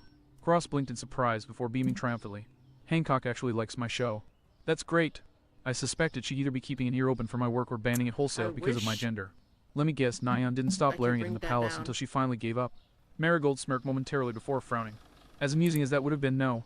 Suffice to say that one of your earlier broadcasts caught our attention, and we've been listening intently ever since. The expression on the snail snapped from smug to solemn so suddenly that the serpent sumo stiffened. Cross had proven himself to be well informed, but was it possible that he could know? This might not be my place, Cross said, snapping her out of her thoughts. And even wholly insensitive and maybe even more than a bit frightening, but I feel like I must offer what condolences I can. What you went through, the pirate shook his head morosely. The fact that any of you are functioning at all is a miracle. I can't even begin to apologize on behalf of hell, pretty much the entire human race, for the sins you were unjustly forced to suffer. I am now acutely aware of two facts about you, Jeremiah Cross, Marigold stated in a thoroughly shaken voice. There is no chance that you are allied with the world government. Smash! The Bardo Club pirate staggered back in shock, when Boa Marigold suddenly snapped into her hybrid form and encircled the terrified transponder snail, bearing her fangs mere inches from its face. And there is nothing that I can be utterly certain that you do not know, she snarled. Regardless of how impossible it should be for you to know it. In spite of its shivering, the snail's eye stalks remained steady and firm, before slowly bowing sadly. For whatever it's worth, I haven't told anyone else. Not even Soundbite knows the details. Speaking of Soundbite, the snail's eyes then snapped up with an indignant glare. Drop the fangs, would ya? This shit is murder on my mouth. Silence fell for the longest seconds of the Bardo Club's lives as they looked between the shivering snail and the haunted expression of one of the most fearsome pirates on the seas. Then, at last, the King Cobra hybrid shrank down to her normal, though admittedly still very tall size. My apologies, she said quietly. Same to you, Cross shook his head regretfully. I shouldn't have brought up your past like that. It was an impulsive move and he shook his head again. Anyway, in what is simultaneously a desperate bid to change the subject and a return to business, may I offer you an invitation to the get-together I mentioned earlier, Boa Marigold? I assure you, you'll find our discussions to be quite pertinent. Marigold froze, taking a moment to process the implications, before shaking her head with a defeated sigh. I'm sorry, but I'm afraid we can't truly support your crew. For fear of the world government revoking Hancock's title and making Amazon Lily fair game, right? Cross finished with a grimace. Yeah, that would be a concern, wouldn't it? Does that even matter? Bartolomeo spoke up with honest confusion. I mean, anonymity is what the whole codename system is for, right? That's its intention, yes, but it's not infallible, Miss Goldenweek shrugged dismissively. While everyone involved in this undertaking, for lack of a better word, are all at risk should their identities be compromised. Hancock's status means that the threat to her is aggravated. She's already taking a monumental risk by letting us go. Amazon Lily, Miss Valentine mused as she eyed Marigold. Going by the name and the composition of your crew, that's a literal name, right? Only women, nobody else. She shrugged with a sigh when Marigold nodded in confirmation. Well, there you have it. Without the immunity the Pirate Empress's position offers, chances are that the world nobles would get the Marines to rip the entire island apart so that they could split it. She shivered in disgust. Foils between themselves. And last time I checked, we don't have the manpower or resources to prevent that. Not yet, we don't anyway, Cross practically snarled. Another pause as that sunk in. Then Marigold spoke once more. I will consent to at least attending the meeting, so that my sisters and I can have a bead on the situation. But I make no promises beyond that, she said firmly. I don't ask for any beyond one, Cross assured her. Keep everything you hear at the meeting a secret. You can tell your sisters and Elder Nyan if they want to know, obviously, but nobody else. If this gets out, heads won't roll because there won't be any heads left. The warrior nodded firmly. I expected nothing less. Right then. Well, I think that covers everything I needed to. Cross trailed off as a thought apparently occurred to him, before a smile slowly slid across his face. Actually, one more recommendation, Marigold, which I'd pass it on to Hancock. When you have the time, try out the floating restaurant called Takoyaki Eat. Consider it as much a recommendation from me as it is from her fellow warlord, the Knight of the Sea Jin. Marigold's eyes widened, and a tentative smile spread across her face as well. I see. I'll take your recommendation under consideration, Jeremiah Cross. Good luck to you and yours. Same to you, Boa Marigold. See you around, Barty. Ka lick. Once the snail fell back asleep, the good cheer hung around for a second before the atmosphere plummeted into uncomfortable silence. Sewell Bartolomeo coughed as he side-eyed Marigold. What the heck do we do until that big call he was talking about happens? There was another silence until Epis held up a deck of cards. Anybody up for a game of strip poker? She beamed innocently. Then she paused in confusion as everyone stared at her in utter shock, looking at Miss Goldenweek in askance. Did I do that wrong? I said it how you told me to. Nope, Miss Goldenweek smirked ever so slightly as she bit into a rice cracker. You did that exactly right. Oh. And all of that brought me to the present, the afternoon on the second day following Anai's lobby, where everything seemed to be going fine. With everyone since Zoro, Vivi, Robin, and the Dugongs trickling back into the backup headquarters and nothing outside of the crew's normal circumstances going on. Heck, even I was finding the time to relax. And then in walked Kokoro and her family, with Yokozuna moving to the window after trying to force his way in through the door. Yeah, as it turned out, the day was only getting started. Oh, well, it's great to see you all back on your feet again. Honestly now, Putting sleeping for a full fucking day. lights You everywhere, had us all Bert. worried there. Boo, but then, again, I guess that after what you all went through, that's only natural. Kokoro smirked as she caught sight of all the food on a nearby table getting sucked away at a breakneck pace. It's also good to see that the king-to-be is back on his feet. Ooh, I wouldn't quite say that, I muttered as I turned the page on the book I was reading, keeping an eye on Soundbite's snoring shell all the while. Kokoro blinked at me in confusion. The heck do you mean? He's clearly moving. Take a look at his face, Granny, Lassie yawned languidly. What are you? Kokoro slowly trailed off as she processed the clear and present nose bubble Luffy was snoring out. He's asleep. Luffy learned how after Alabasta because he never wanted to miss that many meals after a fight again. Sanji sighed in defeat as he placed yet another platter of food into Rubberman's reach. Credit where it's due, at least it's keeping him busy. and it's actually aiding in Luffy's recovery as well. Chopper mused from his own bed, where he was splitting his attention between a number of papers arrayed before him that he was alternating between writing on and poring over. After all, he's ingesting a good amount of nutrients for his body that his metabolism is putting to good use, all while getting the rest he needs. It's certainly better than merely strapping him down and waiting, which would undoubtedly result in a longer resting period. Kokoro stared warily at Chopper before sending me a nervous look, and I responded with a helpless shrug.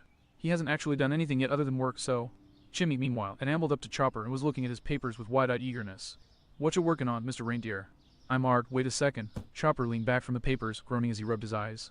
4 minutes, 36 seconds. Marginal, but progress is progress. Anyway, to answer your question, the human zone waved his hoof over the papers.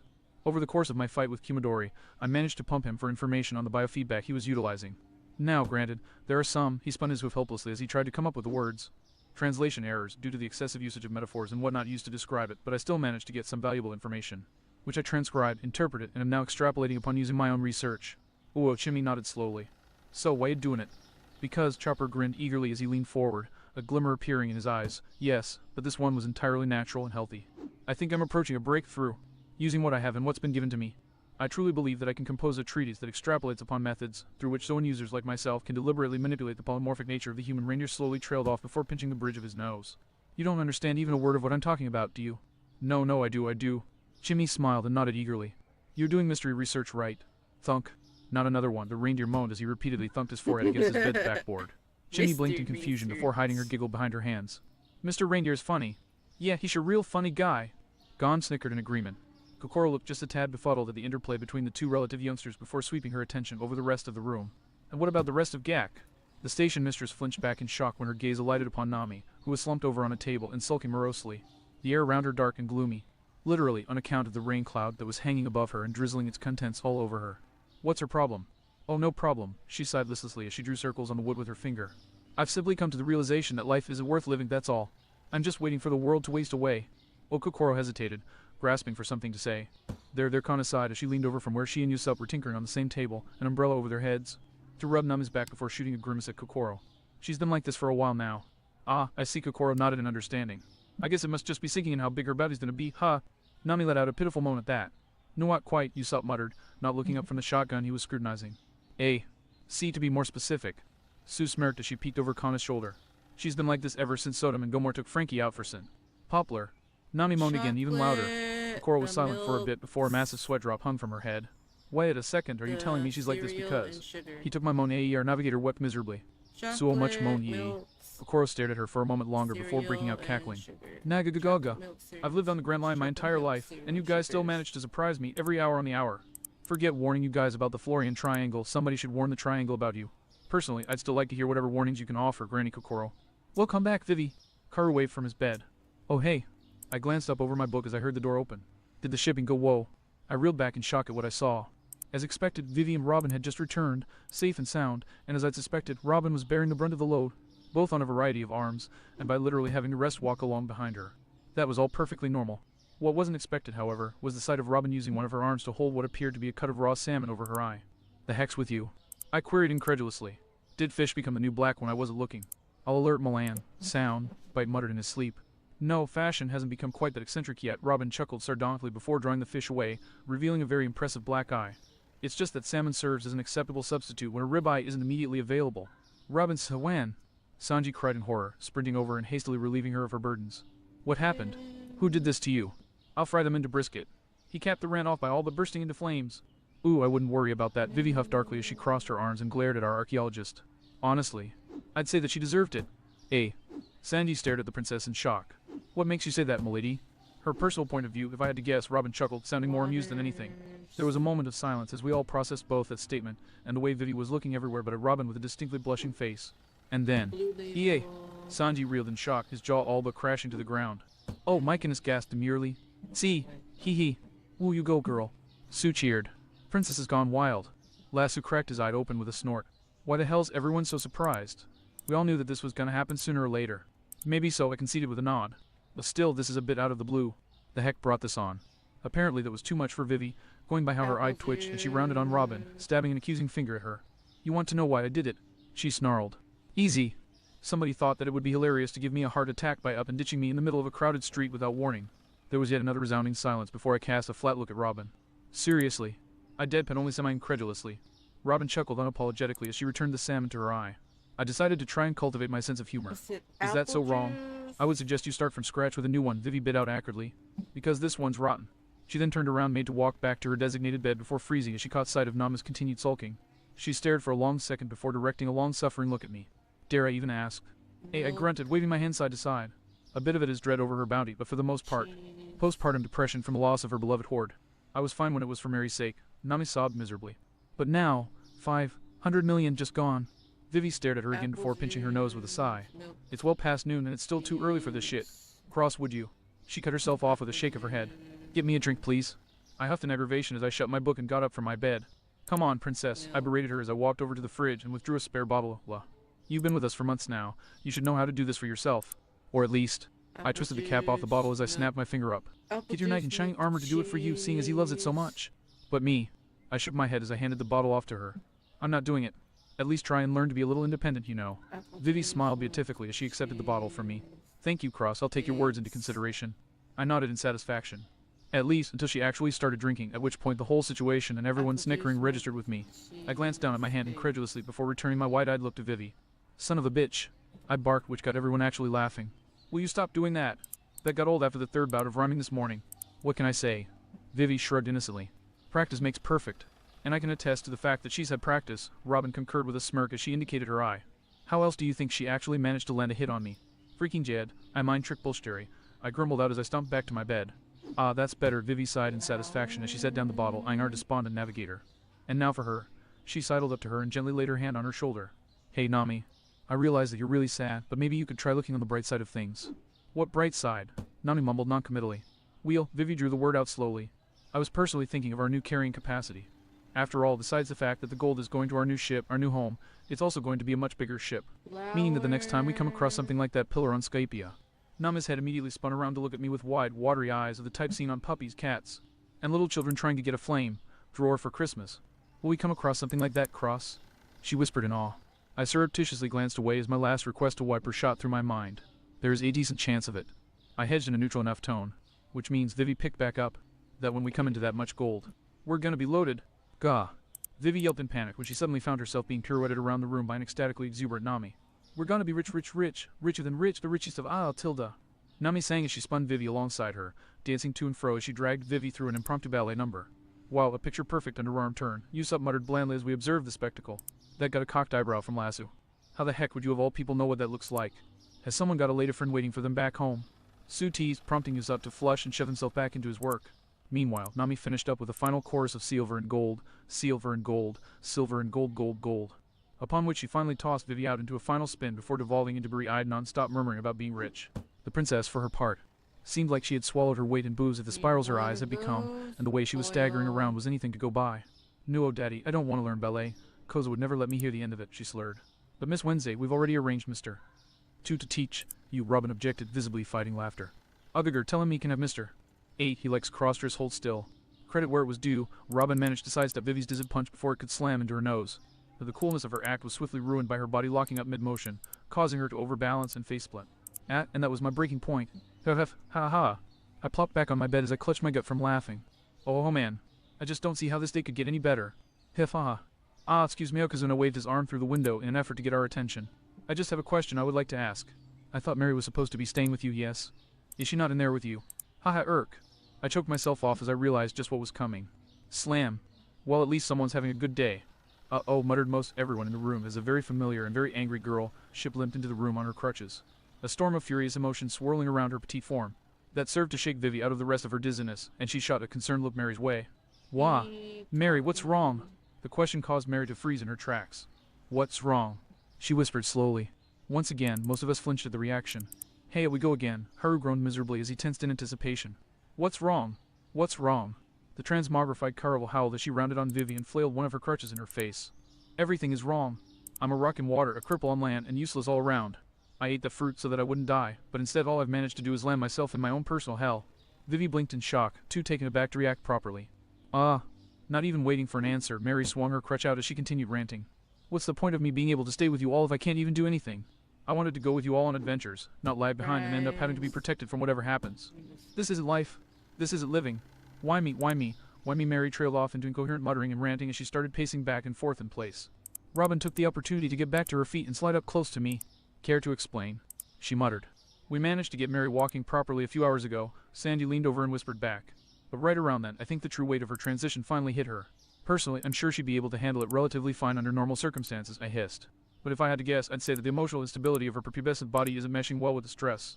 Simply put, her stress and emotions have been periodically bursting out into wild tantrums like this one. I see, Robin mused as she tracked Mary as she shuffled about. So, she rants and rages for a bit, and then she calms down. I winced and shook my head grimly. Knew it quite.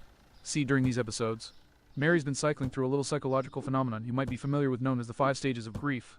First, there's denial. This can't be happening to me, Mary muttered fervently as she paced back and forth in place. This isn't happening, not to me, not to me. I'm a good ship, I'm a good person, I refuse to believe it, I refuse. Second is anger. This is fucking bullshit. Raneg. Mary suddenly howled in outrage. This is totally unfair, damn it all. I just wanted to fucking live. Is that seriously so much to fucking ask for? Third is bargaining. Please. Mary flopped herself onto the nearest bed and started weeping almost comical streams of tears. I'll do anything you want. I swear, I'll feed the homeless, I'll be nice to kids, I'll clean up my act wholesale just via Roman 9 me. Fourth is depression.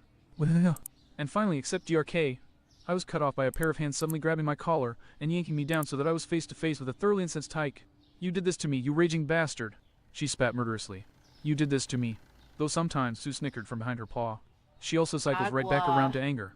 Get her off. I gagged fearfully. Alright. Connus yelped frantically, hastily darting forward and grabbing Mary off of me. Mary, I'm so sorry about how things are right now, but please calm down. Calm this. Thwack. Gug.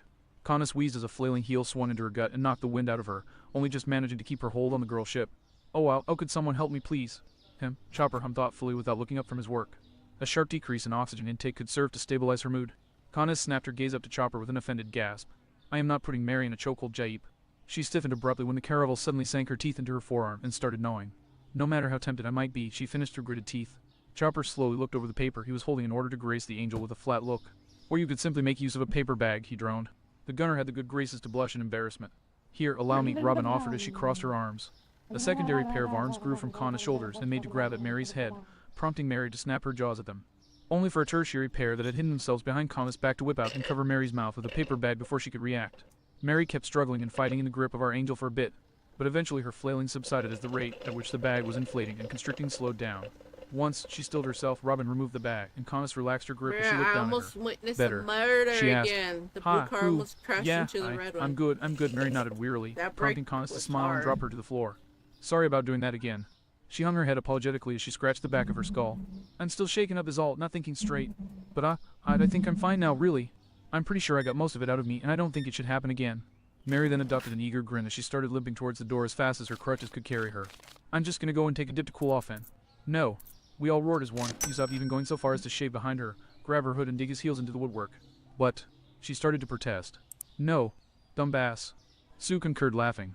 Robin cocked an eyebrow at the display before slowly leaning towards me. Just how many times has she? 5, I ground out. In the past 3 hours.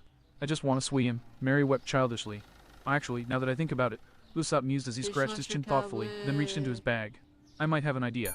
Really? Mary squealed ecstatically, stars shining in her eyes. Wait for it, Nami muttered under her breath. You can swim. Thank you, Usopp. I love you, I love why. Usopp removed an inflatable ring with a very familiar sheep's head bobbing on the front. As long as you wear this. Mary froze so fast that I swear I heard the air shatter around us. Unfortunately for him, however, our sniper didn't notice Mary's reaction and instead smiled eagerly. Well, what do you think? Did I get the face right? And in 3, 2, 1, I counted down beneath my breath. What do I think?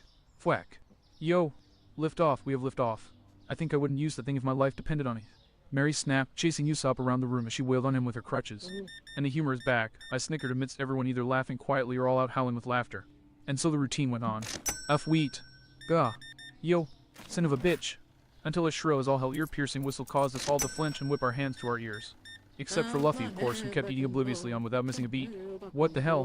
Lasso bit out painfully as he rubbed his ears. Glad to see you're all having fun. Hey. I blinked in surprise before turning my attention to my bed table, where a familiar pair of ice stalks had poked out of their shell. Oh hey Soundbite. Hey yourself, he scowled as he slid from his shell and swept his ice stalks over us. Sorry to break up the mood, I love seeing Wano get his ass beat Bro, as that much was as the next 12 guy. bucks. Chuck a salt Why shaker. you give me $100 for Usopp cursed 12 acridly bucks? as he hopped around on his less injured foot. But unfortunately, fun time Jesus. is over. Soundbite snapped his gaze to a wall.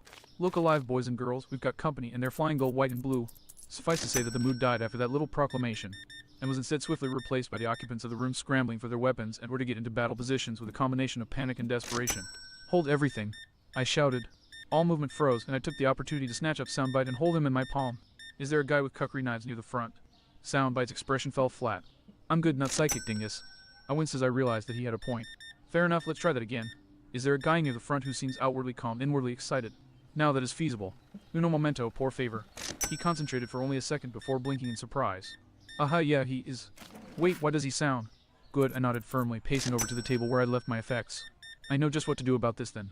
Everyone watched in anticipation as I donned my greaves and arranged my gauntlets on top of the table, as well as my transceiver, and then I grinned eagerly as I withdrew my transceiver's mic and started counting down in my head. Time for another broadcast. Wham! The group face fault was very satisfying. Kuru Sandi ground out slowly as he started to climb to his feet, the air starting to shimmer from sheer heat around him. Are you already going back on your promise? Usopp demanded. Hey, what can I say? I shrugged casually, even as I approached what I judged to be a good distance from the wall Soundbite had indicated. I consider this to fall in the harmless category, especially when you take into account that not only is there no malice in this little incursion, but I've got the perfect shield up and ready in case he decides to get impolite. Huh. Vivi frowned in confusion. Wait, what do you mean by? Hello, people of the world. I cut Vivi off once my countdown hit 0 and I approximated that I had enough viewers. It's been far too long, and I'm ever so glad to be back on the air after recovering from the freaking hellish ordeal my friends and I just went through. I'm Jeremiah Cross, and with me as always is my partner in crime. That would be me, Soundbite, here to bring you another marvelous edition of the SBS starting now. Lasso Woof, his tongue lolling out as he panted eagerly. I think I see why Soundbite does that now. That such tick is fun. I cast a glare at the mutt that was more amused than annoyed. And for once, ladies and gentlemen, I have no time to be angry at being interrupted. Speak for yourself, because today we have a special guest joining us here on the SBS. I spun my arms before pointing both fingers at the appropriate wall. All the way from Marine headquarters, he uses mountains as sandbags, he almost had us at an eyes, and he's the bane of pirates everywhere. Vivi paled in horror as the buoy dropped for her. Oh dear sweet Anubis, no, she breathed in horror. Don't tell me, Sanji whimpered at almost the same time as a cigarette dropped from his mouth. She's also renowned as the rival of the king, the blunter of the dawn, and the second of the Buddha. I continued emphatically. Everyone else swiftly paled as well as they realized who I was describing, and they fearfully backed away from the wall as a result. Robin, in particular, was having a unique reaction, apparently caught between bowel-dropping terror, fond exasperation, and more than a little bit of amusement. Honestly, she chuckled even as she kept a white-knuckled grip on her hat. I just don't know what I was expecting. Pirates and Marines the world over, I wound up for the grand finale, keeping a close eye on Soundbite for the appropriate timing cues. Please put your hands together for... Smash! I shut my eye in an instinctual flinch as the wall imploded, showering us all with dust and debris. Before stabbing my finger at the figure visible through the dust. God, the hero, what the fuck are you wearing? I hastily swapped my words around as I actually managed to catch sight of Garp and to reiterate what the fuck he was wearing. To clarify, what the fuck he was wearing consisted of the following items. A Hawaiian floral print shirt decorated with palm trees, waves, and bikini-clad tiki dancers. Solid blue board shorts that I was thanking my lucky stars was not a Speedo. A battered straw hat that looked like it had been sitting in a closet under a pile of other crap for 20 years. The tackiest pair of black aviator sunglasses I had ever seen. Straw fucking sandals. And to slap a bow on the whole thing, he even had a stripe of white sunblock on his nose right above his shit-eating grin. Speaking as a native Floridian, I could say with complete and utter certainty that Vice Admiral Monkey D. Garp looked like the absolute tackiest, most stereotypical beach tourist I had ever seen in my life. And just to rub it in, he was not a unique case. Behind Garp, just barely visible through the settling dust, I could see a distinctly uncomfortable Kobe and Helmeppo dressed in almost exactly the same style. The almost coming from Helmeppo keeping his actually admittedly cool shades. And then of course behind them was an entire battalion of Marines in variations on the exact same outfit. Still in tight parade formation with their rifles on their shoulders. Hell, even Garp's second in command, aw damn it, what was his name? Bah, you know, the cool-looking motherfucker with the fedora. Even he was midway to the look, because while he was still wearing his officer's jacket and fedora, beneath it he also had on a floral print shirt, and the fedora he was wearing was made out of straw. Now, honestly, shocking as this all was, I'd like to think I could have handled it all in stride, until Garp raised a coconut shell with a straw and a slice of lime sticking out of it to his mouth. Nay, his smirk, so that he could take a sip, at which point I decided that I'd had enough. Vice Admiral Garp, I started slowly as I tried to kickstart my brain back into gear. Why in the name of hell, if I know, are you dressed like you're on oh shit biscuits, you're on vacation, aren't you? I finished in a rush as realization hit me like the puffing tom. Robin blinked in confusion at my statement before shaking her head in exasperation. Cross, I know that your guesses are usually accurate to an almost uncanny degree, but even by your standards it is just... Wahada. Garp cut her off when he threw his head back and roared with laughter. Yep, Johnny Boy definitely has the right of it. For every bit that you're stupid insane, you're also stupid smart Cross. He puffed his chest out as he jabbed his thumb at himself. Of course I'm on vacation. Because if I weren't, how else would I be able to visit my adorable grandson while you're around without the rest of the world government getting on my ass for not doing my job? I blinked in surprise as I followed that logic before nodding in acknowledgement. That's actually pretty damn smart. Get up is way tacky, but fair enough. Wahaha. Garp jutted his chin out with a bark. High praise coming from you. Robin's eyes twitched as she slowly looked between the two of us before taking off her hat. One moment, please. Thwack. She then shoved her hat back on as the arm that had dope slapped her dissolved. Carry on. Her reaction wasn't the only incredulous one amongst the crew. I don't know what I was expecting, but this is decidedly not it. Vivi managed through her dropped jaw. Ditto Curry quacked numbly. How exactly is anyone supposed to react to something No, like this? no Chopper lo asked with honest agarra. curiosity. Te dice Personally, I'm que la wondering about what we cantidad should no be es more concerned about. correcta. Mira. Him being here, that there's a marine as crazy as him. Or Cross not expecting this. Sue swallowed fearfully. We're in uncharted waters now. Connor started to nod in agreement before freezing and she realized something. Wait, did he just say that he's here to visit his grandson? That brought the rest of my crewmates up short, several of them repeating the word in shock. Grandson! Soundbite's eyes shot wide as he was struck dead on by realization. Ooh. Garp's grin widened as he slowly stepped into the room. Yep, that's exactly right. My grandson is on your crew, and I'm here to pay him a long overdue visit. And now that I'm here, it's time for said grandson. Garp's grin widened as he drew his fist back. Smash! Ooh! To stop stuffing his face and wake the hell up. And delivered an absolutely devastating haymaker to Luffy, punching him clean through the table and causing our newly awakened captain to roll on the floor in agony. No. Luffy cried Además, as he clutched his forehead. todavía está en Early Access, todavía le faltan muchas cosas. Bueno, no sé I see the si resemblance. Soundbite cackled ya eagerly. hicieron I know, right? el update I muttered porque with a shudder. pues el mío es Reading about it bootleg. was one thing, but actually seeing the legitimately No lo strongest tengo en person I knew get taken Steam. down with a single punch. I hid my grin behind my gauntlet. This was going to be so much fun. As usual, my crewmates didn't quite agree with my sentiments. What the hell? Usopp shrieked in terror. TT, that actually hurt Luffy, but I thought that Luffy was supposed to be immune to blunt force trauma. Nami cursed as she gripped her staff, her eyes and tempo curling defensively around her. I know. Chopper squealed in a dementedly eager tone. Isn't it Einters? Thwack. Oh, thanks, Canis. You're welcome, Thokin swallowed heavily as she gripped the rifle she was clutching. I wonder if I shouldn't have let you stay that way. Could it be? Vivi whipped her hand to her mouth with a gasp of realization. Noticing Garp starting to puff himself up, I hastily snapped my fingers and pointed at him. And your next line is, I grinned eagerly as I reconfirmed exactly what I'd read so long ago. There's no defense against a fist of love. There's no defense against a fist of love, Garp unintentionally echoed before he actually processed what I'd said. Then he blinked and glanced at me as I crossed my arms behind my head, a grin stretching my face. Ooh, I've been hurting for an opportunity to pull that bit off for so long, I sighed blissfully. You only wish you could be as good as Joseph. Soundbite chortled. That was a good try nonetheless. Tisk, Garp raised his arms in a shrug as he shook his head in defeat. Said it before, I'll say it again. Crazy little. Jag! Garp was cut off by Luffy screaming in terror as he actually caught sight of him and started pointing his shaking finger at the object of his fear. GGG. The Vice Admiral was swift to regain his composure as he responded with a smirk, taking hold of his shades and drawing himself up to his full height. Oh, well, what's wrong, Luffy? He asked as he thumbed his glasses onto his forehead, allowing him to smile at Luffy in full. Didn't you miss your beloved old grandpa? Grandpa. Everyone else squawked in shock. For my part, I chose to hide an ear-to-ear grin behind my fist. If I had to guess, I'd say he'd hoped you'd fossilized by now, I muttered under my breath. Cocky little shit say what? I blinked in confusion. Wah. Thwack. I came to about 2 minutes later, when someone grabbed the back of my collar and yanked me out of the floorboards. Yes, it appears I'd been punched through the floorboards. Well shit. Hold still, muttered a voice that I recognized as Chopper's, and I registered a hoof reaching towards my face. Hey. What are you? My question was rudely interrupted by our doctor grabbing something in front of my face and yanking Gosnofa. Fuck. I howled, jerking up as I clutched my face. What the blue blazes was that for? Splinter, Chopper deadpanned as he held up a solid inch of wood. I stiffened in shock as I processed what I was seeing, and I gingerly raised my finger to poke at a small puncture wound 6 millimeters from my left eye. Meep. Wow, he really is fragile, I heard Garp mutter. My eye twitched slightly at the comment before I shook my head with a groan and pushed myself into a sitting position. How much did I miss? Oh, nothing much, Robin hummed as she slid up next to me and plopped my hat back on my head. He hit Luffy a few more times, bemoaned him not being a marine, explained the balance of the 3 great powers, the 4 emperors. Elaborated that Luffy's hat came from red-haired Shanks. She cocked a disbelieving eyebrow at me. Any particular reason why you elected to not share that tidbit? Too much fun never came up, he was going to tell you anyways. Pick a number and toss a die, I groused sourly as I poked at the lump growing from my skull. Christ on a pikestaff, that bastard hit like a freight train. Probably literally. Well, at least I didn't miss any of the fun parts. But, if that's all he said then, shouldn't Zoro be back by now? Of course, that was precisely when the sounds of an all-out brawl erupted from the back of the horde of Marines Garp had brought with him. Damn, Soundbite whistled in awe. Even concussed, you've got that down to a science. Mad skills, brah, I deadpan as I flashed a Shaka symbol. In all honesty, I was more focused on observing the 2 quote-unquote rookies Garp had brought with him. I really wanted to see what these 2 were capable of. Right, you're swordsman. You're first mate, isn't he? Garp grinned as he looked over his shoulder at this men getting plowed down. Good timing, I was just looking for somebody I could use as a test. Hey, you two. The Master Chief Petty Officer and Chief Petty Officer snapped to attention.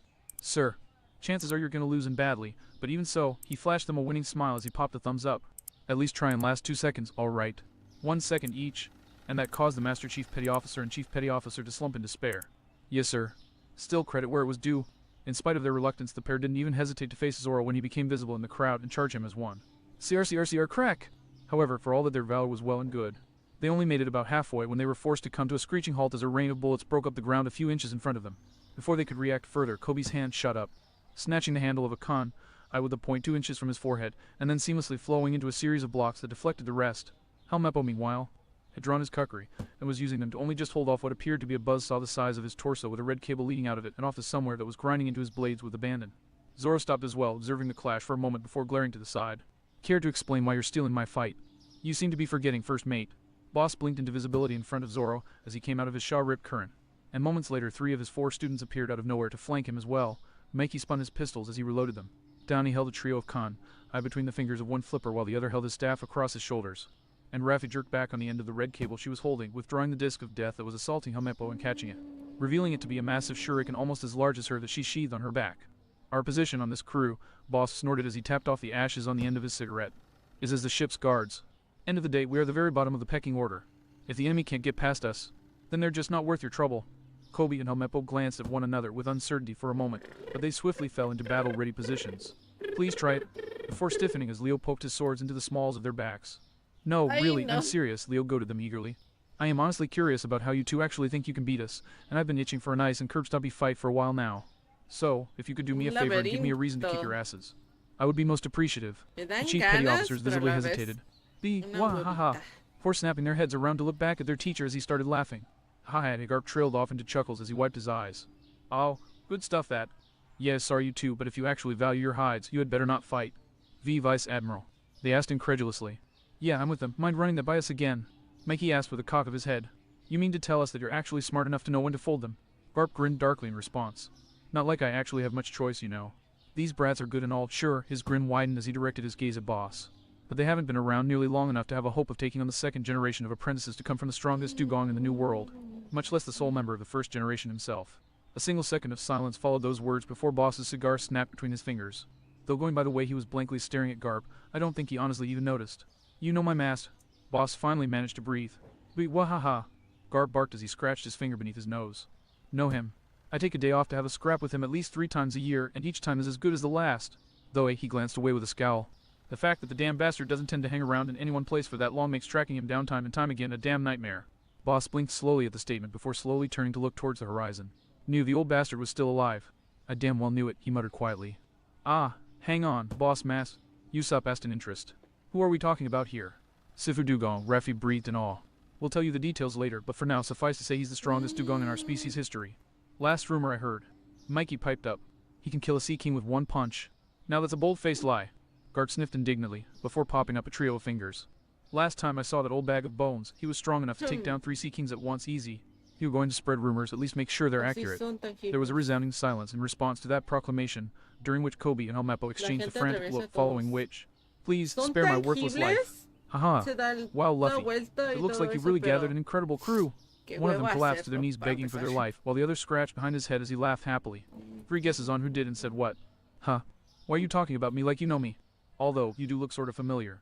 Luffy frowned and bowed his head in what I had no doubt was intense thought. And then, to the utter shock of all, he snapped his head up with a gasp as he pounded his fist in his palm. Wait now, I remember who you are. I blinked in shock before leaning forwards in curiosity, more than a few of the onlookers joining me. Was this really happening? Had our Captain Monkey D. Luffy, one of the densest people in existence, actually managed to grow a brain? The rubber man in question pointed at the eager pink-haired marine with a triumphant grin. You're Natsu Dragneel. Wham! Yeah, no. Of course, Garp, Kobe, and Helmeppo all face-faulted, as would be the natural reaction. But me. I actually felt my skull bleeding from how hard I hit my head, and going by the sound of grinding enamel coming from my shoulder I wasn't alone. However, I only maintained that position for a moment before unholy rage flooded my mind, and I forced myself to my feet so that sound, bite, and I could vent our frustration. A process I started off by bringing my fist down on my captain's head as hard as I could. Of course, once he started twitching and trying to pull his head out of the floorboards, indicating that he was still alive, which was fortunate and unfortunate in equal measure, we decided to vent vocally rather than physically. Right genre, wrong universe, moron. Soundbite howled viciously. Are you seriously telling me that your stupidity literally transcends time and space? I roared with all that my lungs were capable of. I wouldn't be too surprised if it did, Kobe chuckled. rubbing the back of his head sheepishly as he righted himself and crouched before my struggling captain. But still, Luffy, it's me, Koby.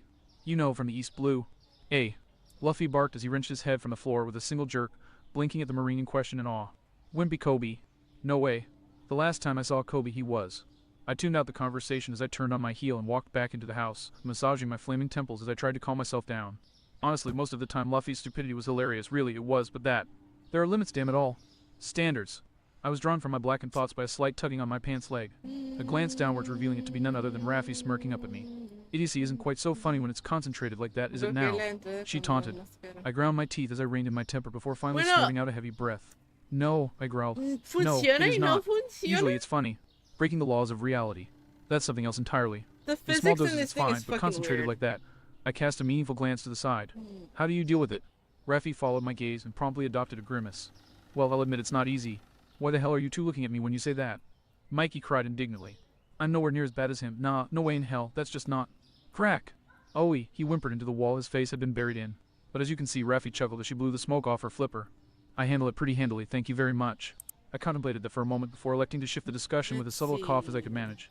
So, what Fuma Shuriken, I think it was, and Kun, I guess you've all got long range covered now. Man, more like mid-range, but I'm not complaining. Raffi grinned as she unslung her wheel of death and started spinning it around a flipper as though it couldn't decapitate someone with ease. This beast's a monster to handle, but the training I've had with Vivi gives me a good idea on how to work chain weaponry. Anybody tries anything up close, they get the sight, and if they try anything from far off... She halted her spinning and jabbed one of the Shuriken's blades dead ahead with a smirk. To get this baby. Unfortunately, not all of us are being as lucky, Donnie groused as he examined his staff. I found the Khan. A knife to be an agreeable weapon, true, but as it is I'm carrying them all around in my shell. And that's neither comfortable nor practical. He glanced up at me with a cocked eyebrow. I only hope my memory is good enough that I can replicate whatever mechanism that Foxy Pirate used in her baton. I pegged onto what he was implying easily enough and flashed him an OK sign. I'm sure that you'll figure it out with time, don't worry. Hibbeast. Infidels. I blinked at Leo in surprise, shocked to see him leaning against the wall with a scowl. The heck are you talking about? You heard me, didn't you? Leo glared at me defiantly. Come on. In case you haven't noticed, we're known as Kung Fu Dugongs. Martial arts, armed or unarmed, is our specialty. We beat our enemies up close and personal, not from a distance like a dirty coward. There is no honor, no glory in. Don't pay him any mind, Mikey scoffed casually as he dug a finger in the approximate location of his ear. He's just salty because he hasn't figured out how to use those cool flying Zoro uses yet. And he can't channel Typhoon Lash down them either, which he hasn't figured out yet, for that matter. Neither have you, and not for a lack of trying either. The katana wielder exploded furiously. And it's not my fault, damn it. No matter how much I put into my swords, no matter how much Zoro or Boss pushes me, I can't make them. He suddenly trailed off, slowly looking over his shoulder at his own swords, then at Zoro's, and then up at me. Cross, is it even possible to accomplish the flying with normal swords, or do they have to be legendary swords, like Zoro's trio? I opened my mouth to respond, then frowned as I ran over the swordsman that I knew had used flying slashes.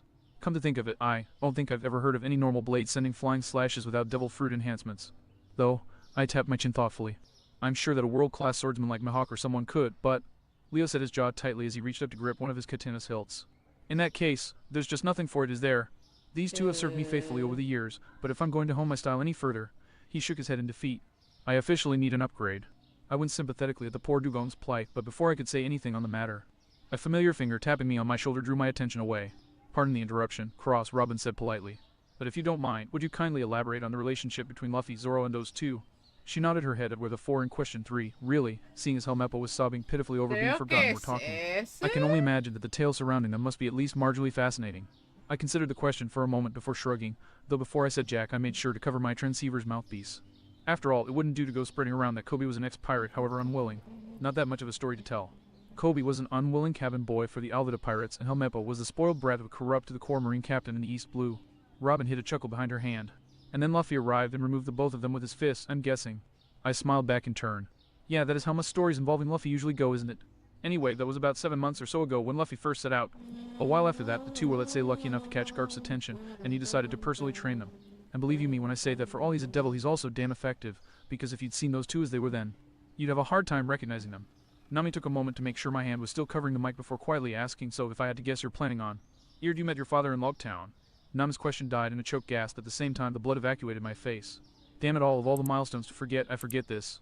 I suffered a minor panic attack as I considered what the fuck to do. I couldn't very well hang up, because if I did then Garp would be left hanging high and dry for why he didn't return to Marineford with us in tow. And for all that he could be a bastard at times, I didn't want to see the old man suffer for visiting his grandson. And fat lot of good gastro scramble would do with sound, by all but guaranteed to flip out as much as everyone else. As for muffling the transceiver, while that was all well and good for quiet conversations, Now, let's absolutely just nothing clean about what up was the about to happen was going to be place. quiet. Not remotely quiet. Why the hell didn't I think of that in the first place? Fair warning, I muttered absently as I slid my headphones on with one hand and started reaching for a very specific button with the other. This is going to be loud. Robin immediately clamped half a dozen hands over her ears, while everyone else blinked at me in confusion before stiffening in utter horror. Some tried to make a move at me, but too late. Your father's name is... Oh, with the pros and cons of the SBS and its host, the most wanted man in the world, idly mused as he dug a finger in his ear. Pro, one of the greatest allies to the cause I've ever seen, and an incredibly inspiring individual besides. Con, he's giving me tinnitus. Dragon weighed the options for a moment before shrugging indifferently. A small price to pay.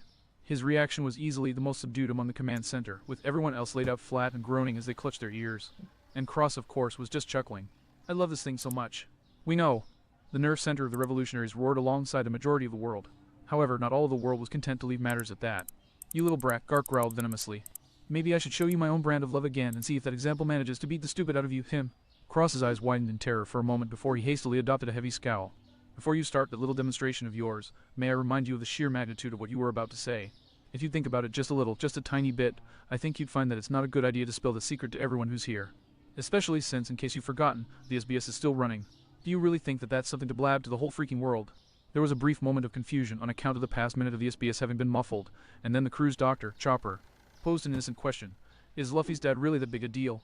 While the control room burst into not-so-quiet mutters, the snail snorted and shook its head. The absolute biggest deal, Chopper. If you thought the government wanted our heads now, you should see how badly they'll want them if this little tidbit gets out. And not just them either.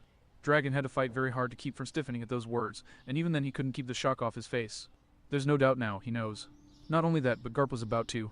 Dragon's expression promptly fell flat. No, of course he was about to. That comes as no surprise whatsoever. But still, the original revolutionary observed the transponder snail with restrained wonder. How could he possibly know that? Meanwhile, the rest of the command room was equally active, if louder. Is Luffy's father that important a guy? Koal asked her old comrade curiously. Sabo could only reply with a numb shake of his head. This is the first I've heard of Luffy having a dad at all. Not even he knows who he is. The snail had adopted a surprised look for several seconds following Cross' question. Then he grinned and chuckled. But I guess I shouldn't really be surprised that you know, eh? Especially after everything else you blabbed about. Hell, it'd be weirder if you didn't. But, hey, yeah, I guess you're right. Dragon breathed a subtle sigh of relief at those words. For all that he allowed his son his independence, he did actually care for him. And he knew how much harder his journey would be if his heritage ever got out to the public. As such, he thanked his lucky stars that for once Vice Admiral Monkey D. Garp had chosen to actually use his brain. After all, Vice Admiral Monkey D. Garp forged on with a solemn nod. It wouldn't be very smart to tell the whole world that Luffy's father is Monkey D. Dragon, the revolutionary. The entirety of Baltigo, nay, the whole world froze upon hearing those words. And while everyone was frozen, transponder snails around the world twitched as they gaped in awe. And yet, you tell them anyway, Cross ground out in horrified incredulity. There was a moment of silence before the snails blinked in realization and started chuckling sheepishly. Yeah, guess I screwed up there, huh? Whoops, my bad. Within the command post of the revolutionaries in the secret kingdom of Baltigo, Monkey D. Dragon the revolutionary and most wanted man in the world slapped a hand to his face with a groan. God damn it, Dad. Apparently Cross was of the same opinion, if the way he suddenly set his jaw was anything to go by. You there with the hat? Could you do me a favor? Take this and whack him for me, would you? Trust me, his head'll break before it does. Well, I'll be glad to test that. Garp blinked in surprise. Wait, wah. Clang! You! Well, albeit it works. What's it made of? Common materials enhanced to perfection by a godlike Idiwag. Shut it, you little jarkay. Believe me, they call Vegapunk all kinds of crazy things out in the East Blue. But for now, Cross adopted a grim expression. Before anyone properly freaks out, I have a few words I'd like to share. They are as follows. Well, this should be good, Dragon drawled sardonically. Folks, you heard it here, proof positive. Vice Admiral Monkey D. Garp, hero of the Marines, the man reputed for being one of Gold Roger's most formidable rivals, has done the impossible. He's actually managed to prove himself stupider than Monkey D. Luffy, how he is still breathing, let alone chemically viable, is a mystery that haunts scientists the world over. His very existence is a divide by zero paradox that should have, by all rational thought, destroyed the universe threefold by now. The great old ones have resigned their posts as bringers of insanity, as he has now rendered them redundant. God is dead because he killed himself out of shame for ever having allowed withdrawn, whatever. Anyway, I could keep going on and on, but I know that it would never touch upon the true extent of his impossible existence. In spite of himself, Dragon smirked. That was refreshing to hear. And that's all I wanted to say. Please feel free to react in an appropriate manner and make my foghorn seem like birdsong by comparison. And so the world proceeded to do just that. Oh, Straw Hat is Dragon's son. Sodom and Gomorrah flinched as the force of their boss's shout caused their trailer to leap out of the water. That man actually had a son. We loudly agreed. Wait, does that mean that Garp the hero is Dragon's father? Mazu demanded. This is totally insane. The trio finished as one. They're actually surprised by all of this. So Damasta's brother. Honestly, they seriously should have seen something like this coming, Gamora snorted in agreement. Oh dear, I was afraid of this, Bentham sighed heavily as he waved a towel over Ivankov's insensate and massive face. As if the knowledge of Straw Hat being Garp's grandson weren't pressing enough, this new development sent our dear ruler over the edge. He glanced over his shoulder fretfully. How are those 20 CS of Cosmotini coming? Hey, don't rush me, the current bartender protested. This is a very delicate and involved. Ivankov! Inazuma cried out as she at the moment rushed into Nakama Land's central area. We just found a... She skidded to a halt and blinked at the scene before her in confusion. What happened here? Oh, a tragedy is what happened, an utter tragedy. The newest citizen of the Okama Haven wept dramatically as he spun in place. Our glorious queen among kings was overwhelmed by the news of Straw Hat being Dragon's son, and he is totally faking it so that he can get at some extra alcohol past his ration, because he has complete and utter control over his body's hormones, and as such literally cannot faint. Azuma finished flatly. Ahem. Ivankov coughed as he shot to his feet and snapped his fist to his mouth. You wanted to tell me something, Inazuma. Oh, great miracle worker Ivankov, how could you? Bentham sobbed in betrayal. This is a human cocked an eyebrow at the overly dramatic even by Okama standards displayed before grinning at Ivankov. We were patrolling the floors when we found the guest. I am fairly certain that you will be very interested in him. Ivankov blinked in surprise before returning the smile. Oh, really? Do tell. Oh. Meanwhile, back in Baltigo, the reaction that was being had to the announcement was perhaps the most unique of all. Woo! Koala shrieked joyously as she literally danced around the control center, sweeping up anyone she could grab into a series of erratic spins and twirls. I'm rich. Rich, rich, rich, rich. Dragon's eye twitched minutely as he watched the extra species martial artist cavort about, casting a sidelong look at his chief of staff. Dare I even ask? ¿Cuál se ve He deadpanned. mejor? Asabo rubbed the back of his head sheepishly. She may or may not have placed one or two bets that may or may not have just paid out a rather substantial amount. I'm gonna take a vacation and buy a week from heaven in Pucci. Koala whooped as she started moonwalking on a table, a bib securely fastened around her neck. So much. Lobster. You're donating half of your winnings to the cause, Dragon finally said. Doesn't matter, because I still have enough left, Tilda. Koala sang cheerfully, not even missing a beat as she kept her dance routine going. That brought the revolutionary up short. She really won that much. A lot of people were curious about you, Chief. Sorry, Heck admitted. Dragon blinked as he processed that before narrowing his eyes suspiciously. What were those bets on exactly? Koala froze in Oh place. shit. I'm gonna go collect my winnings and pack by, before shooting out of the control room in a blur. Sabo sighed as he observed the smoke trail his partner had left, slapping a hand to his face. Simply put, she won the trifecta, he mumbled wearily. That Luffy was your son, that you were Garp's son, and that he glanced away with a sheepish blush. That you're... The hell do you mean he doesn't count? Smash. The revolutionaries jumped in shock when one of the control center's walls suddenly imploded on account of one of their comrades being thrown through it. Said comrade only had a second to recover before he found his collar grabbed, and he was dragged face to face with a very irate martial artist. Get this through your C-prism stone-thick skull, you moron. Koala bit out menacingly. Sabo is Luffy's brother. Blood can go hang for all I care. That means that Dragon is his dad too, meaning that you damn well lost. Now pay up or I will put you through the floor. The revolutionary was swift to dig out a wad of cash and toss it at Koala, which prompted her to drop him and start thumbing through the bundle with a contented smile. Pleasure doing business with you, Tilda. She sang as she turned right back around and walked out the very hole she'd caused. A heavy silence hung in the room until Sabo coughed uncomfortably. Ah, look, sir. Sabo, Koala just collected her rightly won earnings that resulted from her good luck. Dragon interrupted him in a neutral tone. Do you wish for her to give you the same treatment? No, sir. Sabo shook his head slowly. Then let's leave matters at that. Sabo hesitated for a bare moment before snapping into a salute, a smile barely restrained. Why, yes, sir. Dragon nodded proudly before readopting his neutral expression and glancing to the side at the now muttering transponder snail. But still, all joking aside, this is the final straw. Time that I arranged a meeting with Cross. A personal meeting. The revolutionary started to turn and walk away. Well hell, if it's already out in the open like this, bah. At least there's nothing stopping me from being proud of my captain being the son of one of the greatest heroes in the world. Before he and everyone else in the room froze. Dragon in particular paralyzed by the sudden resurgence of a pounding in his skull that he hadn't felt in years. Correction. I'll meet with Cross if he actually survives the day, he groaned internally. Oh. Everyone in my line of sight was doing their best imitation of a statue, save for the sweat coming down all of their brows. And for good reason, too. The only person not utterly paralyzed with terror was the very cause of that terror himself. Suffice to say that Garp the hero's expression was quickly darkening, and if the growl that was starting to rumble forth from his throat was anything to go by, that was only the tip of the iceberg. It should be noted, however, that it was only everyone I could see that was freezing up. Me, myself. Wheel, my adrenaline had just kicked into the biggest high I'd felt since the flight to the White Sea.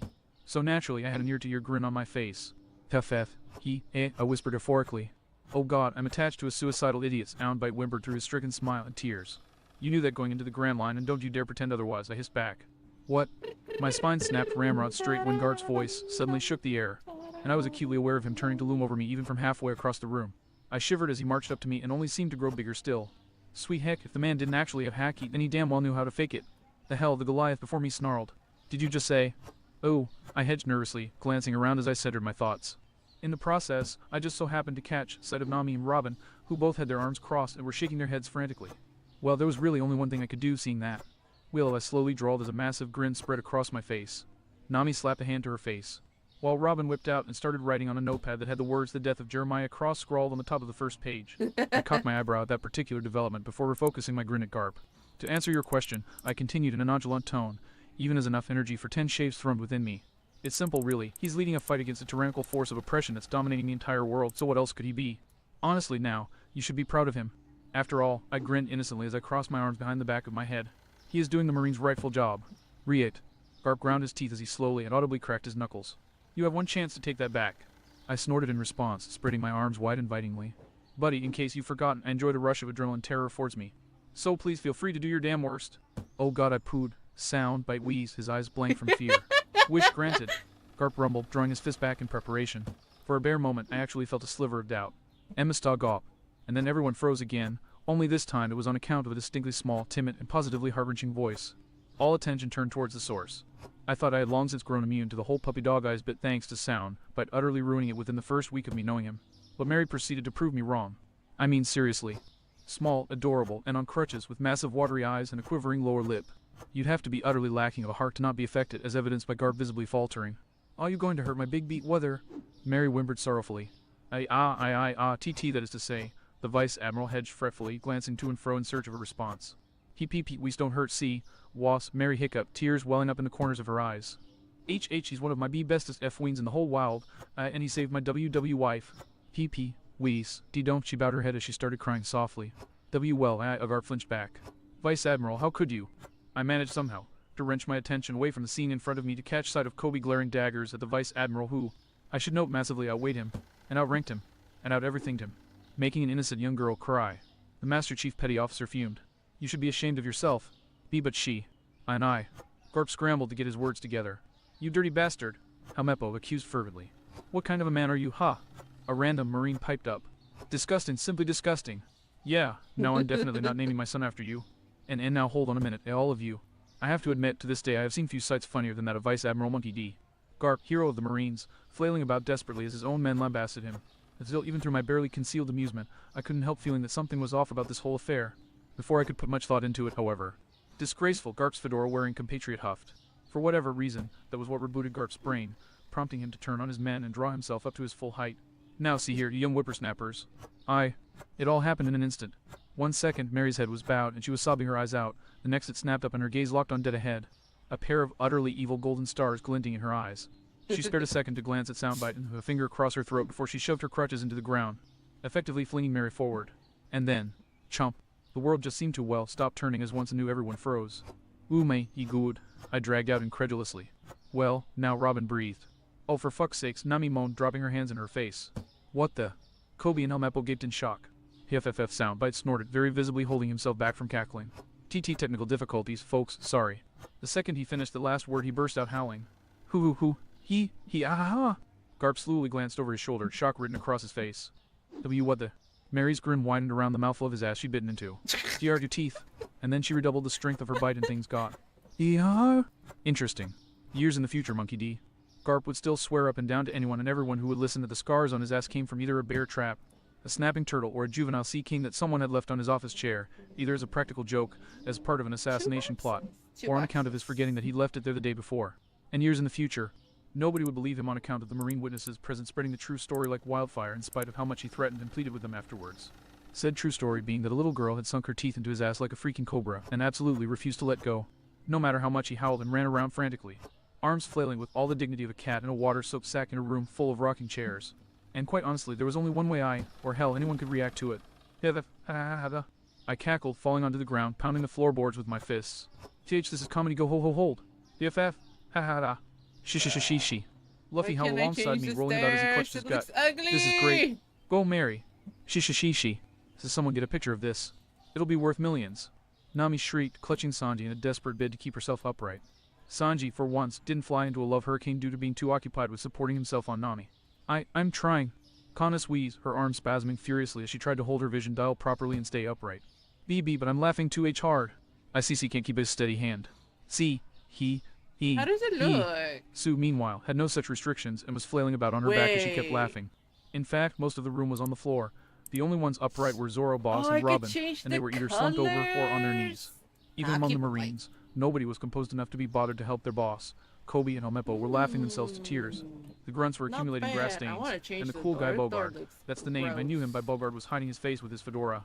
The shaking of his shoulders betraying the fact that he was trying with every fiber of his being not to burst out laughing himself. Overall, it was just straight up hilarious. At least 5 minutes passed before I managed to get enough of my mental facilities flaring to wonder what would happen when Garp finally got it in his head to get her off. The thought that came to mind brought with it a solution that would put an end to the conflict in a most beautiful way. As such, I forced myself to my feet, staggered over to the flailing Garp, and grabbed Mary's torso. I tried to yank her off, but she barely even budged a bit. Still, not to be denied, I lifted my foot, planted it on Garp's backside, and shoved as hard as I could. It was a hell of a struggle, but eventually I managed to yank her free. Rip! Though it wasn't from any weakness on Mary's part. Garp blinked slowly inside in relief as he realized the absence of pain in his hindquarters before stiffening as he also felt a breeze pass between his legs. Uo Senova. He snapped his gaze around and stared in horror at the sight of his shorts hanging from Mary's grinning jaws. Alright, Brett, you listen and you listen good. Whatever the hell you're thinking about doing, you stop thinking about it right the hell.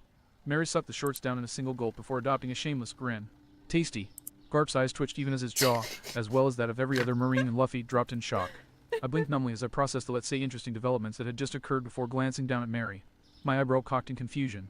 Wasn't your figurehead supposed to be a sheep? Mary bleated unabashedly in response. Fair enough, I conceded. Ha. Soundbite howled. Hey, I see some of me in her. Ha. You little. Garp grit out as he strangled the air before him. What the hell is your problem? Where the hell did all of that cutesy crap from before go? Mary silently stared at him for a second before bowing her head, her hood ensuring that all that was visible was the corner of a light smirk. Ha. And then, out of the blue, Wahada! Mary flung her head back and started cackling like a madwoman. Ye foolish Marine sobs! Ye really didn't get the memo, did ye? Well, allow me to make matters utterly clear for ye. And with that, Mary grabbed the sides of her jacket and jerked it. I paled in realization. Ah shit, we forgot to take our flag when we got off you, didn't we? The grin Mary shot at me matched that of the Jolly Roger emblazoned on the t-shirt she was wearing tooth for tooth. I assure ye, I consider it to be a most fortuitous mistake. Now, if you'll excuse me, do you get the picture now? You landlubber fools! She shouted, returning to cackling at Garp and his man. I might appear to be a cute and innocent caravel on the outside, sure, but in meek heel and soul. She thumped a fist to her chest. I'll ever and always be nothing less than a rough and tumble, grog-swilling Marine sinking buccaneer, through and through. And don't ye ever forget it. I stared at Mary in open-mouthed awe as she finished her tirade and crossed her arms with a triumphant smirk. And I reacted in the only appropriate way I knew. I smiled contentedly as I patted her head. I am so proud of you, Mary. So proud. She's already taunting the Marines like a Prusup sobbed into his arm. See, they grow up so fast. To see the next generation do you proud. Boss sobbed right along with him as he pumped his fist in the air. A man's romance at its finest. Go, boss, go. The TWOS concurred. You little, Garp snarled out murderously, veins popping out on his forehead as he slowly cracked his knuckles. Well, if you're seriously so intent on being a pirate, then I'm only happy to. Till the soundbite sang with a shit-eating grin plastered on his face. Remember, Garp, we were having technical difficulties during this entire bit. You start Jack, I drop the scramble. And all the rest of the world will hear as you pummeling poor, innocent Mary and her big brother. The snail's right, Garp, I smirked confidently. Hurt us now, and you will enjoy what I would like to call a reverse celestial dragon reaction. Ye civilians rise up to lynch you. Care to try it? You've earned your place as the tactician of this crew, Jeremiah Cross. Garp nodded with begrudging respect. Mary and I exchanged victorious grins, before freezing as he pinned us both with murderous glares. And you both earned a spot on my shit list. Mark my words, there will be consequences. Leave my crew alone, Gramps.